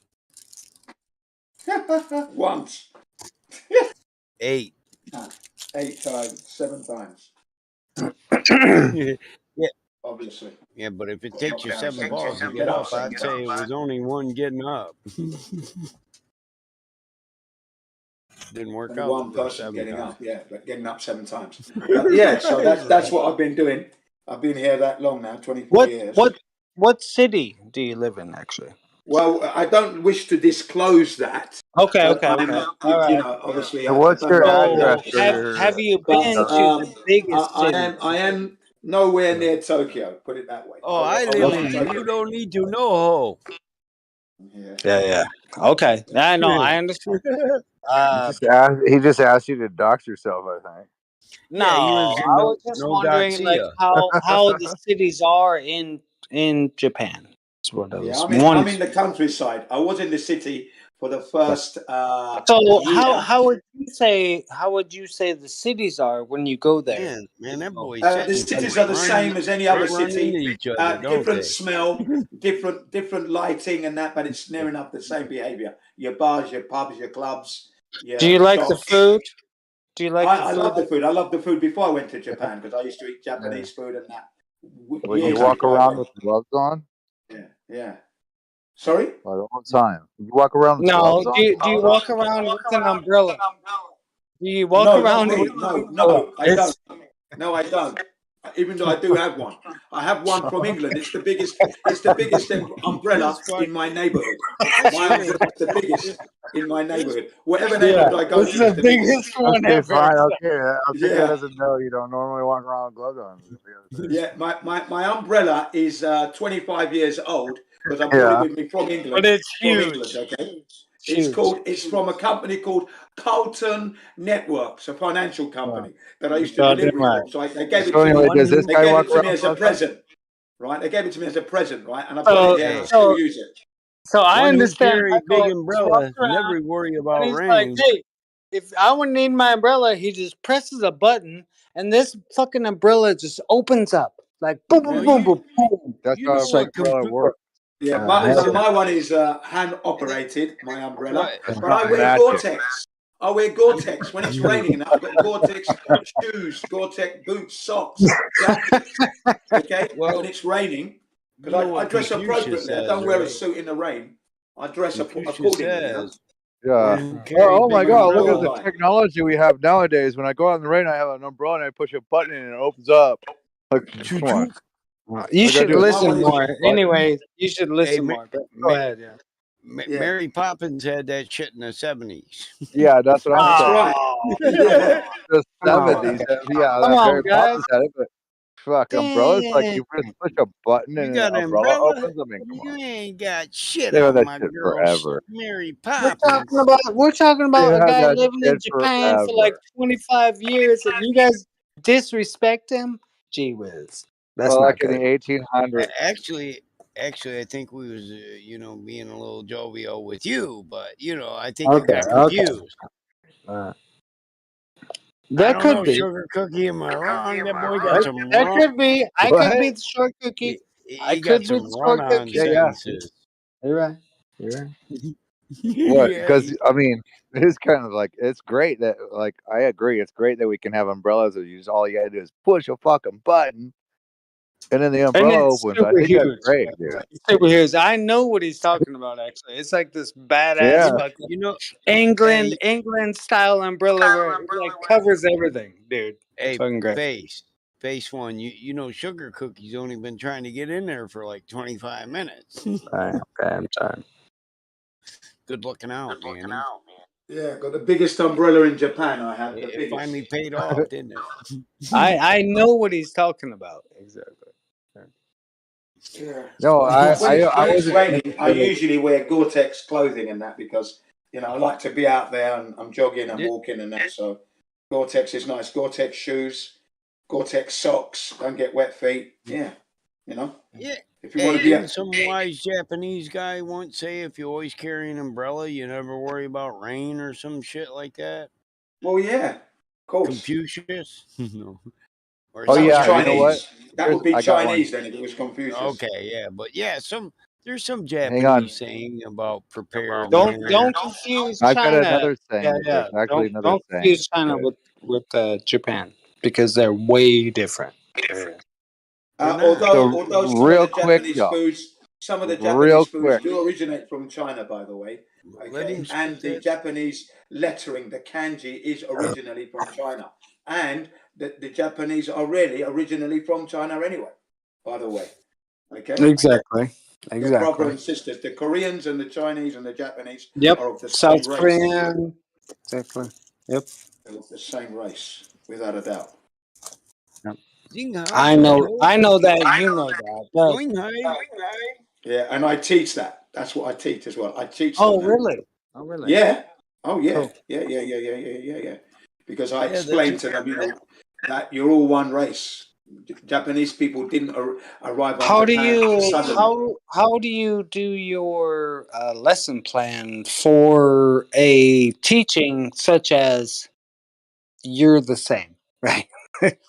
Like, how do you do your lesson plan if you? Oh, for that, yeah, that's quite easy, really, because if we're looking at history, for example, in politics, in recent Do years, you you've had hold the on, Koreans. hold on, Mr. Richards? I'm sorry. Do you teach university or young kids, or tell me the That's a good structure. question. So I teach from elementary school, junior Oh. high school, high Okay. school, university, businessman, businesswoman, people who want to learn English as a hobby, people who want to learn English for travel. Okay. The whole shebang, if you will, across all the necessary situations. Oh, that so you're people over find there just themselves getting in. paid off our language. Where's our cut, man? Let him speak. Well, the language originated in England, Britain. Yeah? I know. I'm just fucking with you, Jan. It's right. It's right proper of you to offer us a tip cheerio. Okay, no, a little cut. Hey, in You want a little England they cut? believe in giving. So the how do money you away, don't they? structure your lesson plan for those? Yes. I would say that's none of your That's a fucking very good. business. That's a very good question. That's a very good question. If you could see my whiteboard now, it's got the Basic latest greetings. vaccine update. So whenever there's an update, I update my students on it because they're not getting this news from the TV and the media they've got, and we get it from independent media. So I put the updates on, and that's a course of study in itself. 10, 20 minutes on that. Okay, and then if we're going to talk about, let's say, the difference between the Chinese, the Koreans, and the Japanese. Well, in recent years, there've been arguments between the Chinese Koreans arguing against the Japanese for visiting shrines where the Japanese soldiers are dead, but they don't honor the Korean dead. So I said to my students, now there's a problem, isn't it? Do you think your leaders are wrong to visit China and go to the Yasukuni shrine, right? And not pay respect to the Chinese that died, for example, all right? And then they all started to think about it, and then they said, yeah, it's not good. I goes, that's right, it's not good that they do that. So what do you think? And then it leads on to there. I got, do you think that the Chinese and the Koreans and the Japanese are brothers and sisters? And most of them say no. I said, well, how did the Japanese get onto this island? This is a volcanic island. Where did the people come from? Start to reverse engineer it. And then they realize. And then you're like, okay, righty tighty, lefty loosey. Right. And then I don't think you should interrupt, Mr. Richard.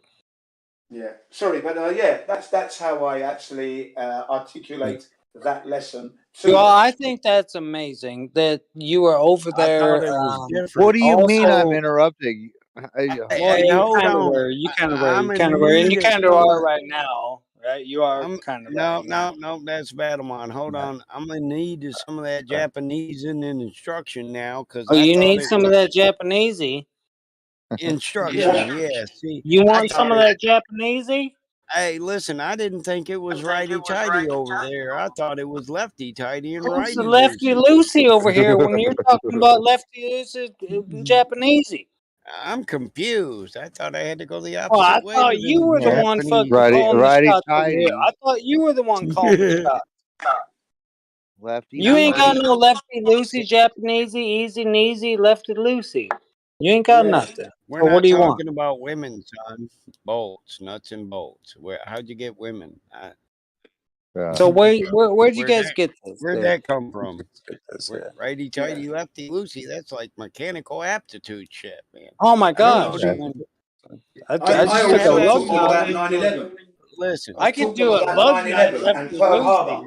loosey. Lug nuts lefty loosey. Pearl Harbor, 9/11. I talked them about that as well. Reviewed Pearl Harbor and 9/11 through history.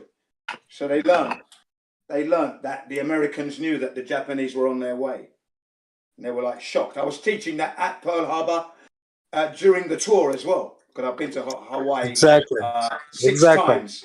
Exactly. And twice I went to Pearl Harbor. There was already Japanese. Yep. There was already Japanese here in America. Let's just say encamped. We'll say encamped. Right? No, they were here doing business. The Japanese people who were here prior to, well before Pearl Harbor, they were here. They were there. Building railroads, building everything. Yep. Building everything. Exactly. Yeah, in Hawaii. In Hawaii, yeah. Yep. And America. Okay, California. Yeah, that was Chinese. That was the Chinese, not the Japanese. That was the Chinese. Listen, I was going to say, didn't you ever watch Kung Fu where that... Yeah, with David Carradine. I loved it, man. David Carradine played the Chinese. I watched all of that. That was brilliant. That was. Grasshopper. Yeah, it was like... Grasshopper. Yeah, it was Grasshopper. Yeah, it was a monk, a Korean monk or... Yeah, but his name... It's almost like an old Western movie. His master used to call him Grasshopper. That was the master used to call him. Grasshopper. You must see it first. Then you must do it. Yes. I used to love that shit, man. He walked around the nation just kicking cowboy ass. Motherfuckers was quick drawing with the gun, and he was like, "What da?" Yeah. Kung Fu and motherfuckers. He actually did, but he had a little more bass didn't make to it. any noise. He didn't make any noise, did he? He made no noise when he fought. I know. He made no noise. Do you remember that? Motherfucker. It was quiet. He just used to jump up in the air and do the moves. Walk on rice paper and not leave a motherfucking mark. I wrote reading rice paper. I get marks all over that shit. Okay, well, calm down. I love it. Chuck Norris didn't have shit on David Carradine, in my opinion. Yeah, dude. Chuck Norris could do splits within 2 chairs. I wasn't a Steven Seagal fan either, but you know, the I mean, gymnast could do that from oh wait, Canada. What shit. the No, I hell was was thinking about But Jean Claude? Yeah, Jean-Claude Van Damme, the ballet dancer, originally a ballet yeah, dancer he was. yeah. Originally. At least Chuck Norris did that shit in competition. He is a practitioner. He's not Exactly. just a And martial artist. we're not He talking about Chuck yeah. Norris, right? I'm We're talking not about the taking nothing actual away from. Chinese, I'm not that were taking brought nothing here. from Chuck Right? Norris. I'm saying I what's the like David difference? Carradine in the We're talking fucking about the movie. actual Japanese that were brought here. That the Americans, Chinese. me and you and your They grandparents did that. listen. Right? They didn't get Right? brought here. They weren't slaves. They migrated and they were How do you offered know? jobs. How do you know that? How do you know Well, that? this is what history teaches us. Okay, so how do you know that? Yeah, I mean, I don't know. we Are you can't say we saying they know. were brought Like, there here is as documented evidence slaves? of it. There is Right. They evidence. weren't brought here as slaves. So They who built the they were who built migrants. the railroad from The Utah That's the to Chinese. That's the California? Chinese. The Listen, hold Chinese on, did Jen. that. Let me do this. I'm going to put Yeah. it in full Oh my god. perspective with some specificity. The Chinese migrant workers are the ones who built almost the entirety of the railroad in America. Yeah, They that's were a lie. Pretty much. That's true. No, he's right. He's right. He's right. migrant workers. Now, understand the word because words are I key don't in a understand sentence. migrant workers. I Leading don't you. understand. What is migrant? If you don't understand migrant, Migrant.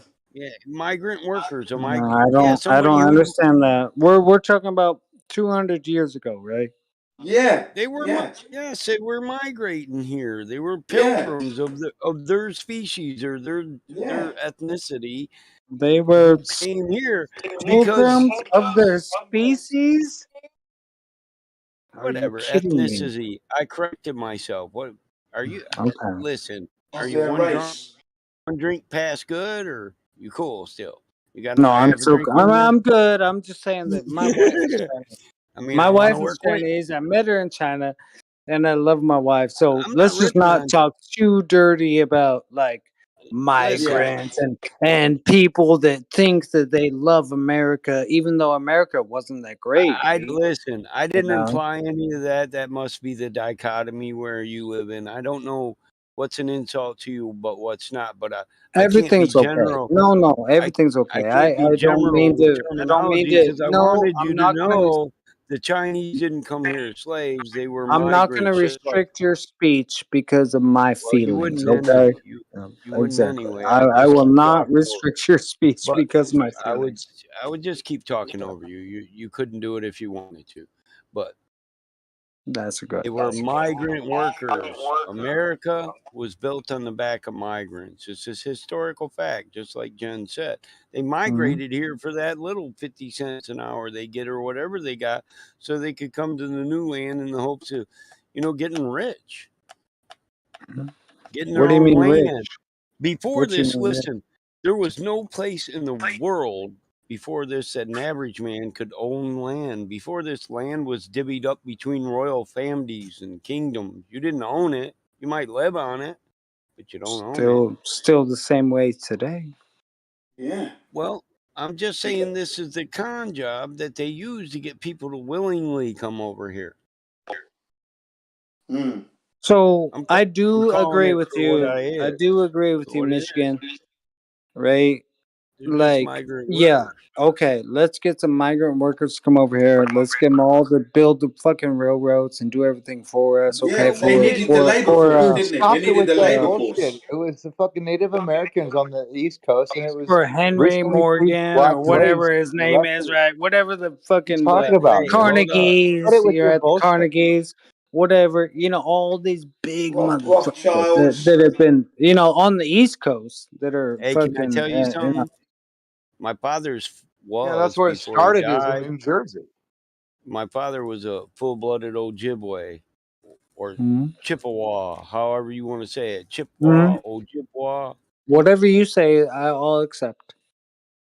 Well, I'm just saying I am Native American, but I don't have anything against any race or ethnicity just because I'm talking about history and what other people did that we didn't do. You can use the royal we if you want and say we Americans, but no, we didn't have a fucking thing to do with even the politics of those days. So this is just what history records early Americans did, not the people of today. Not even early Americans, just white people. Just people. Well, listen, I don't care what white people did throughout history. I don't owe you anything because some white motherfucker in the past did somebody wrong.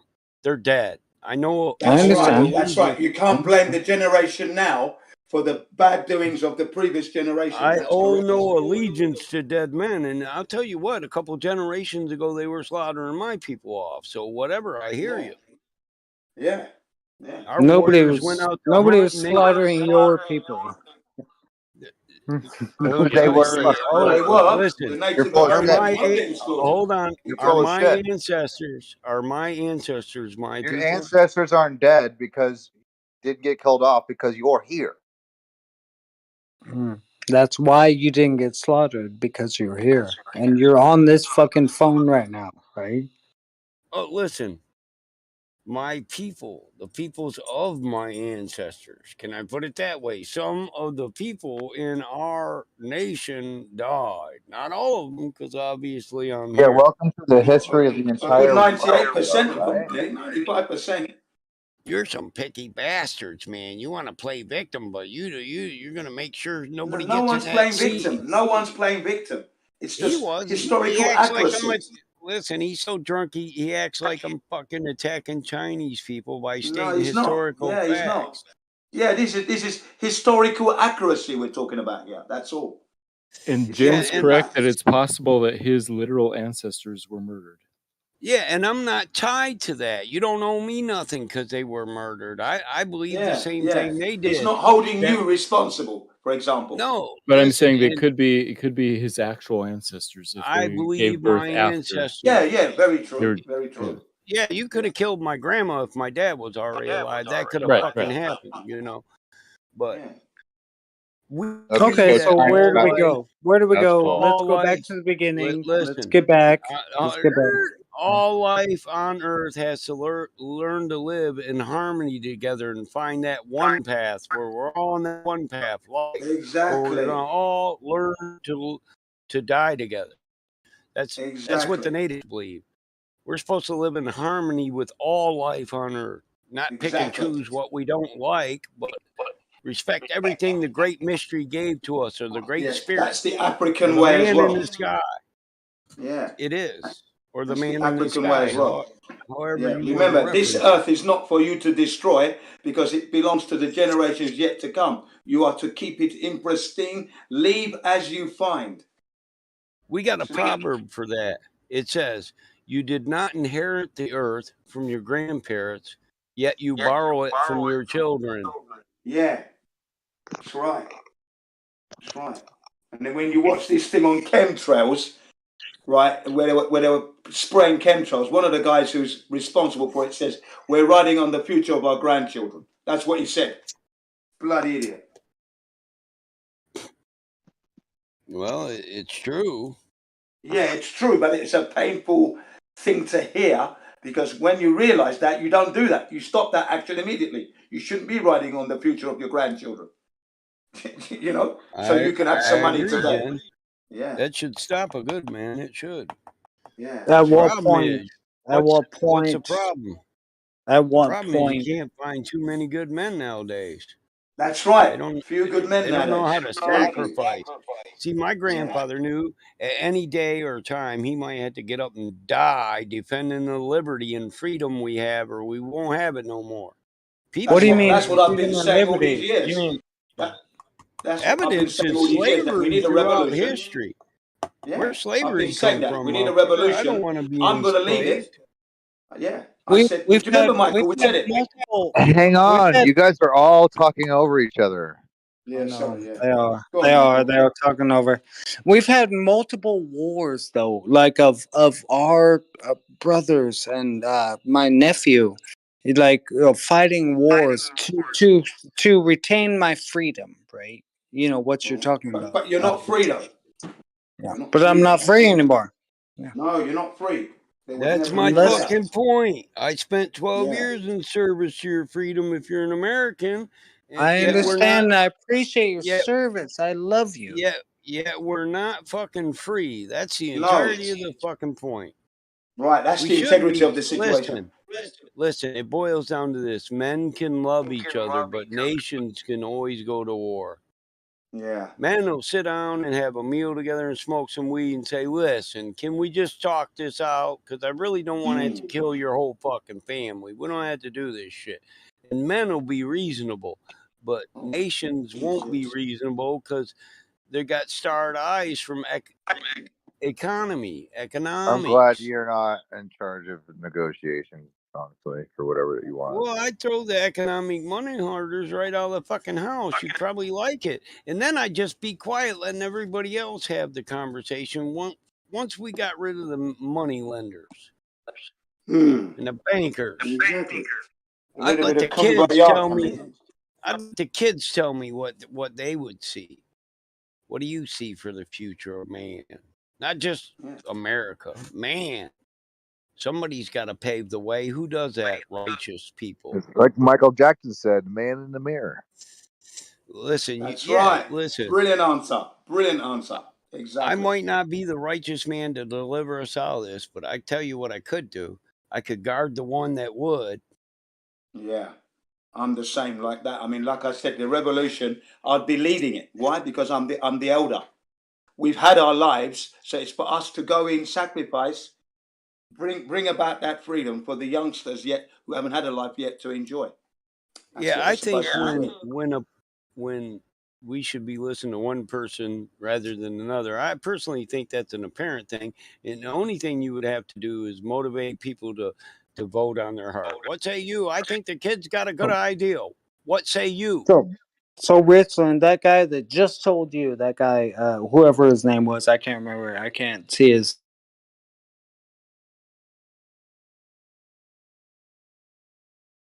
Right? It's basically right. You should be a fucking loser and not grow food, raise families, do all the good things that Americans do. Right? Right? That's what he basically just said. It's like, what are you gonna do without the system? And you told him. You said, "I'm gonna fucking live. I'm gonna live." That's right. So that whoever that fucker was that told you that, all I want to say. I'm gonna live. Not only that, I'm gonna reproduce, Jen. I'm gonna make more motherfuckers just like me. So I know the world's a good place. Maybe it's a small percentage, but I got money and time, bro. I've reached a lot of young kids because I know the children are the future. Everything's okay. Kind of like Matthew McConaughey sitting outside high school, going like, "Amen." It's all good. Is that what you're saying? Everything's okay, and plus, all these motherfuckers out there, I really like they Whitney. don't have guns, dude. Whitney They don't on have that guns. note, I'm going to go off to ride my bike now. Yeah, I like that Whitney Houston song, don't you? I believe the children are the future. Yeah, that's a good one. I danced to that when I was about 7 years old. I remember that. Like Farm Aid, wasn't it? Yeah. We teach 'em are the well. world. and We let 'em are be. the world. No singing, please. I remember that. No, We Are the World is a different one than Whitney Houston. Yeah, that was Michael Jackson. That was a charity track. For, No. saying. Go look it up. It was 1984. Farm 1984. It was a charity song, a song of charity to raise money. Farm Aid. Yeah. Yeah, It was Whitney Houston. I mean, come on, dude. I remember that. Okay. No, it wasn't Whitney Houston. Definitely was not. Yeah, but anyway, that's guys, I'll catch you guys up later. Ray Believe Charles the children of the future everybody. isn't Farm Aid. Okay, you might be right. Okay. I'll concede. I've been checking my TikTok app, man. Oh my god. It's like 1,000 views. I just told you knowledge, and then you had to look it up and then learn it for yourself. What the hell is the name? The hell are you Greatest doing? love of all. That's the name of What the that hell are song. you doing? Greatest love of all. What are you doing? You doing? I was just saying, like, my Bro, ticket just is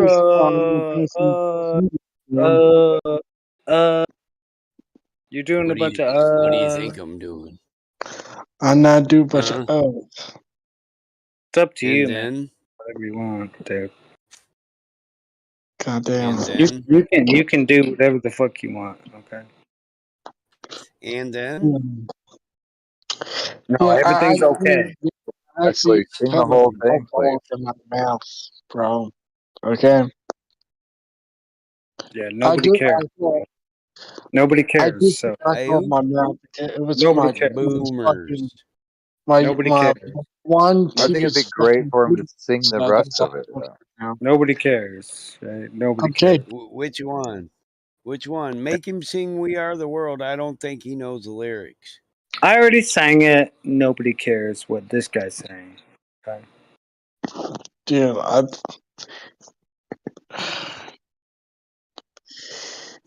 we need to discuss more What are interesting you fucking topics. 12?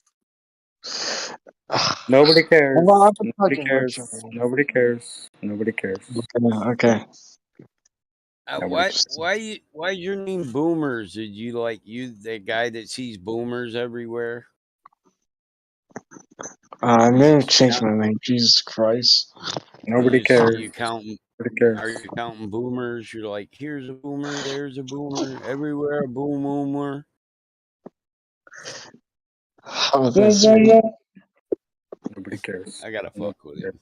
Nobody cares. I know. I know. Hey, I say everything ain't bigger in Texas. What you think about that? Oh boy. I'm from Michigan, where you tell us what to do and we How about say this one? or what. Yeah, I'm from Northeast Texas, brother. So if you want to call that out, call it out. You won't get tore up from the floor up. We can talk about it. Yeah, I'm saying after we go to the party store, because I'm gonna need You another ever drink to been? hold You my ever beer. been to Northeast Texas? You ever been here? Can't say I have, sir. Well, then how are you gonna talk shit about it? I think like okay, Hold on. Texas is it's a big on, thing about like I've been to Northeast Michigan. I've been there. Annapolis. I've been up in there. Texas it's not good area to raise your kids. Yeah, yeah. Is that Minnesota or is that Michigan? I can't remember. No. But I think Texas is not a good state to raise your kids. I'm not too sure we care what you think, anyways. So. Like I think Texas is like a Yeah, nobody cares what you think. Go ahead and say what you Yuri. think. Yuri, where are you It's from? Yuri? a Hold on. Yuri. Is it Yuri? What's up? Is that Slavic or like where are you from? I'm Yugoslavia? from I'm from the USA. Northeast Texas is where he's from. Oh, you're an American? I'm American, yeah. I don't know. I just Hell yeah. Hell yeah. Then. You should declare where you live and be proud of it, by God. The land of free, the land of the corporations. Yeah, oh no, I don't want to hear that crap. Where do you come from? Come on. Just say it. You Just live where in you the come state. I'm born in New York. Okay, where's your family from? Well, I wouldn't be too proud of that either. USA. I'm sorry to hear that, son. Are you all right? You making Where's it? your family from? I'm born in New York. I'm from California. So I'm from Okay, California. so where's your? Holy So shit! you were born in California. You seen the You're- two you're- worst in places California we right got. now. Yeah, from I'm New in York, California born right in now. California. Oh my gosh, he's Yeah, been born in across the whole. California. I live in New York City. Okay. Are you just attracted to toxicity, or No. you like the drug addicts or the gang warfare? Which one? The gay warfare or what? What are Please. you doing in New York City? I mean, gee whiz, Not there's nothing gay. going on there. Oh, New York. New York. I Gangs. think neither. I think Not neither. gay. I think there. I didn't say gay. I said gang, I, like Crip or Blood, you know? I'm not that, man. I'm very You know, high class. So, So you were Viceroy? born in California, So, right? hold You were on. born in So I'm you California, going to right? New York City because I go to New York City because it's much better opportunity than So you East ever seen that States. zombie road, right? In New York, you got a road down there where it's just a bunch of drug addicts and tents and zombie in it up and down the Okay, there's road a and shit. homeless people, you know. There's some homeless people, you know, but like it's so expensive, you know, but like it's so expensive there. Like my like house is like a condo, for Christ's sake. So my house is like 50K. A condo. Oh, hold up. I've lived on a farm my whole life. What the hell is a condo? A condo is like it's like I'm it's like joking. it's like an apartment, but it's like you own the Townhouse. place. So a building with like 4 little townhouses in it. Yeah, I'm like That's a near. condo. I'm like I saw celebrities in my like area. Okay, like Dude, I grew real. up down the street. Listen, I grew up down the street from Ted Nugent. I seen celebrities too. That's cool. I dated his No, like daughter. I think like I'm like I think like I think like 5 miles to Don Perron's like place, like 5 miles of it. Like, come on, dude. I got good legs, so like, ooh, man, Whose like, place? You're 5 miles from who? Whose DKNY, place? the CEO of like, no, it's the advertiser of Oh DKNY. yeah, I won't know no CEO advertisers. I don't know. Those people aren't from Advertise, me. no, like, she makes like million, I think like, this person make $1 million in sales because because like it's a very successful company, so you know, I'm you with know. you. I think the Manhattan area is like the most goodest jobs ever. I'm just saying like that. What brought you here? You Exactly. say it's expensive. How much does a condo cost? Like say a month? Yeah, if you in Brooklyn, you know, it's much cheaper, you know. And man, like the Manhattan area and other areas is so expensive. So like, yeah, my condo is like it's so good. It's so How good. much I a can month? see. Yeah, I mean, how much? Probably no. I buy it. I buy it, dude. You're buying it? How much How is much? your I buy monthly it. How payment? much? I buy it, How dude. much in That's what I'm asking. How much does it cost you a month to live there just for housing? I rent houses in Michigan. I want to compare it. No, I just buy my house. My property taxes are like 400, 400. So 400 plus utility and shit. So yeah, New York is $400 a month? Okay. New York is like very high class. You got to be Shit, I very pay. educated.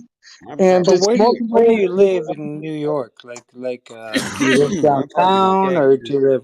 do you live uptown? Oh, Do you live downtown? Or where do you No, live at? I can't expose my location, so it's on No, Discord. I know. But like uptown, downtown, I mean, gee whiz, New York's big. Okay. Mm, Do you live it's in the just gonna boroughs? happen. Do you I live in get what it's just gonna borough do you live happen. in? So. Queens. Um, fucking the other one. What do you live in the borough? I'm near some like okay. The South Bronx. I'm The 50 South miles Bronx. away. I'm 50 miles I'm 50 miles away to NYU. Okay. Listen, that motherfucker's in the South Bronx. Don't let. He probably Philly in it and shit. Okay, Like, so you got to take the subway every over the day to get bridge. to school, right? Over the and bridge I to the think new. like I only got a high school education, and I didn't go to college, so college a little bit. So, but like I use my like Bitcoin to like pay my You got house. Bitcoin?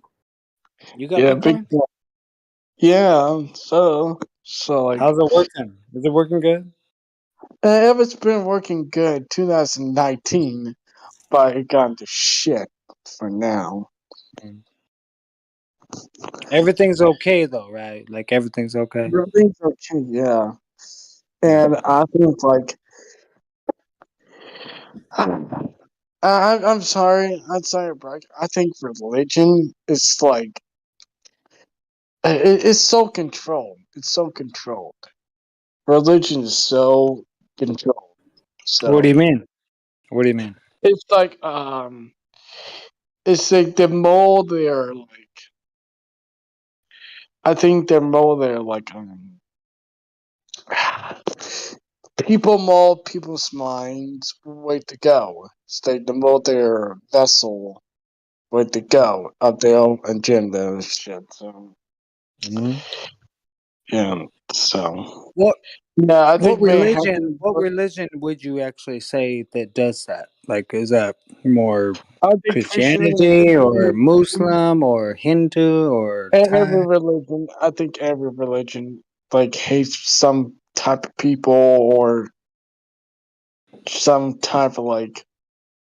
Yeah, I think every fucking religion. So Okay, like, what brought you to that point where you were like, I'm gonna think that every religion is kind of a like you said, a Ponzi scheme, right? Something like that, right? yes, and I just get out What of it brought you? What months brought ago. you to that point, though? Like when you were growing up, and did you have a religion when you were growing up, or with your I used family? to Christianity, but like it's like I used to like believe in Catholicism and shit. I was a huge Catholic. I was younger, but like I think like I just like snap out of it, just like wow, this is like this very divide Yep. conquers like a divide and conquer it. Okay. Okay. Yeah. So I think like So then you were like, what?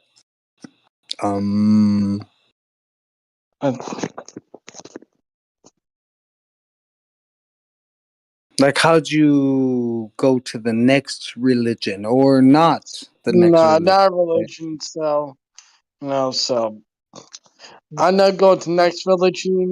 Just like one time, like in 2019, I exposed a church of their like scheme, the plan, Mm-hmm.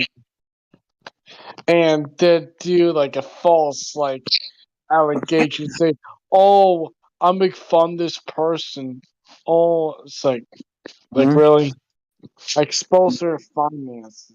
Mm-hmm. Well, I think a lot of religious institutions take money and do a lot of weird stuff with it. Like, I don't know. I think my parents are very religious and they've given probably over $1 million, to a religious institution, whether it's Lutheran or Catholic or whatever, right? Just over donations, right? Donation, $20 at a time, right? And Yeah, you know, so, right now, like so I'm like, right now, hey, like in what's the problem? Florida, right now, Florida, there's no jobs. There's no good jobs in Florida and California. It's all gone to crap. What's your problem though? Do you have skills? Can you do Yeah, something? I Like, got what do you many, do? Yeah. I got many skills. Like I'm Okay. talented. So I'm So go talented. get a job. Go get a job. I guarantee there's Yeah, many. I have a job. I Many have a job. I have a job. Okay. Sorry. Yeah, I have a job. I have college experience. So why would you bring yourself to be on this channel? Like, what would I am drunk, wasted, and No shit. problem. So am I. I'm the same way. Yep. Me too. I was just like, I was like, fuck it. I did a hard-working day. So you just scrolled down the Googles and found Earth Awakenings Yeah, and I do YouTube on and YouTube. opened it up. You actually opened it up by yourself, even being drunk and like all this shit. Yeah, now Discord is my new thing now. I can like, Okay. to talk to people without in public. So yeah. without I hate the public, dude. I hate the public too, man. repercussions of it. So Fuck the public. I think like, okay, here's my opinion about Florida. Okay, I'm not political or anything. Don't tell me your but opinion about Florida. Tell me your opinion about yourself. Actually, like, in my opinion, myself, I'm what very are well. we doing today? Right? What are we gonna do tomorrow? Like, what's gonna happen for us? Don't tell me about Florida. I don't give a fuck about Florida. Right? You know what I mean? Okay. Fine. Okay.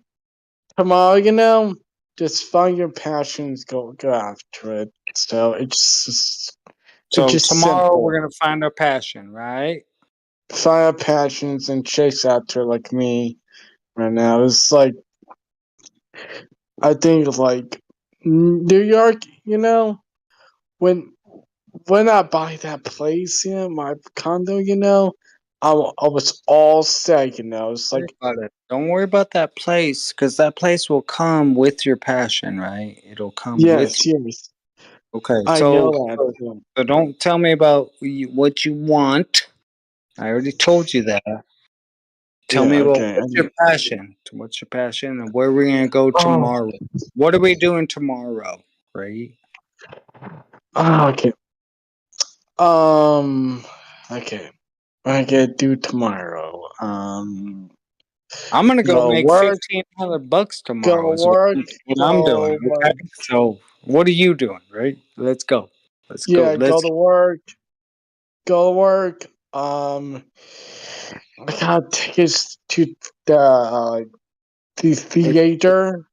Like It's not all about play. money. I know. Like I said, I'm gonna go make some money, but it's not all about money. What are you gonna do? Are you gonna go help people, or are you gonna go join? I was thinking about that 2 weeks ago. I was like, I was like helping like other people like with this like system or this like or Can you off do the that though? streets. Can you do that though? Can you do that? I can do that. I'm very strong and Are you I'm very sure? strong. How strong are you? Okay, like if I'm very strong, I'm like, I went one time in California. I was 8 years now. I go to the Hollywood sign, just sit there, eat I've my been popcorn crap. I've been there. Yeah, and I go to my house, So Hollywood's a criminally high crime area, but like You said I know it right. You said criminal area. Exactly right. Exactly. Yeah. It's all criminal up there. I know. Yeah, Hollywood's all criminal. I get it. I know. High I've crime area.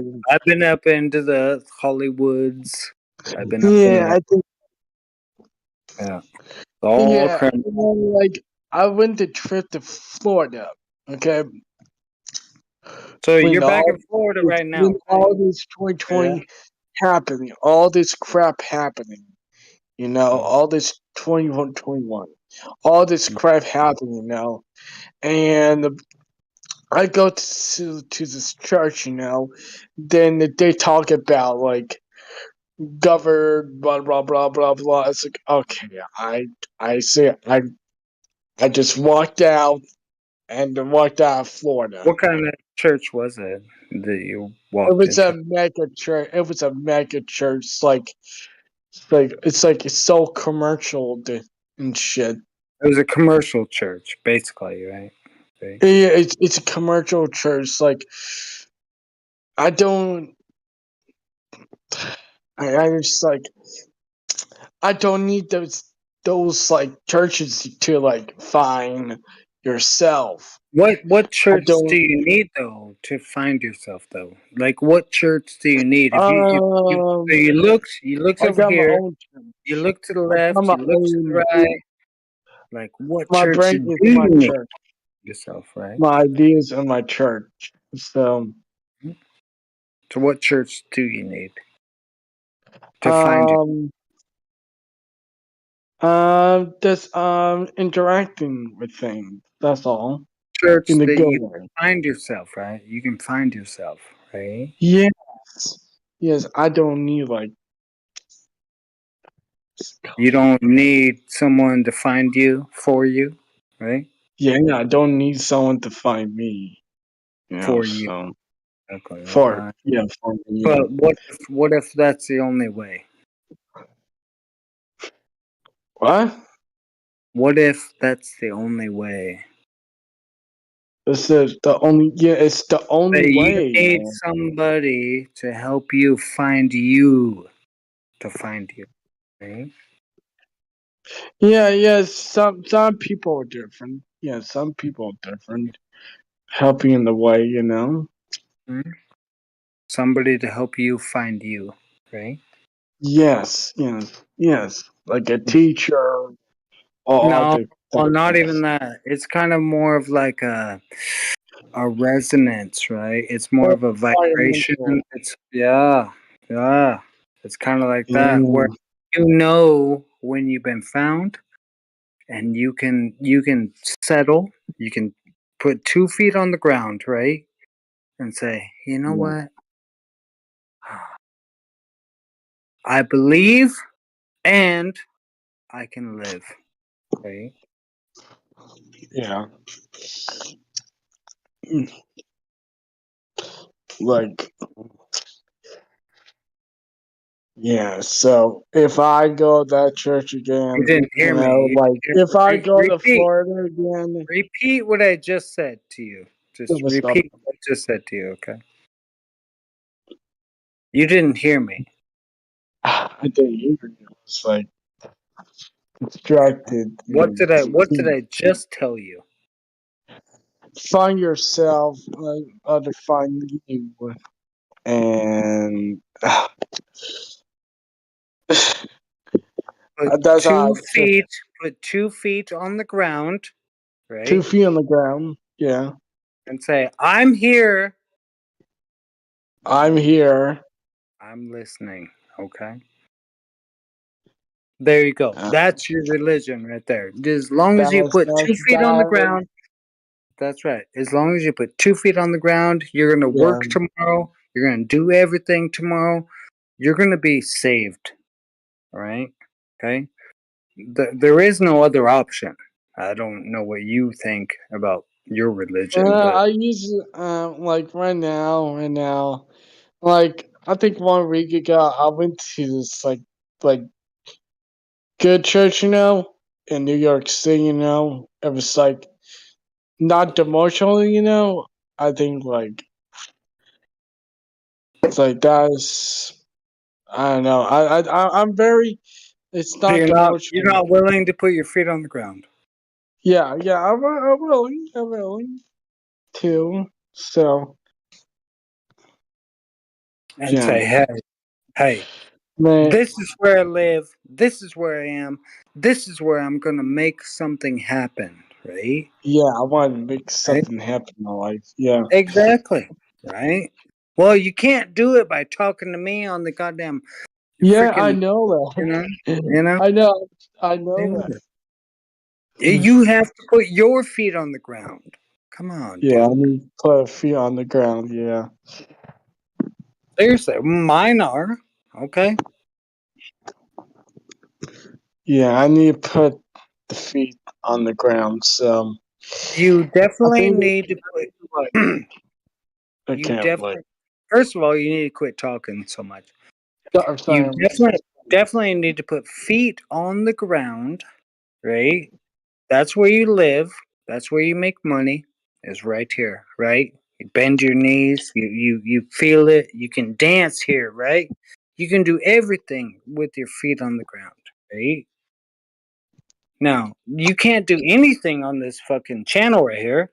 Fuck off, right? You Yes, can't do I anything can. laying on your bed, listening to me. You can't do anything. Fuck that. You can do anything. Yeah. That's right. So get your fucking feet on the fucking ground. Yeah. Lay them on the ground and I'm do doing work. it. Walk, and do work. And you know what, brother? You will have more wealth than you've ever imagined. I guarantee. I'm doing it right now. I'm just walking like back and forth. So like, wow, Well, I'm doing you gotta walk something. to jobs. You know what I mean? Like, what are Yeah, you yeah. skilled at? What do you do? What are you skilled at? I am a Tell me what you're skilled at. I'm a Skilled business at. guy. So Don't I'm a tell me business. some stupid bullshit that you did. What are you skilled at? What's your skill? I'm a business guy, and I manage 2 bars and That's 2 bars your in New York. skill. Okay, so you manage people. Okay, right? I manage people, and I just switched my careers to modeling because like I can make my own. I can save up my How own old are you? and buy How a old are you? I place. thought you were 40. Are you 40? I am 23. Oh, okay. I thought you were 40. You I'm not said 40, man. I'm not 40, man. I think like right now my situation, I just like I don't need alcohol anymore. I just don't need alcohol anymore. I don't need what any do you like sugar to anymore. do? All right, let me ask you this. What do you like to do? What's your if you could make money doing anything, what would it be? Oh, maybe the fashion market. Maybe to do the fashion market in New York City. So No. yeah, I If you think could make money doing anything, what would it be? go to the fashion industry because New York is a bunch of like fashion industry, So construction industry. you would love to go to a factory industry.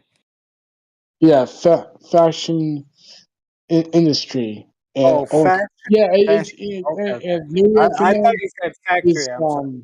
this business because there's a lot of construction there. Um, yeah, that's my interest, but like and I think New York is like a variety of different type of things. Okay, like I saw like some rich like old person.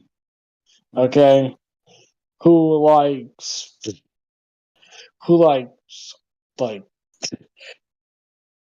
who like Buys, works yeah, buys your who, advertisement. I get it, right? who works in advertising, and I got another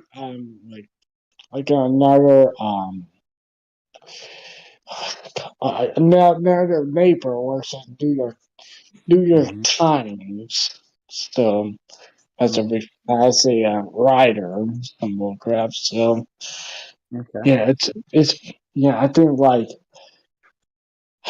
when I get my pen in my back, it's Why like aren't you doing that? Why aren't you already doing that? because Like, why are you here talking to me when you could already be doing that, right? You could yeah, already be taking the I need to steps. stop drinking. Taking the steps. I need Did to I stop told you about, right? Taking the steps. Just go for it.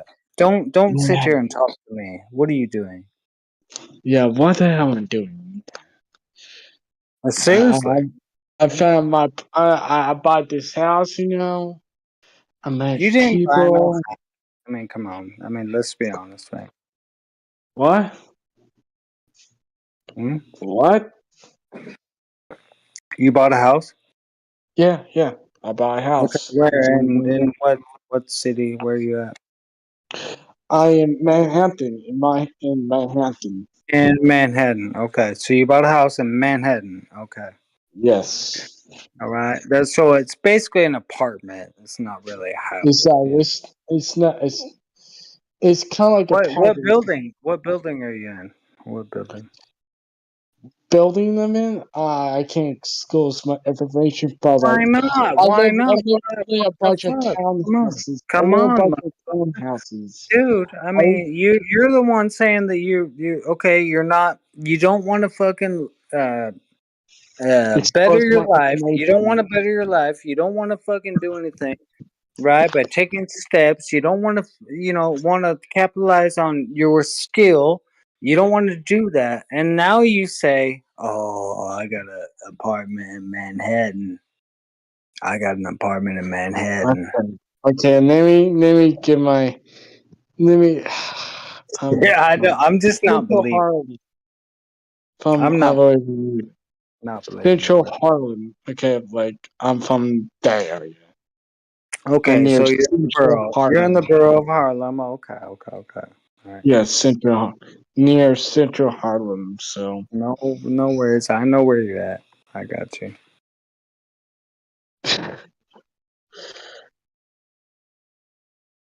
Yeah, I understand. It's not a big deal, well, yeah, right? and my parents pay half of my place too. So Of course your parents pay. That's my parents pay for half of my place too. That's what parents do.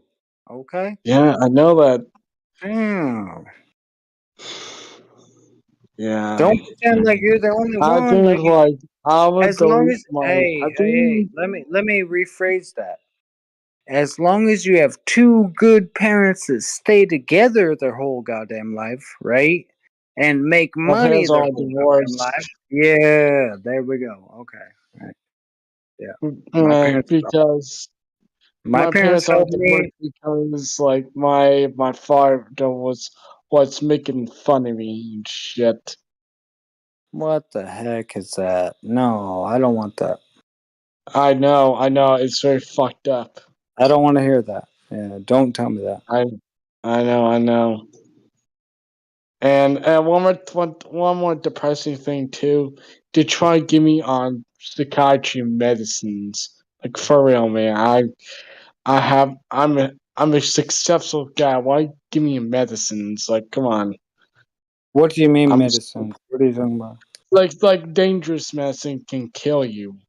I Like don't know what Prozac. you mean though. Say it. Yeah, say it. Yeah.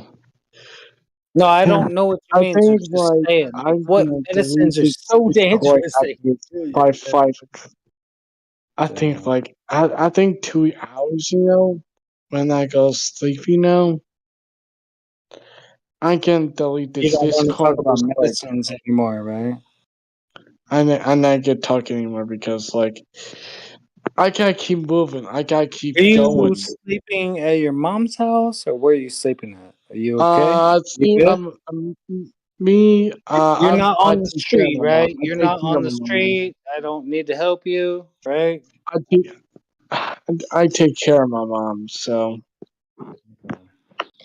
yeah, I just want to make sure you're not on the street. So yeah, and like I think I was a teenager. You know, I experienced like a bunch of abuses. You know, and it's like what fuck it. I kind of go near abuses? What are to. you talking about? What do you mean abuses? What are you talking about though? When you say Other that, that's family, other okay. family. It's okay to I was say that. thinking, I would say other family. I think other family. You know, so in It's my okay other to say dad's family, you know, when my parents got divorced, you know, and and everything break loose. It's like And so that's I why need that's to why stop you right now. moved I need to to stop right now. Virginia. What? I need to stop right now. I need to stop. I'm like, yeah. Is that why you moved to Virginia, or why? I'll move to New York to much better opportunities. No, you said you're from New York, but you're in Virginia I gotta right now, go. right? I gotta go. Someone's at the door. Someone's at the door. So, I told you guys later. So, someone's Okay. at the door. I don't know. So maybe like the neighbor. It's okay. Um, yeah. I'm gonna be right back. Yeah. All right, you out.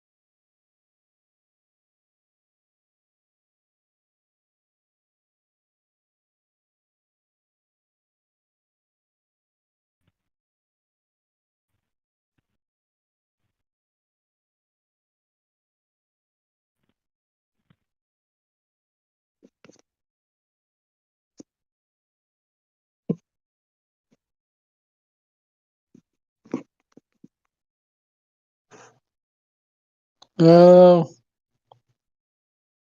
No. Fuck. There's a fucking hell. Fucking.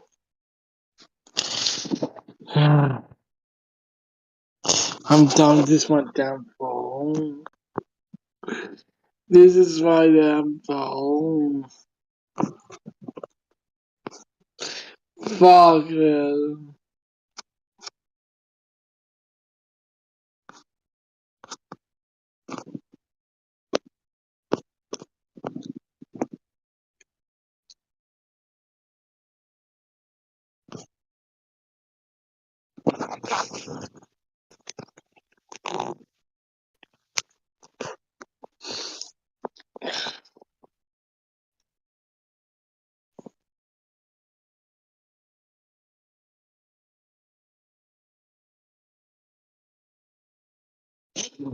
Fuck this.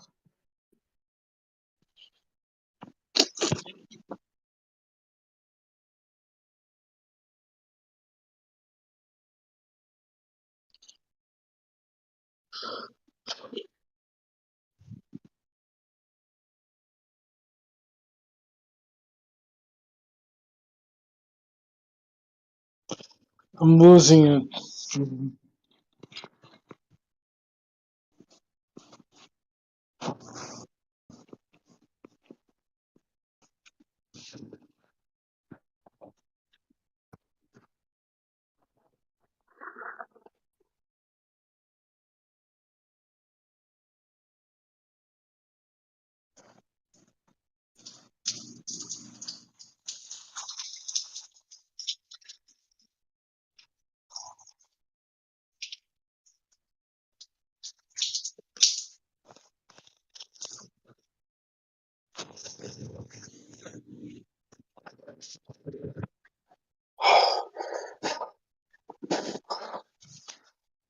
Fuck this shit.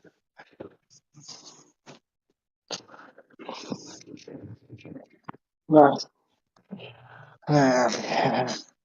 I'm not fucking happy, dude. I'm fucking just wasting my time.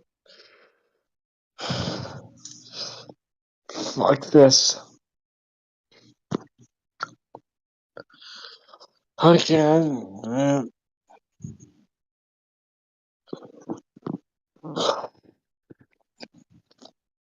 I want everyone to join. Hello. In the live stream or something like that. If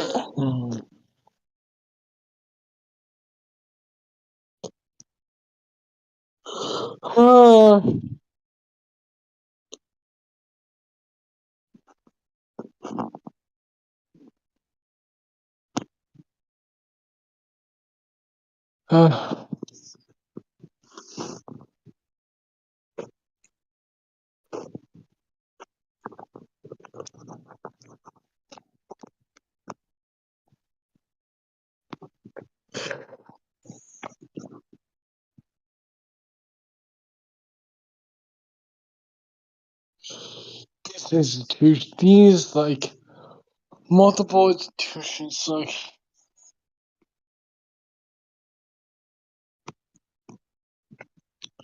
massively mind controlled.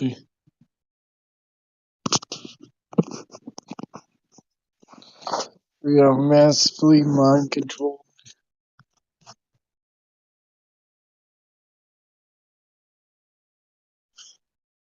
Uh,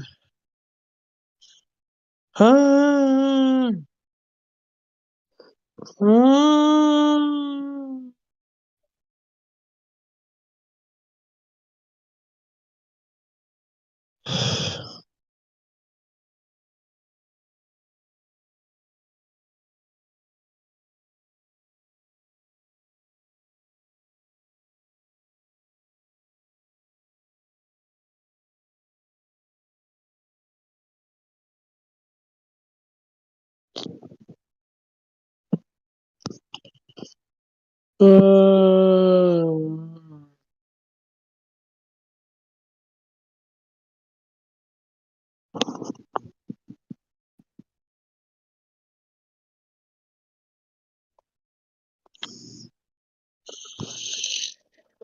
I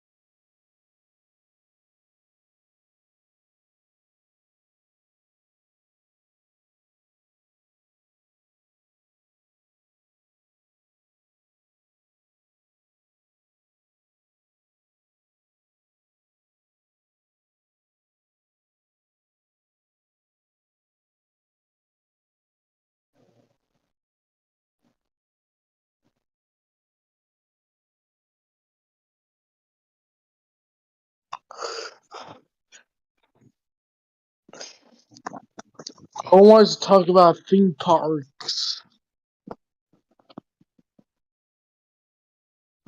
I want to talk about theme parks.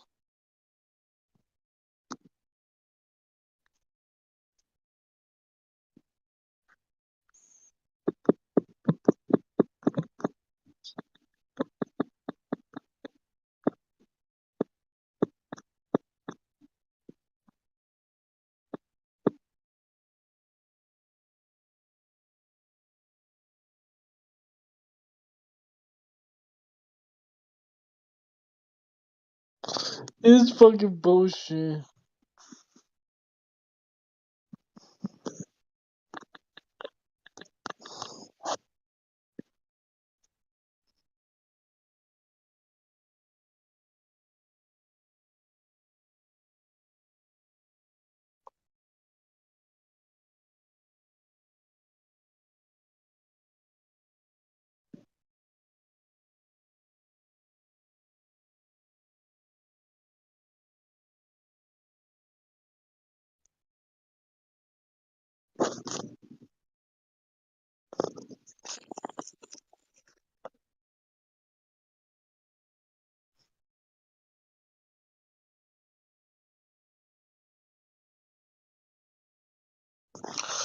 Stupid shit.